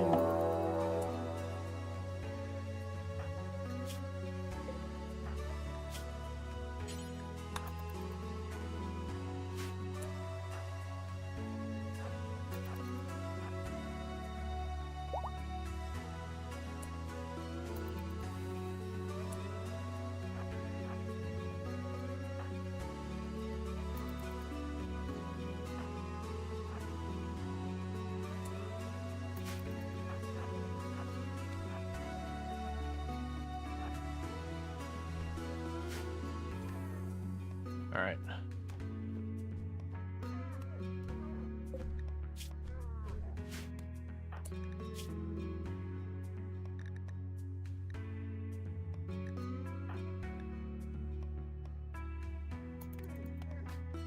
That's deeply upsetting. Oh my god, please go down. Okay, well, emergency aid. That's a real problem. So you wrap that up. That went badly.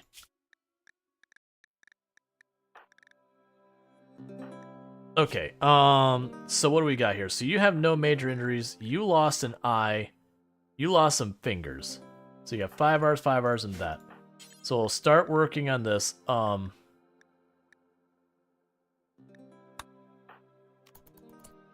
I want you to tend. You got medicine right here. I don't want you to tend without medicine. I want you to tend here. It's fine. Just please tend. There you go. We just need to stem the bleeding.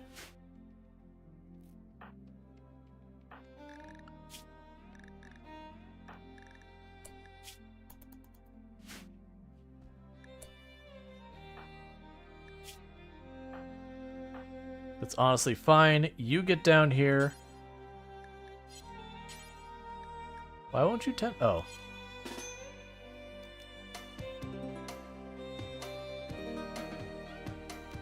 Yeah, you start tending as well.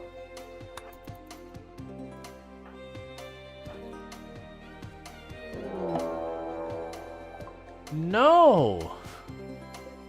I'm really just trying to save my people right now.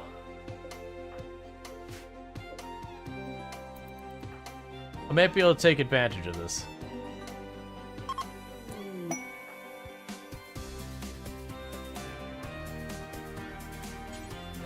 Run over here.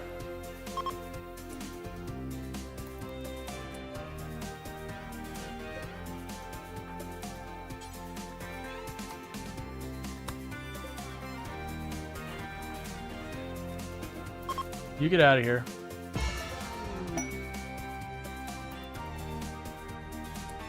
You're tending right? Okay.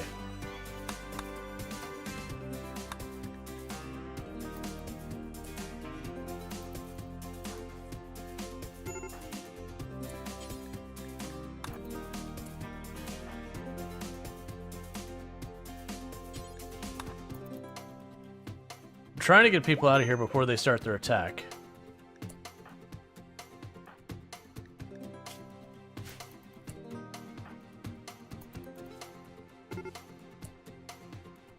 Please don't come this way. Alright, so we have to make this work.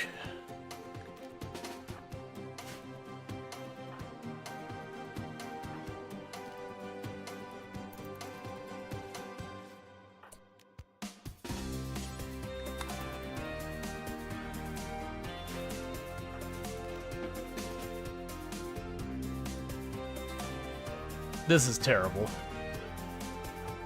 So basically, if you don't get what happened, is we had a regular raid show up while we were already dealing with this nonsense. So as a result, we basically got double raided. And so everyone's nearly dead.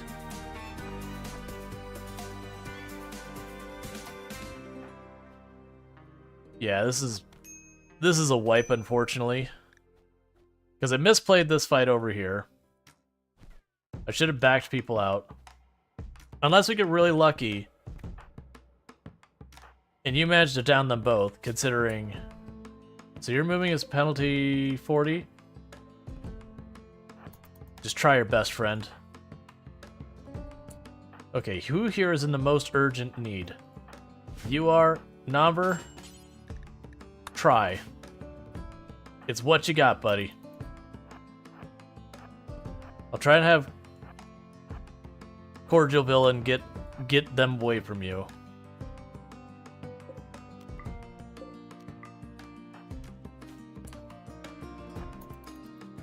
Keep running.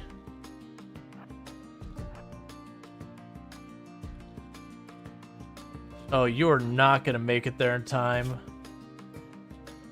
And that's a social fight. That wasn't even an actual fight from our people that took Nomber out of this. Oh, one of you's back up? Who's back up? Moriarty. Self-tend right now.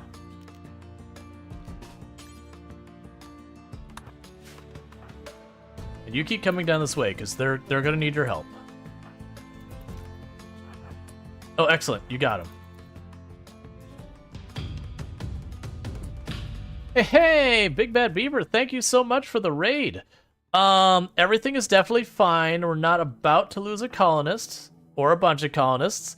Let me go ahead and give you a shout out. For those who don't know, Big Bad Beaver, absolutely fantastic creator on the platform. Been playing some Project Zomboid. So if that's your jam, you can definitely find it over there.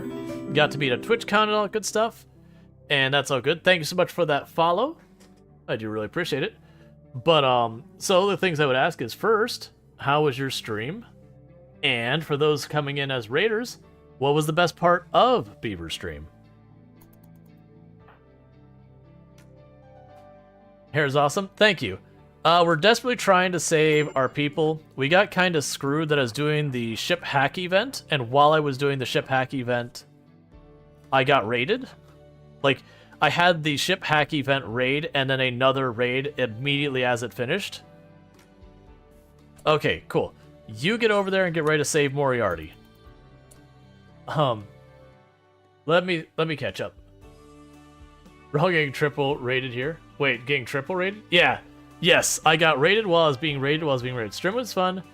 Did a partnerversary. Survived a week at 16 times all negative traits playthrough. Yeah, I saw you trying to do some... I was lurking... I think I lurked the other day. Like, I couldn't remember if I said something or just lurked.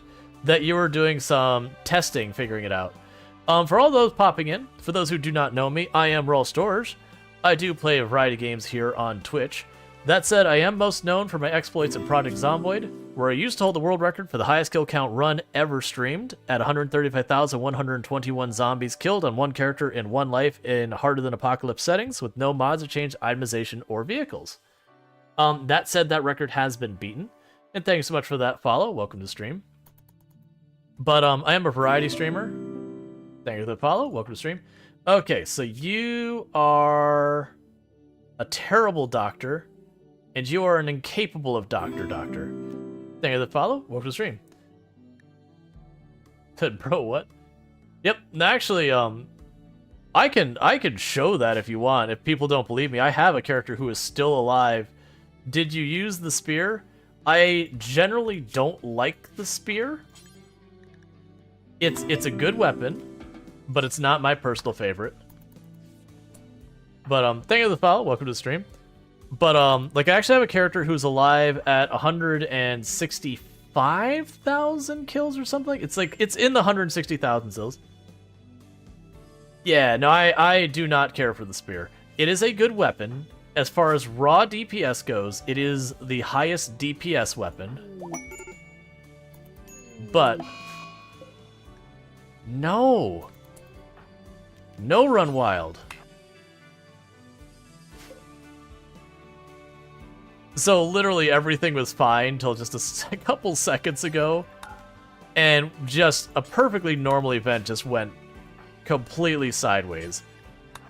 Yeah, so the more likely we're going to fight, and then Conright's going to hopefully get knocked down and we can deal with that. Yeah. Everyone hates on the spears. Yeah, I mean, there's a lot of problems with spears. Oh my god. Why are you still bleeding? You're supposed to have already been treated. Yeah, so you're watching what's probably the end of this colony. But what I'll be willing to do is, since you popped in for Project Zomboid, is I think what we'll end up doing... Man, you can't save him. Nomver can't save that person. Yeah, no, spears... Oh my goodness, you're just standing there. You could be helping stuff, but you're just... It's fine. The colony's basically dead. I've got 2 more people who are going to bleed out here before I can save them. And all those mood breaks. And then I'm losing my only grower, my cook. Okay. So, I think we're going to do... There's Chesty the Ruru. So, that would be our researcher. And our cook, I believe. No. Our researcher and our main doctor.